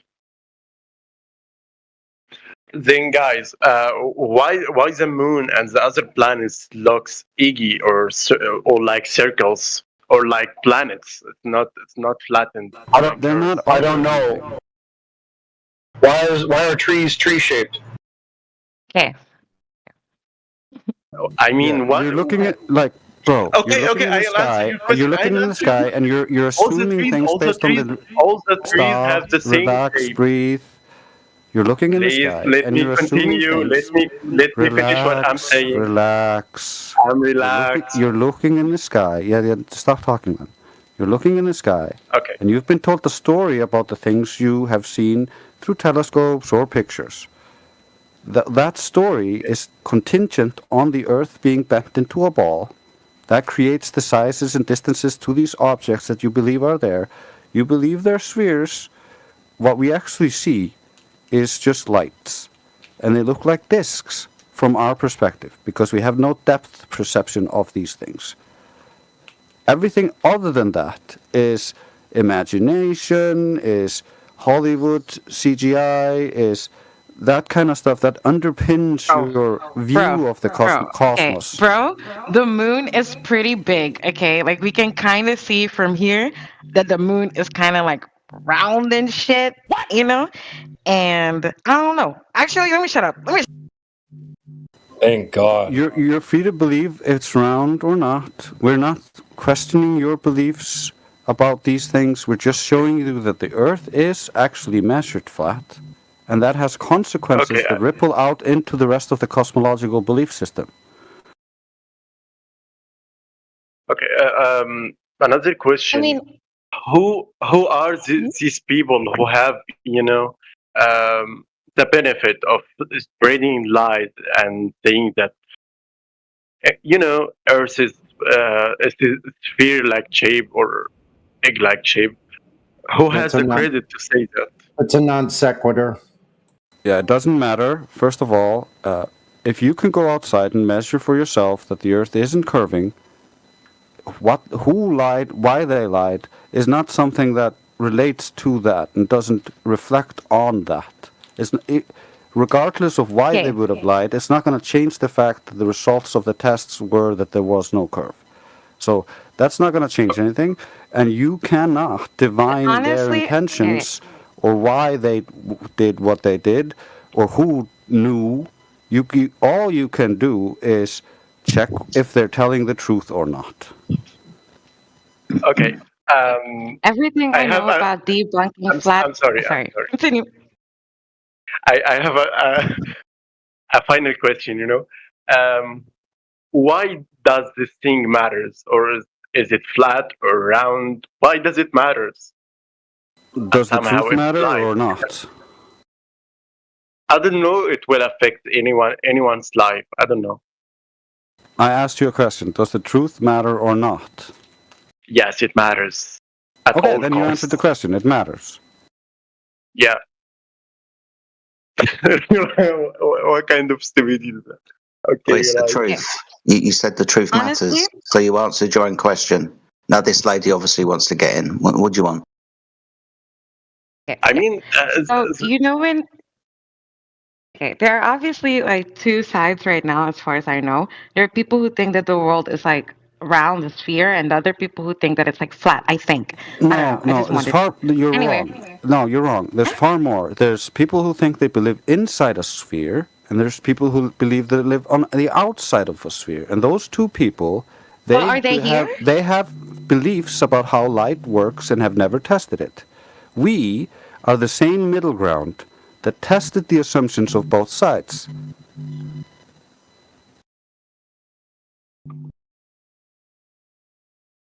Okay.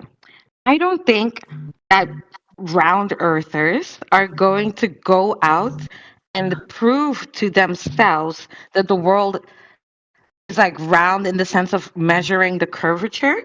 I just don't feel like people who believe in the round earth theory would do that. But I do believe that somebody who believes in like another theory, would go out of their way. You're correct in most.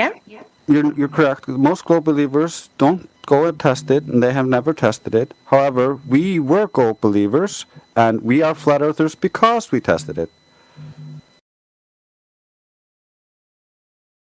You tested that there's no curvature of the earth? Yeah, we tested the ground and the waters of the earth. You did that though, like personally. Yeah, I did that in where I live, with the waters where I live, yes. Okay. Ditto. Yeah, I tested where I live. No one's lying to you. You can go and test it yourself as well if you choose to. No, I didn't say that. I said they lied to me. Lady, you're right. We're literally telling you, do not believe us. Do not just take anything we say on faith. Do not believe your own belief system. Go test it. That's all we're asking you to do. And we're just giving you the information and the knowledge of how to be able to test for your belief system. That's all. How long did that take you? I'm so serious. How long did that take you? Took me a few months. What?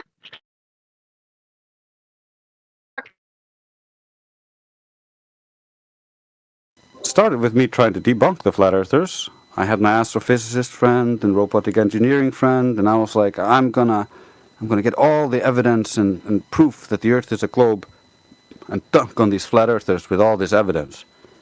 And then after a few hours of playing devil's advocate, my experts were starting to break down, argue with each other.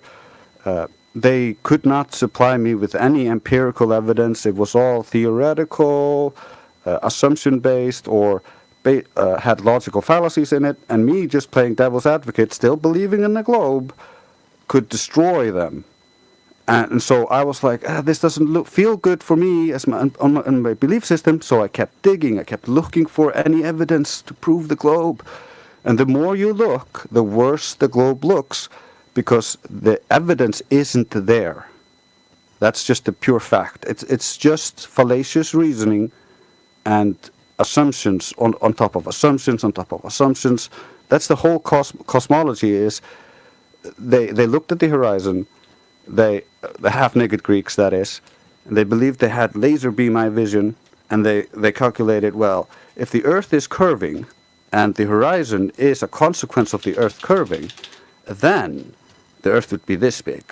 However, they didn't realize, because they didn't understand optics, and you don't see via invisible laser beams shooting out of your eyes, there's actually things called refraction, and there's diffraction, and your pupil, based on the size of the pupil, has a diffraction limit.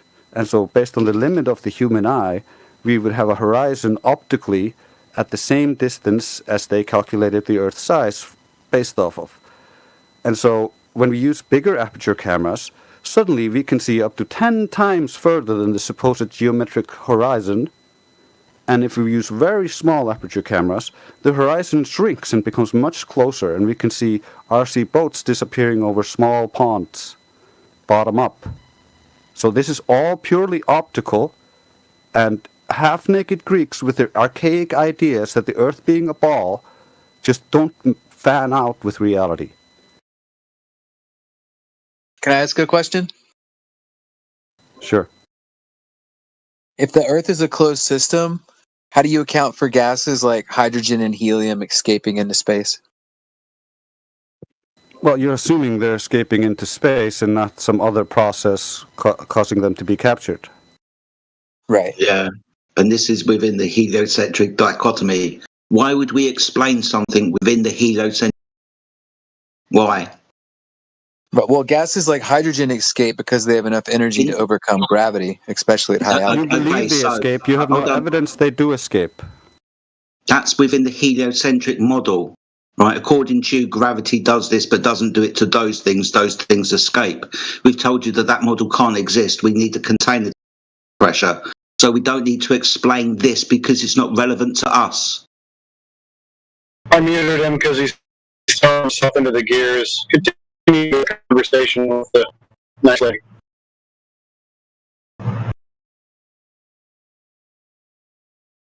She was a nice lady, and he's been here for a little bit and being a little obstinate.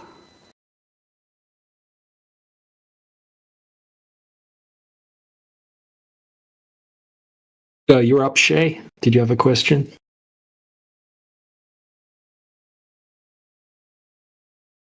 Okay.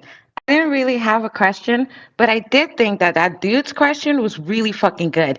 Because how come the other dude was saying, oh my god, there's no, like, every time I try to prove that the world is fucking round, I find a bunch of fake evidence. And then this dude comes with a really good statement. He's like, dude, then explain this shit. And then you're like, no, this evidence doesn't exist because it's in the truth. No, it's And in the truth violation doesn't matter. of This realm of the truth. It's in violation of the second law of thermodynamics. He claims the Earth is an open system, right? If the Earth was an open system, we wouldn't have gas pressure to breathe because the gas would have fucked off according to the law. He's speaking about if he violates where gravity holds the gas to the floor, some of the gas expands into the space, like helium, for example. How do we explain that? That's not within our cosmology, so we don't have to explain it. And his story is a violation of the law. He needs to understand that. This sounds like, okay, I'm sorry. I don't know shit about this. I believe the world is round and I don't know shit about it. So I don't know, bro. But anyway, this sounds like a belief system. Like, genuinely, like, not, What's the because definition you're of like gas pressure? religious. Yeah, the globe is a belief. The globe is a belief system. Sorry, what's the definition of gas pressure? Then we'll I mean, figure that's out kind whether of it's a belief system or not. What's the okay, that's definition of true. gas pressure? Okay, that's not, I guess, not a belief system since we can measure Yeah, that cool. So we with can science. define it, right? So what's the definition of it? Well, I don't know. I'm not like a Okay, I'll tell dictionary. you. It's the I mean, force that the gas, I'll tell you, it's okay. the force that the gas exerts upon the walls of its container. For example, like in a tyre, because of the fixed volume, the tyre and the gas that's inside the tyre, it's pressing against the walls, wants to expand but can't. Awesome. So that's how we have gas pressure, isn't it? In that situation in the car tire, yeah. That's how In you all get. situations, gas pressure is caused by the force of the gas exerted upon the walls of its container. Because if you don't have a container, the second law of thermodynamics will dictate the gas will continue to expand. Now, that's not a belief system, that's a law of nature. Coupled with scientific experiment that causes gas pressure. So within this, we understand that the Earth must be a closed system, not an open system like the heliocentric model suggests. Because if it was an open system, we would not have gas pressure to breathe. It would have fucked off. Okay, I'm really fucking sure that if there was an astronaut right here in this VC, he would explain to you like what is causing the reason that the fucking pressure isn't leaving or something. He would explain that to you in, a very scientific way that would That'd be fine. basically say, oh, the world is fucking round. No. But you. That would be fine if he were to come here to explain it. But then we would need scientific demonstration of the claim. Otherwise, it's just Okay, that is completely fine. But you know that the people that will round earth shit is literally based on science, and most of the No, it's flat earth not. shit is speculation. Okay. No, it's inverted actually. Okay. The globe is based on completely Okay, maybe- nothing but speculation and assumptions, and our side is only based on empirical measurements. Okay, you're right, dude. I did not spend a lot of time researching this. The only thing I know is the basic shit I got in school. So I'm just gonna shut up. Yeah, we also got the same basic shit in school. It's no worries. We had the same belief system as you. Like many of us are highly educated, master's degrees, PhDs. This isn't a joke to us. We studied this for over 10 years. I understand that you're new to this, so you're not going to be able to dunk on anybody with the basic level of education that you have.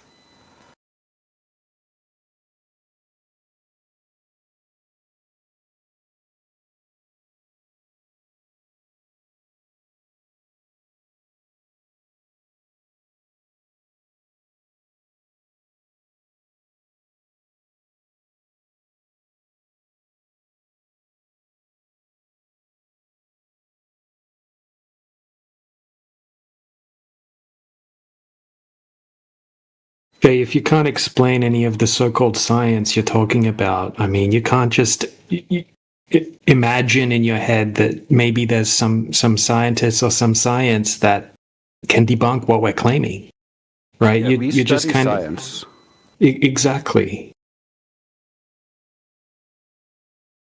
So we study science, you claim it doesn't back us up, and then claim it backs your belief system up. We've been for 10 years asking for anything that backs up the globe claims, any scientific evidence for it, even a single sound argument. None exists.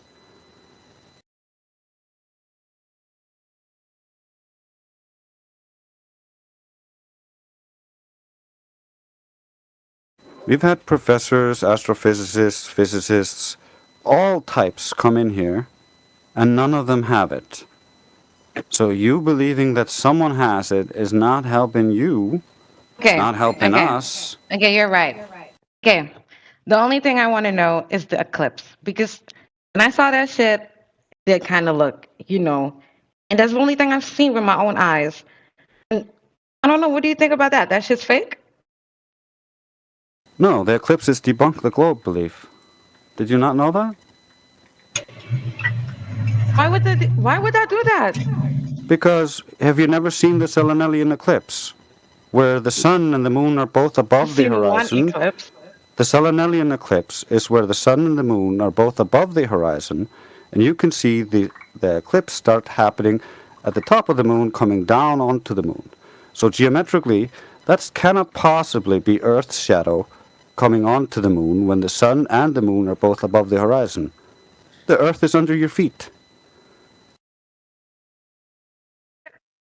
Okay, well, I meant, when the moon goes over the sun, and you see it from That doesn't help and it either way. looks That works either way. It doesn't prove anything. Besides, it was first recorded and documented, and it's still used. I cannot all of the, prove to you that the Earth is round just a second, right now. I could not do You cannot that, prove the but I Earth can is tell you round. that No I one can really do fully that. believe it. It's okay. No one can prove the Earth is round. That's fine. We've dealt with that for years. However, NASA still uses no globe models to try to predict eclipses. They use the Saros cycles created by flat earthers. I don't know what that is. I'm not gonna. Yeah, that's how we predict eclipses because flat earthers did it.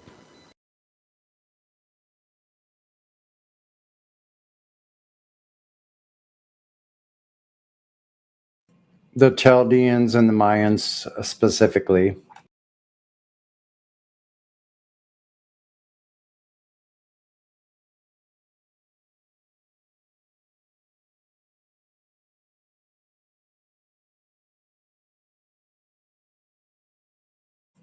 As a matter of fact, there's no such thing as any globe Earth predictions at all.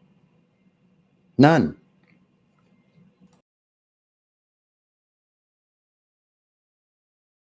And the worst part is the models they create to try to create some kind of post-diction are all internally self-contradictory. So if you try to combine their models, they don't work. They have light splaying outwards, light splaying inwards, light curving, light parallel, all happening at the same time, just to try to explain observation.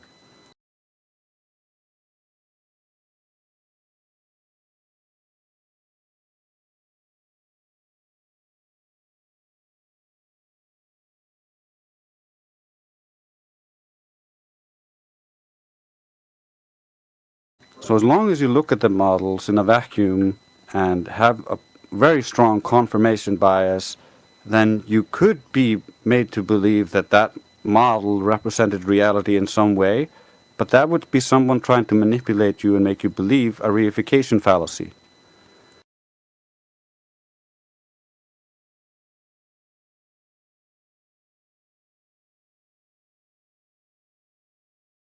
Models can be useful, but they're not representations of the world.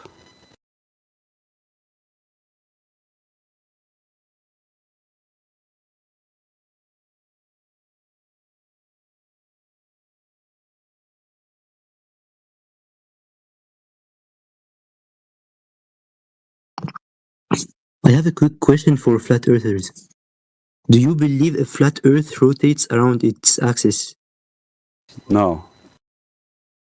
Okay. So it doesn't rotate in any way? No. Okay, that was my question. Okay. If it did, it would be measurable. It's not measurable, therefore we aren't.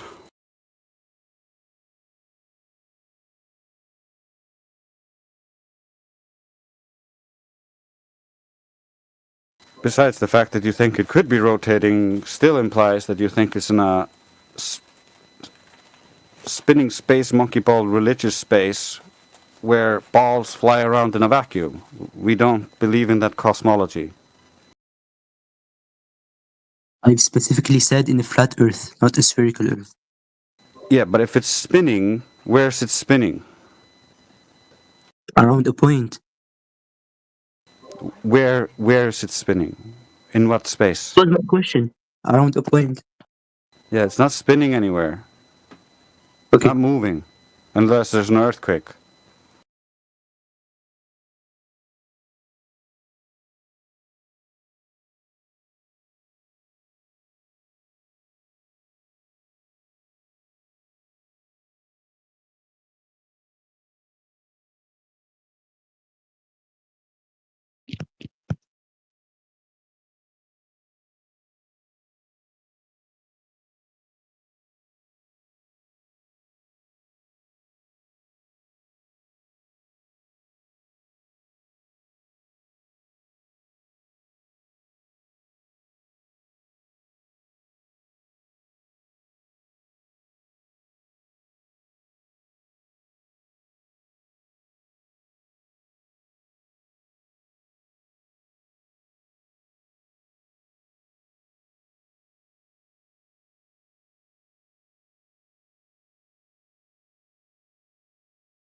Yeah, to believe in the globe, right, you have to deny your own direct personal experience of physical reality.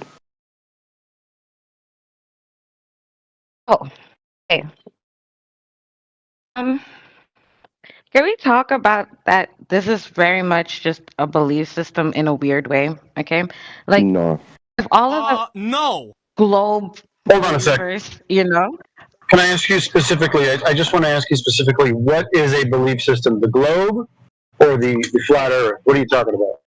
I guess both, because I would say, okay, I would say when I speak, I would say, oh, I believe in the globe, you know, like I would want to say I know, but I know, but that's whatever. That's my opinion, I guess.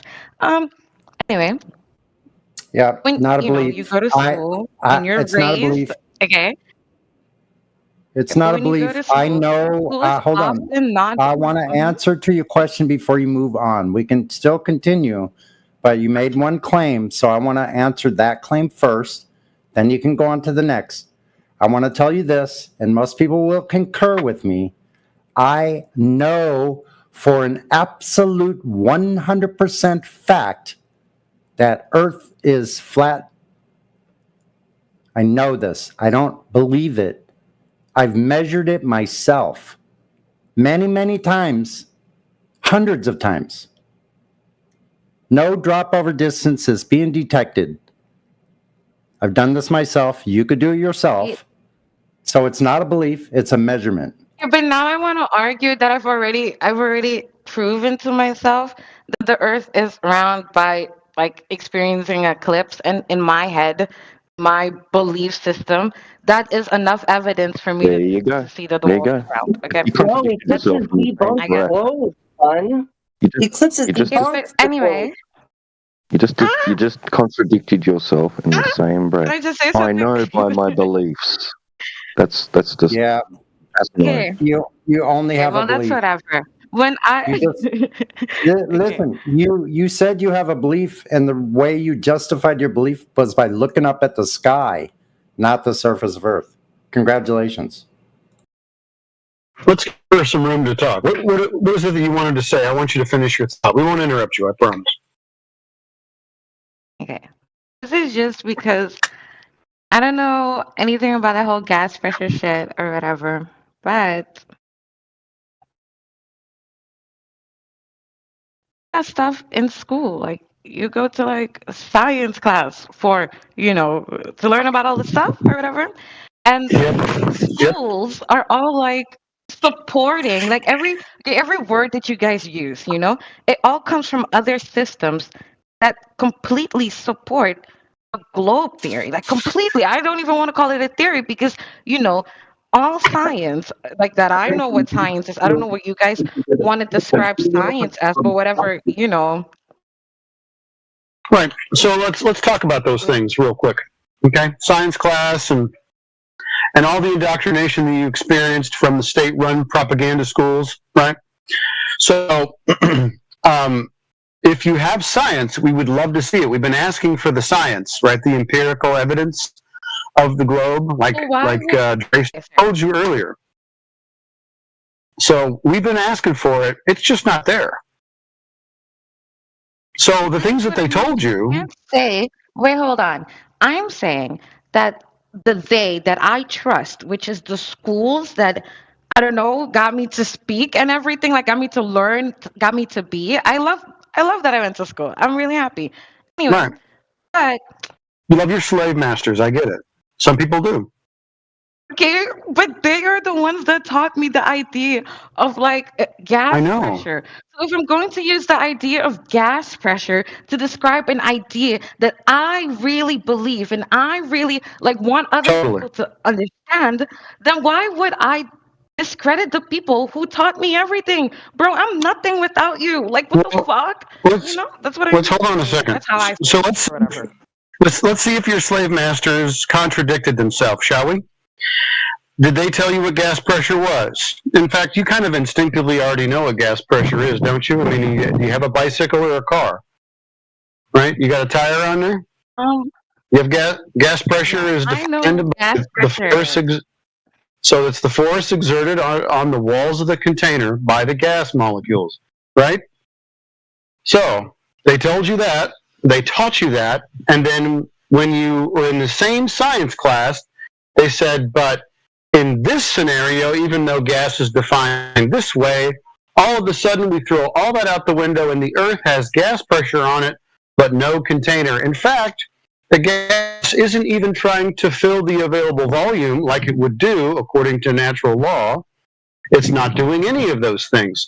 So one of these things has to be true. Now, in reality, gas always fills the available volume. Okay, but how are you measuring this? Are you measuring this based on their guidelines? Okay, if you think that the pressure is supposed to go Measuring somewhere or whatever. Measuring what? Okay. Measuring what? What are you talking about? This natural law, lady, is demonstrated under all laboratory conditions at all times and has never been violated.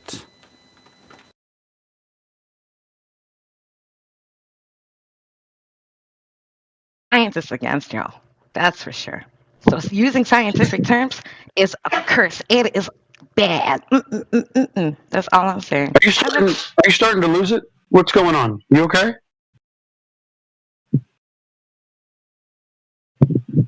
Is she freaking out? Yeah, I got she a had to question for her. It's one of my most favorite questions to ask. She's gone. She freaked out. Okay.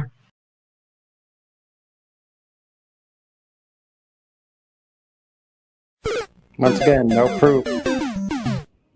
Yep, no proof. Just spiral.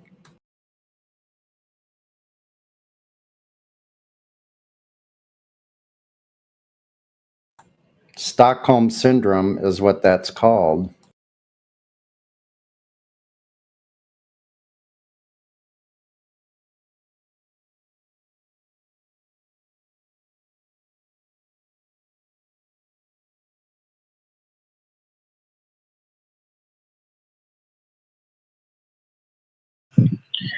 Yeah, my slave masters would never lie to me.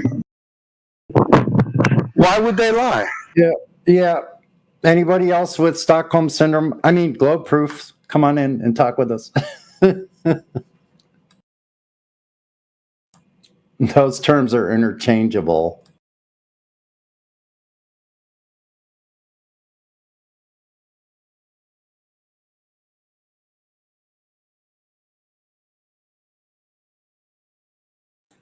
Maybe can't would like to come into the chat. See you in the voice text. Sounds like you have questions, possibly.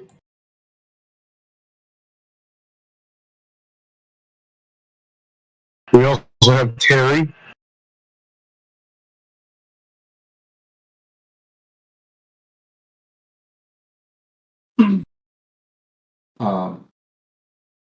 Me, honestly, I don't think anything. The only thing I can tell is like my mouse pad is flat, and the world map is pretty much so. Sounds like Earth is indeed flat, I guess. Welcome.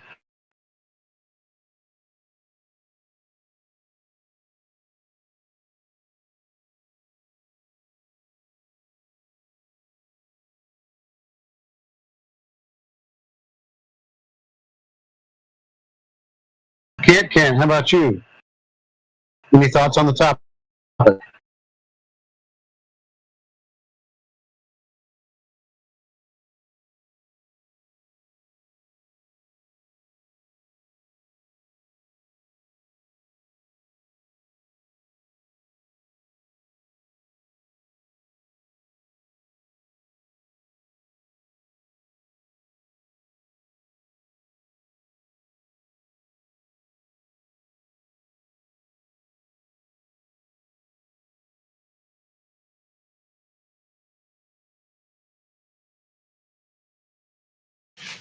Or literally don't care. You seem to care an awful lot in the live text and voice text.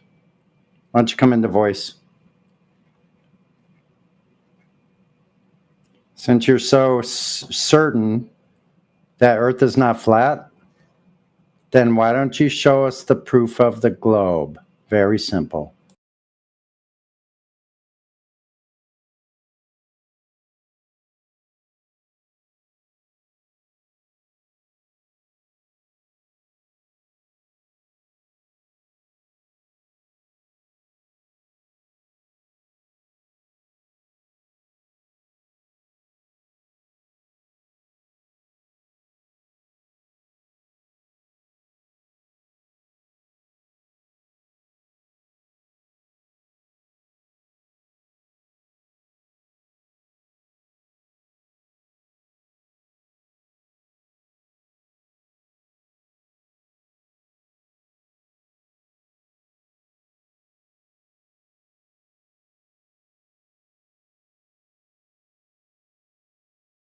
This moment of silence is brought to you by Zero Globe Proof. Thank you.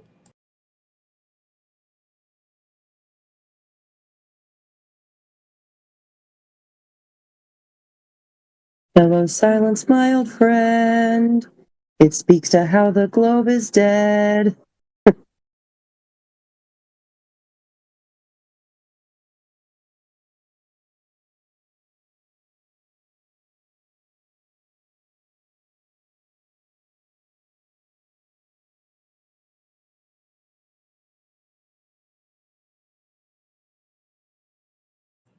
In reality, it's not curving. In reality, it's not spinning.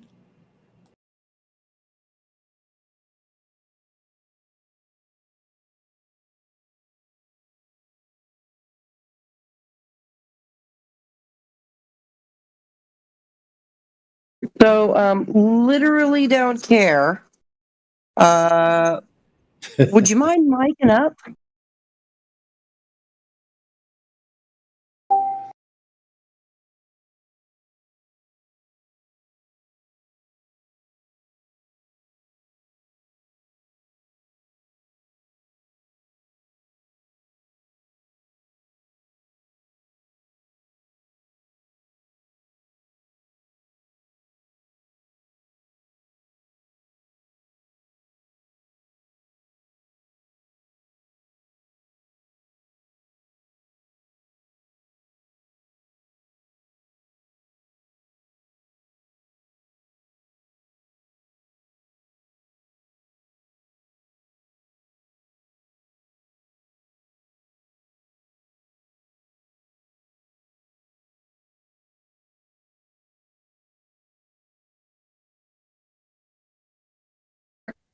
So I think that the literally don't care is also making the category error in the chat, claiming that science, right, that the globe is based in science. And when I told him that the globe is a shape, it's not science, shapes are geometry, It was literally the lamest ass comment in this whole thread, or something along those lines. So, if you'd like to come forward and defend yourself, please.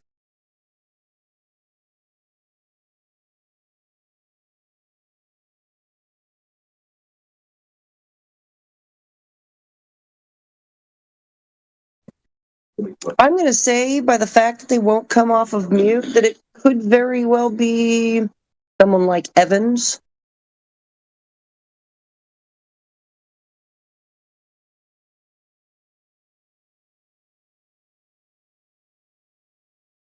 Can you hear me?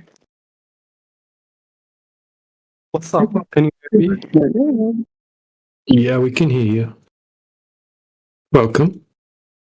Welcome. I have a question. Messi or Ronaldo? Say that again. Messi or Ronaldo? Messi or Ronaldo? I have no In idea what English? you're saying. I have a question. Messi or Ronaldo? Messi or Ronaldo? Is that how you say I have a question in your native tongue? No, he's asking if you like the Messi, football yeah. players, Messi or Ronaldo, because yeah, he's Messi. off-topic question. Oh, yeah, that's not, that's not the Messi- topic of this room, my Messi friend. is player in but he has a World Cup. Not the topic of the room, my friend. Topic of the room is Earth. I'm sorry. No, you're okay. All right. Welcome to 24/7 Flat Earth Discord, the best place on Earth to talk about the Earth. My English is not good. I'm new in this server. I need to study English. Yeah, no worries. We can help you. Can you teach? Can you teach me English? We can help you to get a better understanding of English. Yes, we can help. Okay, but this is not the room where you teach English. This is a room where people discuss the topic of flat Earth. So, although we can help you a little bit, this isn't the place to learn English. There's other rooms specifically designed to learn English. This one isn't that. It's a discussion of the topic. Where are you from, bro? Where are you from, bro? You can you can just practice your English. Like this is a place you can come to talk about what the flat Earth, right, or the globe Earth, and practice Where your are you from, English. bro? Yeah, you can practice here when you get good at it, and the other places you can learn it. So it's both.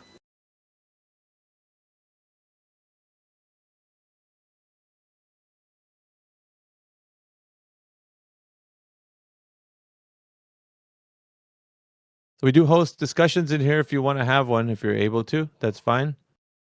If you're struggling with words, we can help you with those. But as far as like teaching English, yeah, we don't do that. So, but if you want to chime in with a conversation, you can do so. The topic is the subject of the Earth, whether it's a globe or not. And you can ask us questions about flat Earth if you'd like.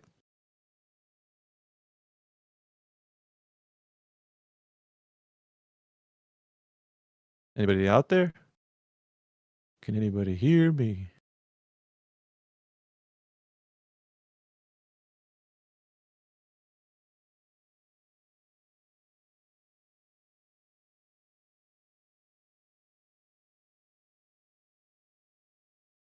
A lot of text chat. That's what we have right now.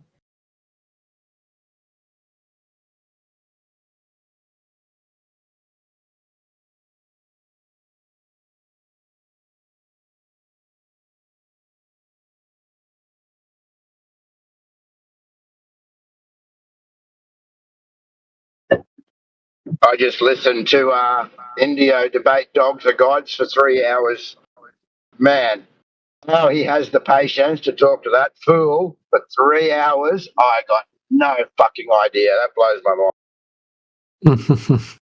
I can't talk to dogs or gods, not after he said that he could be schizophrenic. I'm like, how do you even deal with someone like that? Like, dude really thinks that he could be a brain in a jar. Yeah, I'm not surprised that he thinks he might be schizophrenic, because that's how he acts. When was that recorded? Oh, I'm not sure. It was on refraction, so and Fermat's principle. Yeah, it was a good little bit ago. Oh, okay. I can't pinpoint it on the timeline, but I'm pretty sure it is in fact on recording or typed in text.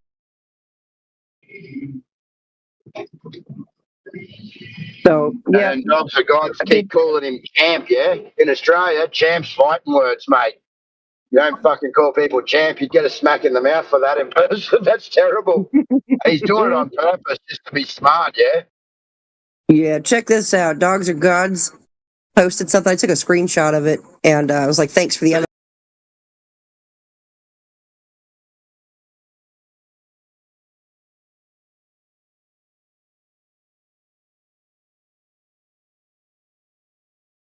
Check the text chat. It's like, thanks for more FE evidence, dogs. Frickin' weirdo.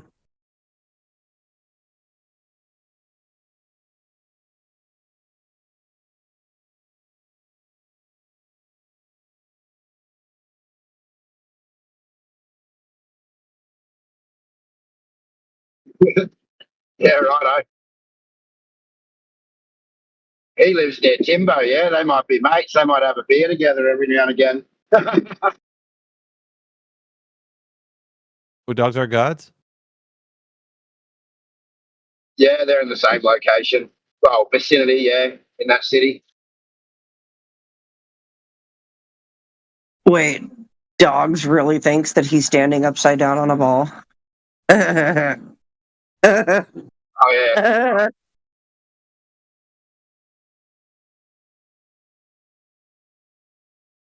That's pretty funny.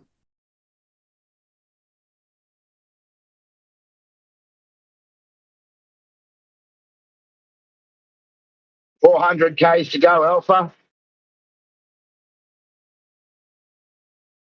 Almost there, huh?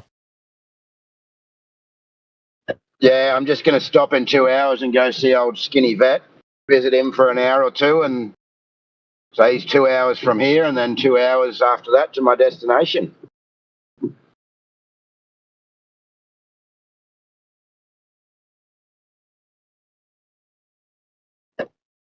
I would have been there last night, but I told Skinny Vet I'd go and see him, and then I would have left earlier this morning, but he doesn't get out of bed till fucking 9:30.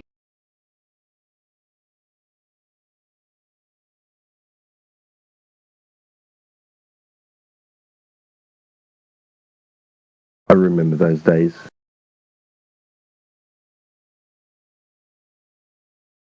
I'm up at 5, man. My eyes just open. I'm just being awake and just laying there. We're lying in bed since 5 o'clock, waiting to leave.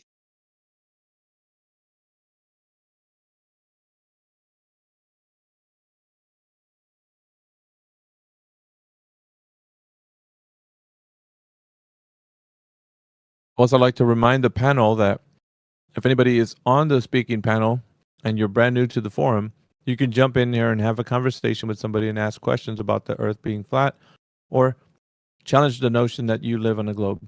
One of those.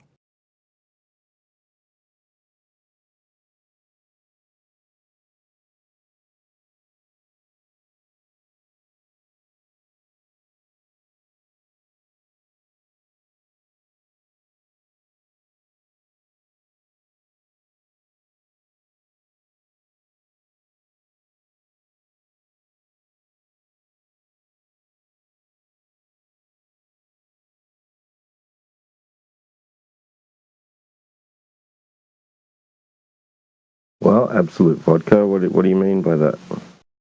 Oh, is he even in here? Ah, he's not in here. Ah, never mind.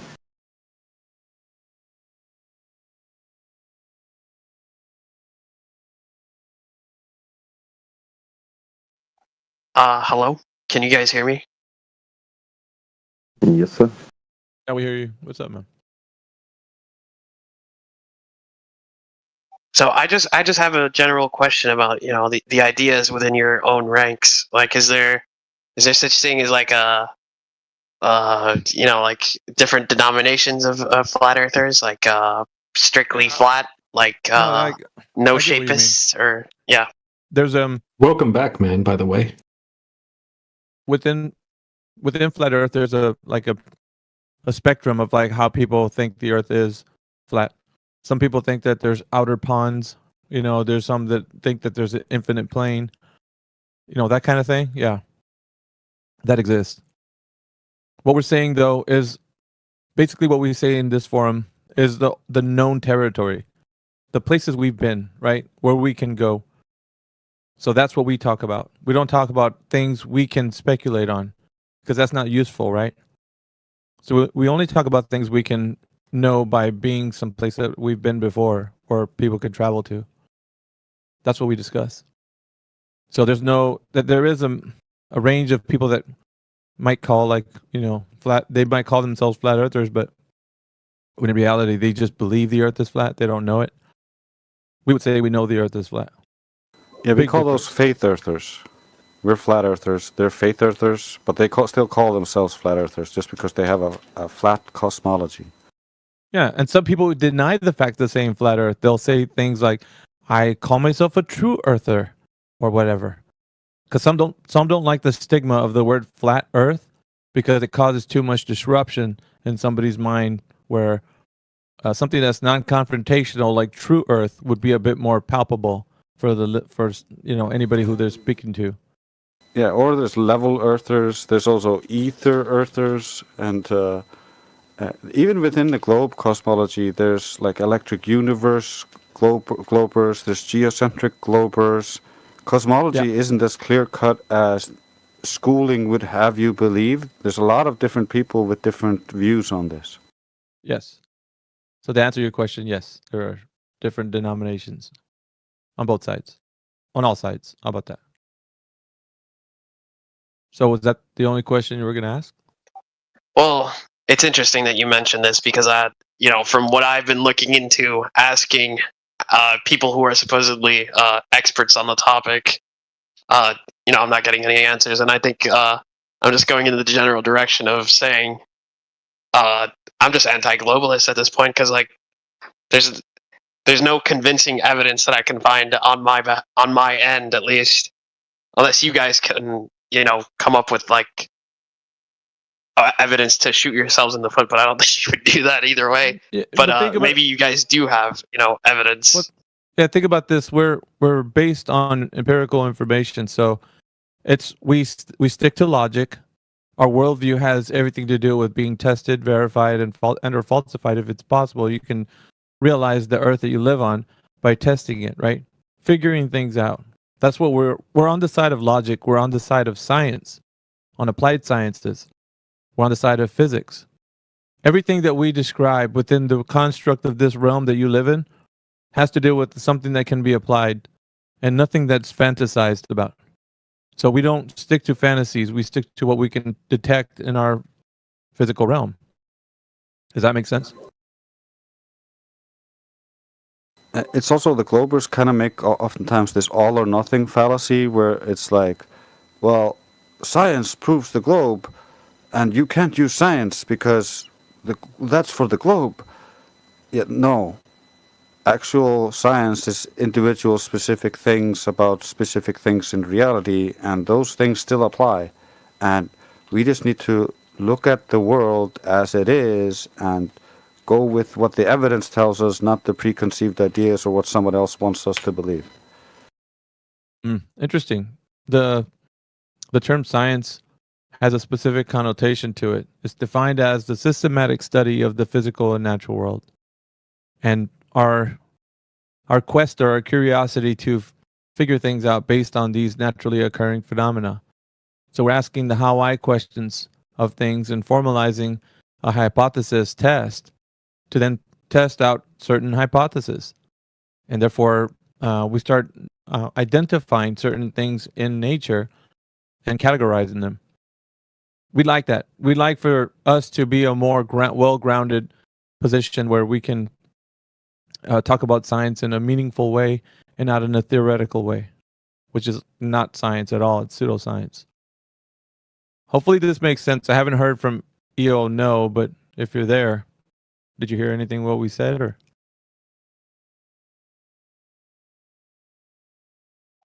That does make a lot of sense.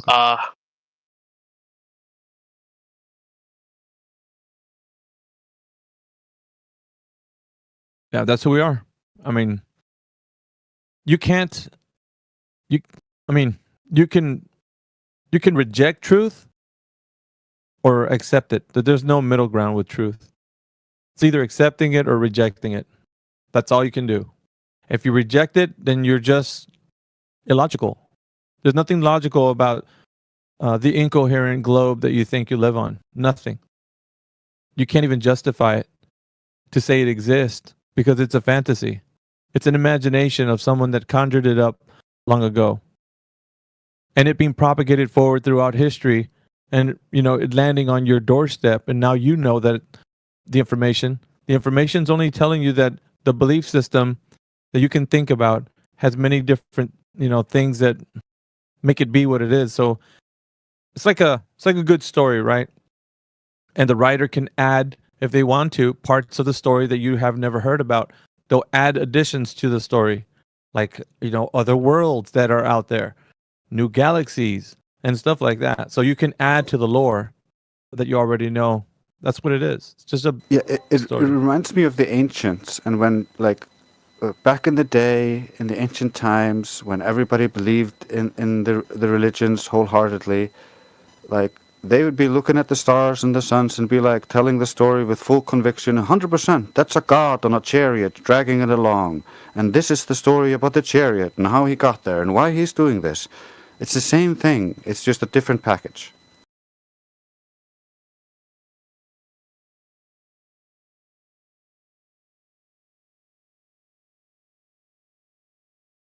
Can we start up one of the stage? Can we start the stage up?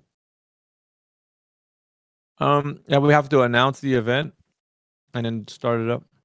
But one of the things that Vivek says that it can't collide with any other. If anybody else has an event going on or something, it can't collide. I just checked.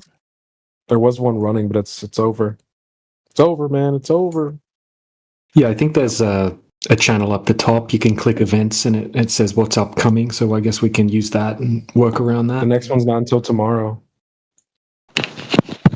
So we're having a staged event, where people queue and then join the panel.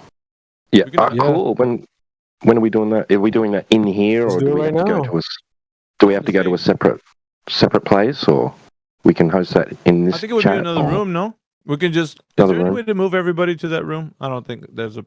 I think there is. Yeah, I think I've seen move too in the options. Wait, it's blocked out for me. Can you guys do it or no?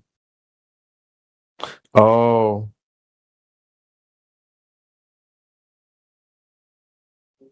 You should be able to do it if you're a mod. It's grayed out. Stage channel. Might have to hit up Vivek.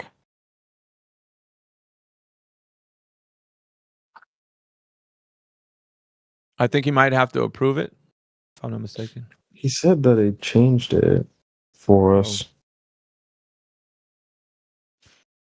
But I'd like to welcome the new anti-globalist to the fold, because that's where it starts. We all started just being like, wait a minute. I don't think I can believe this. I'm just going to look a little bit further.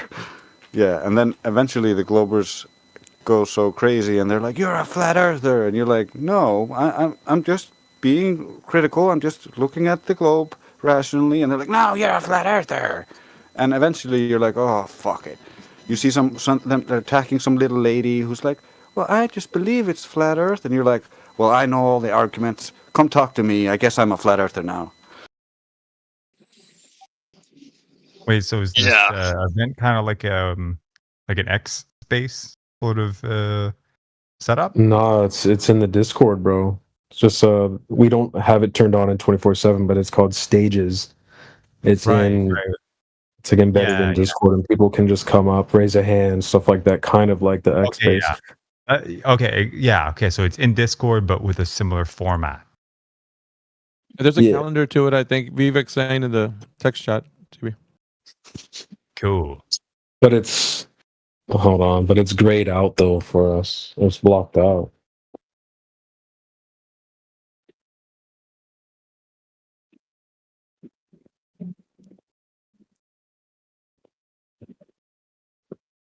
I think we just click on events, and then there's a little option that says create event. You know, No, I bro, guess that. listen. Listen, I'm already there, but it's I want to make a stages event, bro. That's what I'm trying to say. Yeah, it's in events. I think it will. No, but it's blocked. We might need Cyclone, maybe. I don't know. What are you looking at that's blocked? Here, you want me to post a screenshot? Yeah. All right. You go to events, hit create, and then you can either create it in a certain channel or a stage. The stage is blocked. Let me just post a screenshot.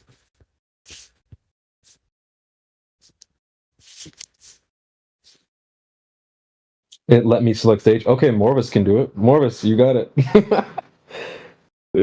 Is it blocked for just me? Yeah, it seems to be working on my end. Oh, someone do it. Set it up. Maybe it's because I'm on mobile. Maybe. Should work for anyone I guess that they know has you the. just can't be trusted, CB. What?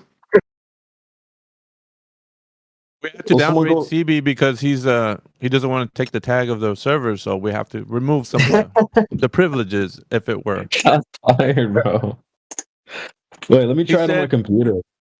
Yeah, see, that's right there. That's obfuscation. He doesn't want to like say that he wants to embrace us as as family.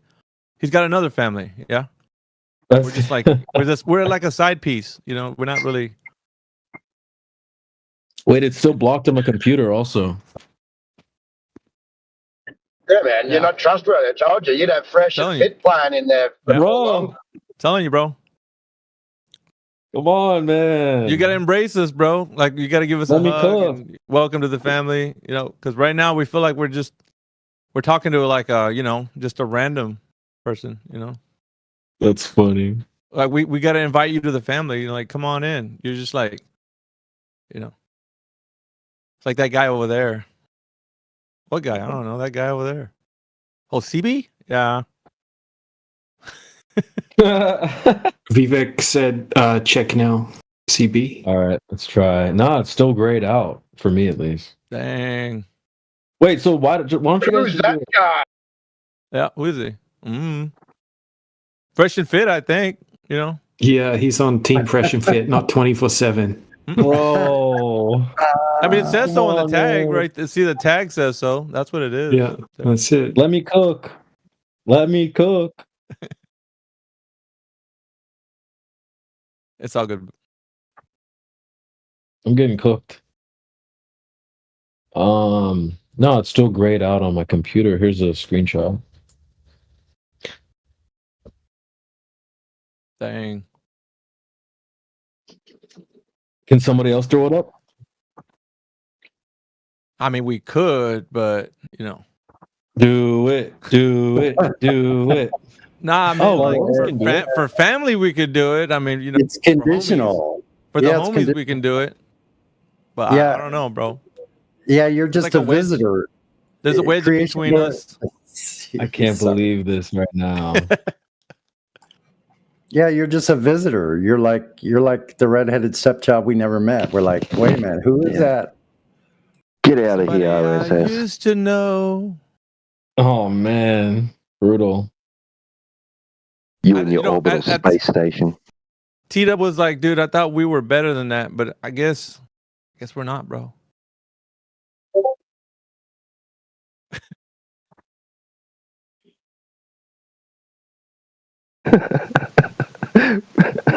What's me, get roasted. I'm getting absolutely roasted right now, chat. I don't know how else, man. Like we can get that tag. It's like, if family was to ask him like intervention, like we're doing right now, like intervention, I'd be like, bro, we have to say after all this time, we thought you were family, but I mean, it just pains me to say this, bro. Well, hey, listen, if there's a better tag, maybe I'll think about it. Damn, it's like that. Yeah, that's way. All right, that's cool. There is a better tag. Yeah, it says FE-er. That is the better tag. I don't know who came up with that. Indio. Indio. Indio, you gonna let him talk to yeah. you like that? I don't know. That's not Gen Z enough, bro. Damn. He thinks he'll get teased by his fresh and fit crew. Dude, you come on, bro. You're falling off, man. You're just you're whack. You're tweaking, bro. He's a tweaker now. If he goes in there with that fear, dude, he's gonna be like straight up tweaking. Like there's no way. Though, CB, you're not even Gen Z though. I know. Oh, CB, he's stealing the label, bro. I'm getting roasted right now. Yeah, like CB, I only came at him about the tag, dude. I didn't say anything about. Damn, bro. Yeah, CB, are you literally trying to like play both sides of the field, man? What's up? Bro, I'm on the O/squad. Let me throw it up right now. Yeah, we're side pieces. FE side piece. Yeah, for life. O/.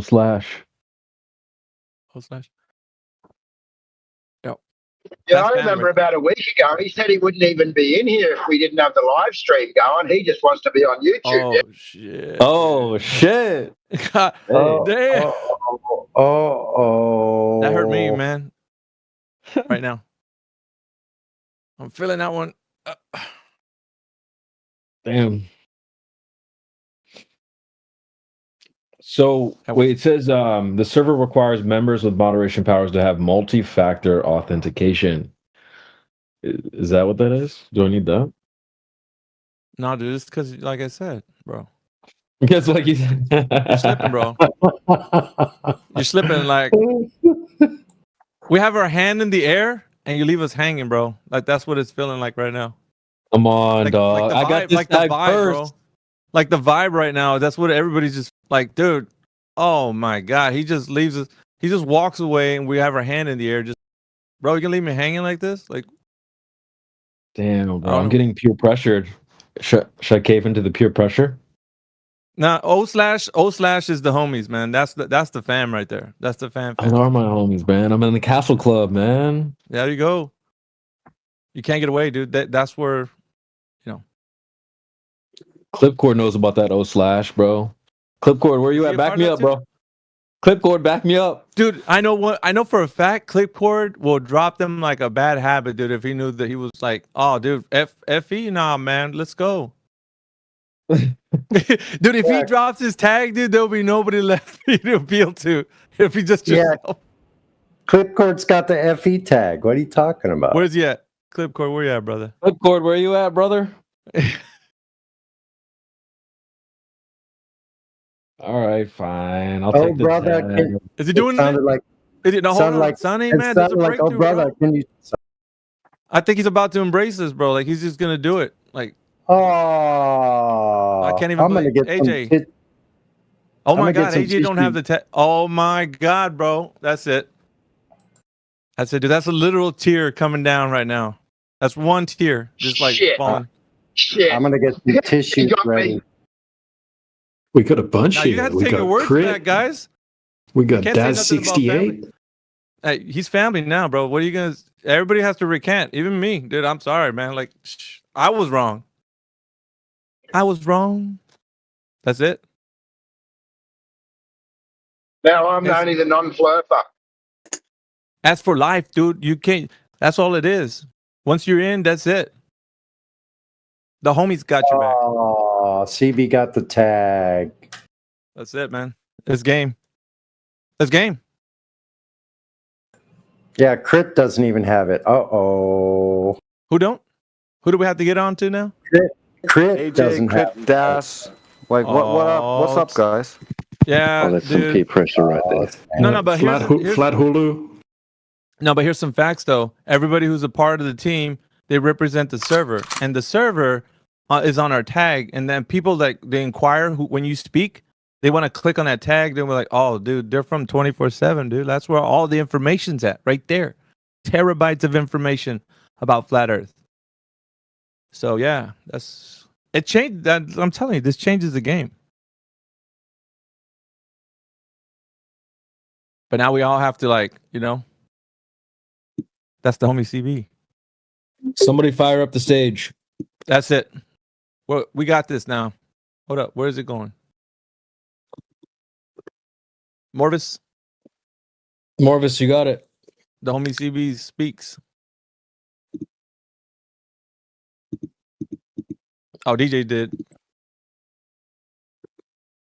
Just set it up. Okay. No, I was saying you just set up 2FA. Oh, I the can't. You can't get 2-factor, bro. How do I? What do I do? I think you just verify your phone or whatever. I think it's what it is. Phone Right? or You email it. Yeah, it's with Google. I use Google. phone in it. Do I need to use the authenticator app thingy? Yeah. Is that? Yeah, the Google Authenticator app. Yeah, that's usually recommended, but some systems still allow for SMS. Like they'll send you a little code via text, or if it's really legacy, they'll send you an email with a code. Hey, when AJ pulls into the next gas station, dude, he's gonna have to get FVR on his name too. Yeah, man, I'm just debating. Do I have to? Yeah, I want to dude, pull up on the highway. I got a truck behind me right now. Don't do it mid trip, dude. You have to stop somewhere. When you get one of those Australian pies or whatever, yeah, we stop over to get one of those delicious pies and just look over your phone and Stop and get a maggot bag. a maggot bag. Ew. Bro said he's getting a maggot bag. Now people are going to start saying, look, the Australians eat maggots. Look, they're buying bags of them. Anyway, it's all good, CB, because I picked up my phone to unmute before, and I think I just got done by a fucking phone camera. So you hanging shit on you just probably cost me about $800. What the hell, bro? Seriously? Oh shit. Yeah, we got cameras over our highways that shoot into your windscreen to see whether your phone's anywhere near you, and then they fucking give you it's a huge fine and about 4 points off your license. Yeah, they basically look right into your fucking lap. So you mean to say that for the love for CB to get his tag, you risk that? I can't even believe it, dude. Like if you hadn't said that, I did, man. Man, that's all out right there. That's complete. That's unconditional love right there. But you didn't.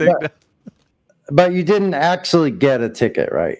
No, not yet. But if it was that the camera did catch him, then he's taking one for the. Oh, I see. Okay, well, it's simple. I mean, there's a simple solution for the Aussies out there that don't have the FE tag in here. They need to put a Flurf sticker on their car. Flurf. Aussie Flurf. Flurfer. I'm a flurfer. Aussie Flurfer. Yeah. Mate, I've been getting pulled over all the time. They'll all want to give me tickets. Right. Yeah. Every camera from here to Kalamazoo is gonna give you a ticket. You get home and be like the fine's like $105,000 or something. What if you had a bumper sticker down there in Australia, that showed upside down shoppers and upside down aircraft and upside down surfers? They'd probably pull you over then too, huh? Who is this guy? Yeah. Who's this bloody flurfer? Get that fucker. No, it's funny. Think about that. Who's saying we're upside down? Damn it. What? What do you mean you're not upside down?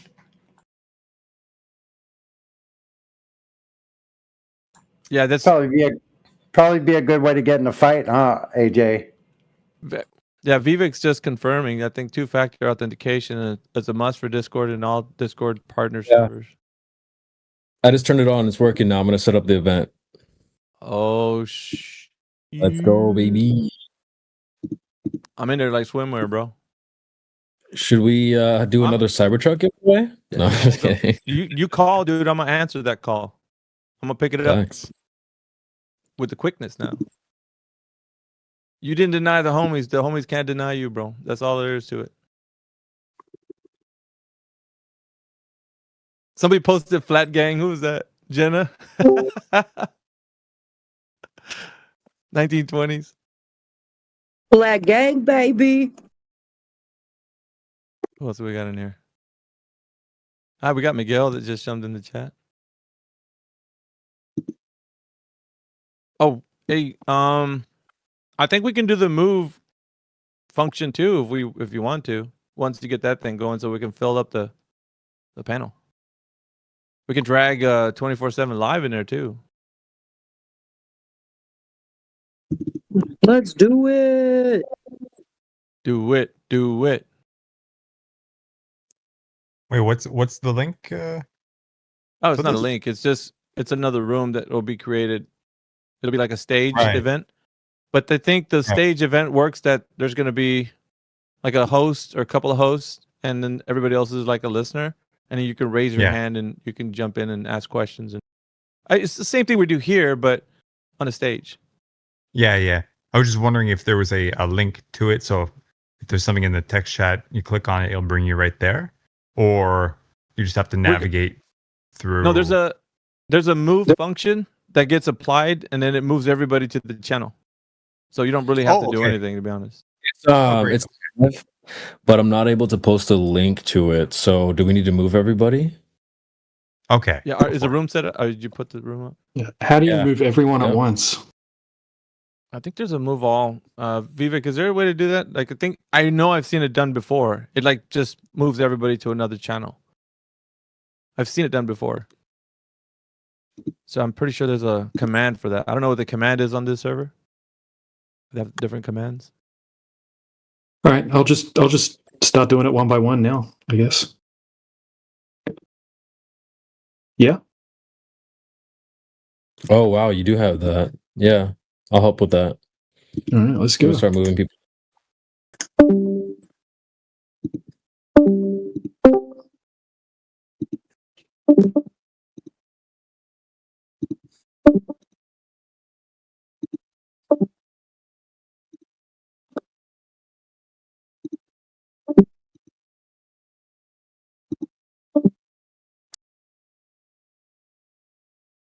I don't get it. What's going on here? Where's everybody go?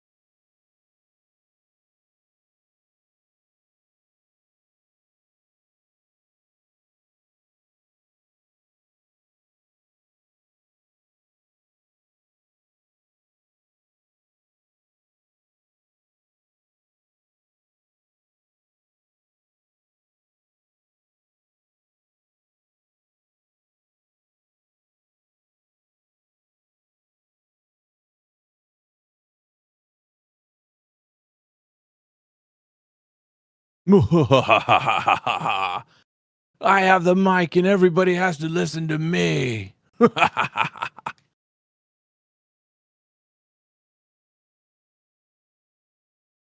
I am now the speaker. You must obey. There's a button at the bottom. Oh, there we go, baby. Let's go. This is an audience of audiences right here, man. You guys are lovely, chat. Thank you very much. Dang, I Yeah, felt like a CB. boomer there for a second, bro. Boomer detected. I was like, wait a minute, what do I do? How did I do that? There's like a thing at the bottom, chat. to become a speaker. Dang, Miggy, how'd you figured that out fast, bro? Yeah, bro. You know, when it comes to events like this, you got to be with it or not. So, you know me, bro. So, can someone post a screenshot of their screen? We can help you figure out how to get a speaker. But it's at the bottom, at least on my computer. It was at the bottom. You know what I was noticing, CB, that the hand raising is disabled. I wonder if we can enable that. Yeah, it was disabled for me too. It's Let's weird. see. Check this out. Options. Oh, go to the 3 tabs or 3 dots at the bottom of your thing. I don't know if that's it there. That's not it. Raise hand disabled, Mike. 1 second, guys. We're trying to figure this out. Just a moment. Boomer's detected. No, on the edit channel, like on the channel itself, CB. Slow mode. Yeah, I'm pretty sure it gives you the invites. Let's see here. Overview, slow mode. We're not going to use slow mode because we don't need that. Damn, I don't see it in there. Age restricted. The heck? Rate. Audio quality. Vivek is here. Welcome, Vivek. And also, there's no soundboard. Oh, you can't use it? Doesn't look like it, but that's all right. You have a different way to use it anyways, right? Chat, can you post a screenshot of what you're seeing so we can help you? Oh, Vivek changed. Yeah, Vivek changed it. There you go. So do you have to do that every time, Vivek? Or can we do that? Or is it just now enabled for us? Like,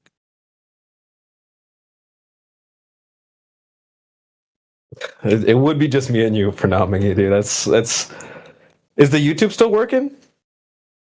Oh, Jenna's on the mobile. yeah, I would say if anybody can confirm that if YouTube is live, we want a little confirmation of you're hearing us talk. Yes, serious question. Are we live? You are all literally stage mods. You can enable and disable all that.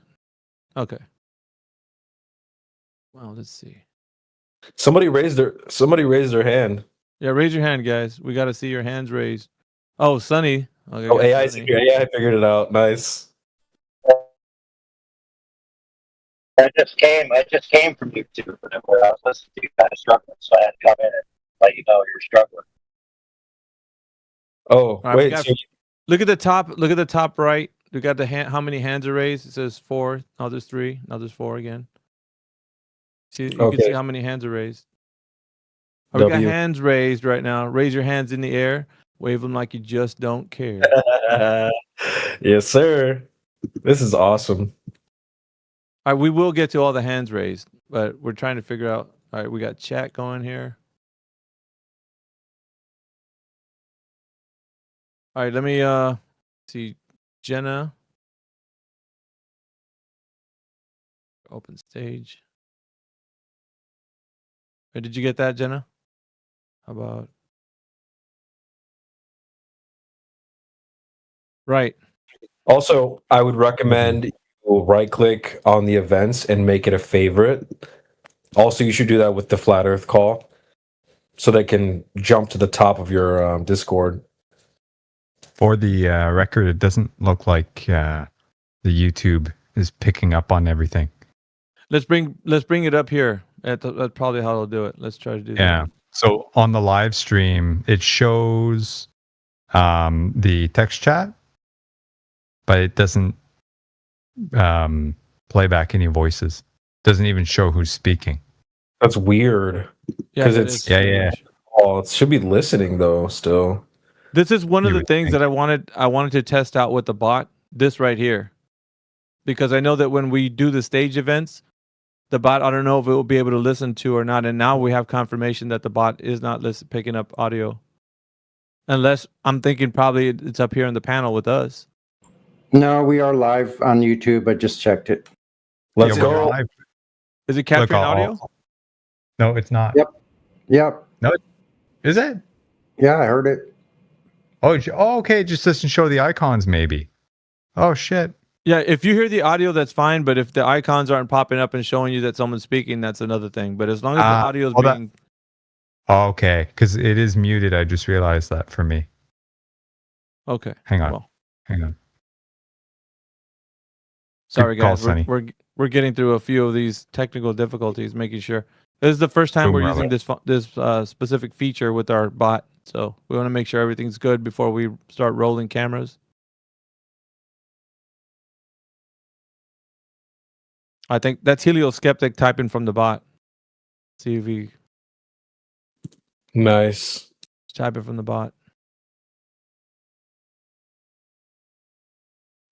Yeah, this is a cool feature. I kind of dig this.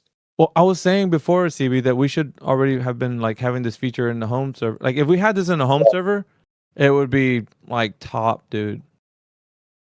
Having this feature. Yeah. Indio said he was down to turn it on, but originally there was some like weird perms attached to it.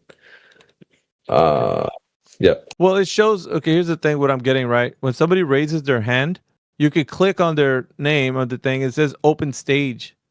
Like, what does that mean? Like, is it bringing it up here? Let's try it out. Wait, say that again. I click on someone's name. Jenna Massey. Like she has her hand raised, right? So and yeah,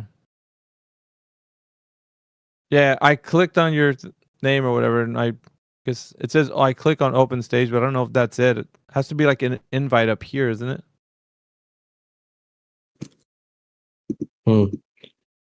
Well, when they request to speak, you just accept it, right? Yeah, but where's that at? I'm checking the YouTube stream, and I don't hear anything, man. Does anybody else? I just posted the link in the chat. Yeah, if you want. I hear it. Yeah, I checked it again. Mick, check to see if you don't have it the web page muted, man. I don't think so. So what I did is I muted everybody here, so I wouldn't be interfering. And I went on YouTube, and I could hear everybody here speaking on the YouTube. Okay, then. Yeah, it works for me as well. All right, good. I'm just a boomer. Boomer detected. Boomer detected. Jenna, how did you get invited up here? Were you slow on the button to accept, or how was it like? I wasn't that slow. I was right behind you guys. Well, no, I know, but I'm saying, how did you, like, did you come up here because you were invited to come up here, or you just came up here by yourself? Like, I clicked on only smart people click on this. She had her hand up. That's a good title, huh? She had her hand up. I clicked accept or whatever. it says open stage when you open up their icon, like that has their hand raised. Is that correct? I don't see that. Yeah, I just want to jump in right quick with these staged events. So you have basically the panel or the people that are watching, the audience, if you will, and then people who want to speak put their hand up, you bring them up, and at that point they can actually engage. So I put my hand up. I think it was Brother CB that okayed me to join, and now I can speak on stage. When I'm done, mute up, I can withdraw from the stage. So it really works well for an actual, like, a show, because you can highlight people to bring them up again, engage with them, and then put them back down to the audience when you're done. Let me test something on you, Killian, since you have the ability to come back up. Bet. All right. I just clicked move to audience. So he was troublesome, guys. I had to move him down. Wait, move to audience. I see that button. Okay. This is nice. So yeah, it's kind of like what we do with X. The same function, like the same thing in X. You have a panel of speakers. See, that's why Discord is superior, dude. I'm telling you. Plus, the audio quality is like top notch. So, and just so, if I can just jump in for a hot second to say, the one thing to note that when you do that to individuals, it changes their audio input back to default. So if you're on mobile, you're on speaker, let's say, it'll shoot it back to regular output.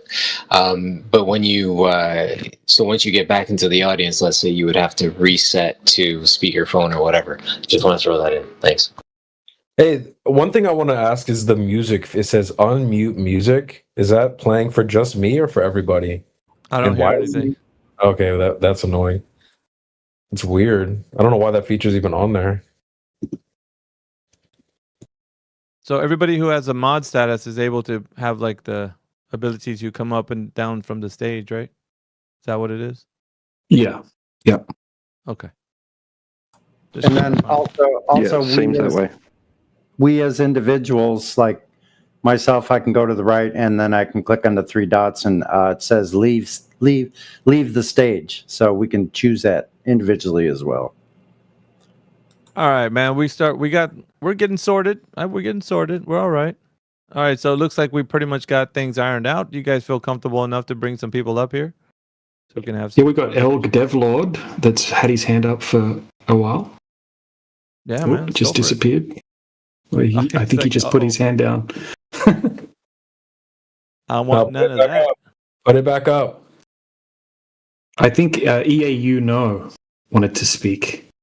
Yeah, for sure. Bring him on. Bring him on up. Remember, guys, you want to come up, put your hands in the air.